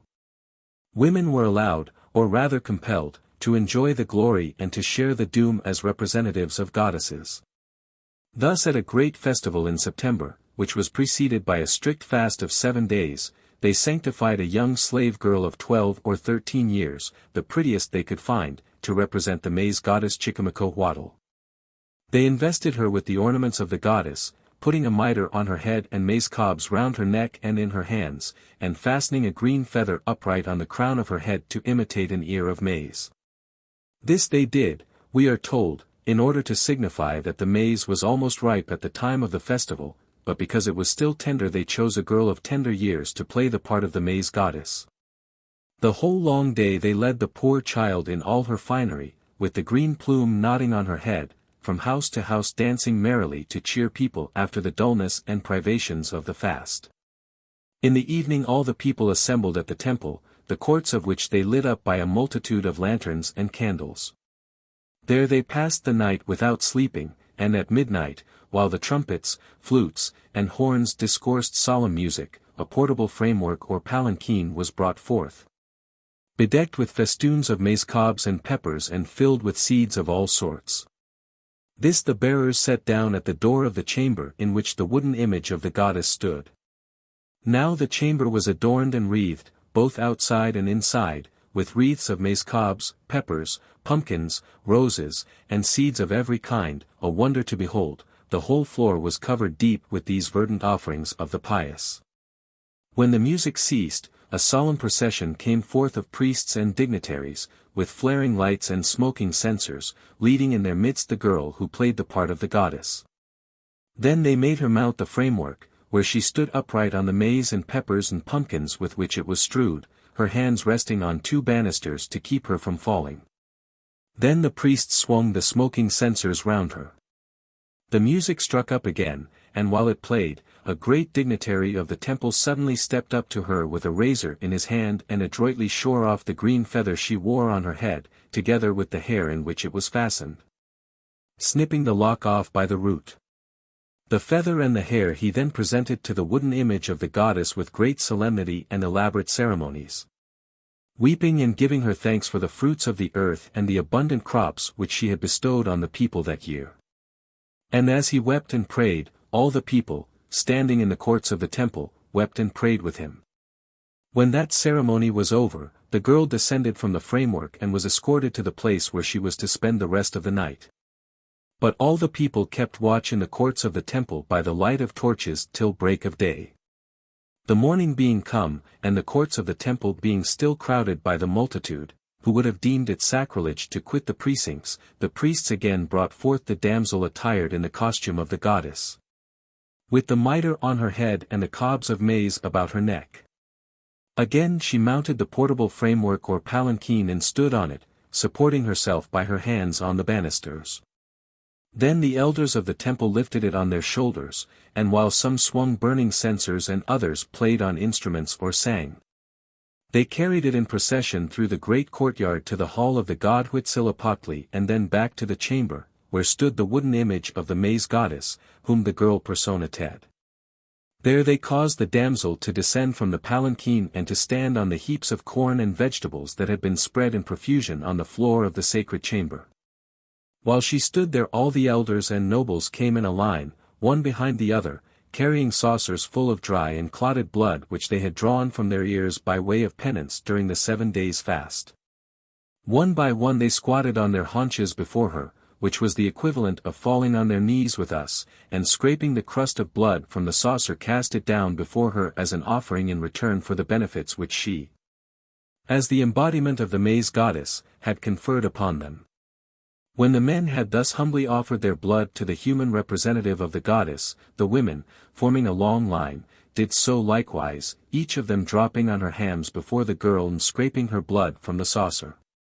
The ceremony lasted a long time, for great and small, young and old, all without exception had to pass before the incarnate deity and make their offering. When it was over, the people returned home with glad hearts to feast on flesh and viands of every sort as merrily, we are told, as good Christians at Easter partake of meat and other carnal mercies after the long abstinence of Lent. And when they had eaten and drunk their fill and rested after the night watch, they returned quite refreshed to the temple to see the end of the festival. And the end of the festival was this. The multitude being assembled, the priests solemnly incensed the girl who personated the goddess. Then they threw her on her back on the heap of corn and seeds, cut off her head, caught the gushing blood in a tub, and sprinkled the blood on the wooden image of the goddess, the walls of the chamber, and the offerings of corn, peppers, pumpkins, seeds, and vegetables which cumbered the floor. After that they flayed the headless trunk, and one of the priests made shift to squeeze himself into the bloody skin. Having done so they clad him in all the robes which the girl had worn. They put the mitre on his head, the necklace of golden maize cobs about his neck, the maize cobs of feathers and gold in his hands. And thus arrayed they led him forth in public, all of them dancing to the tuck of drum, while he acted as fugleman, skipping and posturing at the head of the procession as briskly as he could be expected to do. Incommoded as he was by the tight and clammy skin of the girl and by her clothes, which must have been much too small for a grown man. In the foregoing custom the identification of the young girl with the maize goddess appears to be complete. The golden maize cobs which she wore round her neck, the artificial maize cobs which she carried in her hands, the green feather which was stuck in her hair in imitation, we are told, of a green ear of maize. All set her forth as a personification of the corn spirit. And we are expressly informed that she was specially chosen as a young girl to represent the young maize, which at the time of the festival had not yet fully ripened.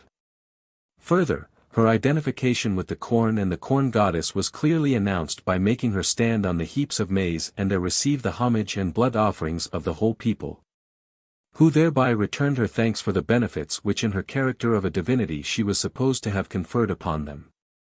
Once more, the practice of beheading her on a heap of corn and seeds and sprinkling her blood, not only on the image of the maize goddess, but on the piles of maize, peppers, pumpkins, seeds, and vegetables, can seemingly have had no other object but to quicken and strengthen the crops of corn and the fruits of the earth in general by infusing into their representatives the blood of the corn goddess herself.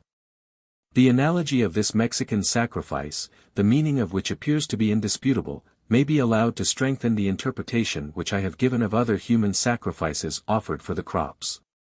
If the Mexican girl, whose blood was sprinkled on the maize, indeed personated the maize goddess, it becomes more than ever probable that the girl whose blood the Pawnees similarly sprinkled on the seed corn personated in like manner the female spirit of the corn. And so with the other human beings whom other races have slaughtered for the sake of promoting the growth of the crops.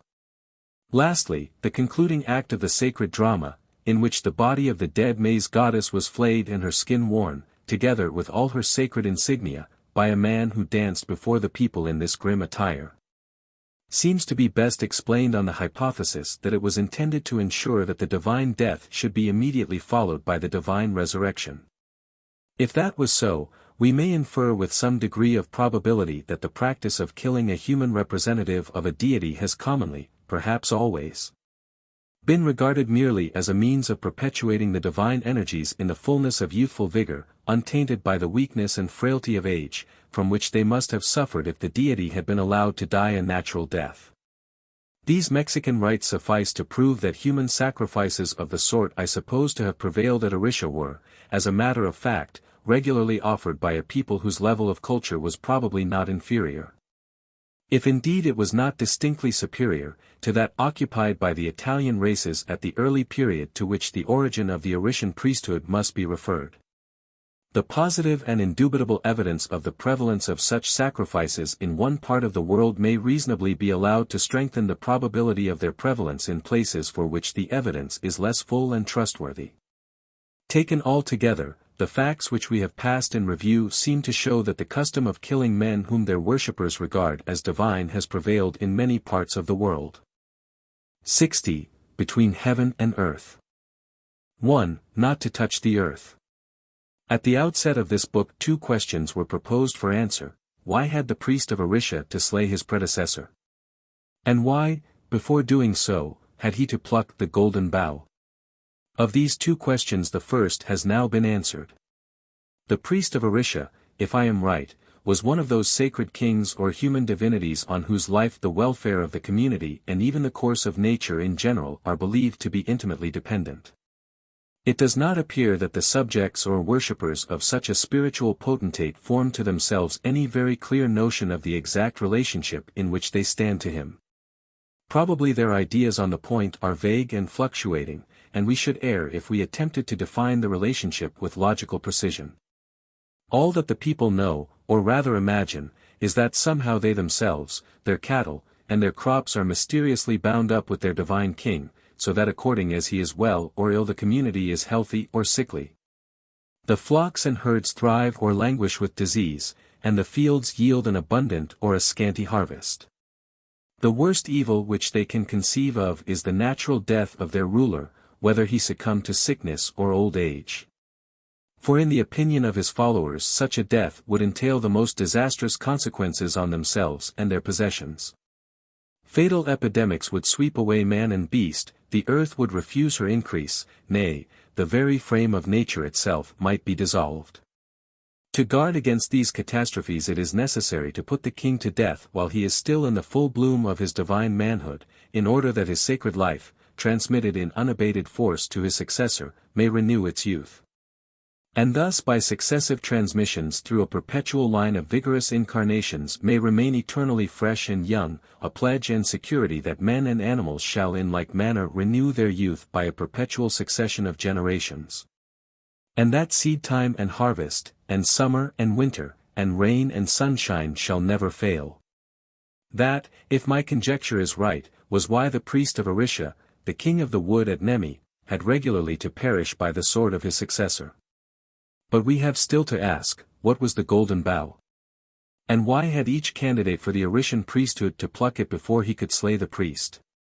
These questions I will now try to answer.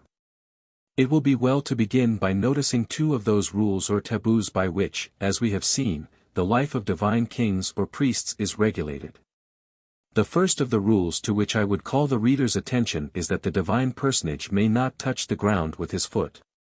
This rule was observed by the Supreme Pontiff of the Zapotecs in Mexico. He profaned his sanctity if he so much as touched the ground with his foot. Montezuma, Emperor of Mexico, never set foot on the ground. He was always carried on the shoulders of noblemen, and if he lighted anywhere they laid rich tapestry for him to walk upon. For the Mikado of Japan to touch the ground with his foot was a shameful degradation. Indeed, in the 16th century, it was enough to deprive him of his office. Outside his palace he was carried on men's shoulders, within it he walked on exquisitely wrought mats. The king and queen of Tahiti might not touch the ground anywhere but within their hereditary domains, for the ground on which they trod became sacred. In traveling from place to place they were carried on the shoulders of sacred men. They were always accompanied by several pairs of these sanctified attendants, and when it became necessary to change their bearers, the king and queen vaulted on to the shoulders of their new bearers without letting their feet touch the ground.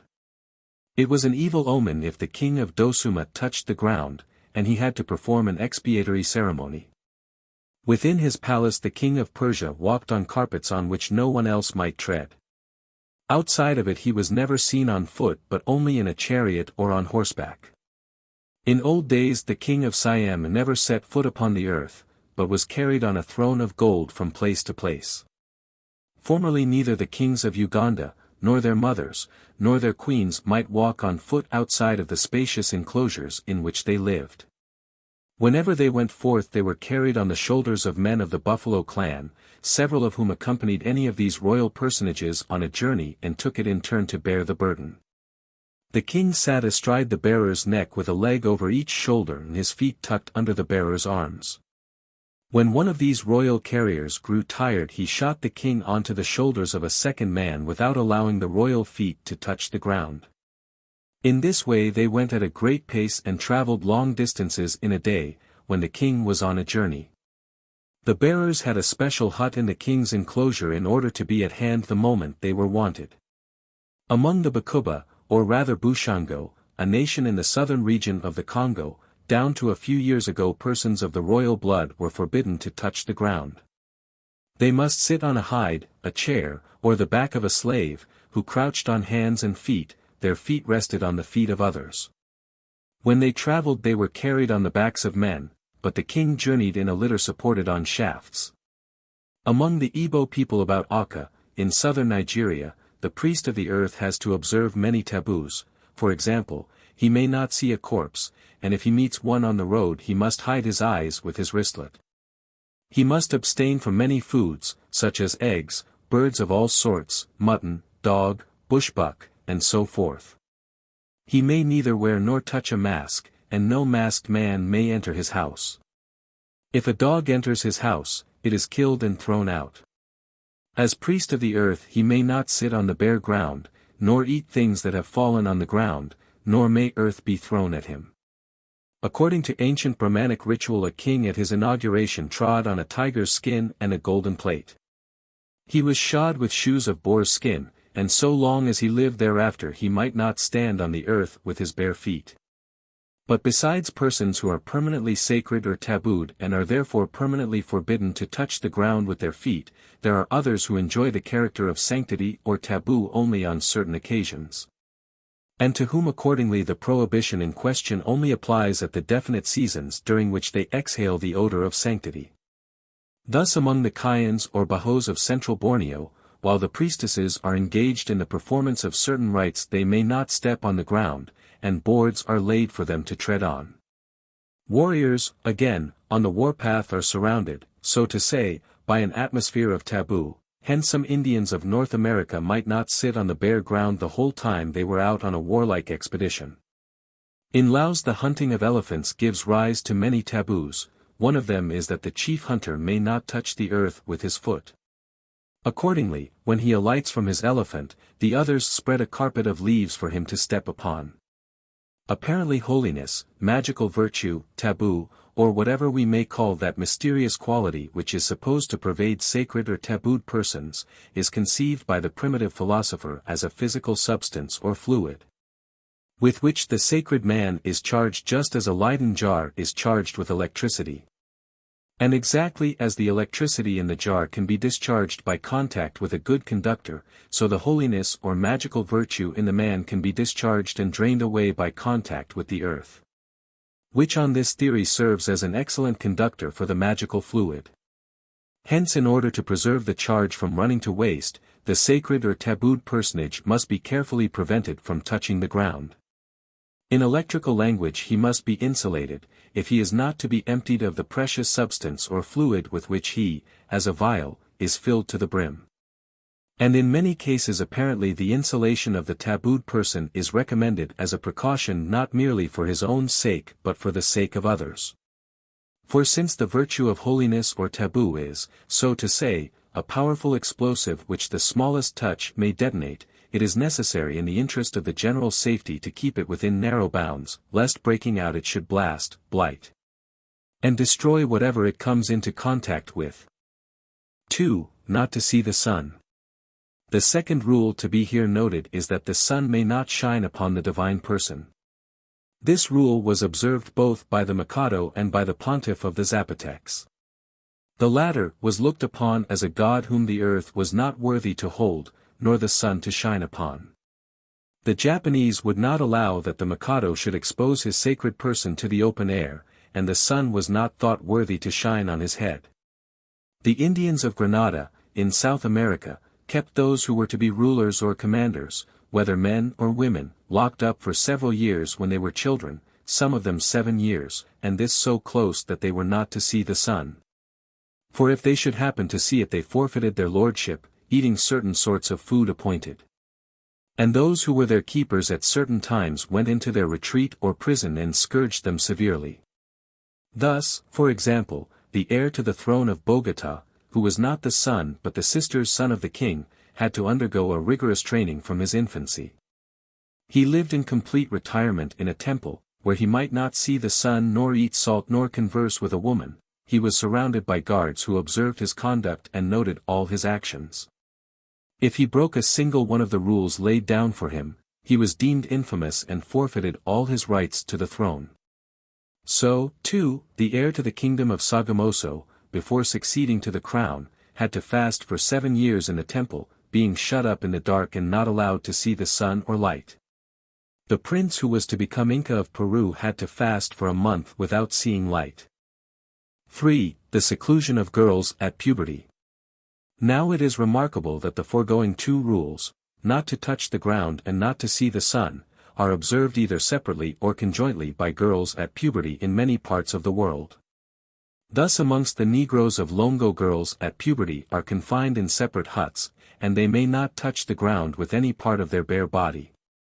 Among the Zulus and kindred tribes of South Africa, when the first signs of puberty show themselves, while a girl is walking, gathering wood, or working in the field, she runs to the river and hides herself among the reeds for the day, so as not to be seen by men. She covers her head carefully with her blanket that the sun may not shine on it and shrivel her up into a withered skeleton, as would result from exposure to the sun's beams. After dark she returns to her home and is secluded, in a hut for some time. With the Awankand, a tribe at the northern end of Lake Nyasa, it is a rule that after her first menstruation a girl must be kept apart, with a few companions of her own sex, in a darkened house. The floor is covered with dry banana leaves, but no fire may be lit in the house, which is called the House of the Awasungu, that is, of maidens who have no hearts. In New Ireland girls are confined for 4 or 5 years in small cages, being kept in the dark and not allowed to set foot on the ground. The custom has been thus described by an eyewitness. I heard from a teacher about some strange custom connected with some of the young girls here, so I asked the chief to take me to the house where they were. The house was about 25 feet in length, and stood in a reed and bamboo enclosure, across the entrance to which a bundle of dried grass was suspended to show that it was strictly taboo. Inside the house were 3 conical structures about 7 or 8 feet in height, and about 10 or 12 feet in circumference at the bottom, and for about 4 feet from the ground, at which point they tapered off to a point at the top.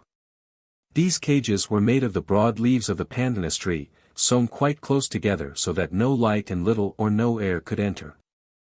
On one side of each is an opening which is closed by a double door of plaited coconut tree and pandanus tree leaves. About 3 feet from the ground there is a stage of bamboos which forms the floor. In each of these cages we were told there was a young woman confined, each of whom had to remain for at least 4 or 5 years, without ever being allowed to go outside the house. I could scarcely credit the story when I heard it. The whole thing seemed too horrible to be true. I spoke to the chief, and told him that I wished to see the inside of the cages, and also to see the girls that I might make them a present of a few beads.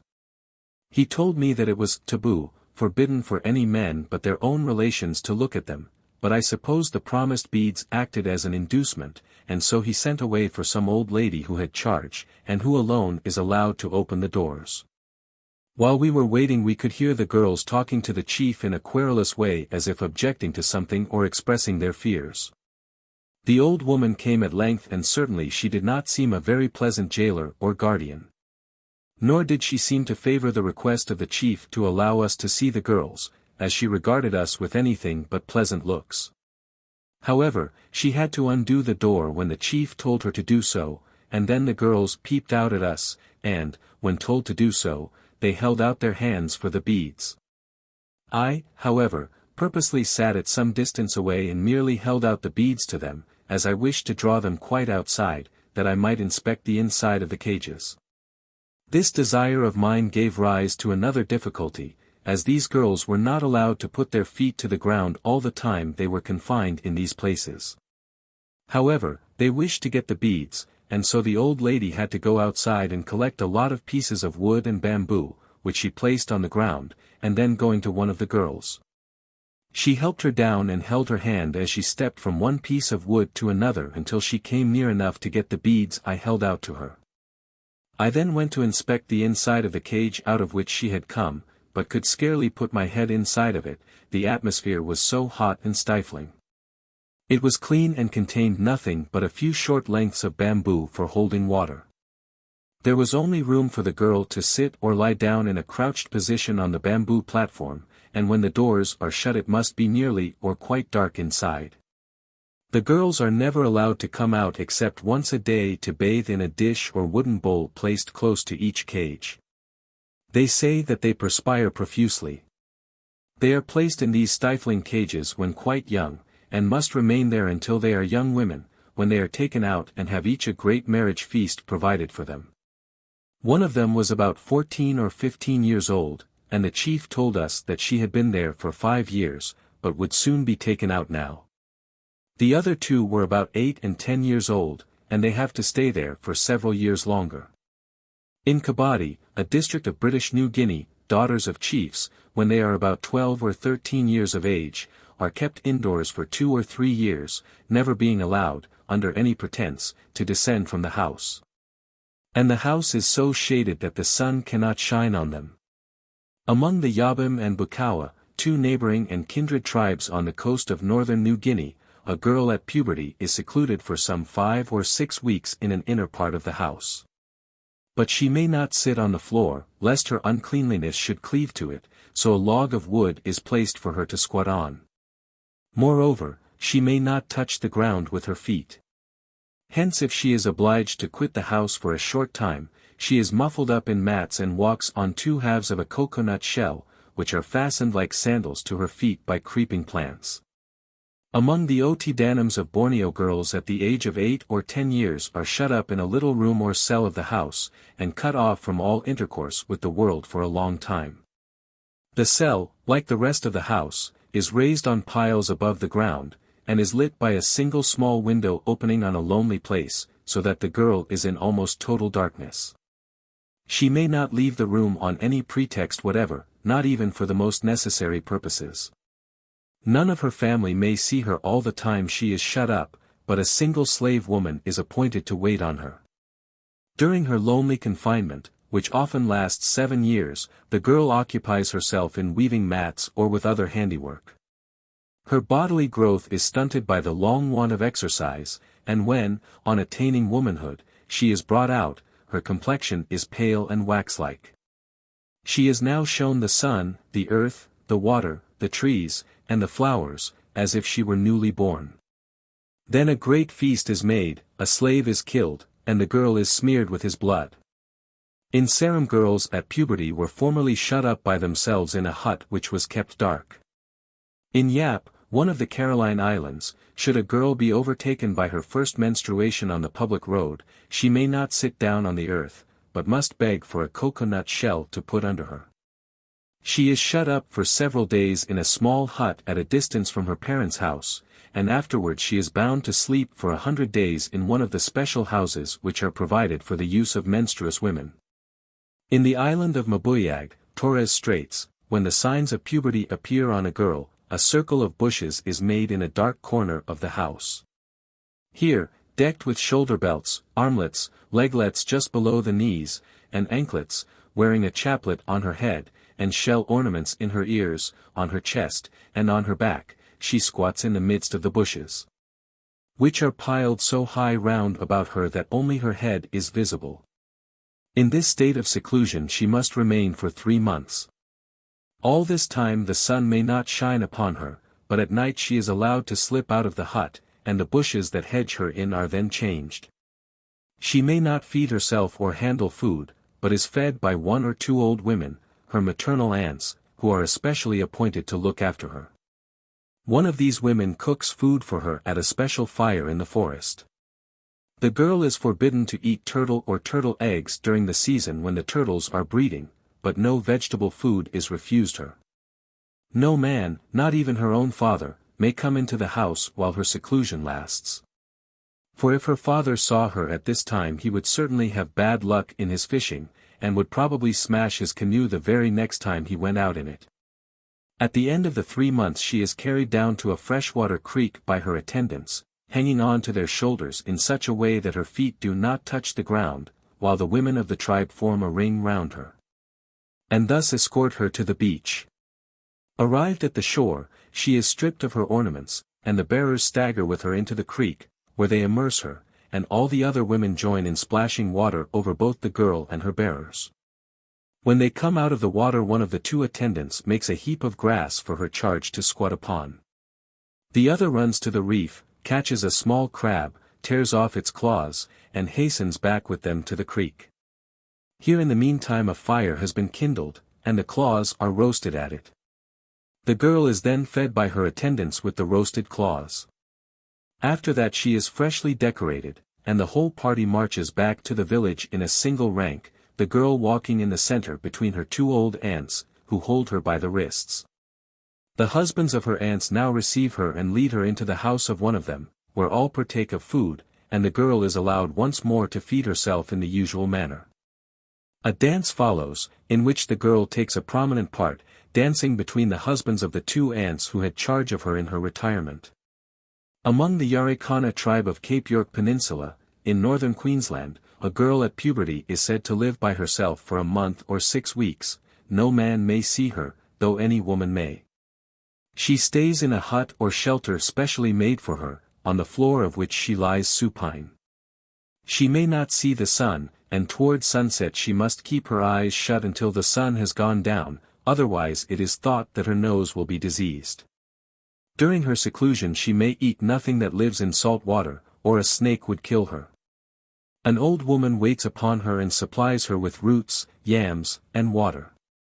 Some Australian tribes are wont to bury their girls at such seasons more or less deeply in the ground, perhaps in order to hide them from the light of the sun. Among the Indians of California, a girl at her first menstruation was thought to be possessed of a particular degree of supernatural power, and this was not always regarded as entirely defiling or malevolent. Often, however, there was a strong feeling of the power of evil inherent in her condition. Not only was she secluded from her family and the community, but an attempt was made to seclude the world from her. One of the injunctions most strongly laid upon her was not to look about her. She kept her head bowed and was forbidden to see the world and the sun. Some tribes covered her with a blanket. Many of the customs in this connection resembled those of the North Pacific coast most strongly, such as the prohibition to the girl to touch or scratch her head with her hand, a special implement being furnished her for the purpose. Sometimes she could eat only when fed and in other cases fasted altogether. Among the Chinook Indians who inhabited the coast of Washington state, when a chief's daughter attained to puberty, she was hidden for 5 days from the view of the people. She might not look at them nor at the sky, nor might she pick berries. It was believed that if she were to look at the sky, the weather would be bad, that if she picked berries, it would rain, and that when she hung her towel of cedar bark on a spruce tree, the tree withered up at once. She went out of the house by a separate door and bathed in a creek far from the village. She fasted for some days, and for many days more she might not eat fresh food. Amongst the Ot or Nootka Indians of Vancouver Island, when girls reach puberty they are placed in a sort of gallery in the house and are there surrounded completely with mats, so that neither the sun nor any fire can be seen. In this cage they remain for several days. Water is given them, but no food. The longer a girl remains in this retirement the greater honor is it to the parents. But she is disgraced for life if it is known that she has seen fire or the sun during this initiatory ordeal. Pictures of the mythical Thunderbird are painted on the screens behind which she hides. During her seclusion she may neither move nor lie down, but must always sit in a squatting posture. She may not touch her hair with her hands, but is allowed to scratch her head with a comb or a piece of bone provided for the purpose. To scratch her body is also forbidden, as it is believed that every scratch would leave a scar. For 8 months after reaching maturity she may not eat any fresh food, particularly salmon. Moreover, she must eat by herself, and use a cup and dish of her own. In the Tsetsaut tribe of British Columbia a girl at puberty wears a large hat of skin which comes down over her face and screens it from the sun. It is believed that if she were to expose her face to the sun or to the sky, rain would fall. The hat protects her face also against the fire, which ought not to strike her skin. To shield her hands she wears mittens. In her mouth she carries the tooth of an animal to prevent her own teeth from becoming hollow. For a whole year she may not see blood unless her face is blackened, otherwise she would grow blind. For 2 years she wears the hat and lives in a hut by herself, although she is allowed to see other people. At the end of 2 years a man takes the hat from her head and throws it away. In the Bilkula or Bella Coola tribe of British Columbia, when a girl attains puberty she must stay in the shed which serves as her bedroom, where she has a separate fireplace. She is not allowed to descend to the main part of the house, and may not sit by the fire of the family. For 4 days she is bound to remain motionless in a sitting posture. She fasts during the day, but is allowed a little food and drink very early in the morning. After the 4 days' seclusion she may leave her room, but only through a separate opening cut in the floor, for the houses are raised on piles. She may not yet come into the chief room. In leaving the house she wears a large hat which protects her face against the rays of the sun. It is believed that if the sun were to shine on her face her eyes would suffer. She may pick berries on the hills, but may not come near the river or sea for a whole year. Were she to eat fresh salmon she would lose her senses, or her mouth would be changed into a long beak. Amongst the Tlingit, Thlinkeet, or Kalash Indians of Alaska, when a girl showed signs of womanhood she used to be confined to a little hut or cage, which was completely blocked up with the exception of a small air hole. In this dark and filthy abode she had to remain a year, without fire, exercise, or associates. Only her mother and a female slave might supply her with nourishment. Her food was put in at the little window. She had to drink out of the wingbone of a white-headed eagle. The time of her seclusion was afterwards reduced in some places to 6 or 3 months or even less. She had to wear a sort of hat with long flaps, that her gaze might not pollute the sky. For she was thought unfit for the sun to shine upon, and it was imagined that her look would destroy the luck of a hunter, fisher, or gambler, turn things to stone, and do other mischief. At the end of her confinement her old clothes were burnt, new ones were made, and a feast was given, at which a slit was cut in her under lip parallel to the mouth, and a piece of wood or shell was inserted to keep the aperture open. Among the Koniags, an Eskimo people of Alaska, a girl at puberty was placed in a small hut in which she had to remain on her hands and feet for 6 months. Then the hut was enlarged a little so as to allow her to straighten her back, but in this posture she had to remain for 6 months more. All this time she was regarded as an unclean being with whom no one might hold intercourse. When symptoms of puberty appeared on a girl for the first time, the Guaranis of southern Brazil, on the borders of Paraguay, used to sew her up in her hammock, leaving only a small opening in it to allow her to breathe. In this condition, wrapped up and shrouded like a corpse, she was kept for 2 or 3 days or so long as the symptoms lasted, and during this time she had to observe a most rigorous fast. After that she was entrusted to a matron, who cut the girl's hair and enjoined her to abstain most strictly from eating flesh of any kind until her hair should be grown long enough to hide her ears. In similar circumstances the Chiriguanos of southeastern Bolivia hoisted the girl in her hammock to the roof, where she stayed for a month. The second month the hammock was let halfway down from the roof. And in the 3rd month old women, armed with sticks, entered the hut and ran about striking everything they met, saying they were hunting the snake that had wounded the girl. Among the Matacos or Matagueos, an Indian tribe of the Gran Chaco, a girl at puberty has to remain in seclusion for some time. She lies covered up with branches or other things in a corner of the hut, seeing no one and speaking to no one, and during this time she may eat neither flesh nor fish. Meantime a man beats a drum in front of the house. Among the Uricares, an Indian tribe of eastern Bolivia, when a girl perceives the signs of puberty, her father constructs a little hut of palm leaves near the house. In this cabin he shuts up his daughter so that she cannot see the light, and there she remains fasting rigorously for 4 days.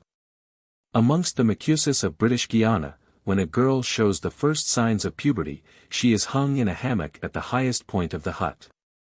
For the first few days she may not leave the hammock by day, but at night she must come down, light a fire, and spend the night beside it, else she would break out in sores on her neck, throat, and other parts of her body. So long as the symptoms are at their height, she must fast rigorously. When they have abated, she may come down and take up her abode in a little compartment that is made for her in the darkest corner of the hut. In the morning she may cook her food, but it must be at a separate fire and in a vessel of her own. After about 10 days the magician comes and undoes the spell by muttering charms and breathing on her and on the more valuable of the things with which she has come in contact. The pots and drinking vessels which she used are broken and the fragments buried.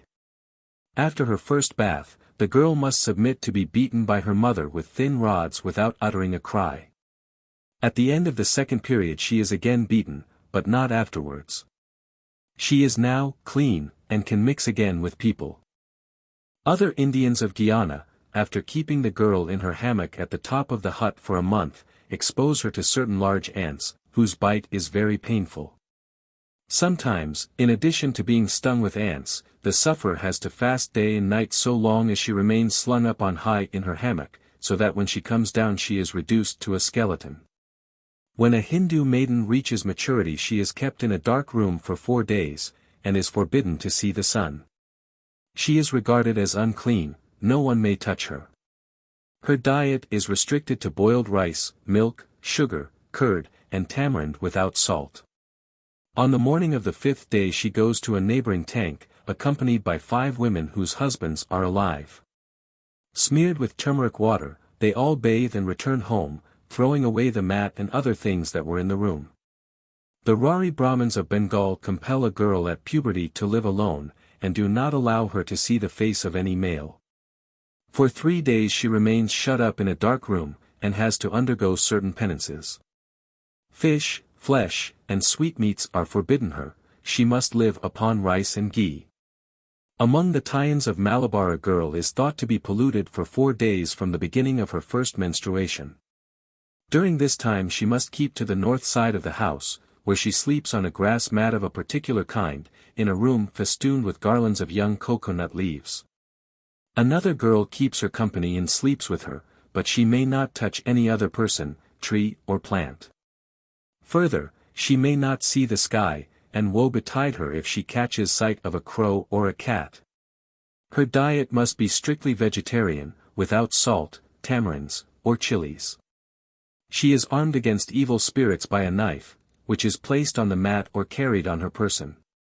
In Cambodia, a girl at puberty is put to bed under a mosquito curtain, where she should stay 100 days. Usually, however, 4, 5, 10, or 20 days are thought enough. And even this, in a hot climate and under the close meshes of the curtain, is sufficiently trying. According to another account, a Cambodian maiden at puberty is said to enter into the shade.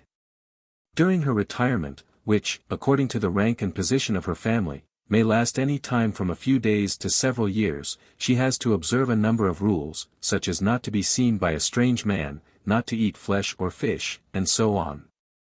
She goes nowhere, not even to the pagoda. But this state of seclusion is discontinued during eclipses. At such time she goes forth and pays her devotions to the monster who is supposed to cause eclipses by catching the heavenly bodies between his teeth.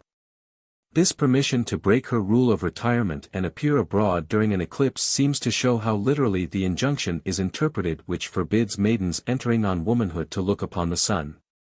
A superstition so widely diffused as this might be expected to leave traces in legends and folk tales. And it has done so. The old Greek story of Danae, who was confined by her father in a subterranean chamber or a brazen tower, but impregnated by Zeus, who reached her in the shape of a shower of gold, perhaps belongs to this class of tales. It has its counterpart in the legend which the Kyrgyz of Siberia tell of their ancestry. A certain Khan had a fair daughter, whom he kept in a dark iron house, that no man might see her. An old woman tended her. And when the girl was grown to maidenhood, she asked the old woman, "Where do you go so often?" "My child," said the old dame, "there is a bright world. In that bright world your father and mother live, and all sorts of people live there. That is where I go." The maiden said, "Good mother, I will tell nobody, but show me that bright world." So the old woman took the girl out of the iron house. But when she saw the bright world, the girl tottered and fainted. And the eye of God fell upon her, and she conceived. Her angry father put her in a golden chest and sent her floating away. Fairy gold can float in fairyland, over the wide sea. The shower of gold in the Greek story, and the eye of God in the Kyrgyz legend, probably stand for sunlight and the sun. The idea that women may be impregnated by the sun is not uncommon in legends, and there are even traces of it in marriage customs. 4. Reasons for the seclusion of girls at puberty. The motive for the restraints so commonly imposed on girls at puberty is the deeply ingrained dread which primitive man universally entertains of menstruous blood. He fears it at all times, but especially on its first appearance. Hence the restrictions under which women lie at their first menstruation are usually more stringent than those which they have to observe at any subsequent recurrence of the mysterious flow. Some evidence of the fear and of the customs based on it has been cited in an earlier part of this work. But as the terror, for it is nothing less, which the phenomenon periodically strikes into the mind of the savage has deeply influenced his life and institutions, it may be well to illustrate the subject with some further examples. Thus in the Encounter Bay tribe of South Australia there is, or used to be, superstition which obliges a woman to separate herself from the camp at the time of her monthly illness, when if a young man or boy should approach, she calls out. And he immediately makes a circuit to avoid her.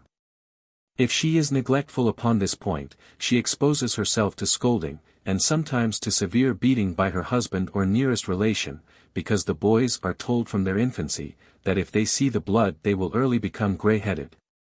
And their strength will fail prematurely.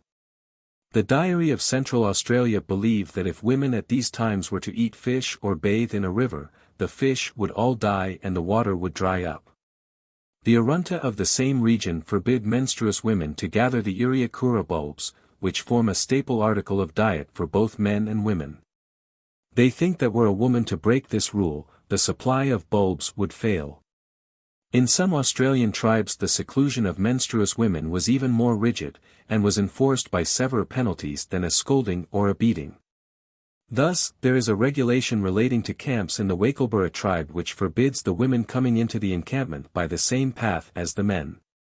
Any violation of this rule would in a large camp be punished with death. The reason for this is the dread with which they regard the menstrual period of women. During such a time, a woman is kept entirely away from the camp, half a mile at least. A woman in such a condition has boughs of some tree of her totem tied round her loins, and is constantly watched and guarded, for it is thought that should any male be so unfortunate as to see a woman in such a condition, he would die. If such a woman were to let herself be seen by a man, she would probably be put to death. When the woman has recovered, she is painted red and white, her head covered with feathers, and returns to the camp. In Muralug, one of the Torres Straits Islands, a menstruous woman may not eat anything that lives in the sea, else the natives believe that the fisheries would fail. In Galila, to the west of New Guinea, women at their monthly periods may not enter a tobacco field, or the plants would be attacked by disease. The Minangkabauers of Sumatra are persuaded that if a woman in her unclean state were to go near a rice field, the crop would be spoiled. The Bushmen of South Africa think that, by a glance of a girl's eye at the time when she ought to be kept in strict retirement, men become fixed in whatever positions they happen to occupy, with whatever they were holding in their hands, and are changed into trees that talk. Cattle-rearing tribes of South Africa hold that their cattle would die if the milk were drunk by a menstruous woman, and they fear the same disaster if a drop of her blood were to fall on the ground and the oxen were to pass over it. To prevent such a calamity, women in general, not menstruous women only, are forbidden to enter the cattle enclosure, and more than that, they may not use the ordinary paths in entering the village or in passing from one hut to another. They are obliged to make circuitous tracks at the back of the huts in order to avoid the ground in the middle of the village where the cattle stand or lie down. These women's tracks may be seen at every Kaffir village. Among the Baganda, in like manner, no menstruous woman might drink milk or come into contact with any milk vessel, and she might not touch anything that belonged to her husband, nor sit on his mat, nor cook his food. If she touched anything of his at such a time it was deemed equivalent to wishing him dead or to actually working magic for his destruction. Were she to handle any article of his, he would surely fall ill. Were she to touch his weapons, he would certainly be killed in the next battle. Further, the Baganda would not suffer a menstruous woman to visit a well. If she did so, they feared that the water would dry up, and that she herself would fall sick and die, unless she confessed her fault and the medicine man made atonement for her. Among the Akikuyu of British East Africa, if a new hut is built in a village and the wife chances to menstruate in it on the day she lights the first fire there, the hut must be broken down and demolished the very next day. The woman may on no account sleep a second night in it, there is a curse both on her and on it. According to the Talmud, if a woman at the beginning of her period passes between two men, she thereby kills one of them. Peasants of the Lebanon think that menstruous women are the cause of many misfortunes, their shadow causes flowers to wither and trees to perish, it even arrests the movements of serpents. If one of them mounts a horse, the animal might die or at least be disabled for a long time. The Guayqueries of the Orinoco believe that when a woman has her courses, everything upon which she steps will die, and that if a man treads on the place where she has passed, his legs will immediately swell up. Among the Bribri Indians of Costa Rica, a married woman at her periods uses for plates only banana leaves, which, when she has done with them, she throws away in a sequestered spot. For should a cow find and eat them, the animal would waste away and perish. Also she drinks only out of a special vessel, because any person who should afterwards drink out of the same vessel would infallibly pine away and die. Among most tribes of North American Indians the custom was that women in their courses retired from the camp or the village and lived during the time of their uncleanness in special huts or shelters which were appropriated to their use.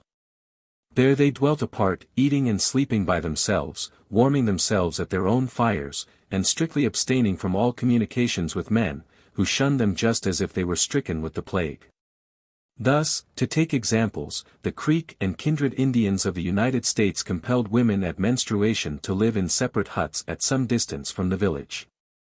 There the women had to stay, at the risk of being surprised and cut off by enemies. It was thought a most horrid and dangerous pollution, to go near the women at such times.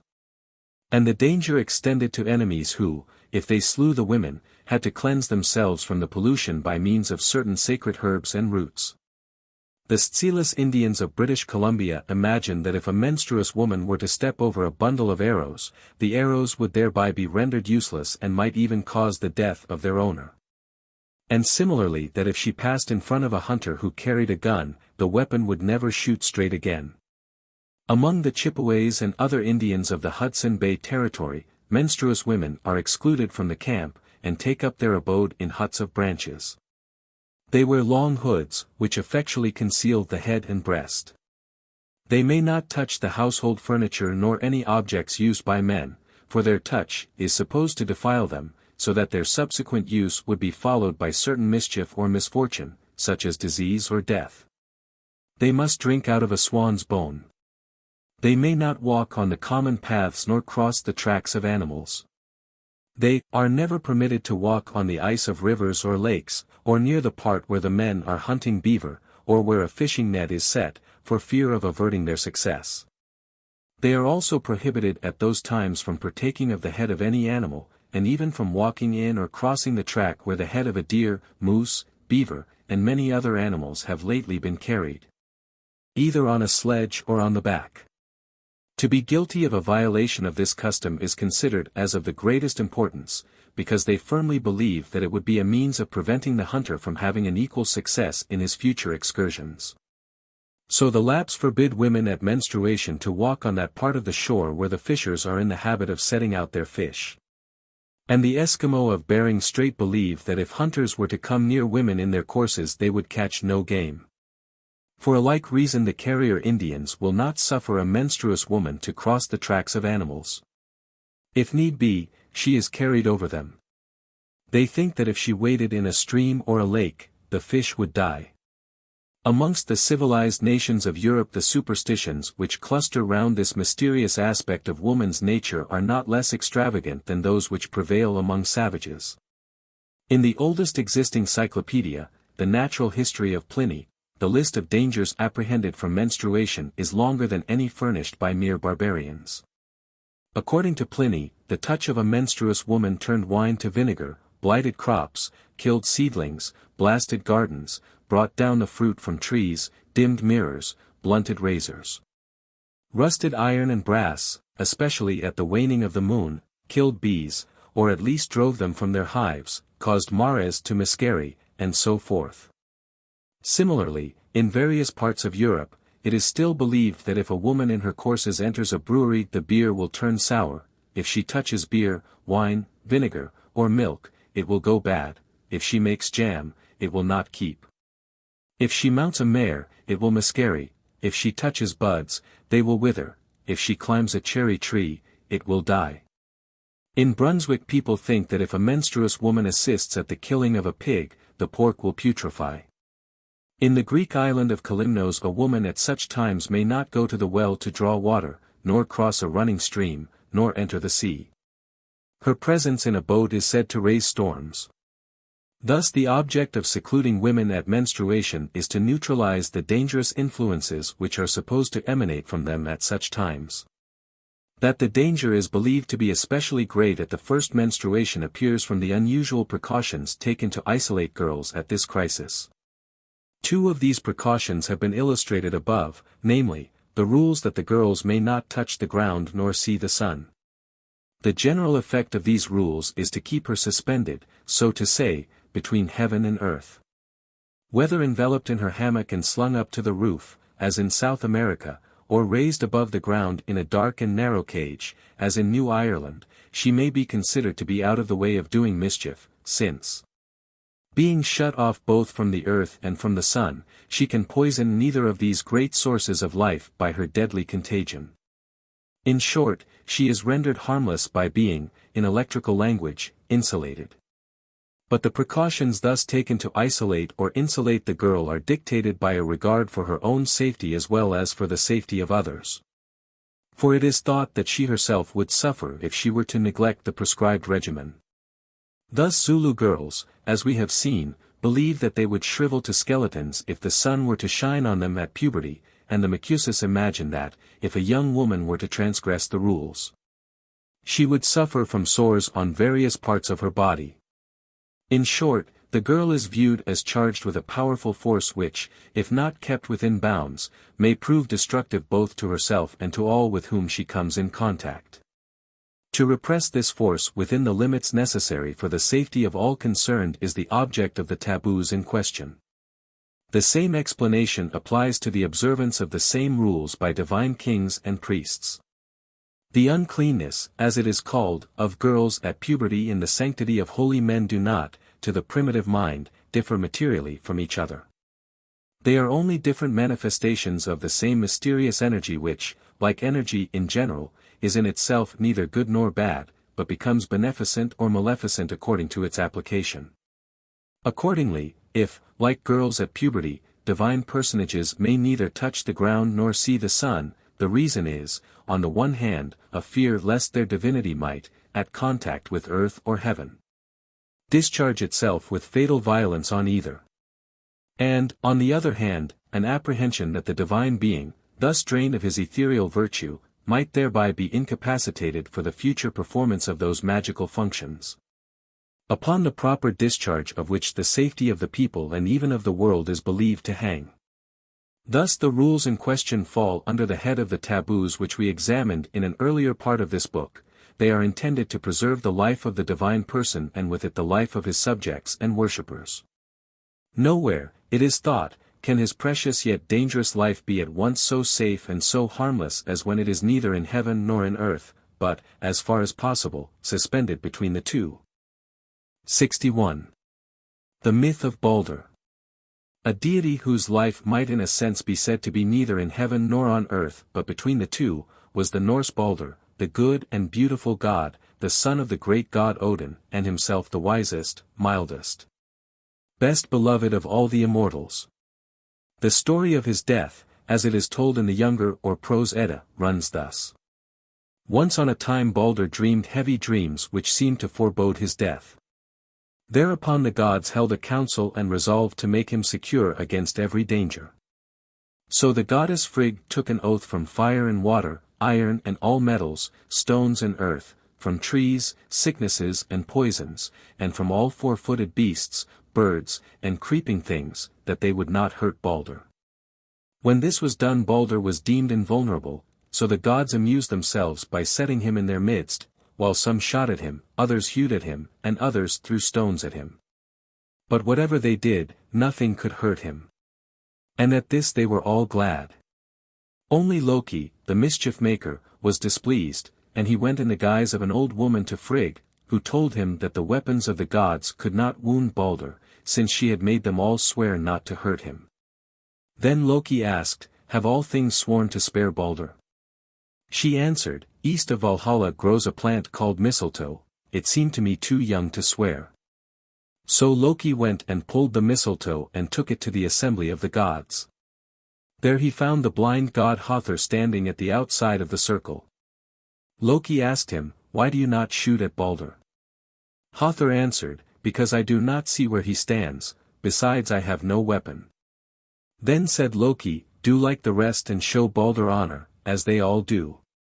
I will show you where he stands, and do you shoot at him with this twig." Hother took the mistletoe and threw it at Balder, as Loki directed him.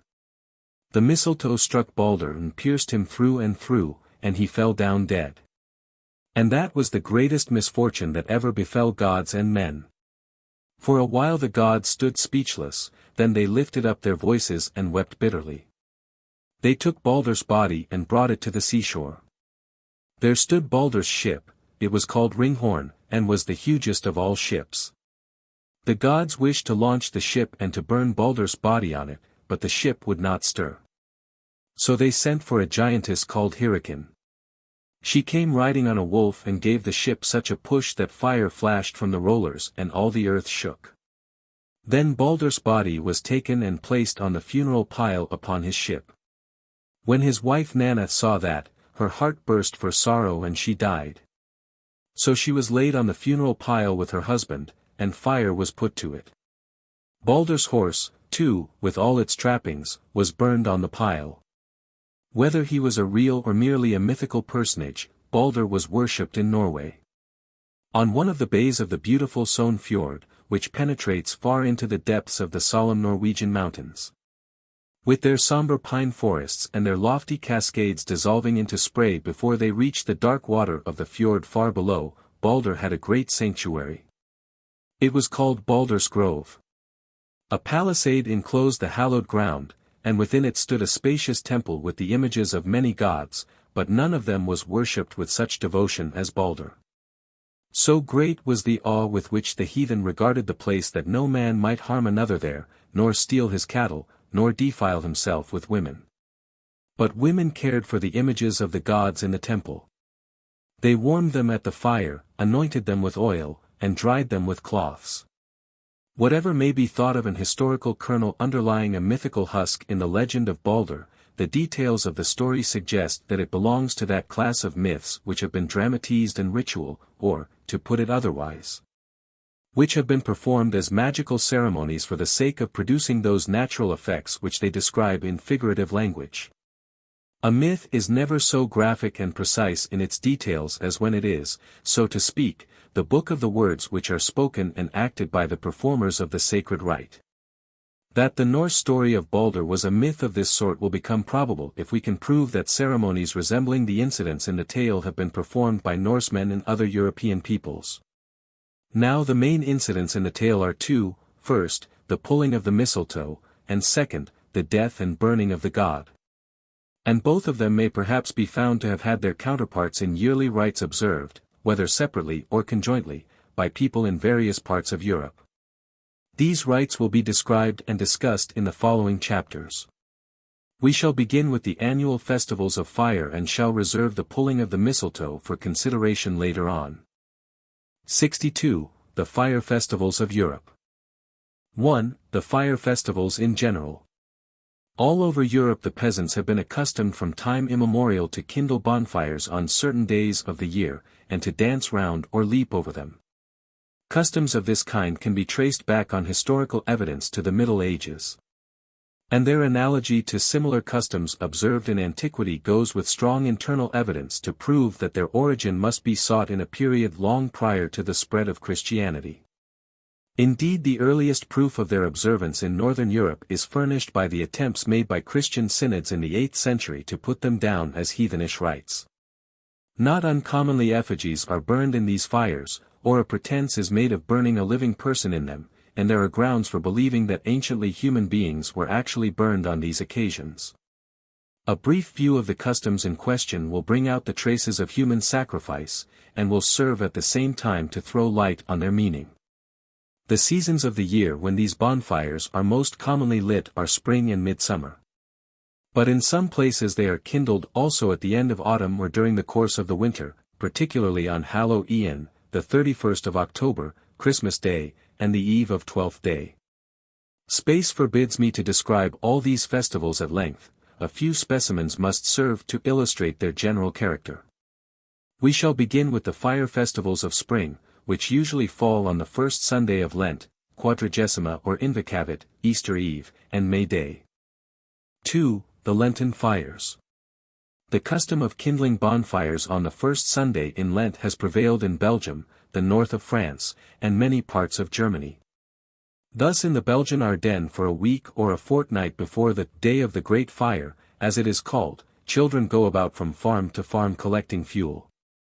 At Grand Hallow anyone who refuses their request is pursued next day by the children, who try to blacken his face with the ashes of the extinct fire.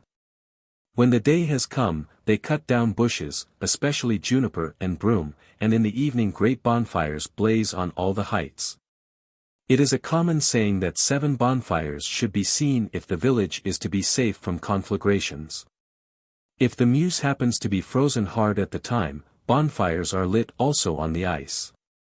At Grand Hallow they set up a pole called mackerel, or the witch, in the midst of the pile, and the fire is kindled by the man who was last married in the village. In the neighborhood of Morlanwells a straw man is burnt in the fire.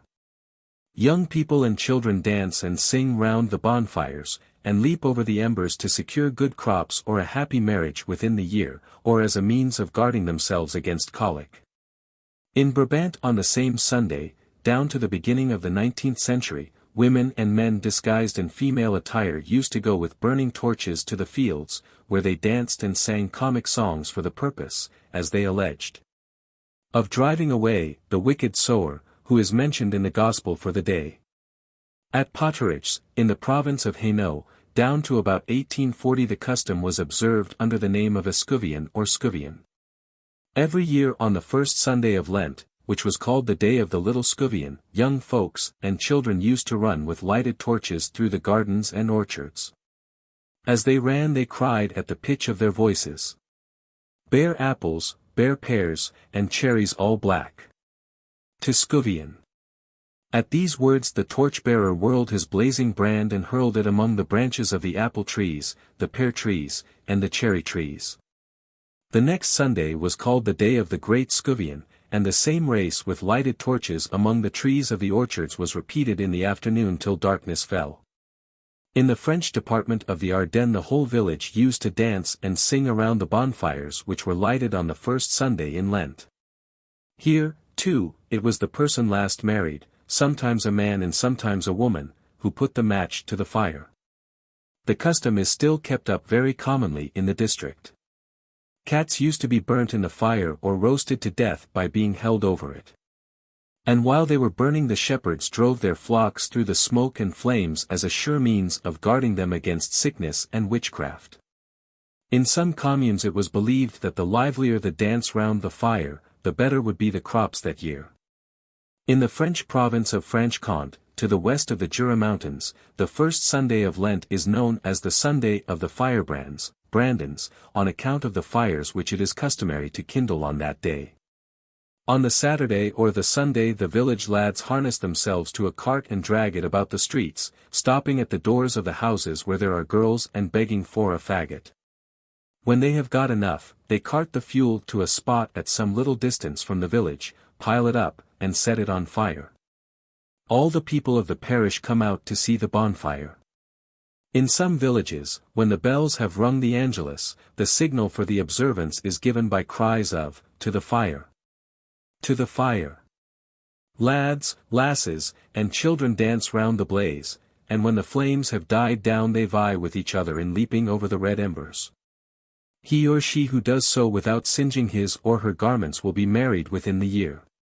Young folk also carry lighted torches about the streets or the fields, and when they pass an orchard they cry out, "More fruit than leaves."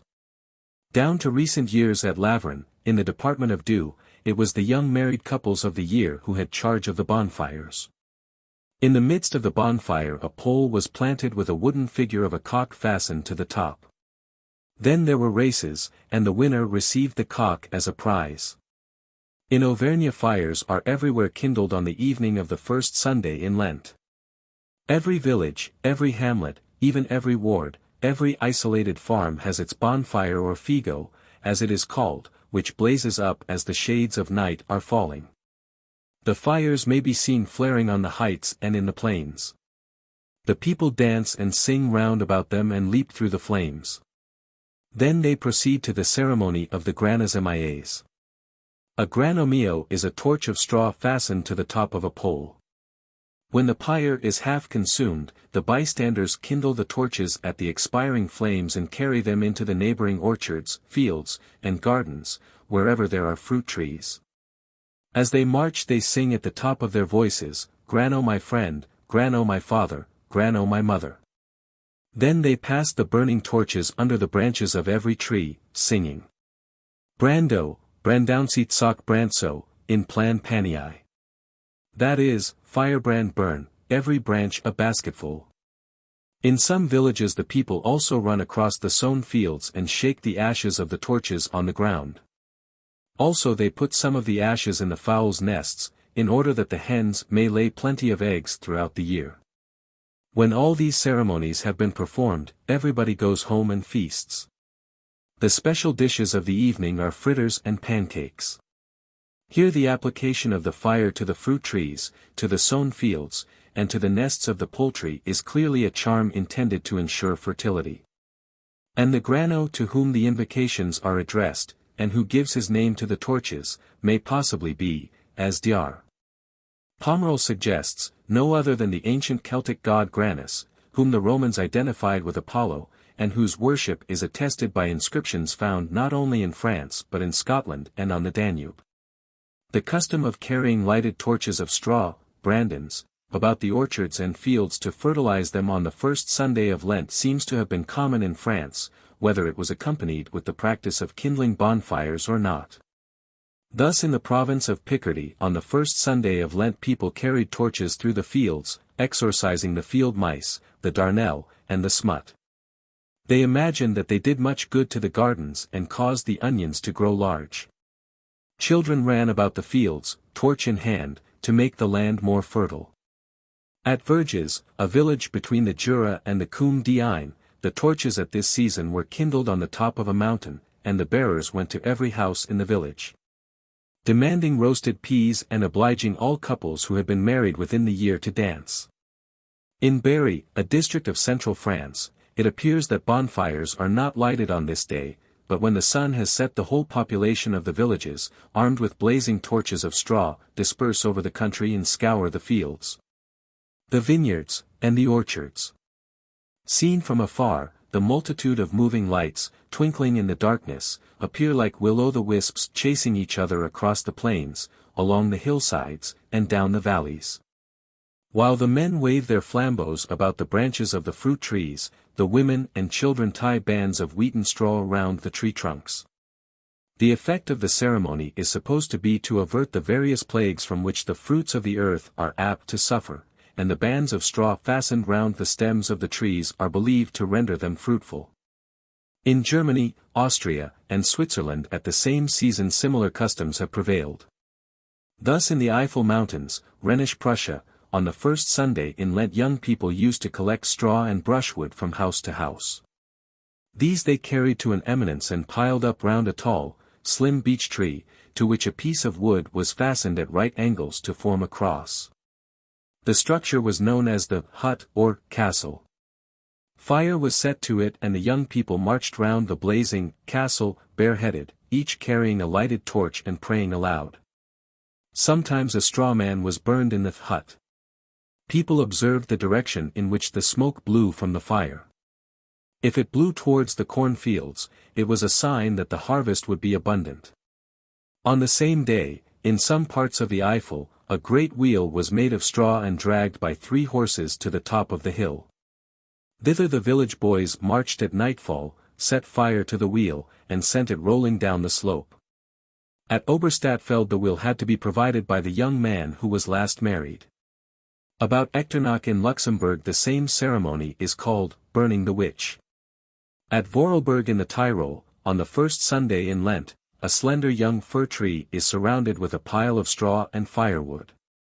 To the top of the tree is fastened a human figure called the witch, made of old clothes and stuffed with gunpowder. At night the whole is set on fire and boys and girls dance round it, swinging torches and singing rhymes in which the words, corn in the winnowing basket, the plough in the earth, may be distinguished. In Swabia on the first Sunday in Lent a figure called the witch or the bold wife or winter's grandmother, is made up of clothes and fastened to a pole. This is stuck in the middle of a pile of wood, to which fire is applied. While the witch is burning, the young people throw blazing discs into the air. The discs are thin round pieces of wood, a few inches in diameter, with notched edges to imitate the rays of the sun or stars. They have a hole in the middle, by which they are attached to the end of a wand. Before the disc is thrown it is set on fire, the wand is swung to and fro, and the impetus thus communicated to the disc is augmented by dashing the rod sharply against a sloping board. The burning disc is thus thrown off, and mounting high into the air, describes a long fiery curve before it reaches the ground. The charred embers of the burned witch and discs are taken home and planted in the flax fields the same night, in the belief that they will keep vermin from the fields. In the Rhone mountains, situated on the borders of Hesse and Bavaria, the people used to march to the top of a hill or eminence on the first Sunday in Lent. Children and lads carried torches, brooms daubed with tar, and poles swathed in straw. A wheel, wrapped in combustibles, was kindled and rolled down the hill. And the young people rushed about the fields with their burning torches and brooms, till at last they flung them in a heap, and standing round them, struck up a hymn or a popular song.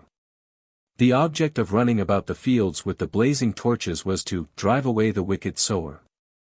Or it was done in honor of the Virgin, that she might preserve the fruits of the earth throughout the year and bless them.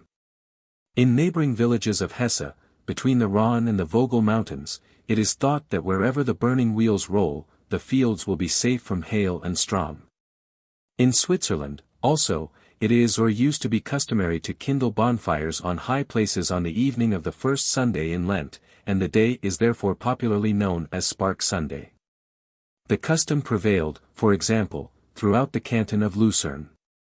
Boys went about from house to house begging for wood and straw, then piled the fuel on a conspicuous mountain or hill round about a pole, which bore a straw effigy called the witch. At nightfall the pile was set on fire, and the young folks danced wildly round it, some of them cracking whips or ringing bells, and when the fire burned low enough, they leaped over it. This was called burning the witch. In some parts of the canton also they used to wrap old wheels in straw and thorns, put a light to them, and send them rolling and blazing downhill. The more bonfires could be seen sparkling and flaring in the darkness, the more fruitful was the year expected to be, and the higher the dancers leaped beside or over the fire, the higher, it was thought, would grow the flax. In some districts it was the last married man or woman who must kindle the bonfire. It seems hardly possible to separate from these bonfires, kindled on the first Sunday in Lent, the fires in which, about the same season, the effigy called Death is burned as part of the ceremony of carrying out death.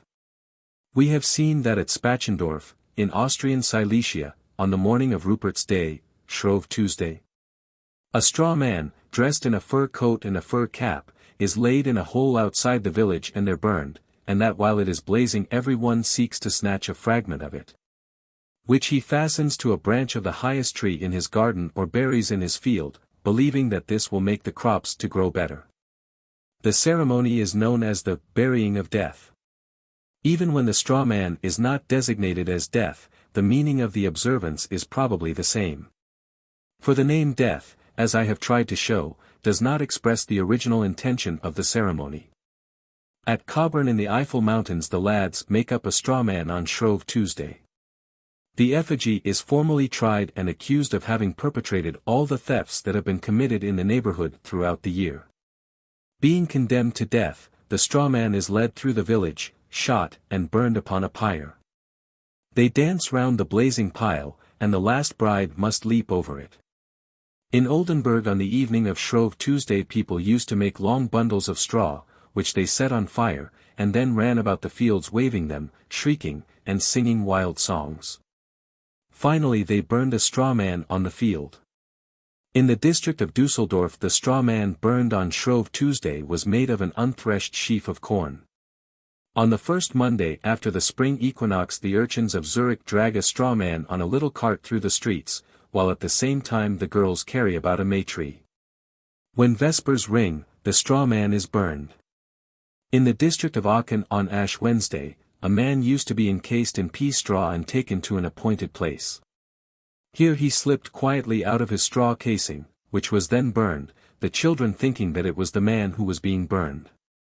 In the Val di Ledro, Tyrol, on the last day of the carnival a figure is made up of straw and brushwood and then burned. The figure is called the Old Woman, and the ceremony, burning the Old Woman. 3. The Easter Fires. Another occasion on which these fire festivals are held is Easter Eve, the Saturday before Easter Sunday. On that day it has been customary in Catholic countries to extinguish all the lights in the churches, and then to make a new fire, sometimes with flint and steel, sometimes with a burning glass. At this fire is lit the great Paschal or Easter candle, which is then used to rekindle all the extinguished lights in the church. In many parts of Germany a bonfire is also kindled, by means of the new fire, on some open space near the church. It is consecrated, and the people bring sticks of oak, walnut, and beech, which they char in the fire, and then take home with them. Some of these charred sticks are thereupon burned at home in a newly kindled fire, with a prayer that God will preserve the homestead from fire, lightning, and hail. Thus every house receives new fire. Some of the sticks are kept throughout the year and laid on the hearth fire during heavy thunderstorms to prevent the house from being struck by lightning, or they are inserted in the roof with the like intention. Others are placed in the fields, gardens, and meadows, with a prayer that God will keep them from blight and hail. Such fields and gardens are thought to thrive more than others. The corn and the plants that grow in them are not beaten down by hail, nor devoured by mice, vermin, and beetles, no which harms them, and the ears of corn stand close and full. The charred sticks are also applied to the plough. The ashes of the Easter bonfire, together with the ashes of the consecrated palm branches, are mixed with the seed at sowing. A wooden figure called Judas is sometimes burned in the consecrated bonfire, and even where this custom has been abolished the bonfire itself in some places goes by the name of the burning of Judas. The essentially pagan character of the Easter fire festival appears plainly both from the mode in which it is celebrated by the peasants and from the superstitious beliefs which they associate with it. All over northern and central Germany, from Altmark and Anhalt on the east, through Brunswick, Hanover, Oldenburg, the Harz district, and Hesse to Westphalia the Easter bonfires still blaze simultaneously on the hilltops. As many as 40 may sometimes be counted within sight at once. Long before Easter the young people have been busy collecting firewood, every farmer contributes, and tar barrels, petroleum cases, and so forth go to swell the pile. Neighboring villages vie with each other as to which shall send up the greatest blaze. The fires are always kindled, year after year, on the same hill, which accordingly often takes the name of Easter Mountain. It is a fine spectacle to watch from some eminence the bonfires flaring up one after another on the neighboring heights. As far as their light reaches, so far, in the belief of the peasants, the fields will be fruitful, and the houses on which they shine will be safe from conflagration or sickness. At Folkmarsen and other places in Hesse the people used to observe which way the wind blew the flames, and then they sowed flax seed in that direction, confident that it would grow well. Brands taken from the bonfires preserve houses from being struck by lightning. And the ashes increase the fertility of the fields, protect them from mice, and mixed with the drinking water of cattle make the animals thrive and insure them against plague. As the flames die down, young and old leap over them, and cattle are sometimes driven through the smoldering embers. In some places tar barrels or wheels wrapped in straw used to be set on fire, and then sent rolling down the hillside. In others the boys light torches and wisps of straw at the bonfires and rush about brandishing them in their hands. In Munsterland these Easter fires are always kindled upon certain definite hills, which are hence known as Easter or Paschal Mountains. The whole community assembles about the fire. The young men and maidens, singing Easter hymns, march round and round the fire, till the blaze dies down. Then the girls jump over the fire in a line, one after the other, each supported by 2 young men who hold her hands and run beside her. In the twilight boys with blazing bundles of straw run over the fields to make them fruitful. At Delmenhorst, in Oldenburg, it used to be the custom to cut down 2 trees, plant them in the ground side by side, and pile 12 tar barrels against each. Brushwood was then heaped about the trees, and on the evening of Easter Saturday the boys, after rushing about with blazing bean poles in their hands, set fire to the whole. At the end of the ceremony the urchins tried to blacken each other in the clothes of grown-up people. In the Altmark it is believed that as far as the blaze of the Easter bonfire is visible, the corn will grow well throughout the year, and no conflagration will break out. At Braunrode, in the Harz Mountains, it was the custom to burn squirrels in the Easter bonfire. In the Altmark, bones were burned in it. Near Forchheim, in Upper Franken, a straw man called the Judas used to be burned in the churchyards on Easter Saturday.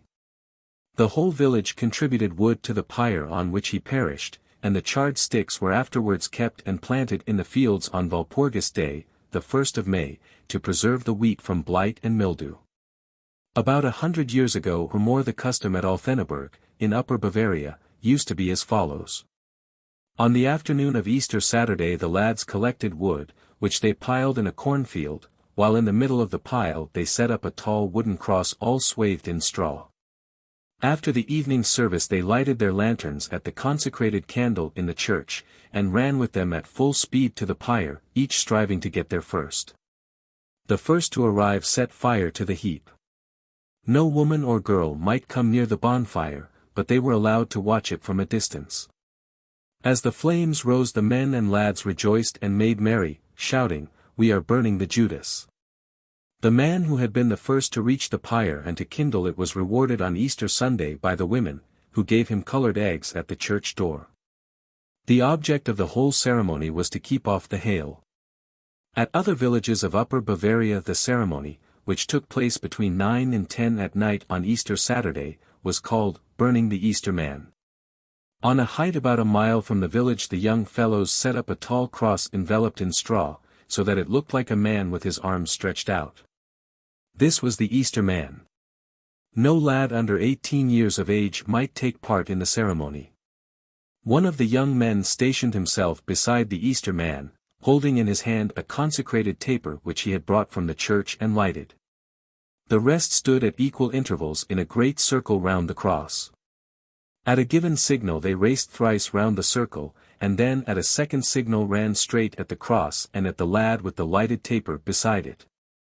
The one who reached the goal first had the right of setting fire to the Easter man. Great was the jubilation while he was burning.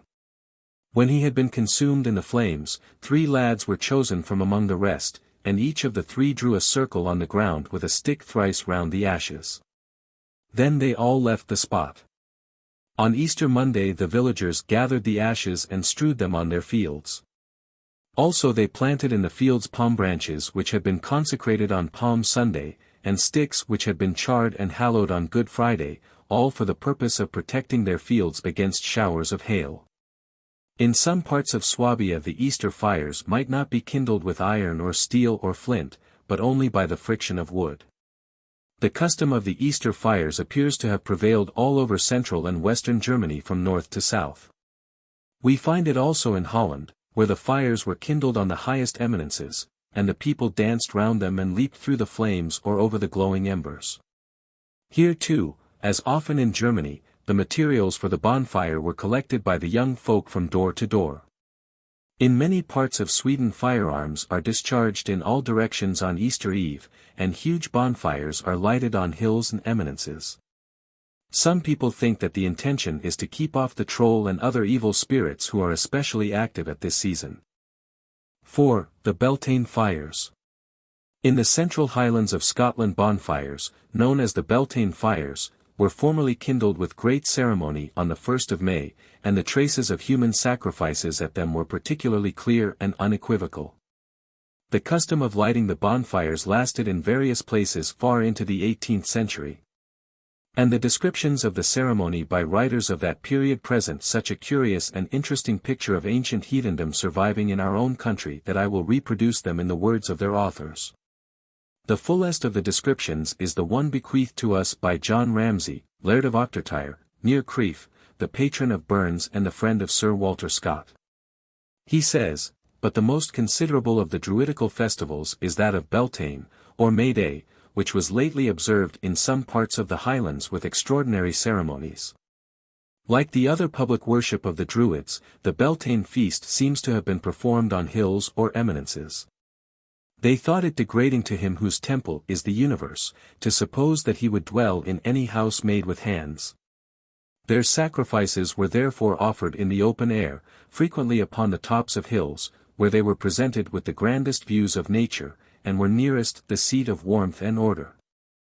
And, according to tradition, such was the manner of celebrating this festival in the Highlands within the last 100 years. But since the decline of superstition, it has been celebrated by the people of each hamlet on some hill or rising ground around which their cattle were pasturing. Thither the young folks repaired in the morning, and cut a trench, on the summit of which a seat of turf was formed for the company. And in the middle a pile of wood or other fuel was placed, which of old they kindled with tynigon, i.e. forced fire, or need fire. Although, for many years past, they have been contented with common fire, yet we shall now describe the process, because it will hereafter appear that recourse is still had to the tynigon upon extraordinary emergencies. The night before, all the fires in the country were carefully extinguished, and next morning the materials for exciting this sacred fire were prepared. The most primitive method seems to be that which was used in the islands of Skye, Mull, and Tyre. A well-seasoned plank of oak was procured, in the midst of which a hole was bored. A wimble of the same timber was then applied, the end of which they fitted to the hole. But in some parts of the mainland the machinery was different. They used a frame of green wood, of a square form, in the center of which was an axle tree. In some places 3 times 3 persons, in others 3 times 9, were required for turning round by turns the axle tree or wimble. If any of them had been guilty of murder, adultery, theft, or other atrocious crime, it was imagined either that the fire would not kindle, or that it would be devoid of its usual virtue.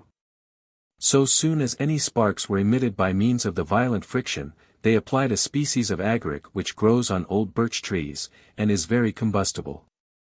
This fire had the appearance of being immediately derived from heaven, and manifold were the virtues ascribed to it.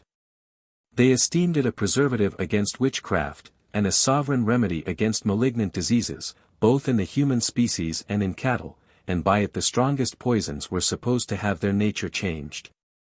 After kindling the bonfire with the tynigon the company prepared their victuals.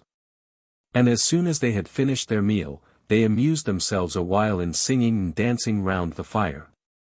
Towards the close of the entertainment, the person who officiated as master of the feast produced a large cake baked with eggs and scalloped round the edge, called Embodiments, i.e., the Beltane cake. It was divided into a number of pieces, and distributed in great form to the company. There was one particular piece which whoever got was called Cailleach Beltane, i.e., the Beltane carline, a term of great reproach. Upon his being known, part of the company laid hold of him and made a show of putting him into the fire, but the majority interposing, he was rescued. And in some places they laid him flat on the ground, making as if they would quarter him. Afterwards, he was pelted with egg-shells, and retained the odious appellation during the whole year. And while the feast was fresh in people's memory, they affected to speak of the Cailleach Beltane as dead. In the parish of Callander, a beautiful district of western Perthshire, the Beltane custom was still in vogue towards the end of the 18th century. It has been described as follows by the parish minister of the time: upon the first day of May, which is called Beltane, or Baltean Day, all the boys in a township or hamlet, meet in the moors. They cut a table in the green sod, of a round figure, by casting a trench in the ground, of such circumference as to hold the whole company. They kindle a fire, and dress a repast of eggs and milk in the consistence of a custard. They knead a cake of oatmeal, which is toasted at the embers against a stone. After the custard is eaten up, they divide the cake into so many portions, as similar as possible to one another in size and shape, as there are persons in the company. They daub one of these portions all over with charcoal, until it be perfectly black. They put all the bits of the cake into a bonnet. Every one, blindfold, draws out a portion. He who holds the bonnet, is entitled to the last bit. Whoever draws the black bit, is the devoted person who is to be sacrificed to Baal, whose favor they mean to implore, in rendering the year productive of the sustenance of man and beast. There is little doubt of these inhuman sacrifices having been once offered in this country, as well as in the East, although they now pass from the act of sacrificing, and only compel the devoted person to leap 3 times through the flames. With which the ceremonies of this festival are closed. Thomas Pennant, who travelled in Perthshire in the year 1769, tells us that, on the 1st of May, the herdsmen of every village hold their Beltane, or rural sacrifice. They cut a square trench on the ground, leaving the turf in the middle, on that they make a fire of wood, on which they dress a large caudle of eggs, butter, oatmeal and milk. And bring besides the ingredients of the caudle, plenty of beer and whiskey, for each of the company must contribute something. The rites begin with spilling some of the caudle on the ground, by way of libation, on that every one takes a cake of oatmeal, upon which are raised 9 square knobs, each dedicated to some particular being. The supposed preserver of their flocks and herds, or to some particular animal, the real destroyer of them. Each person then turns his face to the fire, breaks off a knob, and flinging it over his shoulders, says, "This I give to thee. Preserve thou my horses. This to thee, preserve thou my sheep," and so on. After that, they use the same ceremony to the noxious animals. "This I give to thee, O fox. Spare thou my lambs, this to thee, O hooded crow. This to thee, O eagle."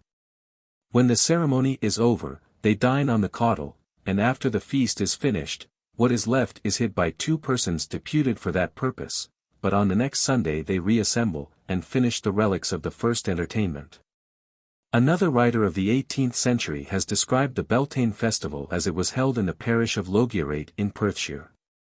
He says, "On the 1st of May, OS, a festival called Beltane is annually held here. It is chiefly celebrated by the cowherds, who assemble by scores in the fields, to dress a dinner for themselves, of boiled milk and eggs. These dishes they eat with a sort of cakes baked for the occasion, and having small lumps in the form of nipples, raised all over the surface." In this last account no mention is made of bonfires, but they were probably lighted, for a contemporary writer informs us that in the parish of Kirkmichael, which adjoins the parish of Logierate on the east, the custom of lighting a fire in the fields and baking a consecrated cake on the 1st of May was not quite obsolete in his time. We may conjecture that the cake with knobs was formerly used for the purpose of determining who should be the Beltane carline, or victim doomed to the flames. A trace of this custom survived, perhaps, in the custom of baking oatmeal cakes of a special kind and rolling them downhill about noon on the 1st of May. For it was thought that the person whose cake broke as it rolled would die or be unfortunate within the year. These cakes, or bannocks as we call them in Scotland, were baked in the usual way, but they were washed over with a thin batter composed of whipped egg, milk or cream, and a little oatmeal. This custom appears to have prevailed at or near Kingusie in Inverness shire. In the northeast of Scotland the Beltane Fires were still kindled in the latter half of the 18th century.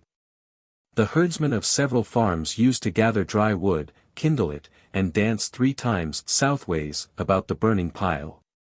But in this region, according to a later authority, the Beltane Fires were lit not on the 1st but on the 2nd of May, Old Style. They were called bonfires.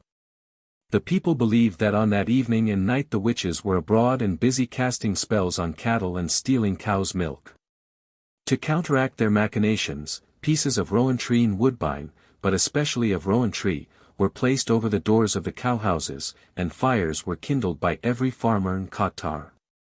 Old thatch, straw, furze, or broom was piled in a heap and set on fire a little after sunset. While some of the bystanders kept tossing the blazing mass, others hoisted portions of it on pitchforks or poles and ran hither and thither, holding them as high as they could. Meantime the young people danced round the fire or ran through the smoke shouting, "Fire! Blaze and burn the witches, fire! Fire! Burn the witches!" In some districts a large round cake of oat or barley meal was rolled through the ashes.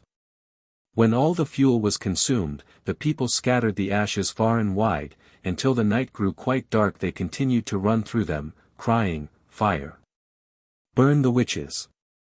In the Hebrides, the Beltane bannock is smaller than that made at St. Michael's, but is made in the same way. It is no longer made in Uist, but Father Allen remembers seeing his grandmother make one about 25 years ago.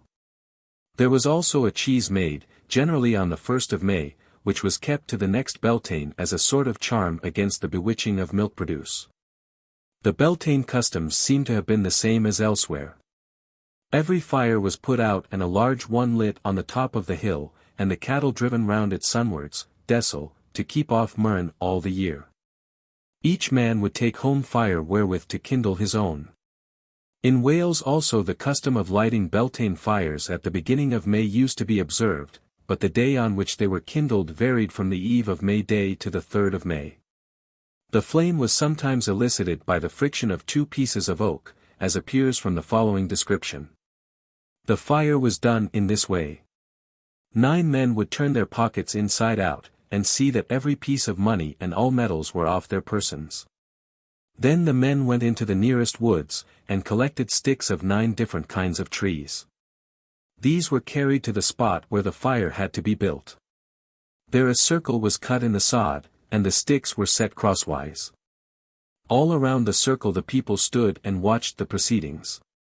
One of the men would then take 2 bits of oak, and rub them together until a flame was kindled. This was applied to the sticks, and soon a large fire was made. Sometimes 2 fires were set up side by side. These fires, whether 1 or 2, were called coelcerth or bonfire. Round cakes of oatmeal and brown meal were split in 4, and placed in a small flour bag, and everybody present had to pick out a portion. The last bit in the bag fell to the lot of the bagholder. Each person who chanced to pick up a piece of brown meal cake was compelled to leap 3 times over the flames, or to run thrice between the 2 fires, by which means the people thought they were sure of a plentiful harvest. Shouts and screams of those who had to face the ordeal could be heard ever so far, and those who chanced to pick the oatmeal portions sang and danced and clapped their hands in approval. As the holders of the brown bits leaped 3 times over the flames, or ran 3 times between the 2 fires.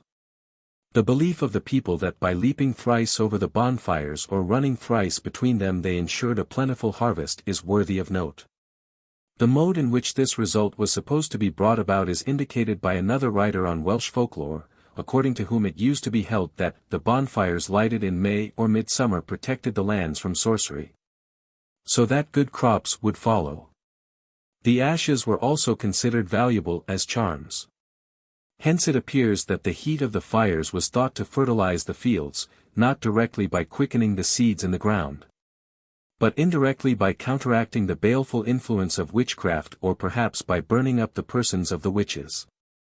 The Beltane fires seem to have been kindled also in Ireland, for Cormac, or somebody in his name, says that Beltane, May Day, was so called from the lucky fire, or the 2 fires, which the Druids of Erin used to make on that day with great incantations. And cattle, he adds, used to be brought to those fires, or to be driven between them, as a safeguard against the diseases of the year. The custom of driving cattle through or between fires on May Day or the eve of May Day persisted in Ireland down to a time within living memory. The 1st of May is a great popular festival in the more midland and southern parts of Sweden. On the eve of the festival huge bonfires, which should be lighted by striking 2 flints together, blaze on all the hills and knolls. Every large hamlet has its own fire, round which the young people dance in a ring. The old folk notice whether the flames incline to the north or to the south. In the former case, the spring will be cold and backward, in the latter, it will be mild and genial.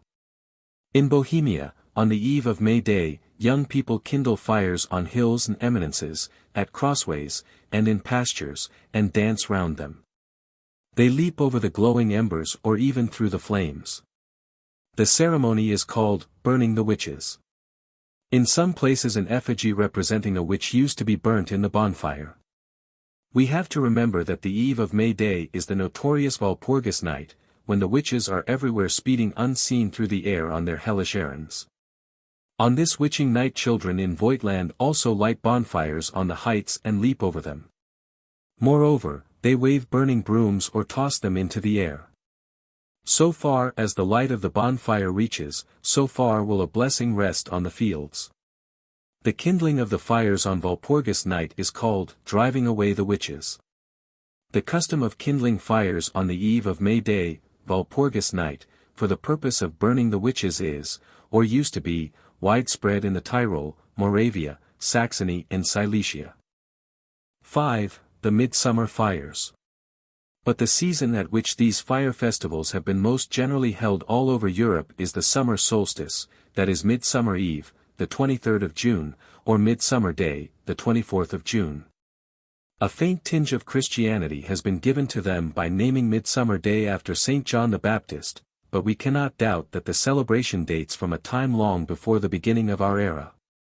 The summer solstice, or Midsummer Day, is the great turning point in the sun's career, when, after climbing higher and higher day by day in the sky, the luminary stops and thenceforth retraces his steps down the heavenly road. Such a moment could not but be regarded with anxiety by primitive man so soon as he began to observe and ponder the courses of the great lights across the celestial vault. And having still to learn his own powerlessness in face of the vast cyclic changes of nature. He may have fancied that he could help the sun in his seeming decline, could prop his failing steps and rekindle the sinking flame of the red lamp in his feeble hand. In some such thoughts as these the midsummer festivals of our European peasantry may perhaps have taken their rise. Whatever their origin, they have prevailed all over this quarter of the globe, from Ireland on the west to Russia on the east, and from Norway and Sweden on the north to Spain and Greece on the south. According to a medieval writer, the three great features of the midsummer celebration were the bonfires, the procession with torches round the fields, and the custom of rolling a wheel. He tells us that boys burned bones and filth of various kinds to make a foul smoke, and that the smoke drove away certain noxious dragons which at this time, excited by the summer heat, copulated in the air and poisoned the wells and rivers by dropping their seed into them. And he explains the custom of trundling a wheel to mean that the sun, having now reached the highest point in the ecliptic, begins thenceforward to descend. The main features of the Midsummer Fire Festival resemble those which we have found to characterize the vernal festivals of fire. The similarity of the two sets of ceremonies will plainly appear from the following examples. A writer of the first half of the 16th century informs us that in almost every village and town of Germany public bonfires were kindled on the eve of St. John, and young and old, of both sexes, gathered about them and passed the time in dancing and singing. People on this occasion wore chaplets of mugwort and vervain, and they looked at the fire through bunches of larkspur which they held in their hands, believing that this would preserve their eyes in a healthy state throughout the year. As each departed, he threw the mugwort and vervain into the fire, saying, "May all my ill luck depart and be burnt up with these." At Lower Cons, a village situated on a hillside overlooking the Moselle, the midsummer festival used to be celebrated as follows. A quantity of straw was collected on the top of the steep Stromberg hill. Every inhabitant, or at least every householder, had to contribute his share of straw to the pile. At nightfall the whole male population, men and boys, mustered on the top of the hill. The women and girls were not allowed to join them, but had to take up their position at a certain spring halfway down the slope. On the summit stood a huge wheel completely encased in some of the straw which had been jointly contributed by the villagers. The rest of the straw was made into torches. From each side of the wheel the axle-tree projected about 3 feet, thus furnishing handles to the lads who were to guide it in its descent. The mayor of the neighboring town of Sierck, who always received a basket of cherries for his services, gave the signal. A lighted torch was applied to the wheel, and as it burst into flame, 2 young fellows, strong-limbed and swift of foot, seized the handles and began running with it down the slope. A great shout went up. Every man and boy waved a blazing torch in the air, and took care to keep it alight so long as the wheel was trundling down the hill. The great object of the young men who guided the wheel was to plunge it blazing into the water of the Moselle. But they rarely succeeded in their efforts, for the vineyards which cover the greater part of the declivity impeded their progress, and the wheel was often burned out before it reached the river. As it rolled past the women and girls at the spring, they raised cries of joy which were answered by the men on the top of the mountain. And the shouts were echoed by the inhabitants of neighboring villages who watched the spectacle from their hills on the opposite bank of the Moselle. If the fiery wheel was successfully conveyed to the bank of the river and extinguished in the water, the people looked for an abundant vintage that year. And the inhabitants of Cannes had the right to exact a wagon load of white wine from the surrounding vineyards. On the other hand, they believed that, if they neglected to perform the ceremony, the cattle would be attacked by giddiness and convulsions and would dance in their stalls. Down at least to the middle of the 19th century the Midsummer Fires used to blaze all over Upper Bavaria.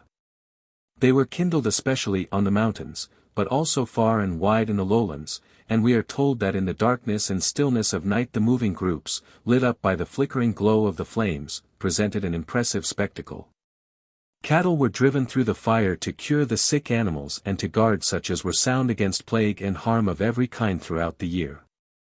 Many a householder on that day put out the fire on the domestic hearth and rekindled it by means of a brand taken from the midsummer bonfire. The people judged of the height to which the flax would grow in the year by the height to which the flames of the bonfire rose, and whoever leaped over the burning pile was sure not to suffer from backache in reaping the corn at harvest. In many parts of Bavaria it was believed that the flax would grow as high as the young people leaped over the fire. In others the old folk used to plant 3 charred sticks from the bonfire in the fields, believing that this would make the flax grow tall. Elsewhere an extinguished brand was put in the roof of the house to protect it against fire. In the towns about Würzburg the bonfires used to be kindled in the marketplaces, and the young people who jumped over them wore garlands of flowers, especially of mugwort and vervain, and carried sprigs of larkspur in their hands. They thought that such as looked at the fire holding a bit of larkspur before their face would be troubled by no malady of the eyes throughout the year. Further, it was customary at Würzburg, in the 16th century, for the bishop's followers to throw burning discs of wood into the air from a mountain which overhangs the town. The discs were discharged by means of flexible rods, and in their flight through the darkness presented the appearance of fiery dragons. Similarly in Swabia, lads and lasses, hand in hand, leap over the midsummer bonfire, praying that the hemp may grow 3 ells high, and they set fire to wheels of straw and send them rolling down the hill.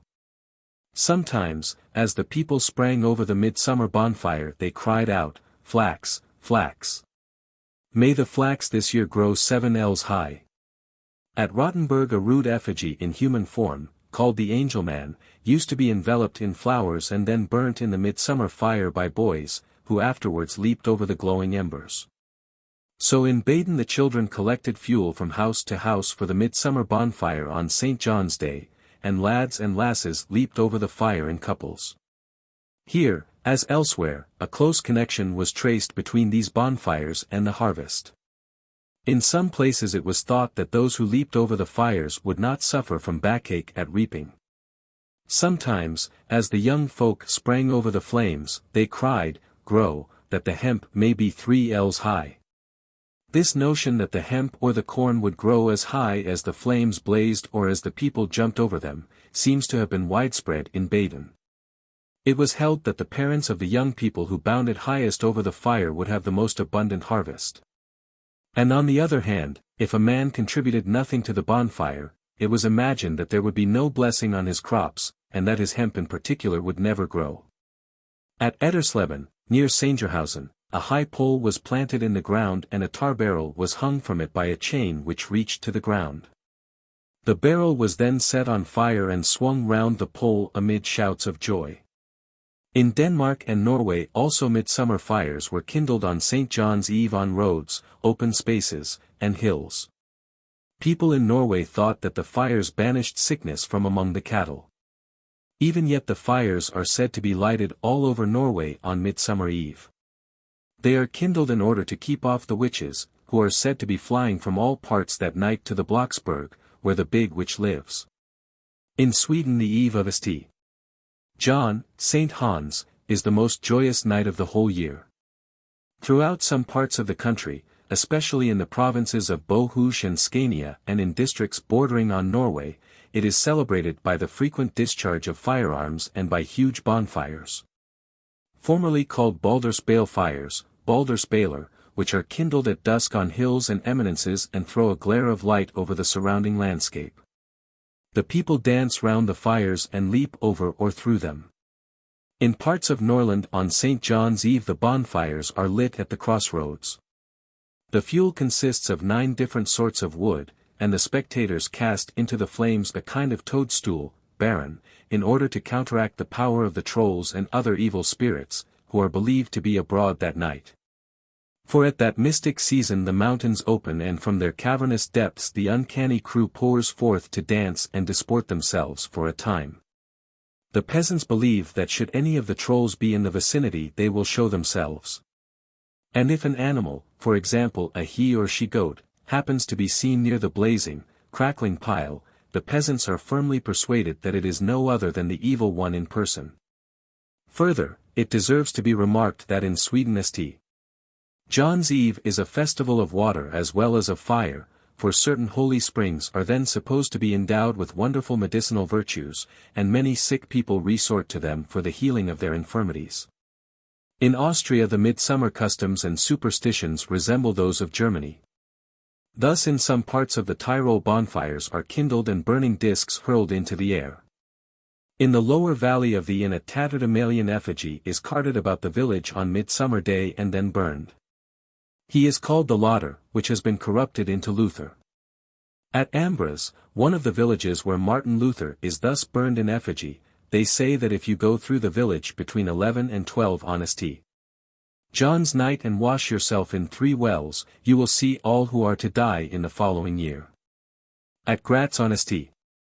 John's Eve, the 23rd of June, the common people used to make a puppet called the Taterman, which they dragged to the bleaching ground, and pelted with burning besoms till it took fire. At Riet, in the Tyrol, people believed that the flax would grow as high as they leaped over the midsummer bonfire, and they took pieces of charred wood from the fire and stuck them in their flax fields the same night, leaving them there till the flax harvest had been got in. In Lower Austria bonfires are kindled on the heights, and the boys caper round them, brandishing lighted torches drenched in pitch.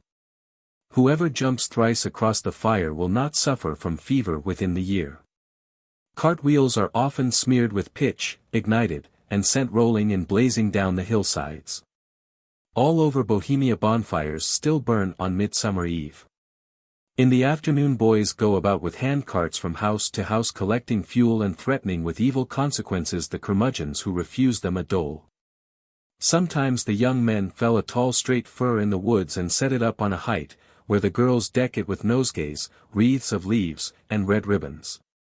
Then brushwood is piled about it, and at nightfall the whole is set on fire. While the flames break out, the young men climb the tree and fetch down the wreaths which the girls had placed on it. After that lads and lasses stand on opposite sides of the fire and look at one another through the wreaths to see whether they will be true to each other and marry within the year. Also the girls throw the wreaths across the flames to the men, and woe to the awkward swain who fails to catch the wreath thrown him by his sweetheart. When the blaze has died down, each couple takes hands and leaps thrice across the fire. He or she who does so will be free from ague throughout the year, and the flax will grow as high as the young folks leap. A girl who sees 9 bonfires on Midsummer Eve will marry before the year is out. The singed wreaths are carried home and carefully preserved throughout the year. During thunderstorms a bit of the wreath is burned on the hearth with a prayer. Some of it is given to kine that are sick or calving, and some of it serves to fumigate house and cattle stall, that man and beast may keep hale and well. Sometimes an old cartwheel is smeared with resin, ignited, and sent rolling down the hill. Often the boys collect all the worn-out besoms they can get hold of, dip them in pitch, and having set them on fire wave them about or throw them high into the air. Or they rush down the hillside in troops, brandishing the flaming brooms and shouting. The stumps of the brooms and embers from the fire are preserved and stuck in cabbage gardens to protect the cabbages from caterpillars and gnats. Some people insert charred sticks and ashes from the midsummer bonfire in their sown fields and meadows, in their gardens and the roofs of their houses, as a talisman against lightning and foul weather. Or they fancy that the ashes placed in the roof will prevent any fire from breaking out in the house. In some districts they crown or gird themselves with mugwort while the midsummer fire is burning, for this is supposed to be a protection against ghosts, witches, and sickness. In particular, a wreath of mugwort is a sure preventive of sore eyes. Sometimes the girls look at the bonfires through garlands of wild flowers, praying the fire to strengthen their eyes and eyelids. She who does this thrice will have no sore eyes all that year. In some parts of Bohemia they used to drive the cows through the midsummer fire to guard them against witchcraft. In Slavonic countries, also, the midsummer festival is celebrated with similar rites. We have already seen that in Russia on the eve of St. John young men and maidens jump over a bonfire in couples carrying a straw effigy of Cupido in their arms. In some parts of Russia an image of Cupido is burnt or thrown into a stream on St. John's night. Again, in some districts of Russia the young folk wear garlands of flowers and girdles of holy herbs when they spring through the smoke or flames. And sometimes they drive the cattle also through the fire in order to protect the animals against wizards and witches, who are then ravenous after milk. In Little Russia a stake is driven into the ground on St. John's night, wrapped in straw, and set on fire. As the flames rise the peasant women throw birchen boughs into them, saying, "May my flax be as tall as this bough." In Ruthenia the bonfires are lighted by a flame procured by the friction of wood. While the elders of the party are engaged in thus churning the fire, the rest maintain a respectful silence, but when the flame bursts from the wood, they break forth into joyous songs. As soon as the bonfires are kindled, the young people take hands and leap in pairs through the smoke, if not through the flames, and after that the cattle in their turn are driven through the fire. In many parts of Prussia and Lithuania great fires are kindled on Midsummer Eve. All the heights are ablaze with them, as far as the eye can see. The fires are supposed to be a protection against witchcraft, thunder, hail, and cattle disease, especially if next morning the cattle are driven over the places where the fires burned. Above all, the bonfires ensure the farmer against the arts of witches, who try to steal the milk from his cows by charms and spells. That is why next morning you may see the young fellows who lit the bonfire going from house to house and receiving jugfuls of milk. And for the same reason they stick burrs and mugwort on the gate or the hedge through which the cows go to pasture, because that is supposed to be a preservative against witchcraft. In Masuren, a district of eastern Prussia inhabited by a branch of the Polish family, it is the custom on the evening of Midsummer Day to put out all the fires in the village. Then an oaken stake is driven into the ground and a wheel is fixed on it as on an axle. This will the villagers, working by relays, cause to revolve with great rapidity till fire is produced by friction. Every one takes home a lighted brand from the new fire and with it rekindles the fire on the domestic hearth. In Serbia on Midsummer Eve herdsmen light torches of birch bark and march round the sheepfolds and cattle stalls. Then they climb the hills and there allow the torches to burn out. Among the Magyars in Hungary the Midsummer Fire Festival is marked by the same features that meet us in so many parts of Europe. On Midsummer Eve in many places it is customary to kindle bonfires on heights and to leap over them, and from the manner in which the young people leap the bystanders predict whether they will marry soon. On this day also many Hungarian swineherds make fire by rotating a wheel round a wooden axle wrapped in hemp, and through the fire thus made they drive their pigs to preserve them from sickness. The Esthonians of Russia, who, like the Magyars, belong to the great Turanian family of mankind, also celebrate the summer solstice in the usual way. They think that this St. John's fire keeps witches from the cattle, and they say that he who does not come to it will have his barley full of thistles and his oats full of weeds.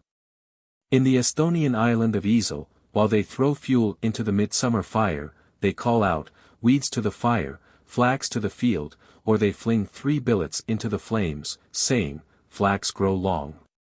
And they take charred sticks from the bonfire home with them and keep them to make the cattle thrive. In some parts of the island the bonfire is formed by piling brushwood and other combustibles round a tree, at the top of which a flag flies. Whoever succeeds in knocking down the flag with a pole before it begins to burn will have good luck. Formerly the festivities lasted till daybreak, and ended in scenes of debauchery which looked doubly hideous by the growing light of a summer morning. When we pass from the east to the west of Europe we still find the summer solstice celebrated with rites of the same general character. Down to about the middle of the 19th century the custom of lighting bonfires at midsummer prevailed so commonly in France that there was hardly a town or a village, we are told, where they were not kindled. People danced round and leaped over them, and took charred sticks from the bonfire home with them to protect the houses against lightning, conflagrations, and spells. In Brittany, apparently, the custom of the midsummer bonfires is kept up to this day. When the flames have died down, the whole assembly kneels round about the bonfire and an old man prays aloud. Then they all rise and march thrice round the fire. At the third turn they stop and every one picks up a pebble and throws it on the burning pile. After that they disperse. In Brittany and Berry it is believed that a girl who dances round 9 midsummer bonfires will marry within the year. In the valley of the Orne the custom was to kindle the bonfire just at the moment when the sun was about to dip below the horizon. And the peasants drove their cattle through the fires to protect them against witchcraft, especially against the spells of witches and wizards who attempted to steal the milk and butter. At Jumiages in Normandy, down to the first half of the 19th century, the Midsummer Festival was marked by certain singular features which bore the stamp of a very high antiquity. Every year, on the 23rd of June, the eve of St. John, the Brotherhood of the Green Wolf chose a new chief or master, who had always to be taken from the hamlet of Konehout. On being elected, the new head of the Brotherhood assumed the title of the Green Wolf, and donned a peculiar costume consisting of a long green mantle and a very tall green hat of a conical shape and without a brim. Thus arrayed he stalked solemnly at the head of the brothers, chanting the hymn of St. John, the crucifix and holy banner leading the way, to a place called Chouquet. Here the procession was met by the priest, precentors, and choir, who conducted the Brotherhood to the parish church. After hearing Mass the company adjourned to the house of the Green Wolf, where a simple repast was served up to them. At night a bonfire was kindled to the sound of handbells by a young man and a young woman, both decked with flowers. Then the Green Wolf and his brothers, with their hoods down on their shoulders and holding each other by the hand, ran round the fire after the man who had been chosen to be the Green Wolf of the following year. Though only the first and the last man of the chain had a hand free, their business was to surround and seize thrice the future Green Wolf, who in his efforts to escape belaboured the brothers with a long wand which he carried. When at last they succeeded in catching him they carried him to the burning pile and made as if they would throw him on it. This ceremony over, they returned to the house of the Green Wolf, where a supper, still of the most meagre fare, was set before them. Up till midnight a sort of religious solemnity prevailed. But at the stroke of 12 all this was changed. Constraint gave way to license, pious hymns were replaced by bacchanalian ditties, and the shrill quavering notes of the village fiddle hardly rose above the roar of voices that went up from the merry Brotherhood of the Green Wolf. Next day, the 24th of June or Midsummer Day, was celebrated by the same personages with the same noisy gaiety. One of the ceremonies consisted in parading, to the sound of musketry, an enormous loaf of consecrated bread, which, rising in tiers, was surmounted by a pyramid of verdure adorned with ribbons. After that the holy handbells, deposited on the step of the altar, were entrusted as insignia of office to the man who was to be the Green Wolf next year. At Château-Thierry, in the department of Aisne, the custom of lighting bonfires and dancing round them at the Midsummer Festival of St. John lasted down to about 1850. The fires were kindled especially when June had been rainy, and the people thought that the lighting of the bonfires would cause the rain to cease. In the Vosges it is still customary to kindle bonfires upon the hilltops on Midsummer Eve. The people believe that the fires help to preserve the fruits of the earth and ensure good crops. Bonfires were lit in almost all the hamlets of Poitou on the eve of St. John. People marched round them thrice, carrying a branch of walnut in their hand. Shepherdesses and children passed sprigs of mullein, verbascum, and nuts across the flames. The nuts were supposed to cure toothache, and the mullein to protect the cattle from sickness and sorcery. When the fire died down people took some of the ashes home with them, either to keep them in the house as a preservative against thunder or to scatter them on the fields for the purpose of destroying corn cockles and darnel. In Poitou also it used to be customary on the eve of St. John to trundle a blazing wheel wrapped in straw over the fields to fertilize them. In the mountainous part of Comminges, a province of southern France, the midsummer fire is made by splitting open the trunk of a tall tree, stuffing the crevice with shavings, and igniting the whole. A garland of flowers is fastened to the top of the tree, and at the moment when the fire is lighted the man who was last married has to climb up a ladder and bring the flowers down. In the flat parts of the same district the materials of the midsummer bonfires consist of fuel piled in the usual way. But they must be put together by men who have been married since the last midsummer festival, and each of these Benedicts is obliged to lay a wreath of flowers on the top of the pile. In Provence the midsummer fires are still popular. Children go from door to door begging for fuel, and they are seldom sent empty away. Formerly the priest, the mayor, and the aldermen used to walk in procession to the bonfire, and even deign to light it. After which the assembly marched thrice round the burning pile. At Aix a nominal king, chosen from among the youth for his skill in shooting at a popinjay, presided over the midsummer festival. He selected his own officers, and escorted by a brilliant train marched to the bonfire, kindled it, and was the first to dance round it. Next day he distributed largesse to his followers. His reign lasted a year, during which he enjoyed certain privileges. He was allowed to attend the mass celebrated by the commander of the Knights of St. John on St. John's Day. The right of hunting was accorded to him, and soldiers might not be quartered in his house. At Marseilles also on this day one of the guilds chose a king of the bad ache or double axe. But it does not appear that he kindled the bonfire, which is said to have been lighted with great ceremony by the prefect and other authorities. In Belgium the custom of kindling the midsummer bonfires has long disappeared from the great cities, but it is still kept up in rural districts and small towns. In that country the eve of St. Peter's Day, the 29th of June, is celebrated by bonfires and dances exactly like those which commemorate St. John's Eve. Some people say that the fires of St. Peter, like those of St. John, are lighted in order to drive away dragons. In French Flanders down to 1789 a straw figure representing a man was always burned in the midsummer bonfire, and the figure of a woman was burned on St. Peter's Day, the 29th of June. In Belgium people jump over the midsummer bonfires as a preventive of colic, and they keep the ashes at home to hinder fire from breaking out. The custom of lighting bonfires at midsummer has been observed in many parts of our own country, and as usual people danced round and leaped over them. In Wales 3 or 9 different kinds of wood and charred faggots carefully preserved from the last midsummer were deemed necessary to build the bonfire, which was generally done on rising ground.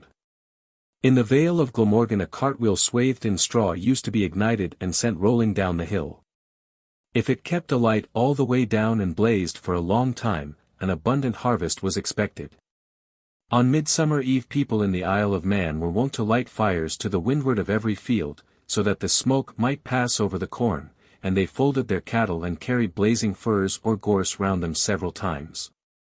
In Ireland cattle, especially barren cattle, were driven through the midsummer fires, and the ashes were thrown on the fields to fertilize them, or live coals were carried into them to prevent blight.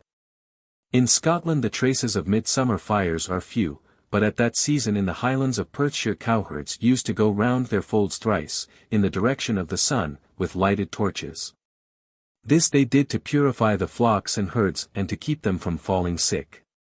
The practice of lighting bonfires on Midsummer Eve and dancing or leaping over them is, or was till recently, common all over Spain and in some parts of Italy and Sicily. In Malta great fires are kindled in the streets and squares of the towns and villages on the eve of St. John, Midsummer Eve, formerly the Grand Master of the Order of St. John used on that evening to set fire to a heap of pitch barrels placed in front of the sacred hospital. In Greece, too, the custom of kindling fires on St. John's Eve and jumping over them is said to be still universal. One reason assigned for it is a wish to escape from the fleas. According to another account, the women cry out, as they leap over the fire, "I leave my sins behind me." In Lesbos the fires on St. John's Eve are usually lighted by threes, and the people spring thrice over them, each with a stone on his head, saying, "I jumped the hare's fire, my head a stone." In Kalymnos the midsummer fire is supposed to ensure abundance in the coming year as well as deliverance from fleas. The people dance round the fires singing, with stones on their heads, and then jump over the blaze or the glowing embers. When the fire is burning low, they throw the stones into it, and when it is nearly out, they make crosses on their legs and then go straightway and bathe in the sea. The custom of kindling bonfires on Midsummer Day or on Midsummer Eve is widely spread among the Mohammedan peoples of North Africa, particularly in Morocco and Algeria. It is common both to the Berbers and to many of the Arabs or Arabic-speaking tribes. In these countries Midsummer Day, the 24th of June, Old Style, is called El Ansara. The fires are lit in the courtyards, at crossroads, in the fields, and sometimes on the threshing floors. Plants which in burning give out a thick smoke and an aromatic smell are much sought after for fuel on these occasions. Among the plants used for the purpose are giant fennel, thyme, rue, chervil seed, chamomile, geranium, and pennyroyal. People expose themselves, and especially their children, to the smoke, and drive it towards the orchards and the crops. Also they leap across the fires. In some places everybody ought to repeat the leap 7 times. Moreover they take burning brands from the fires and carry them through the houses in order to fumigate them. They pass things through the fire, and bring the sick into contact with it, while they utter prayers for their recovery. The ashes of the bonfires are also reputed to possess beneficial properties. Hence in some places people rub their hair or their bodies with them. In some places they think that by leaping over the fires they rid themselves of all misfortune, and that childless couples thereby obtain offspring. Berbers of the Rif province, in northern Morocco, make great use of fires at midsummer for the good of themselves, their cattle, and their fruit trees. They jump over the bonfires in the belief that this will preserve them in good health, and they light fires under fruit trees to keep the fruit from falling untimely. And they imagine that by rubbing a paste of the ashes on their hair they prevent the hair from falling off their heads. In all these Moroccan customs, we are told, the beneficial effect is attributed wholly to the smoke, which is supposed to be endued with a magical quality that removes misfortune from men, animals, fruit trees and crops. The celebration of a midsummer festival by Mohammedan peoples is particularly remarkable, because the Mohammedan calendar, being purely lunar and uncorrected by intercalation, necessarily takes no note of festivals which occupy fixed points in the solar year. All strictly Mohammedan feasts, being pinned to the moon, slide gradually with that luminary through the whole period of the Earth's revolution about the sun.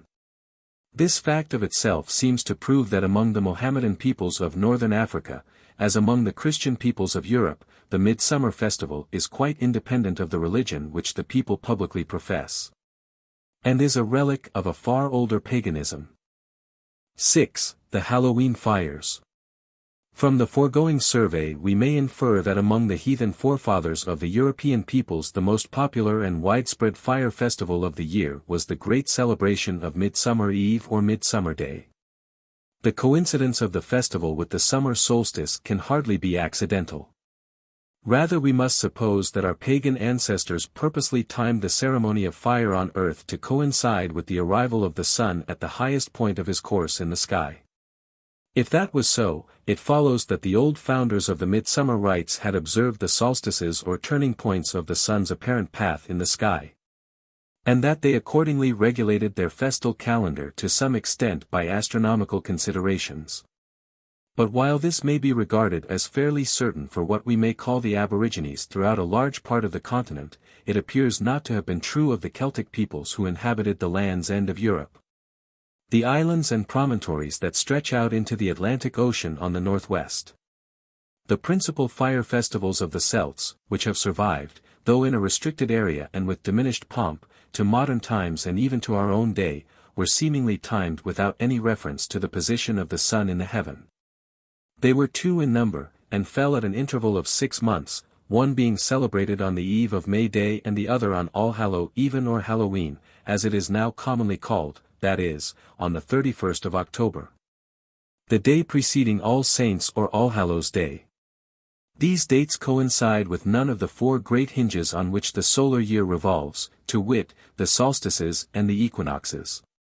Nor do they agree with the principal seasons of the agricultural year, the sowing in spring and the reaping in autumn. For when May Day comes, the seed has long been committed to the earth. And when November opens, the harvest has long been reaped and garnered, the fields lie bare, the fruit trees are stripped, and even the yellow leaves are fast fluttering to the ground.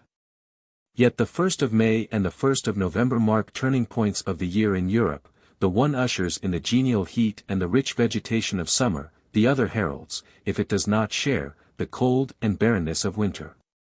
Now these particular points of the year, as has been well pointed out by a learned and ingenious writer, while they are of comparatively little moment to the European husbandman, do deeply concern the European herdsman.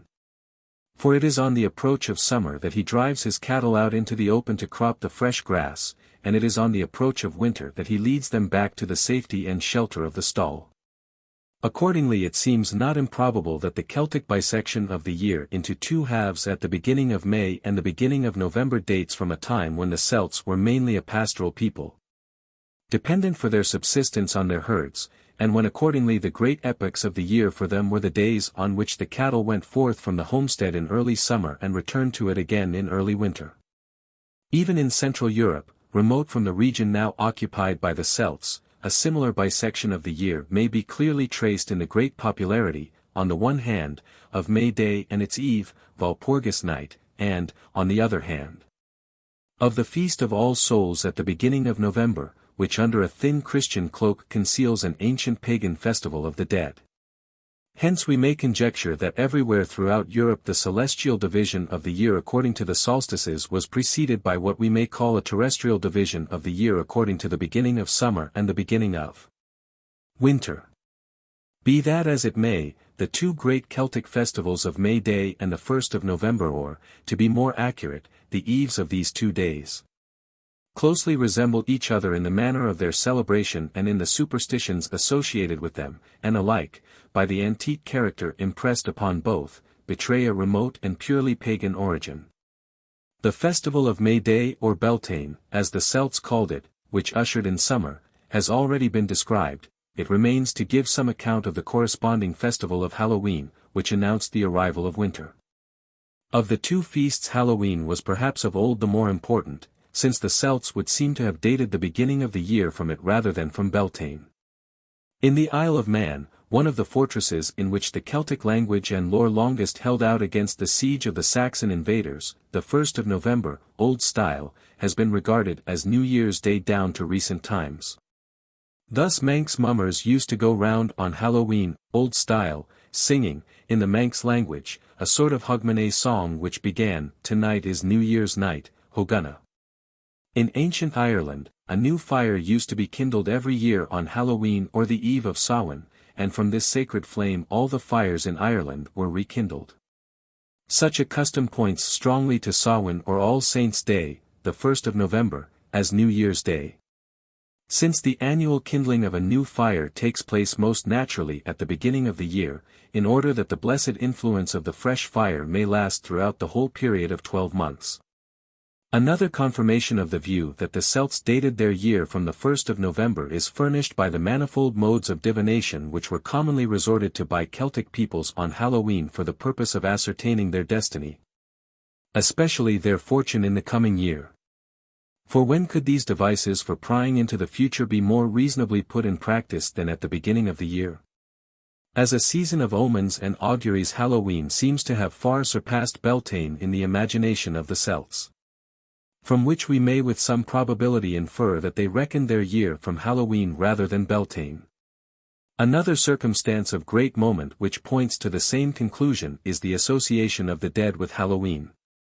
Not only among the Celts but throughout Europe, Hallowe'en, the night which marks the transition from autumn to winter, seems to have been of old the time of year when the souls of the departed were supposed to revisit their old homes in order to warm themselves by the fire and to comfort themselves with the good cheer provided for them in the kitchen or the parlor by their affectionate kinsfolk. It was, perhaps, a natural thought that the approach of winter should drive the poor shivering hungry ghosts from the bare fields and the leafless woodlands to the shelter of the cottage with its familiar fireside. Did not the lowing kine then troop back from the summer pastures in the forests and on the hills to be fed and cared for in the stalls, while the bleak winds whistled among the swaying boughs and the snowdrifts deepened in the hollows? And could the good man and the good wife deny to the spirits of their dead the welcome which they gave to the cows? But it is not only the souls of the departed who are supposed to be hovering unseen on the day, when autumn to winter resigns the pale year.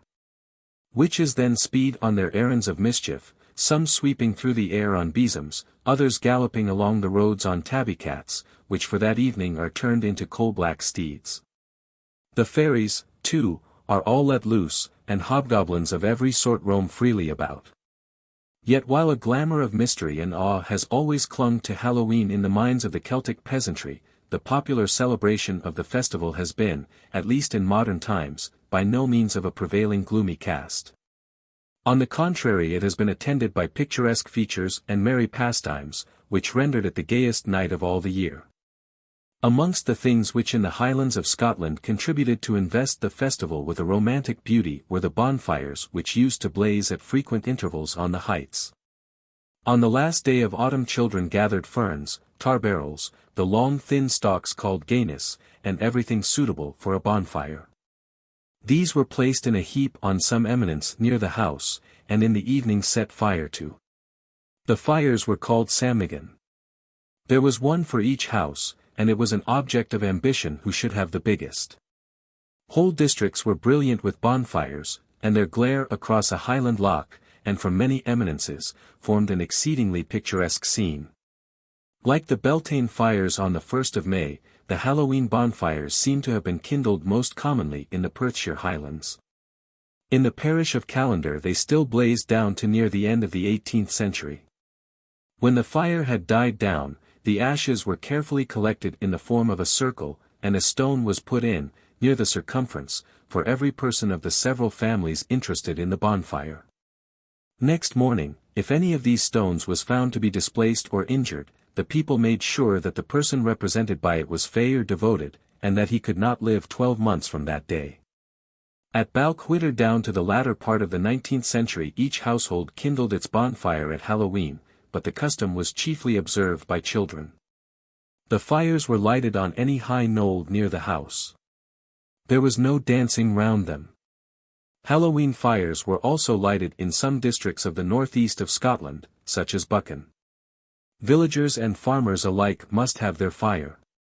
In the villages the boys went from house to house and begged a peat from each householder, usually with the words, "Ge's a peat teat, burn the witches." When they had collected enough peats, they piled them in a heap, together with straw, furze, and other combustible materials, and set the whole on fire. Then each of the youths, one after another, laid himself down on the ground as near to the fire as he could without being scorched, and thus lying allowed the smoke to roll over him. The others ran through the smoke and jumped over their prostrate comrade. When the heap was burned down, they scattered the ashes, vying with each other who should scatter them most. In the northern part of Wales it used to be customary for every family to make a great bonfire called Seal Coath on Halloween. The fire was kindled on the most conspicuous spot near the house. And when it had nearly gone out every one threw into the ashes a white stone, which he had first marked. Then having said their prayers round the fire, they went to bed. Next morning, as soon as they were up, they came to search out the stones, and if any one of them was found to be missing, they had a notion that the person who threw it would die before he saw another Halloween. According to Sir John Rhys, the habit of celebrating Halloween by lighting bonfires on the hills is perhaps not yet extinct in Wales. And men still living can remember how the people who assisted at the bonfires would wait till the last spark was out and then would suddenly take to their heels, shouting at the top of their voices, "The cropped black sow sees the hindmost." The saying, as Sir John Rhys justly remarks, implies that originally one of the company became a victim in dead earnest. Down to the present time the saying is current in Carnarvonshire, where allusions to the cutty black sow are still occasionally made to frighten children. We can now understand why in Lower Brittany every person throws a pebble into the midsummer bonfire. Doubtless there, as in Wales and the Highlands of Scotland, omens of life and death have at one time or other been drawn from the position and state of the pebbles on the morning of All Saints' Day. The custom, thus found among three separate branches of the Celtic stock, probably dates from a period before their dispersion, or at least from a time when alien races had not yet driven home the wedges of separation between them. In the Isle of Man also, another Celtic country, Halloween was celebrated down to modern times by the kindling of fires, accompanied with all the usual ceremonies designed to prevent the baneful influence of fairies and witches. 7. The Midwinter Fires. If the heathen of ancient Europe celebrated, as we have good reason to believe, the season of midsummer with a great festival of fire, of which the traces have survived in many places down to our own time, it is natural to suppose that they should have observed with similar rites the corresponding season of midwinter. For midsummer and midwinter, or, in more technical language, the summer solstice and the winter solstice, are the two great turning points in the sun's apparent course through the sky. And from the standpoint of primitive man nothing might seem more appropriate than to kindle fires on earth at the two moments when the fire and heat of the great luminary in heaven begin to wane or to wax. In modern Christendom the ancient fire festival of the winter solstice appears to survive, or to have survived down to recent years, in the old custom of the Yule log, clog, or block, as it was variously called in England. The custom was widespread in Europe, but seems to have flourished especially in England, France, and among the South Slavs. At least the fullest accounts of the custom come from these quarters. That the Yule log was only the winter counterpart of the midsummer bonfire, kindled within doors instead of in the open air on account of the cold and inclement weather of the season, was pointed out long ago by our English antiquary John Brand. And the view is supported by the many quaint superstitions attaching to the Yule log, superstitions which have no apparent connection with Christianity but carry their heathen origin plainly stamped upon them. But while the two solstitial celebrations were both festivals of fire, the necessity or desirability of holding the winter celebration within doors lent it the character of a private or domestic festivity, which contrasts strongly with the publicity of the summer celebration, at which the people gathered on some open space or conspicuous height, kindled a huge bonfire in common, and danced and made merry round it together. Down to about the middle of the 19th century the old rite of the Yule log was kept up in some parts of central Germany. Thus in the valleys of the Sieg and Lahn the Yule log, a heavy block of oak, was fitted into the floor of the hearth, where, though it glowed under the fire, it was hardly reduced to ashes within a year. When the new log was laid next year, the remains of the old one were ground to powder and strewed over the fields during the 12 nights, which was supposed to promote the growth of the crops. In some villages of Westphalia, the practice was to withdraw the Yule log, Christ brand, from the fire so soon as it was slightly charred. It was then kept carefully to be replaced on the fire whenever a thunderstorm broke, because the people believed that lightning would not strike a house in which the Yule log was smoldering. In other villages of Westphalia the old custom was to tie up the Yule log in the last sheaf cut at harvest. In several provinces of France, and particularly in Provence, the custom of the Yule log or trefoir, as it was called in many places, was long observed. A French writer of the 17th century denounces as superstitious the belief that a log called the trefoir or Christmas brand, which you put on the fire for the first time on Christmas Eve and continue to put on the fire for a little while every day till 12th night, can, if kept under the bed, protect the house for a whole year from fire and thunder. That it can prevent the inmates from having chilblains on their heels in winter, that it can cure the cattle of many maladies, that if a piece of it be steeped in the water which cows drink it helps them to calve. And lastly that if the ashes of the log be strewn on the fields it can save the wheat from mildew. In some parts of Flanders and France the remains of the Yule log were regularly kept in the house under a bed as a protection against thunder and lightning. In Berry, when thunder was heard, a member of the family used to take a piece of the log and throw it on the fire, which was believed to avert the lightning. Again, in Perigord, the charcoal and ashes are carefully collected and kept for healing swollen glands. The part of the trunk which has not been burnt in the fire is used by ploughmen to make the wedge for their plough, because they allege that it causes the seeds to thrive better. And the women keep pieces of it till 12th night for the sake of their chickens. Some people imagine that they will have as many chickens as there are sparks that fly out of the brands of the log when they shake them.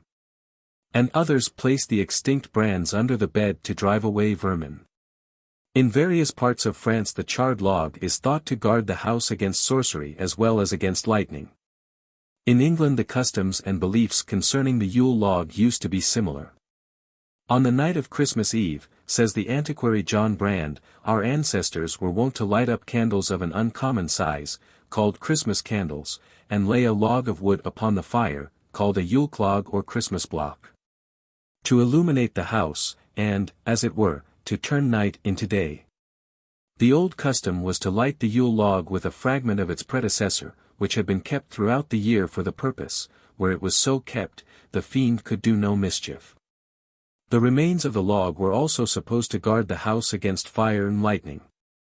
To this day the ritual of bringing in the Yule log is observed with much solemnity among the southern Slavs, especially the Serbians. The log is usually a block of oak, but sometimes of olive or beech.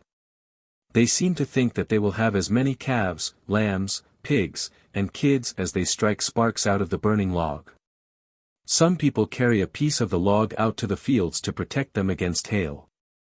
In Albania down to recent years it was a common custom to burn a Yule log at Christmas, and the ashes of the fire were scattered on the fields to make them fertile.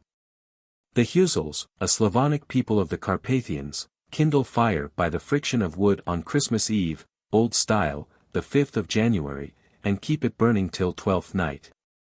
It is remarkable how common the belief appears to have been that the remains of the Yule log, if kept throughout the year, had power to protect the house against fire and especially against lightning. As the Yule log was frequently of oak, it seems possible that this belief may be a relic of the old Aryan creed which associated the oak tree with the god of thunder.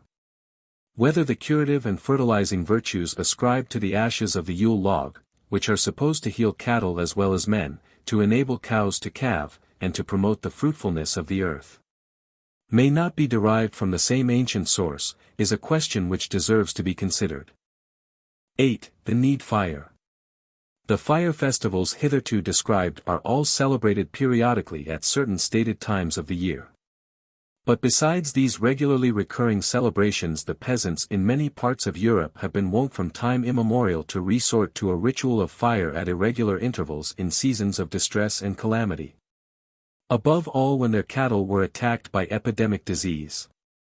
No account of the popular European fire festivals would be complete without some notice of these remarkable rites, which have all the greater claim on our attention because they may perhaps be regarded as the source and origin of all the other fire festivals. Certainly they must date from a very remote antiquity. The general name by which they are known among the Teutonic peoples is Aeneid fire. Sometimes the Aeneid fire was known as wild fire, to distinguish it no doubt from the tame fire produced by more ordinary methods. Among Slavonic peoples it is called living fire. The history of the custom can be traced from the early Middle Ages, when it was denounced by the Church as a heathen superstition, down to the first half of the 19th century, when it was still occasionally practiced in various parts of Germany, England, Scotland, and Ireland. Among Slavonic peoples it appears to have lingered even longer. The usual occasion for performing the rite was an outbreak of plague or cattle disease, for which the Aeneid fire was believed to be an infallible remedy. The animals which were subjected to it included cows, pigs, horses, and sometimes geese. As a necessary preliminary to the kindling of the Aeneid fire, all other fires and lights in the neighborhood were extinguished, so that not so much as a spark remained alight. For so long as even a night light burned in a house, it was imagined that the Aeneid fire could not kindle. Sometimes it was deemed enough to put out all the fires in the village. But sometimes the extinction extended to neighboring villages or to a whole parish. In some parts of the Highlands of Scotland the rule was that all householders who dwelt within the 2 nearest running streams should put out their lights and fires on the day appointed. Usually the Aeneid fire was made in the open air, but in some parts of Serbia it was kindled in a dark room. Sometimes the place was a crossway or a hollow in a road. In the Highlands of Scotland the proper places for performing the rite seem to have been knolls or small islands in rivers. The regular method of producing the Aeneid fire was by the friction of 2 pieces of wood. It might not be struck by flint and steel. Very exceptionally among some South Slavs we read of a practice of kindling a need fire by striking a piece of iron on an anvil. Where the wood to be employed is specified, it is generally said to be oak. But on the Lower Rhine the fire was kindled by the friction of oak wood or fir wood. In Slavonic countries we hear of poplar, pear, and cornel wood being used for the purpose. Often the material is simply described as 2 pieces of dry wood. Sometimes 9 different kinds of wood were deemed necessary, but rather perhaps to be burned in the bonfire than to be rubbed together for the production of the need fire. The particular mode of kindling the need fire varied in different districts. A very common one was this. 2 poles were driven into the ground about 1.5 feet from each other. Each pole had in the side facing the other a socket into which a smooth crosspiece or roller was fitted. The sockets were stuffed with linen, and the 2 ends of the roller were rammed tightly into the sockets. To make it more inflammable the roller was often coated with tar. A rope was then wound round the roller, and the free ends at both sides were gripped by 2 or more persons, who by pulling the rope to and fro caused the roller to revolve rapidly, till through the friction the linen in the sockets took fire. The sparks were immediately caught in tow or oakum and waved about in a circle until they burst into a bright glow, when straw was applied to it, and the blazing straw used to kindle the fuel that had been stacked to make the bonfire. Often a wheel, sometimes a cart wheel or even a spinning wheel, formed part of the mechanism. In Aberdeenshire it was called the muckle wheel. In the island of Mull the wheel was turned from east to west over 9 spindles of oak wood. Sometimes we are merely told that 2 wooden planks were rubbed together. Sometimes it was prescribed that the cartwheel used for fire-making and the axle on which it turned should both be new. Similarly it was said that the rope which turned the roller should be new. If possible it should be woven of strands taken from a gallows rope with which people had been hanged, but this was a counsel of perfection rather than a strict necessity. Various rules were also laid down as to the kind of persons who might or should make the need fire. Sometimes it was said that the 2 persons who pulled the rope which twirled the roller should always be brothers or at least bear the same baptismal name. Sometimes it was deemed sufficient if they were both chaste young men. In some villages of Brunswick people thought that if everybody who lent a hand in kindling the need fire did not bear the same Christian name, they would labor in vain. In Silesia the tree employed to produce the need fire used to be felled by a pair of twin brothers. In the western islands of Scotland the fire was kindled by 81 married men, who rubbed 2 great planks against each other, working in relays of 9. In North Uist the 9 times 9 who made the fire were all first-begotten sons, but we are not told whether they were married or single. Among the Serbians the need fire is sometimes kindled by a boy and girl between 11 and 14 years of age, who work stark naked in a dark room. Sometimes it is made by an old man and an old woman also in the dark. In Bulgaria, too, the makers of need fire stripped themselves of their clothes. In Caithness they divested themselves of all kinds of metal. If after long rubbing of the wood no fire was elicited they concluded that some fire must still be burning in the village. So a strict search was made from house to house, any fire that might be found was put out, and the negligent householder punished or upbraided. Indeed a heavy fine might be inflicted on him. When the need fire was at last kindled, the bonfire was lit from it, and as soon as the blaze had somewhat died down, the sick animals were driven over the glowing embers, sometimes in a regular order of precedence, first the pigs, next the cows, and last of all the horses. Sometimes they were driven twice or thrice through the smoke and flames, so that occasionally some of them were scorched to death. As soon as all the beasts were through, the young folk would rush wildly at the ashes and cinders, sprinkling and blackening each other with them. Those who were most blackened would march in triumph behind the cattle into the village and would not wash themselves for a long time. From the bonfire people carried live embers home and used them to rekindle the fires in their houses. These brands, after being extinguished in water, they sometimes put in the managers at which the cattle fed, and kept them there for a while. Ashes from the need fire were also strewed on the fields to protect the crops against vermin. Sometimes they were taken home to be employed as remedies in sickness, being sprinkled on the ailing part or mixed in water and drunk by the patient. In the western islands of Scotland and on the adjoining mainland, as soon as the fire on the domestic hearth had been rekindled from the need fire, a pot full of water was set on it. And the water thus heated was afterward sprinkled upon the people infected with the plague or upon the cattle that were tainted by the murrain. Special virtue was attributed to the smoke of the bonfire. In Sweden fruit trees and nets were fumigated with it, in order that the trees might bear fruit and the nets catch fish. In the Highlands of Scotland the need fire was accounted a sovereign remedy for witchcraft. In the island of Mull, when the fire was kindled as a cure for the murrain, we hear of the rite being accompanied by the sacrifice of a sick heifer, which was cut in pieces and burnt. Slavonian and Bulgarian peasants conceive cattle plague as a foul fiend or vampire which can be kept at bay by interposing a barrier of fire between it and the herds. A similar conception may perhaps have originally everywhere underlain the use of the need fire as a remedy for the murrain. It appears that in some parts of Germany the people did not wait for an outbreak of cattle plague, but, taking time by the forelock, kindled a need fire annually to prevent the calamity. Similarly in Poland the peasants are said to kindle fires in the village streets every year on St. Rochus's Day and to drive the cattle thrice through them in order to protect the beasts against the murrain. We have seen that in the Hebrides the cattle were in like manner driven annually round the Beltane Fires for the same purpose. In some cantons of Switzerland children still kindle a need fire by the friction of wood for the sake of dispelling a mist. 63. The interpretation of the fire festivals. 1. On the fire festivals in general. The foregoing survey of the popular fire festivals of Europe suggests some general observations. In the first place we can hardly help being struck by the resemblance which the ceremonies bear to each other, at whatever time of the year and in whatever part of Europe they are celebrated. The custom of kindling great bonfires, leaping over them, and driving cattle through or round them would seem to have been practically universal throughout Europe. And the same may be said of the processions or races with blazing torches round fields, orchards, pastures, or cattle stalls. Less widespread are the customs of hurling lighted discs into the air and trundling a burning wool downhill.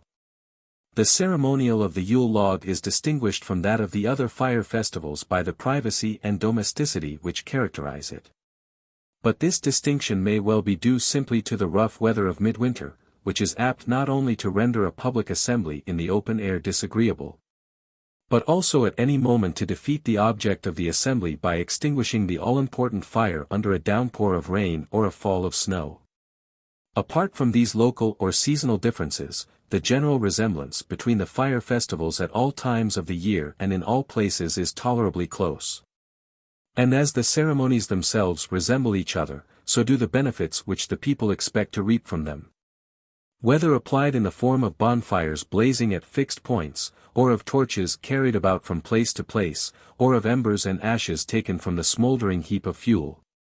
The fire is believed to promote the growth of the crops and the welfare of man and beast, either positively by stimulating them, or negatively by averting the dangers and calamities which threaten them from such causes as thunder and lightning, conflagration, blight, mildew, vermin, sterility, disease, and not least of all witchcraft. But we naturally ask, how did it come about that benefits so great and manifold were supposed to be attained by means so simple? In what way did people imagine that they could procure so many goods or avoid so many ills by the application of fire and smoke, of embers and ashes? Two different explanations of the fire festivals have been given by modern inquirers. On the one hand it has been held that they are sun charms or magical ceremonies intended, on the principle of imitative magic, to ensure a needful supply of sunshine for men, animals, and plants by kindling fires which mimic on earth the great source of light and heat in the sky. This was the view of Wilhelm Manhart. It may be called the solar theory.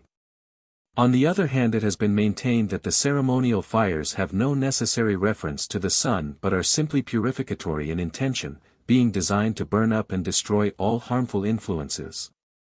Whether these are conceived in a personal form as witches, demons, and monsters, or in an impersonal form as a sort of pervading taint or corruption of the air.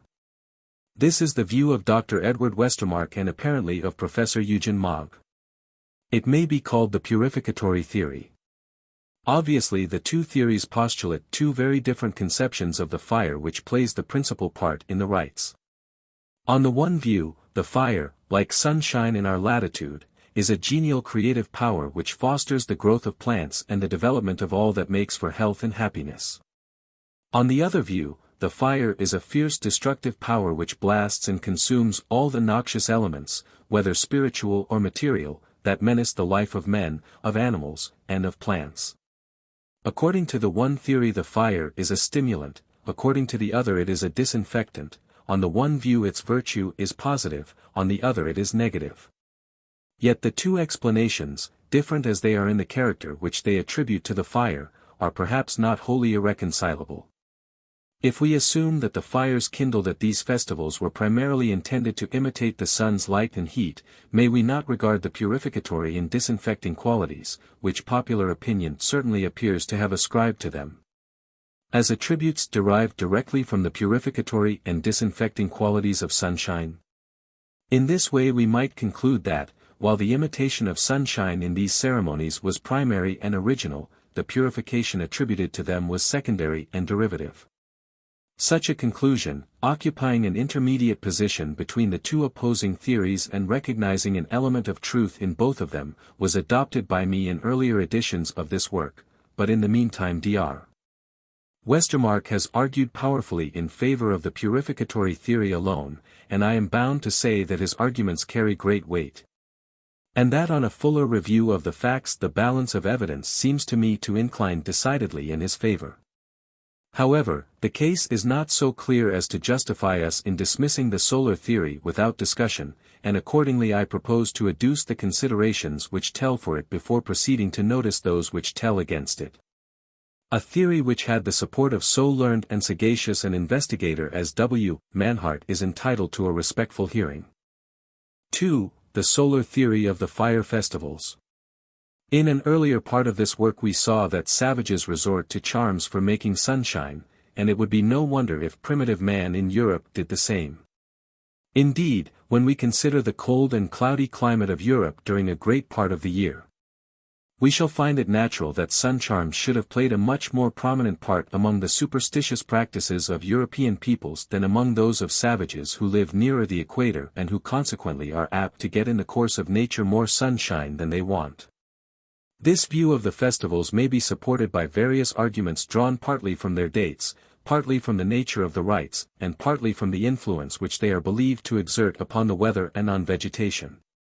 First, in regard to the dates of the festivals, it can be no mere accident that two of the most important and widely spread of the festivals are timed to coincide more or less exactly with the summer and winter solstices, that is, with the two turning points in the sun's apparent course in the sky when he reaches respectively his highest and his lowest elevation at noon. Indeed, with respect to the midwinter celebration of Christmas we are not left to conjecture. We know from the express testimony of the ancients that it was instituted by the Church to supersede an old heathen festival of the birth of the sun, which was apparently conceived to be born again on the shortest day of the year, after which his light and heat were seen to grow till they attained their full maturity at midsummer. Therefore it is no very far-fetched conjecture to suppose that the Yule log, which figures so prominently in the popular celebration of Christmas, was originally designed to help the laboring sun of midwinter to rekindle his seemingly expiring light. Not only the date of some of the festivals but the manner of their celebration suggests a conscious imitation of the sun. The custom of rolling a burning wool down a hill, which is often observed at these ceremonies, might well pass for an imitation of the sun's course in the sky. And the imitation would be especially appropriate on Midsummer Day when the sun's annual declension begins. Indeed, the custom has been thus interpreted by some of those who have recorded it. Not less graphic, it may be said, is the mimicry of his apparent revolution by swinging a burning tar barrel round a pole. Again, the common practice of throwing fiery discs, sometimes expressly said to be shaped like suns, into the air at the festivals may well be a piece of imitative magic. In these, as in so many cases, the magic force may be supposed to take effect through mimicry or sympathy. By imitating the desired result you actually produce it, by counterfeiting the sun's progress through the heavens you really help the luminary to pursue his celestial journey with punctuality and dispatch. The name, Fire of Heaven, by which the Midsummer Fire is sometimes popularly known, clearly implies a consciousness of a connection between the earthly and the heavenly flame. Again, the manner in which the fire appears to have been originally kindled on these occasions has been alleged in support of the view that it was intended to be a mock sun. As some scholars have perceived, it is highly probable that at the periodic festivals in former times fire was universally obtained by the friction of two pieces of wood. It is still so procured in some places both at the Easter and the Midsummer festivals, and it is expressly said to have been formerly so procured at the Beltane celebration both in Scotland and Wales. But what makes it nearly certain that this was once the invariable mode of kindling the fire at these periodic festivals is the analogy of the need fire, which has almost always been produced by the friction of wood, and sometimes by the revolution of a wheel.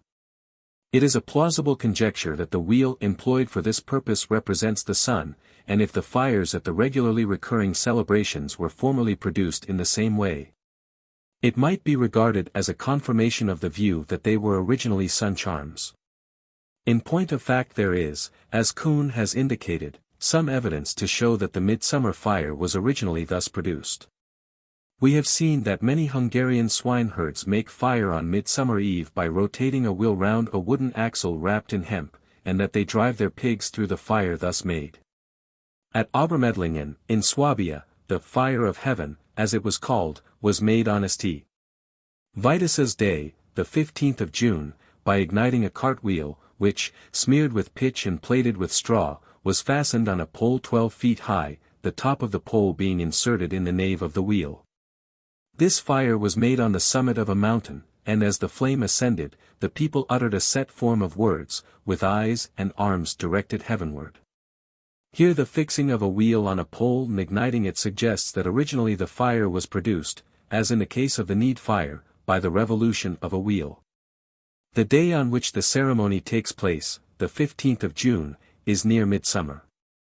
And we have seen that in Majoran fire is, or used to be, actually made on Midsummer Day by turning a wheel rapidly about an oaken pole, though it is not said that the new fire so obtained is used to light a bonfire. However, we must bear in mind that in all such cases the use of a wheel may be merely a mechanical device to facilitate the operation of fire-making by increasing the friction, it need not have any symbolical significance. Further, the influence which these fires, whether periodic or occasional, are supposed to exert on the weather and vegetation may be cited in support of the view that they are sun charms, since the effects ascribed to them resemble those of sunshine. Thus, the French belief that in a rainy June the lighting of the midsummer bonfires will cause the rain to cease appears to assume that they can disperse the dark clouds and make the sun to break out in radiant glory, drying the wet earth and dripping trees. Similarly, the use of the need fire by Swiss children on foggy days for the purpose of clearing away the mist may very naturally be interpreted as a sun charm. In the Vosges Mountains the people believe that the midsummer fires help to preserve the fruits of the earth and ensure good crops. In Sweden the warmth or cold of the coming season is inferred from the direction in which the flames of the May Day bonfire are blown. If they blow to the south, it will be warm, if to the north, cold. No doubt at present the direction of the flames is regarded merely as an augury of the weather, not as a mode of influencing it. But we may be pretty sure that this is one of the cases in which magic has dwindled into divination. So in the Eifel Mountains, when the smoke blows towards the cornfields, this is an omen that the harvest will be abundant. But the older view may have been not merely that the smoke and flames prognosticated, but that they actually produced an abundant harvest, the heat of the flames acting like sunshine on the corn. Perhaps it was with this view that people in the Isle of Man lit fires to windward of their fields in order that the smoke might blow over them. So in South Africa, about the month of April, the Matabeles light huge fires to the windward of their gardens, their idea being that the smoke, by passing over the crops, will assist the ripening of them. Among the Zulus also, medicine is burned on a fire placed to windward of the garden, the fumigation which the plants in consequence receive being held to improve the crop. Again, the idea of our European peasants that the corn will grow well as far as the blaze of the bonfire is visible, may be interpreted as a remnant of the belief in the quickening and fertilizing power of the bonfires. The same belief, it may be argued, reappears in the notion that embers taken from the bonfires and inserted in the fields will promote the growth of the crops. And it may be thought to underlie the customs of sowing flax seed in the direction in which the flames blow, of mixing the ashes of the bonfire with the seed corn at sowing, of scattering the ashes by themselves over the field to fertilize it, and of incorporating a piece of the Yule log in the plough to make the seeds thrive. The opinion that the flax or hemp will grow as high as the flames rise or the people leap over them belongs clearly to the same class of ideas. Again, at Cannes, on the banks of the Moselle, if the blazing wheel which was trundled down the hillside reached the river without being extinguished, this was hailed as a proof that the vintage would be abundant. So firmly was this belief held that the successful performance of the ceremony entitled the villagers to levy a tax upon the owners of the neighboring vineyards. Here the unextinguished will might be taken to represent an unclouded sun, which in turn would portend an abundant vintage. So the wagon load of white wine which the villagers received from the vineyards round about might pass for a payment for the sunshine which they had procured for the grapes. Similarly in the Vale of Glamorgan a blazing wheel used to be trundled downhill on Midsummer Day, and if the fire were extinguished before the wheel reached the foot of the hill, the people expected a bad harvest. Whereas if the wheel kept alight all the way down and continued to blaze for a long time, the farmers looked forward to heavy crops that summer. Here, again, it is natural to suppose that the rustic mind traced a direct connection between the fire of the wheel and the fire of the sun, on which the crops are dependent. But in popular belief the quickening and fertilizing influence of the bonfires is not limited to the vegetable world, it extends also to animals. This plainly appears from the Irish custom of driving barren cattle through the Midsummer Fires, from the French belief that the Yule log steeped in water helps cows to calve, from the French and Serbian notion that there will be as many chickens, calves, lambs, and kids as there are sparks struck out of the Yule log, from the French custom of putting the ashes of the bonfires in the fowls' nests to make the hens lay eggs, and from the German practice of mixing the ashes of the bonfires with the drink of cattle in order to make the animals thrive. Further, there are clear indications that even human fecundity is supposed to be promoted by the genial heat of the fires. In Morocco the people think that childless couples can obtain offspring by leaping over the midsummer bonfire.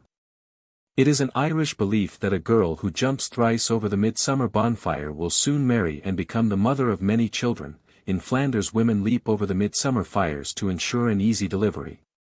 In various parts of France they think that if a girl dances round 9 fires she will be sure to marry within the year, and in Bohemia they fancy that she will do so if she merely sees 9 of the bonfires. On the other hand, in Lechrain people say that if a young man and woman, leaping over the midsummer fire together, escape unsmirched, the young woman will not become a mother within 12 months, the flames have not touched and fertilized her.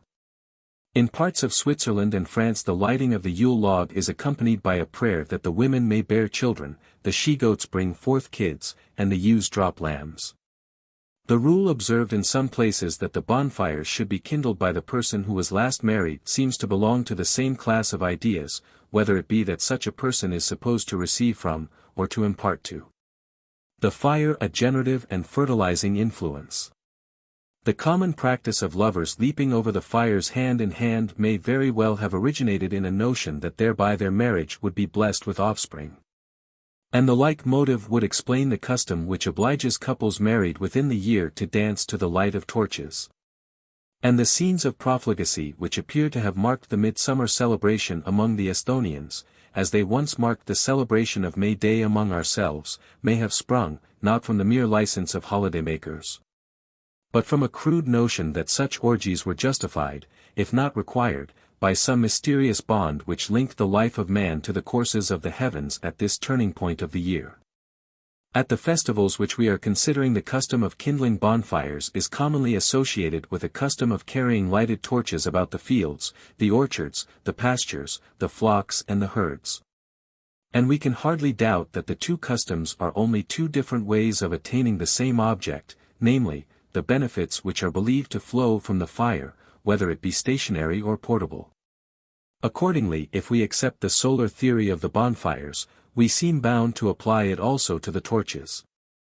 We must suppose that the practice of marching or running with blazing torches about the country is simply a means of diffusing far and wide the genial influence of the sunshine, of which these flickering flames are a feeble imitation. In favor of this view, it may be said that sometimes the torches are carried about the fields for the express purpose of fertilizing them, and with the same intention live coals from the bonfires are sometimes placed in the fields to prevent blight. On the eve of Twelfth Day in Normandy, men, women, and children run wildly through the fields and orchards with lighted torches, which they wave about the branches and dash against the trunks of the fruit trees for the sake of burning the moss and driving away the moles and field mice. They believe that the ceremony fulfills the double object of exorcising the vermin whose multiplication would be a real calamity, and of imparting fecundity to the trees, the fields, and even the cattle. And they imagine that the more the ceremony is prolonged, the greater will be the crop of fruit next autumn. In Bohemia they say that the corn will grow as high as they fling the blazing besoms into the air. Nor are such notions confined to Europe. In Korea, a few days before the New Year festival, the eunuchs of the palace swing burning torches, chanting invocations the while, and this is supposed to ensure bountiful crops for the next season. The custom of trundling a burning will over the fields, which used to be observed in Poitou for the express purpose of fertilizing them, may be thought to embody the same idea in a still more graphic form. Since in this way the mock sun itself, not merely its light and heat represented by torches, is made actually to pass over the ground which is to receive its quickening and kindly influence. Once more, the custom of carrying lighted brands round cattle is plainly equivalent to driving the animals through the bonfire, and if the bonfire is a sun charm, the torches must be so also. 3. The purificatory theory of the fire festivals. Thus far we have considered what may be said for the theory that at the European fire festivals the fire is kindled as a charm to ensure an abundant supply of sunshine for man and beast, for corn and fruits. It remains to consider what may be said against this theory and in favor of the view that in these rites fire is employed not as a creative but as a cleansing agent, which purifies men, animals, and plants by burning up and consuming the noxious elements, whether material or spiritual, which menace all living things with disease and death. First, then, it is to be observed that the people who practice the fire customs appear never to allege the solar theory in explanation of them, while on the contrary they do frequently and emphatically put forward the purificatory theory. This is a strong argument in favor of the purificatory and against the solar theory, for the popular explanation of a popular custom is never to be rejected except for grave cause. And in the present case there seems to be no adequate reason for rejecting it. The conception of fire as a destructive agent, which can be turned to account for the consumption of evil things, is so simple and obvious that it could hardly escape the minds even of the rude peasantry with whom these festivals originated. On the other hand, the conception of fire as an emanation of the sun, or at all events as linked to it by a bond of physical sympathy, is far less simple and obvious. And though the use of fire as a charm to produce sunshine appears to be undeniable, nevertheless in attempting to explain popular customs we should never have recourse to a more recondite idea when a simpler one lies to hand and is supported by the explicit testimony of the people themselves. Now in the case of the fire festivals the destructive aspect of fire is one upon which the people dwell again and again, and it is highly significant that the great evil against which the fire is directed appears to be witchcraft. Again and again we are told that the fires are intended to burn or repel the witches, and the intention is sometimes graphically expressed by burning an effigy of a witch in the fire. Hence, when we remember the great hold which the dread of witchcraft has had on the popular European mind in all ages, we may suspect that the primary intention of all these fire festivals was simply to destroy or at all events get rid of the witches, who were regarded as the causes of nearly all the misfortunes and calamities that befall men, their cattle, and their crops. This suspicion is confirmed when we examine the evils for which the bonfires and torches were supposed to provide a remedy. Foremost, perhaps, among these evils we may reckon the diseases of cattle. And of all the ills that witches are believed to work there is probably none which is so constantly insisted on as the harm they do to the herds, particularly by stealing the milk from the cows. Now it is significant that the need fire, which may perhaps be regarded as the parent of the periodic fire festivals, is kindled above all as a remedy for a murrain or other disease of cattle. And the circumstance suggests, what on general grounds seems probable, that the custom of kindling the need fire goes back to a time when the ancestors of the European peoples subsisted chiefly on the products of their herds. And when agriculture as yet played a subordinate part in their lives. Witches and wolves are the two great foes still dreaded by the herdsman in many parts of Europe, and we need not wonder that he should resort to fire as a powerful means of banning them both. Among Slavonic peoples it appears that the foes whom the need fire is designed to combat are not so much living witches as vampires and other evil spirits. And the ceremony aims rather at repelling these baleful beings than at actually consuming them in the flames. But for our present purpose these distinctions are immaterial. The important thing to observe is that among the Slavs the need fire, which is probably the original of all the ceremonial fires now under consideration, is not a sun charm. But clearly and unmistakably nothing but a means of protecting man and beast against the attacks of maleficent creatures, whom the peasant thinks to burn or scare by the heat of the fire, just as he might burn or scare wild animals. Again, the bonfires are often supposed to protect the fields against hail and the homestead against thunder and lightning. But both hail and thunderstorms are frequently thought to be caused by witches. Hence the fire which bans the witches necessarily serves at the same time as a talisman against hail, thunder, and lightning. Further, brands taken from the bonfires are commonly kept in the houses to guard them against conflagration. And though this may perhaps be done on the principle of homeopathic magic, one fire being thought to act as a preventive of another, it is also possible that the intention may be to keep witch incendiaries at bay. Again, people leap over the bonfires as a preventive of colic, and look at the flames steadily in order to preserve their eyes in good health.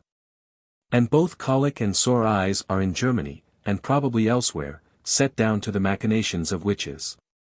Once more, to leap over the Midsummer Fires or to circumambulate them is thought to prevent a person from feeling pains in his back at reaping, and in Germany such pains are called witch shots and ascribed to witchcraft. But if the bonfires and torches of the fire festivals are to be regarded primarily as weapons directed against witches and wizards, it becomes probable that the same explanation applies not only to the flaming discs which are hurled into the air, but also to the burning wheels which are rolled downhill on these occasions. Discs and wheels, we may suppose, are alike intended to burn the witches who hover invisible in the air or haunt unseen the fields, the orchards, and the vineyards on the hillside. Certainly witches are constantly thought to ride through the air on broomsticks or other equally convenient vehicles. And if they do so, how can you get at them so effectually as by hurling lighted missiles, whether discs, torches, or besoms, after them as they flit past overhead in the gloom? The South Slavonian peasant believes that witches ride in the dark hail clouds. So he shoots at the clouds to bring down the hags, while he curses them, saying, "Curse, curse Herodias, thy mother is a heathen, damned of God and fettered through the Redeemer's blood." Also he brings out a pot of glowing charcoal on which he has thrown holy oil, laurel leaves, and wormwood to make a smoke. The fumes are supposed to ascend to the clouds and stupefy the witches, so that they tumble down to earth. And in order that they may not fall soft, but may hurt themselves very much, the yokel hastily brings out a chair and tilts it bottom up so that the witch in falling may break her legs on the legs of the chair. Worse than that, he cruelly lays scythes, billhooks, and other formidable weapons edge upwards so as to cut and mangle the poor wretches when they drop plump upon them from the clouds. On this view the fertility supposed to follow the application of fire in the form of bonfires, torches, discs, rolling wheels, and so forth, is not conceived as resulting directly from an increase of solar heat which the fire has magically generated.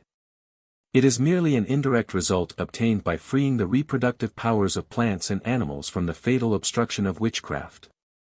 And what is true of the reproduction of plants and animals may hold good also of the fertility of the human sexes.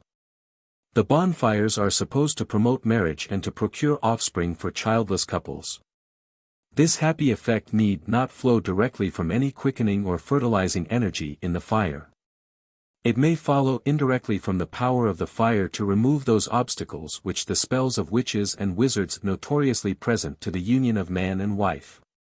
On the whole, then, the theory of the purificatory virtue of the ceremonial fires appears more probable and more in accordance with the evidence than the opposing theory of their connection with the sun.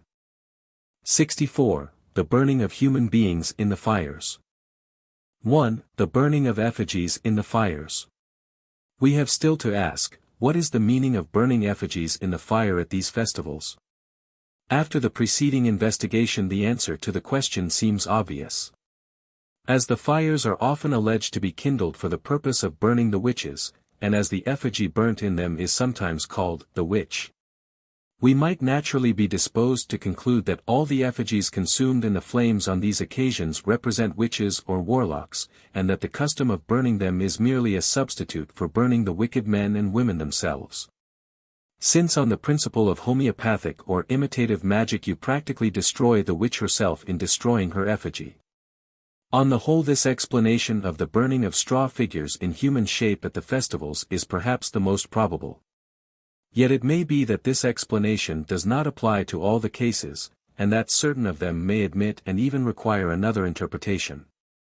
For the effigies so burned, as I have already remarked, can hardly be separated from the effigies of death which are burned or otherwise destroyed in spring. And grounds have been already given for regarding the so-called effigies of death as really representatives of the tree spirit or spirit of vegetation. Are the other effigies, which are burned in the spring and midsummer bonfires, susceptible of the same explanation? It would seem so. For just as the fragments of the so-called death are stuck in the fields to make the crops grow, so the charred embers of the figure burned in the spring bonfires are sometimes laid on the fields in the belief that they will keep vermin from the crop. Again, the rule that the last married bride must leap over the fire in which the straw man is burned on Shrove Tuesday, is probably intended to make her fruitful. But, as we have seen, the power of blessing women with offspring is a special attribute of tree spirits. It is therefore a fair presumption that the burning effigy over which the bride must leap is a representative of the fertilizing tree spirit or spirit of vegetation. This character of the effigy, as representative of the spirit of vegetation, is almost unmistakable when the figure is composed of an unthreshed sheaf of corn or is covered from head to foot with flowers. Again, it is to be noted that, instead of a puppet, trees, either living or felled, are sometimes burned both in the spring and midsummer bonfires. Now, considering the frequency with which the tree spirit is represented in human shape, it is hardly rash to suppose that when sometimes a tree and sometimes an effigy is burned in these fires, the effigy and the tree are regarded as equivalent to each other, each being a representative of the tree spirit. This, again, is confirmed by observing, first, that sometimes the effigy which is to be burned is carried about simultaneously with a May tree, the former being carried by the boys, the latter by the girls. And, second, that the effigy is sometimes tied to a living tree and burned with it. In these cases, we can scarcely doubt, the tree spirit is represented, as we have found it represented before, in duplicate, both by the tree and by the effigy. That the true character of the effigy as a representative of the beneficent spirit of vegetation should sometimes be forgotten, is natural. The custom of burning a beneficent god is too foreign to later modes of thought to escape misinterpretation. Naturally enough, the people who continued to burn his image came in time to identify it as the effigy of persons, whom, on various grounds, they regarded with aversion, such as Judas Iscariot, Luther, and a witch. The general reasons for killing a god or his representative have been examined in a preceding chapter. But when the god happens to be a deity of vegetation, there are special reasons why he should die by fire. For light and heat are necessary to vegetable growth, and, on the principle of sympathetic magic, by subjecting the personal representative of vegetation to their influence, you secure a supply of these necessaries for trees and crops. In other words, by burning the spirit of vegetation in a fire which represents the sun, you make sure that, for a time at least, vegetation shall have plenty of sun. It may be objected that, if the intention is simply to secure enough sunshine for vegetation, this end would be better attained, on the principles of sympathetic magic, by merely passing the representative of vegetation through the fire instead of burning him. In point of fact, this is sometimes done. In Russia, as we have seen, the straw figure of Cupola is not burned in the midsummer fire, but merely carried backwards and forwards across it. But, for the reasons already given, it is necessary that the god should die, so next day Cupola is stripped of her ornaments and thrown into a stream. In this Russian custom, the passage of the image through the fire, if it is not simply a purification, may possibly be a sun charm. The killing of the god is a separate act, and the mode of killing him, by drowning, is probably a rain charm. But usually people have not thought it necessary to draw this fine distinction. For the various reasons already assigned, it is advantageous, they think, to expose the god of vegetation to a considerable degree of heat, and it is also advantageous to kill him. And they combine these advantages in a rough and ready way by burning him. 2. The burning of men and animals in the fires. In the popular customs connected with the fire festivals of Europe, there are certain features which appear to point to a former practice of human sacrifice. We have seen reasons for believing that in Europe living persons have often acted as representatives of the tree spirit and corn spirit and have suffered death as such. There is no reason, therefore, why they should not have been burned, if any special advantages were likely to be attained by putting them to death in that way. The consideration of human suffering is not one which enters into the calculations of primitive man. Now, in the fire festivals which we are discussing, the pretense of burning people is sometimes carried so far that it seems reasonable to regard it as a mitigated survival of an older custom of actually burning them. Thus in Aachen, as we saw, the man clad in pea straw acts so cleverly that the children really believe he is being burned. At Jumiages in Normandy, the man clad all in green, who bore the title of the Green Wolf, was pursued by his comrades, and when they caught him they feigned to fling him upon the midsummer bonfire. Similarly, at the Beltane Fires in Scotland, the pretended victim was seized, and a show made of throwing him into the flames, and for some time afterwards people affected to speak of him as dead. Again, in the Hallowe'en bonfires of northeastern Scotland we may perhaps detect a similar pretense in the custom observed by a lad of lying down as close to the fire as possible and allowing the other lads to leap over him. The titular king at Aix, who reigned for a year and danced the first dance round the midsummer bonfire, may perhaps in days of old have discharged the less agreeable duty of serving as fuel for that fire which in later times he only kindled. In the following customs Manhart is probably right in recognizing traces of an old custom of burning a leaf-clad representative of the spirit of vegetation. At Wolfegg, in Austria, on Midsummer Day, a boy completely clad in green fir branches goes from house to house, accompanied by a noisy crew, collecting wood for the bonfire.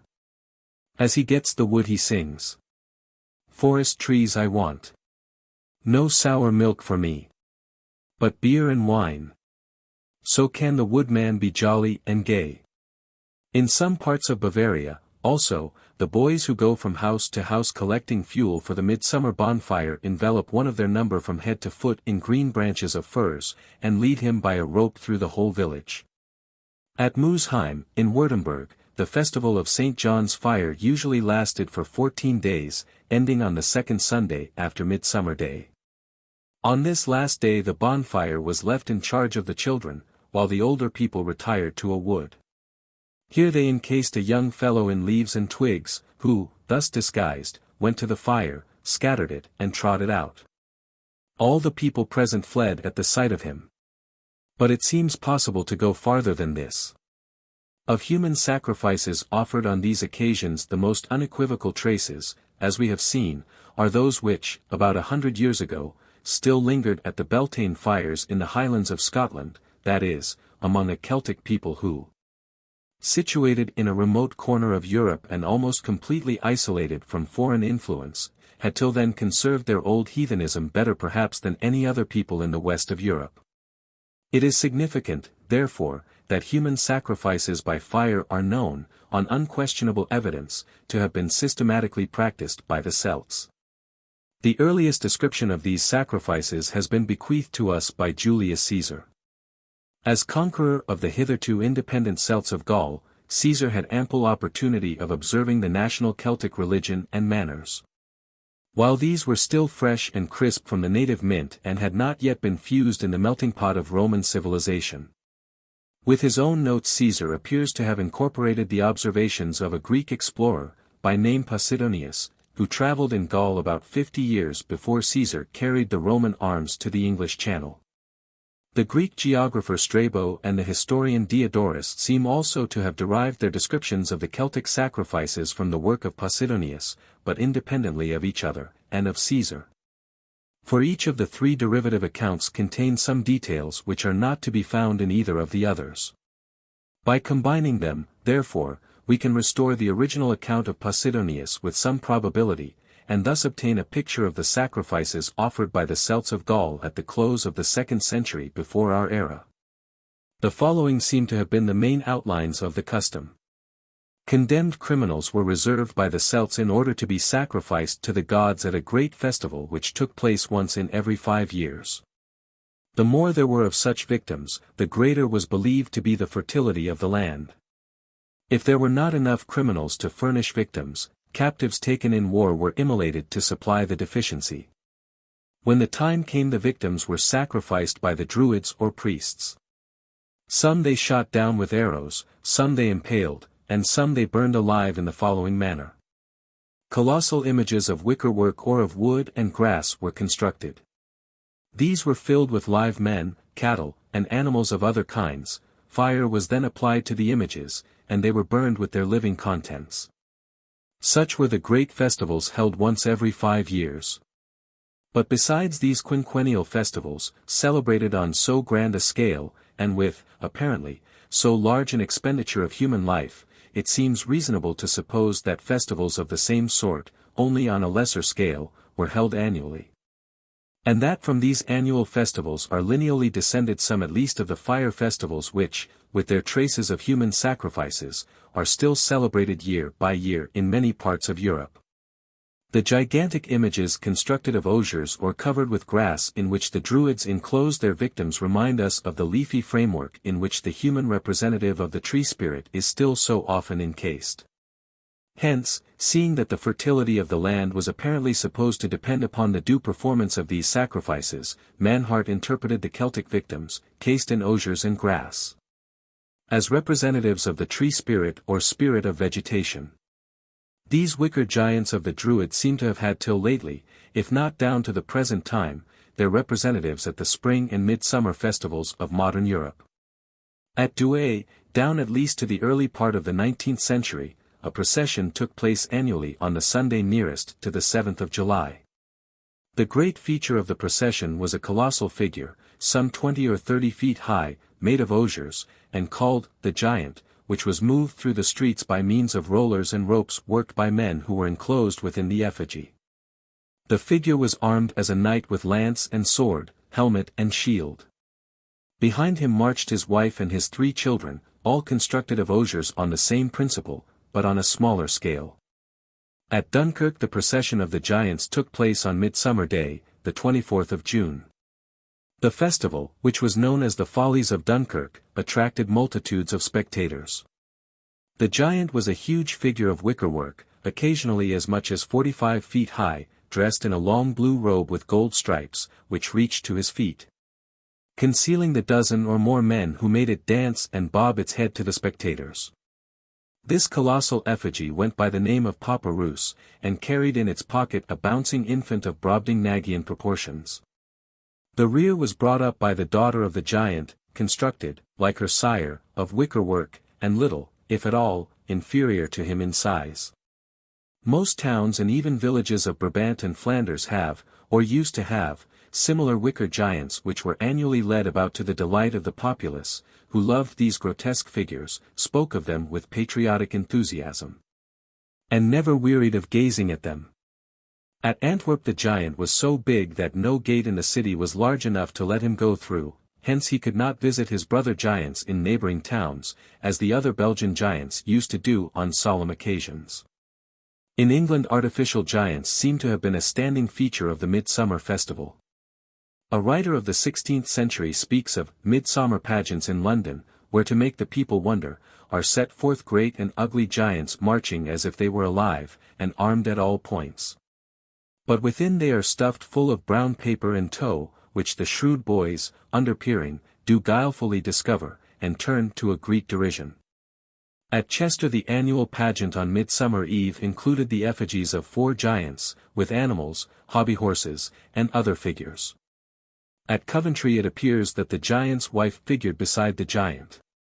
At Burford, in Oxfordshire, Midsummer Eve used to be celebrated with great jollity by the carrying of a giant and a dragon up and down the town. The last survivor of these perambulating English giants lingered at Salisbury, where an antiquary found him mouldering to decay in the neglected hall of the Tailors' Company about the year 1844. His bodily framework was a lath and hoop, like the one which used to be worn by Jack in the Green on May Day. In these cases the giants merely figured in the processions. But sometimes they were burned in the summer bonfires. Thus the people of the Rue aux in Paris used annually to make a great wickerwork figure, dressed as a soldier, which they promenaded up and down the streets for several days, and solemnly burned on the 3rd of July. The crowd of spectators singing Salve Regina. A personage who bore the title of king presided over the ceremony with a lighted torch in his hand. The burning fragments of the image were scattered among the people, who eagerly scrambled for them. The custom was abolished in 1743. In Brie, Île-de-France, a wickerwork giant, 18 feet high, was annually burned on Midsummer Eve. Again, the Druidical custom of burning live animals, enclosed in wickerwork, has its counterpart at the spring and midsummer festivals. At Luchen in the Pyrenees on Midsummer Eve, a hollow column, composed of strong wickerwork, is raised to the height of about 60 feet in the center of the principal suburb, and interlaced with green foliage up to the very top. While the most beautiful flowers and shrubs procurable are artistically arranged in groups below, so as to form a sort of background to the scene. The column is then filled with combustible materials, ready for ignition. At an appointed hour, about 8 p.m., a grand procession, composed of the clergy, followed by young men and maidens in holiday attire, pour forth from the town chanting hymns, and take up their position around the column. Meanwhile, bonfires are lit, with beautiful effect, in the surrounding hills. As many living serpents as could be collected are now thrown into the column, which is set on fire at the base by means of torches, armed with which about 50 boys and men dance around with frantic gestures. The serpents, to avoid the flames, wriggle their way to the top, whence they are seen lashing out laterally until finally obliged to drop, their struggles for life giving rise to enthusiastic delight among the surrounding spectators. This is a favorite annual ceremony for the inhabitants of Luchen and its neighborhood, and local tradition assigns it to a heathen origin. In the Midsummer Fires formerly kindled on the Place de Grève at Paris, it was the custom to burn a basket, barrel, or sack full of live cats, which was hung from a tall mast in the midst of the bonfire. Sometimes a fox was burned. The people collected the embers and ashes of the fire and took them home, believing that they brought good luck. The French kings often witnessed these spectacles and even lit the bonfire with their own hands.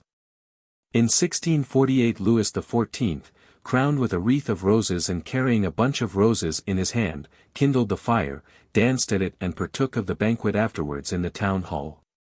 But this was the last occasion when a monarch presided at the midsummer bonfire in Paris. At Metz midsummer fires were lighted with great pomp on the esplanade, and a dozen cats, enclosed in wicker cages, were burned alive in them, to the amusement of the people. Similarly at Gap, in the department of the High Alps, cats used to be roasted over the midsummer bonfire. In Russia a white cock was sometimes burned in the midsummer bonfire. In Meissen or Thuringia a horse's head used to be thrown into it. Sometimes animals are burned in the spring bonfires. In the Vosges cats were burned on Shrove Tuesday, in Alsace they were thrown into the Easter bonfire. In the department of the Ardennes cats were flung into the bonfires kindled on the first Sunday in Lent. Sometimes, by a refinement of cruelty, they were hung over the fire from the end of a pole and roasted alive. The cat, which represented the devil, could never suffer enough. While the creatures were perishing in the flames, the shepherds guarded their flocks and forced them to leap over the fire, esteeming this an infallible means of preserving them from disease and witchcraft. We have seen that squirrels were sometimes burned in the Easter fire. Thus it appears that the sacrificial rites of the Celts of ancient Gaul can be traced in the popular festivals of modern Europe. Naturally it is in France, or rather in the wider area comprised within the limits of ancient Gaul, that these rites have left the clearest traces in the customs of burning giants of wickerwork and animals enclosed in wickerwork or baskets. These customs, it will have been remarked, are generally observed at or about midsummer. From this we may infer that the original rites of which these are the degenerate successors were solemnist at midsummer. This inference harmonizes with the conclusion suggested by a general survey of European folk custom. That the Midsummer Festival must on the whole have been the most widely diffused and the most solemn of all the yearly festivals celebrated by the primitive Aryans in Europe.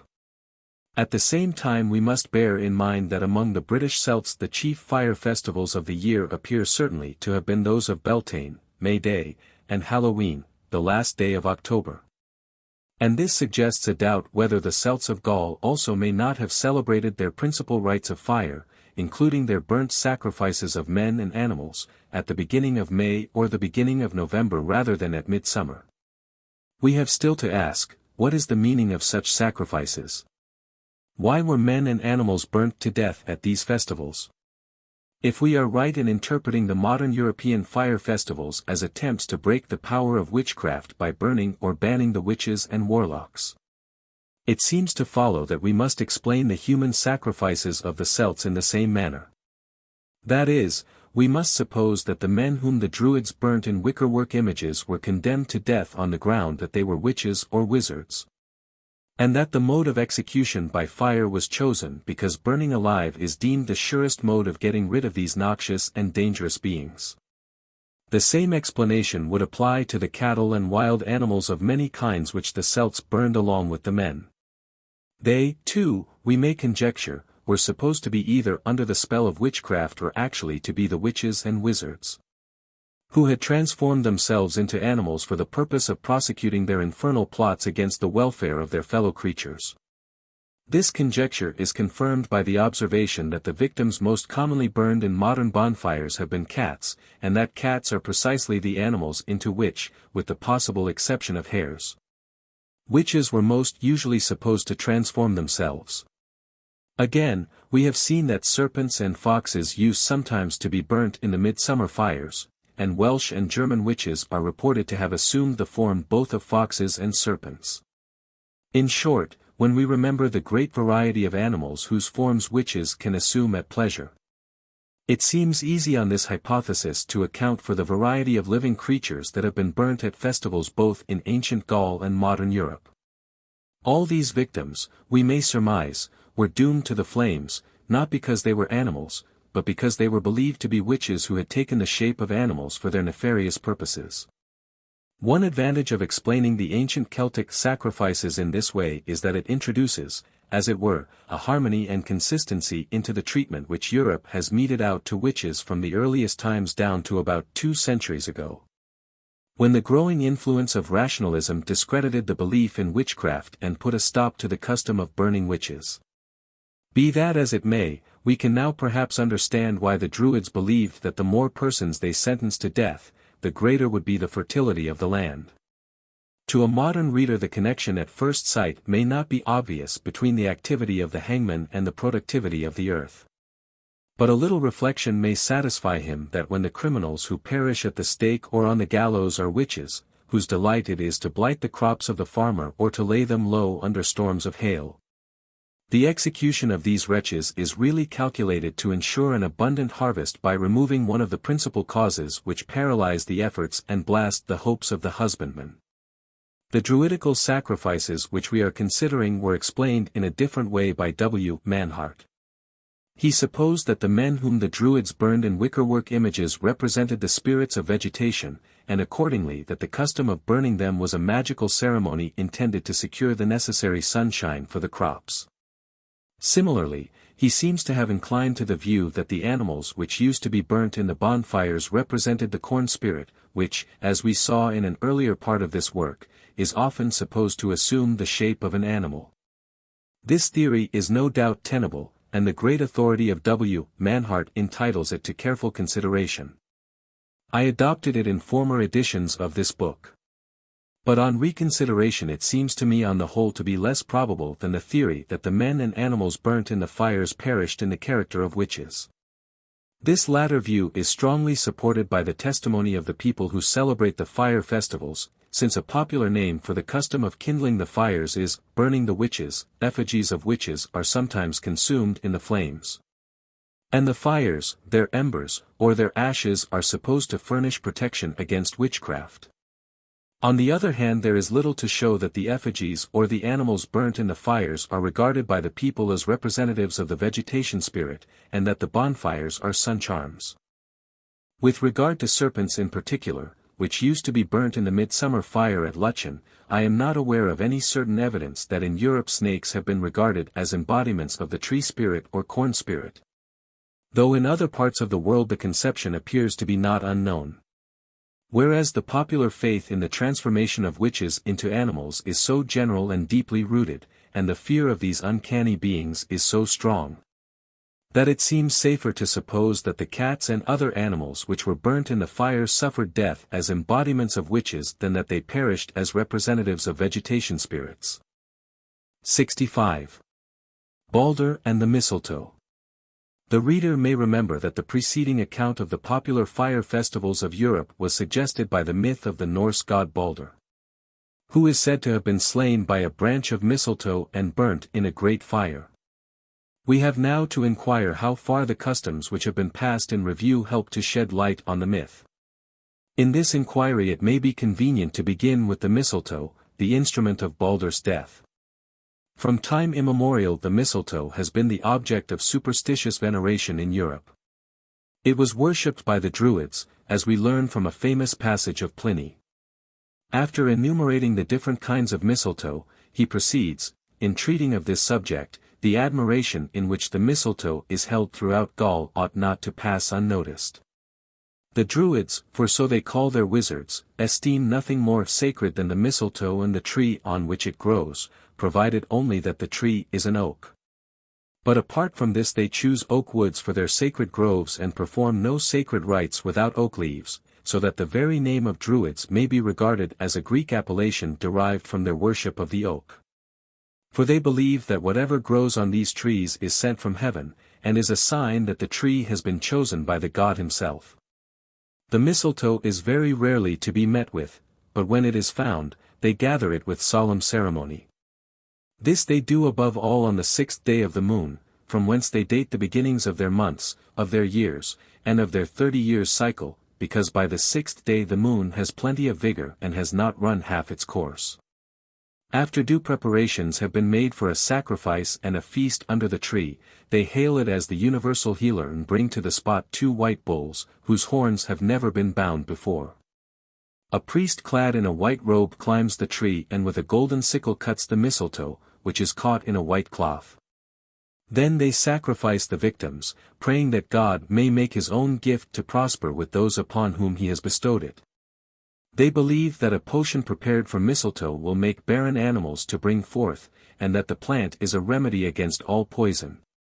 In another passage Pliny tells us that in medicine the mistletoe which grows on an oak was esteemed the most efficacious, and that its efficacy was by some superstitious people supposed to be increased if the plant was gathered on the 1st day of the moon without the use of iron, and if when gathered it was not allowed to touch the earth. Oak mistletoe thus obtained was deemed a cure for epilepsy, carried about by women it assisted them to conceive, and it healed ulcers most effectually, if only the sufferer chewed a piece of the plant and laid another piece on the sore. Yet, again, he says that mistletoe was supposed, like vinegar and an egg, to be an excellent means of extinguishing a fire. If in these latter passages Pliny refers, as he apparently does, to the beliefs current among his contemporaries in Italy, it will follow that the Druids and the Italians were to some extent agreed as to the valuable properties possessed by mistletoe which grows on an oak. Both of them deemed it an effectual remedy for a number of ailments, and both of them ascribed to it a quickening virtue, the Druids believing that a potion prepared from mistletoe would fertilize barren cattle, and the Italians holding that a piece of mistletoe carried about by a woman would help her to conceive a child. Further, both peoples thought that if the plant were to exert its medicinal properties it must be gathered in a certain way and at a certain time. It might not be cut with iron, hence the Druids cut it with gold. And it might not touch the earth, hence the Druids caught it in a white cloth. In choosing the time for gathering the plant, both peoples were determined by observation of the moon. Only they differed as to the particular day of the moon, the Italians preferring the first, and the Druids the sixth. With these beliefs of the ancient Gauls and Italians as to the wonderful medicinal properties of mistletoe we may compare the similar beliefs of the modern Aino of Japan. We read that they, like many nations of the northern origin, hold the mistletoe in peculiar veneration. They look upon it as a medicine, good in almost every disease, and it is sometimes taken in food and at others separately as a decoction. The leaves are used in preference to the berries, the latter being of too sticky a nature for general purposes. But many, too, suppose this plant to have the power of making the gardens bear plentifully. When used for this purpose, the leaves are cut up into fine pieces, and, after having been prayed over, are sown with the millet and other seeds, a little also being eaten with the food. Barren women have also been known to eat the mistletoe, in order to be made to bear children. That mistletoe which grows upon the willow is supposed to have the greatest efficacy. This is because the willow is looked upon by them as being an especially sacred tree. Thus the Aino agree with the Druids in regarding mistletoe as a cure for almost every disease, and they agree with the ancient Italians that applied to women it helps them to bear children. Again, the Druidical notion that the mistletoe was an all-healer, or panacea may be compared with a notion entertained by the Walos of Senegambia. These people have much veneration for a sort of mistletoe, which they call taub. They carry leaves of it on their persons when they go to war as a preservative against wounds, just as if the leaves were real talismans, gris-gris. The French writer who records this practice adds, "Is it not very curious that the mistletoe should be in this part of Africa what it was in the superstitions of the Gauls?" This prejudice, common to the two countries, may have the same origin. Blacks and whites will doubtless have seen, each of them for themselves, something supernatural in a plant which grows and flourishes without having roots in the earth. May they not have believed, in fact, that it was a plant fallen from the sky, a gift of the divinity? This suggestion as to the origin of the superstition is strongly confirmed by the Druidical belief, reported by Pliny, that whatever grew on an oak was sent from heaven and was a sign that the tree had been chosen by the god himself. Such a belief explains why the Druids cut the mistletoe, not with a common knife, but with a golden sickle, and why, when cut, it was not suffered to touch the earth. Probably they thought that the celestial plant would have been profaned and its marvelous virtue lost by contact with the ground. With the ritual observed by the Druids in cutting the mistletoe we may compare the ritual which in Cambodia is prescribed in a similar case. They say that when you see an orchid growing as a parasite on a tamarind tree, you should dress in white, take a new earthenware pot, then climb the tree at noon, break off the plant, put it in the pot and let the pot fall to the ground. After that you make in the pot a decoction which confers the gift of invulnerability. Thus just as in Africa the leaves of one parasitic plant are supposed to render the wearer invulnerable, so in Cambodia a decoction made from another parasitic plant is considered to render the same service to such as make use of it, whether by drinking or washing. We may conjecture that in both places the notion of invulnerability is suggested by the position of the plant, which, occupying a place of comparative security above the ground, appears to promise to its fortunate possessor a similar security from some of the ills that beset the life of man on earth. We have already met with examples of the store which the primitive mind sets on such vantage grounds. Whatever may be the origin of these beliefs and practices concerning the mistletoe, certain it is that some of them have their analogies in the folklore of modern European peasants.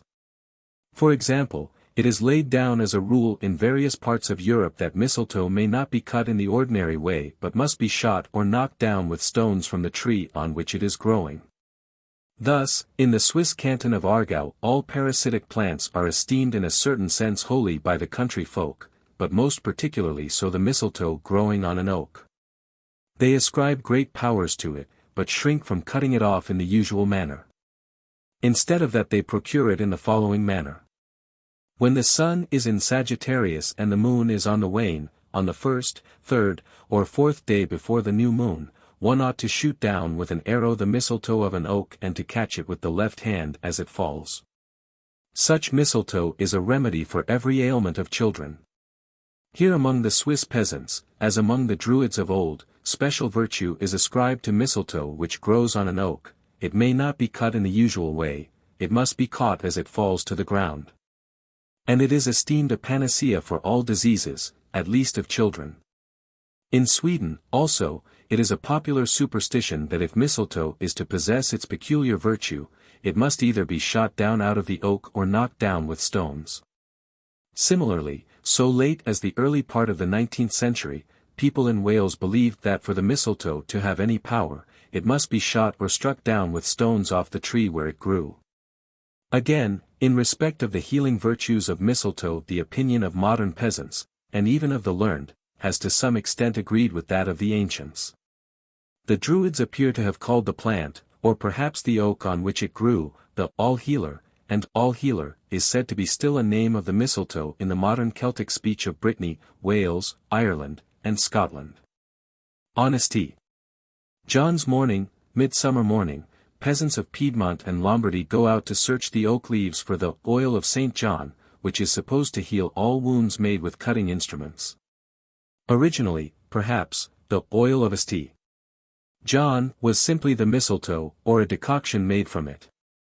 For in Holstein the mistletoe, especially oak mistletoe, is still regarded as a panacea for green wounds and as a sure charm to secure success in hunting. And at Lacan, in the south of France, the old druidical belief in the mistletoe as an antidote to all poison still survives among the peasantry. They apply the plant to the stomach of the sufferer or give him a decoction of it to drink. Again, the ancient belief that mistletoe is a cure for epilepsy has survived in modern times not only among the ignorant but among the learned. Thus in Sweden persons afflicted with the falling sickness think they can ward off attacks of the malady by carrying about with them a knife which has a handle of oak mistletoe. And in Germany for a similar purpose pieces of mistletoe used to be hung round the necks of children. In the French province of Bourbonnais a popular remedy for epilepsy is a decoction of mistletoe which has been gathered on an oak on St. John's Day and boiled with rye flour.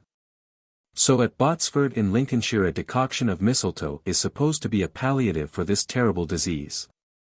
Indeed mistletoe was recommended as a remedy for the falling sickness by high medical authorities in England and Holland down to the 18th century.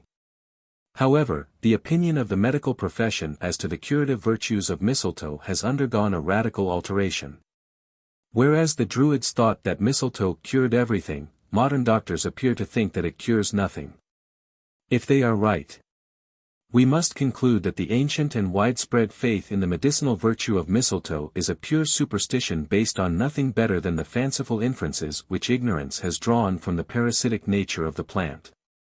Its position high up on the branch of a tree seeming to protect it from the dangers to which plants and animals are subject on the surface of the ground.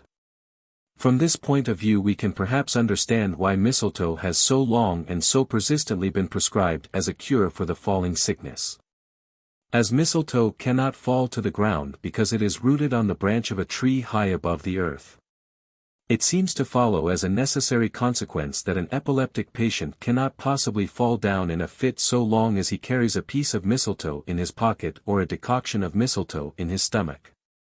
Such a train of reasoning would probably be regarded even now as cogent by a large portion of the human species. Again the ancient Italian opinion that mistletoe extinguishes fire appears to be shared by Swedish peasants, who hang up bunches of oak mistletoe on the ceilings of their rooms as a protection against harm in general and conflagration in particular. A hint as to the way in which mistletoe comes to be possessed of this property is furnished by the epithet, thunderbosom, which people of the Aargau canton in Switzerland apply to the plant. For a thunderbesom is a shaggy, bushy excrescence on branches of trees, which is popularly believed to be produced by a flash of lightning. Hence in Bohemia a thunderbesom burnt in the fire protects the house against being struck by a thunderbolt. Being itself a product of lightning, it naturally serves, on homeopathic principles, as a protection against lightning, in fact as a kind of lightning conductor. Hence the fire which mistletoe in Sweden is designed especially to avert from houses may be fire kindled by lightning, though no doubt the plant is equally effective against conflagration in general.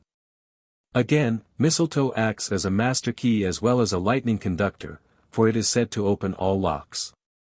But perhaps the most precious of all the virtues of mistletoe is that it affords efficient protection against sorcery and witchcraft. That, no doubt, is the reason why in Austria a twig of mistletoe is laid on the threshold as a preventive of nightmare. And it may be the reason why in the north of England they say that if you wish your dairy to thrive you should give your bunch of mistletoe to the first cow that calves after New Year's Day. For it is well known that nothing is so fatal to milk and butter as witchcraft. Similarly in Wales, for the sake of ensuring good luck to the dairy, people used to give a branch of mistletoe to the first cow that gave birth to a calf after the first hour of the new year. And in rural districts of Wales, where mistletoe abounded, there was always a profusion of it in the farmhouses. When mistletoe was scarce, Welsh farmers used to say, "No mistletoe, no luck." But if there was a fine crop of mistletoe, they expected a fine crop of corn. In Sweden mistletoe is diligently sought after on St. John's Eve, the people, believing it to be, in a high degree, possessed of mystic qualities. And that if a sprig of it be attached to the ceiling of the dwelling house, the horse's stall, or the cow's crib, the troll will then be powerless to injure either man or beast. With regard to the time when the mistletoe should be gathered, opinions have varied. The Druids gathered it above all on the 6th day of the moon, the ancient Italians apparently on the 1st day of the moon. In modern times some have preferred the full moon of March and others the waning moon of winter when the sun is in Sagittarius. But the favorite time would seem to be Midsummer Eve or Midsummer Day. We have seen that both in France and Sweden special virtues are ascribed to mistletoe gathered at midsummer. The rule in Sweden is that mistletoe must be cut on the night of Midsummer Eve when sun and moon stand in the sign of their might. Again, in Wales it was believed that a sprig of mistletoe gathered on St. John's Eve, Midsummer Eve, or at any time before the berries appeared, would induce dreams of omen, both good and bad, if it were placed under the pillow of the sleeper. Thus mistletoe is one of the many plants whose magical or medicinal virtues are believed to culminate with the culmination of the sun on the longest day of the year. Hence it seems reasonable to conjecture that in the eyes of the Druids, also, who revered the plant so highly, the sacred mistletoe may have acquired a double portion of its mystic qualities at the solstice in June. And that accordingly they may have regularly cut it with solemn ceremony on Midsummer Eve. Be that as it may, certain it is that the mistletoe, the instrument of Baldur's death, has been regularly gathered for the sake of its mystic qualities on Midsummer Eve in Scandinavia, Baldur's home. The plant is found commonly growing on pear trees, oaks, and other trees in thick damp woods throughout the more temperate parts of Sweden. Thus one of the two main incidents of Baldur's myth is reproduced in the great Midsummer Festival of Scandinavia. But the other main incident of the myth, the burning of Baldur's body on a pyre, has also its counterpart in the bonfires which still blaze, or blazed till lately, in Denmark, Norway, and Sweden on Midsummer Eve. It does not appear, indeed, that any effigy is burned in these bonfires, but the burning of an effigy is a feature which might easily drop out after its meaning was forgotten.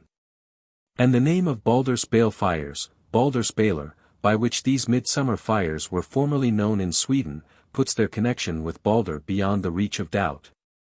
And makes it probable that in former times either a living representative or an effigy of Baldur was annually burned in them. Midsummer was the season sacred to Baldur, and the Swedish poet Tegner, in placing the burning of Baldur at midsummer, may very well have followed an old tradition that the summer solstice was the time when the good god came to his untimely end. Thus it has been shown that the leading incidents of the Baldur myth have their counterparts in those fire festivals of our European peasantry which undoubtedly date from a time long prior to the introduction of Christianity.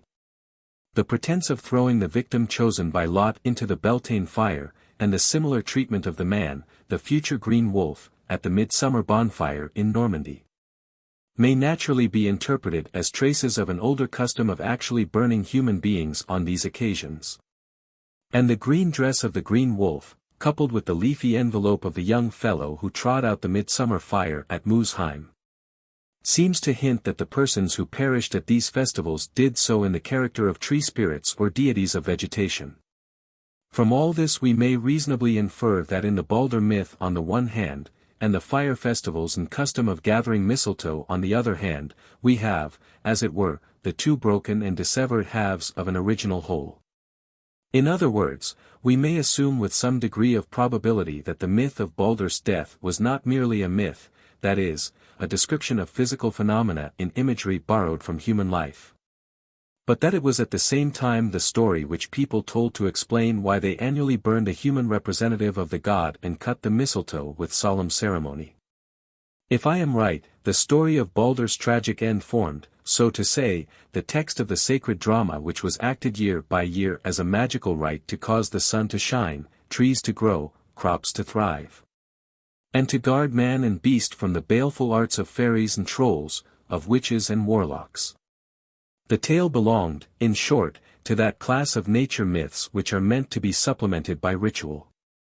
Here, as so often, myth stood to magic in the relation of theory to practice. But if the victims, the human Balders, who died by fire, whether in spring or at midsummer, were put to death as living embodiments of tree spirits or deities of vegetation, it would seem that Balder himself must have been a tree spirit or deity of vegetation. It becomes desirable, therefore, to determine, if we can, the particular kind of tree or trees, of which a personal representative was burned at the fire festivals. For we may be quite sure that it was not as a representative of vegetation in general that the victim suffered death. The idea of vegetation in general is too abstract to be primitive. Most probably the victim at first represented a particular kind of sacred tree. But of all European trees none has such claims as the oak to be considered as preeminently the sacred tree of the Aryans. We have seen that its worship is attested for all the great branches of the Aryan stock in Europe. Hence we may certainly conclude that the tree was venerated by the Aryans in common before the dispersion, and that their primitive home must have lain in a land which was clothed with forests of oak. Now, considering the primitive character and remarkable similarity of the fire festivals observed by all the branches of the Aryan race in Europe, we may infer that these festivals form part of the common stock of religious observances which the various peoples carried with them in their wanderings from their old home. But, if I am right, an essential feature of those primitive fire festivals was the burning of a man who represented the tree spirit. In view, then, of the place occupied by the oak in the religion of the Aryans, the presumption is that the tree so represented at the fire festivals must originally have been the oak. So far as the Celts and Lithuanians are concerned, this conclusion will perhaps hardly be contested. But both for them and for the Germans it is confirmed by a remarkable piece of religious conservatism. The most primitive method known to man of producing fire is by rubbing two pieces of wood against each other till they ignite. And we have seen that this method is still used in Europe for kindling sacred fires such as the Aeneid fire, and that most probably it was formerly resorted to at all the fire festivals under discussion. Now it is sometimes required that the Aeneid fire, or other sacred fire, should be made by the friction of a particular kind of wood. And when the kind of wood is prescribed, whether among Celts, Germans, or Slavs, that wood appears to be generally the oak. But if the sacred fire was regularly kindled by the friction of oak wood, we may infer that originally the fire was also fed with the same material. In point of fact, it appears that the perpetual fire of Vesta at Rome was fed with oak wood, and that oak wood was the fuel consumed in the perpetual fire which burned under the sacred oak at the great Lithuanian sanctuary of Ramov. Further, that oak wood was formerly the fuel burned in the Midsummer Fires may perhaps be inferred from the custom, said to be still observed by peasants in many mountain districts of Germany, of making up the cottage fire on Midsummer Day with a heavy block of oak wood. The block is so arranged that it smolders slowly and is not finally reduced to charcoal till the expiry of a year. Then upon next Midsummer Day the charred embers of the old log are removed to make room for the new one, and are mixed with the seed corn or scattered about the garden.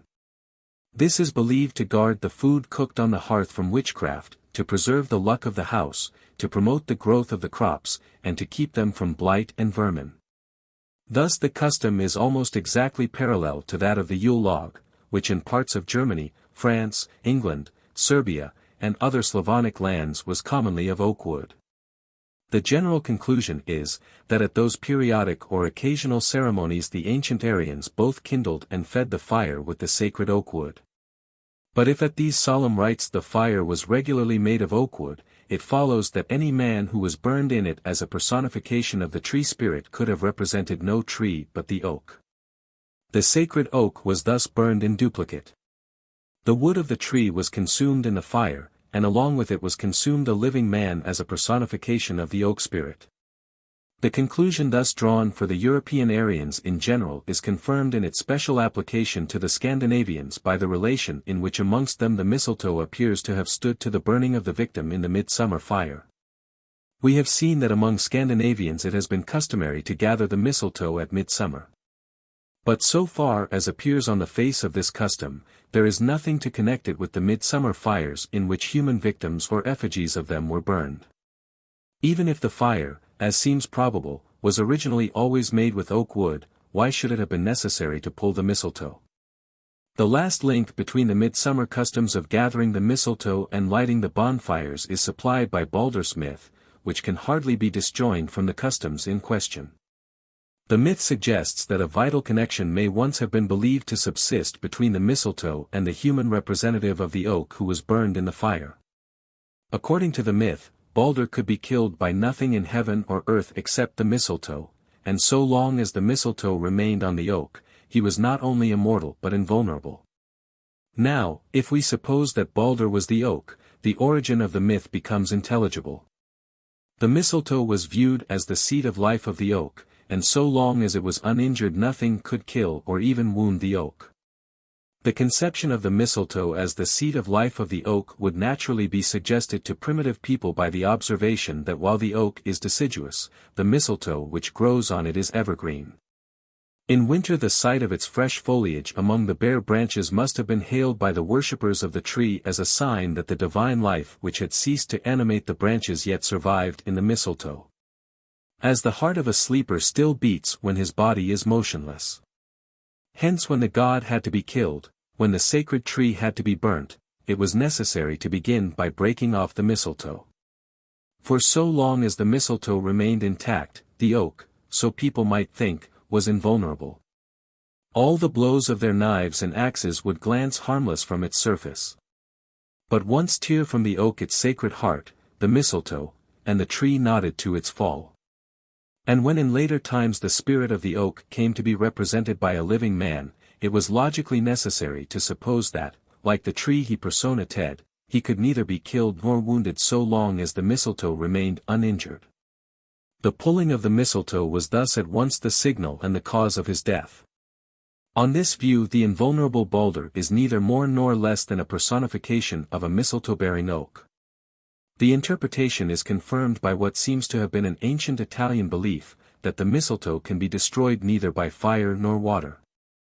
For if the parasite is thus deemed indestructible, it might easily be supposed to communicate its own indestructibility to the tree on which it grows, so long as the two remain in conjunction. Or, to put the same idea in mythical form, we might tell how the kindly god of the oak had his life securely deposited in the imperishable mistletoe which grew among the branches. How accordingly so long as the mistletoe kept its place there, the deity himself remained invulnerable. And how at last a cunning foe, let into the secret of the god's invulnerability, tore the mistletoe from the oak, thereby killing the oak god and afterwards burning his body in a fire which could have made no impression on him so long as the incombustible parasite retained its seat among the boughs. But since the idea of a being whose life is thus, in a sense, outside himself, must be strange to many readers, and has, indeed, not yet been recognized in its full bearing on primitive superstition, It will be worth while to illustrate it by examples drawn both from story and custom. The result will be to show that, in assuming this idea as the explanation of Baldur's relation to the mistletoe, I assume a principle which is deeply engraved on the mind of primitive man.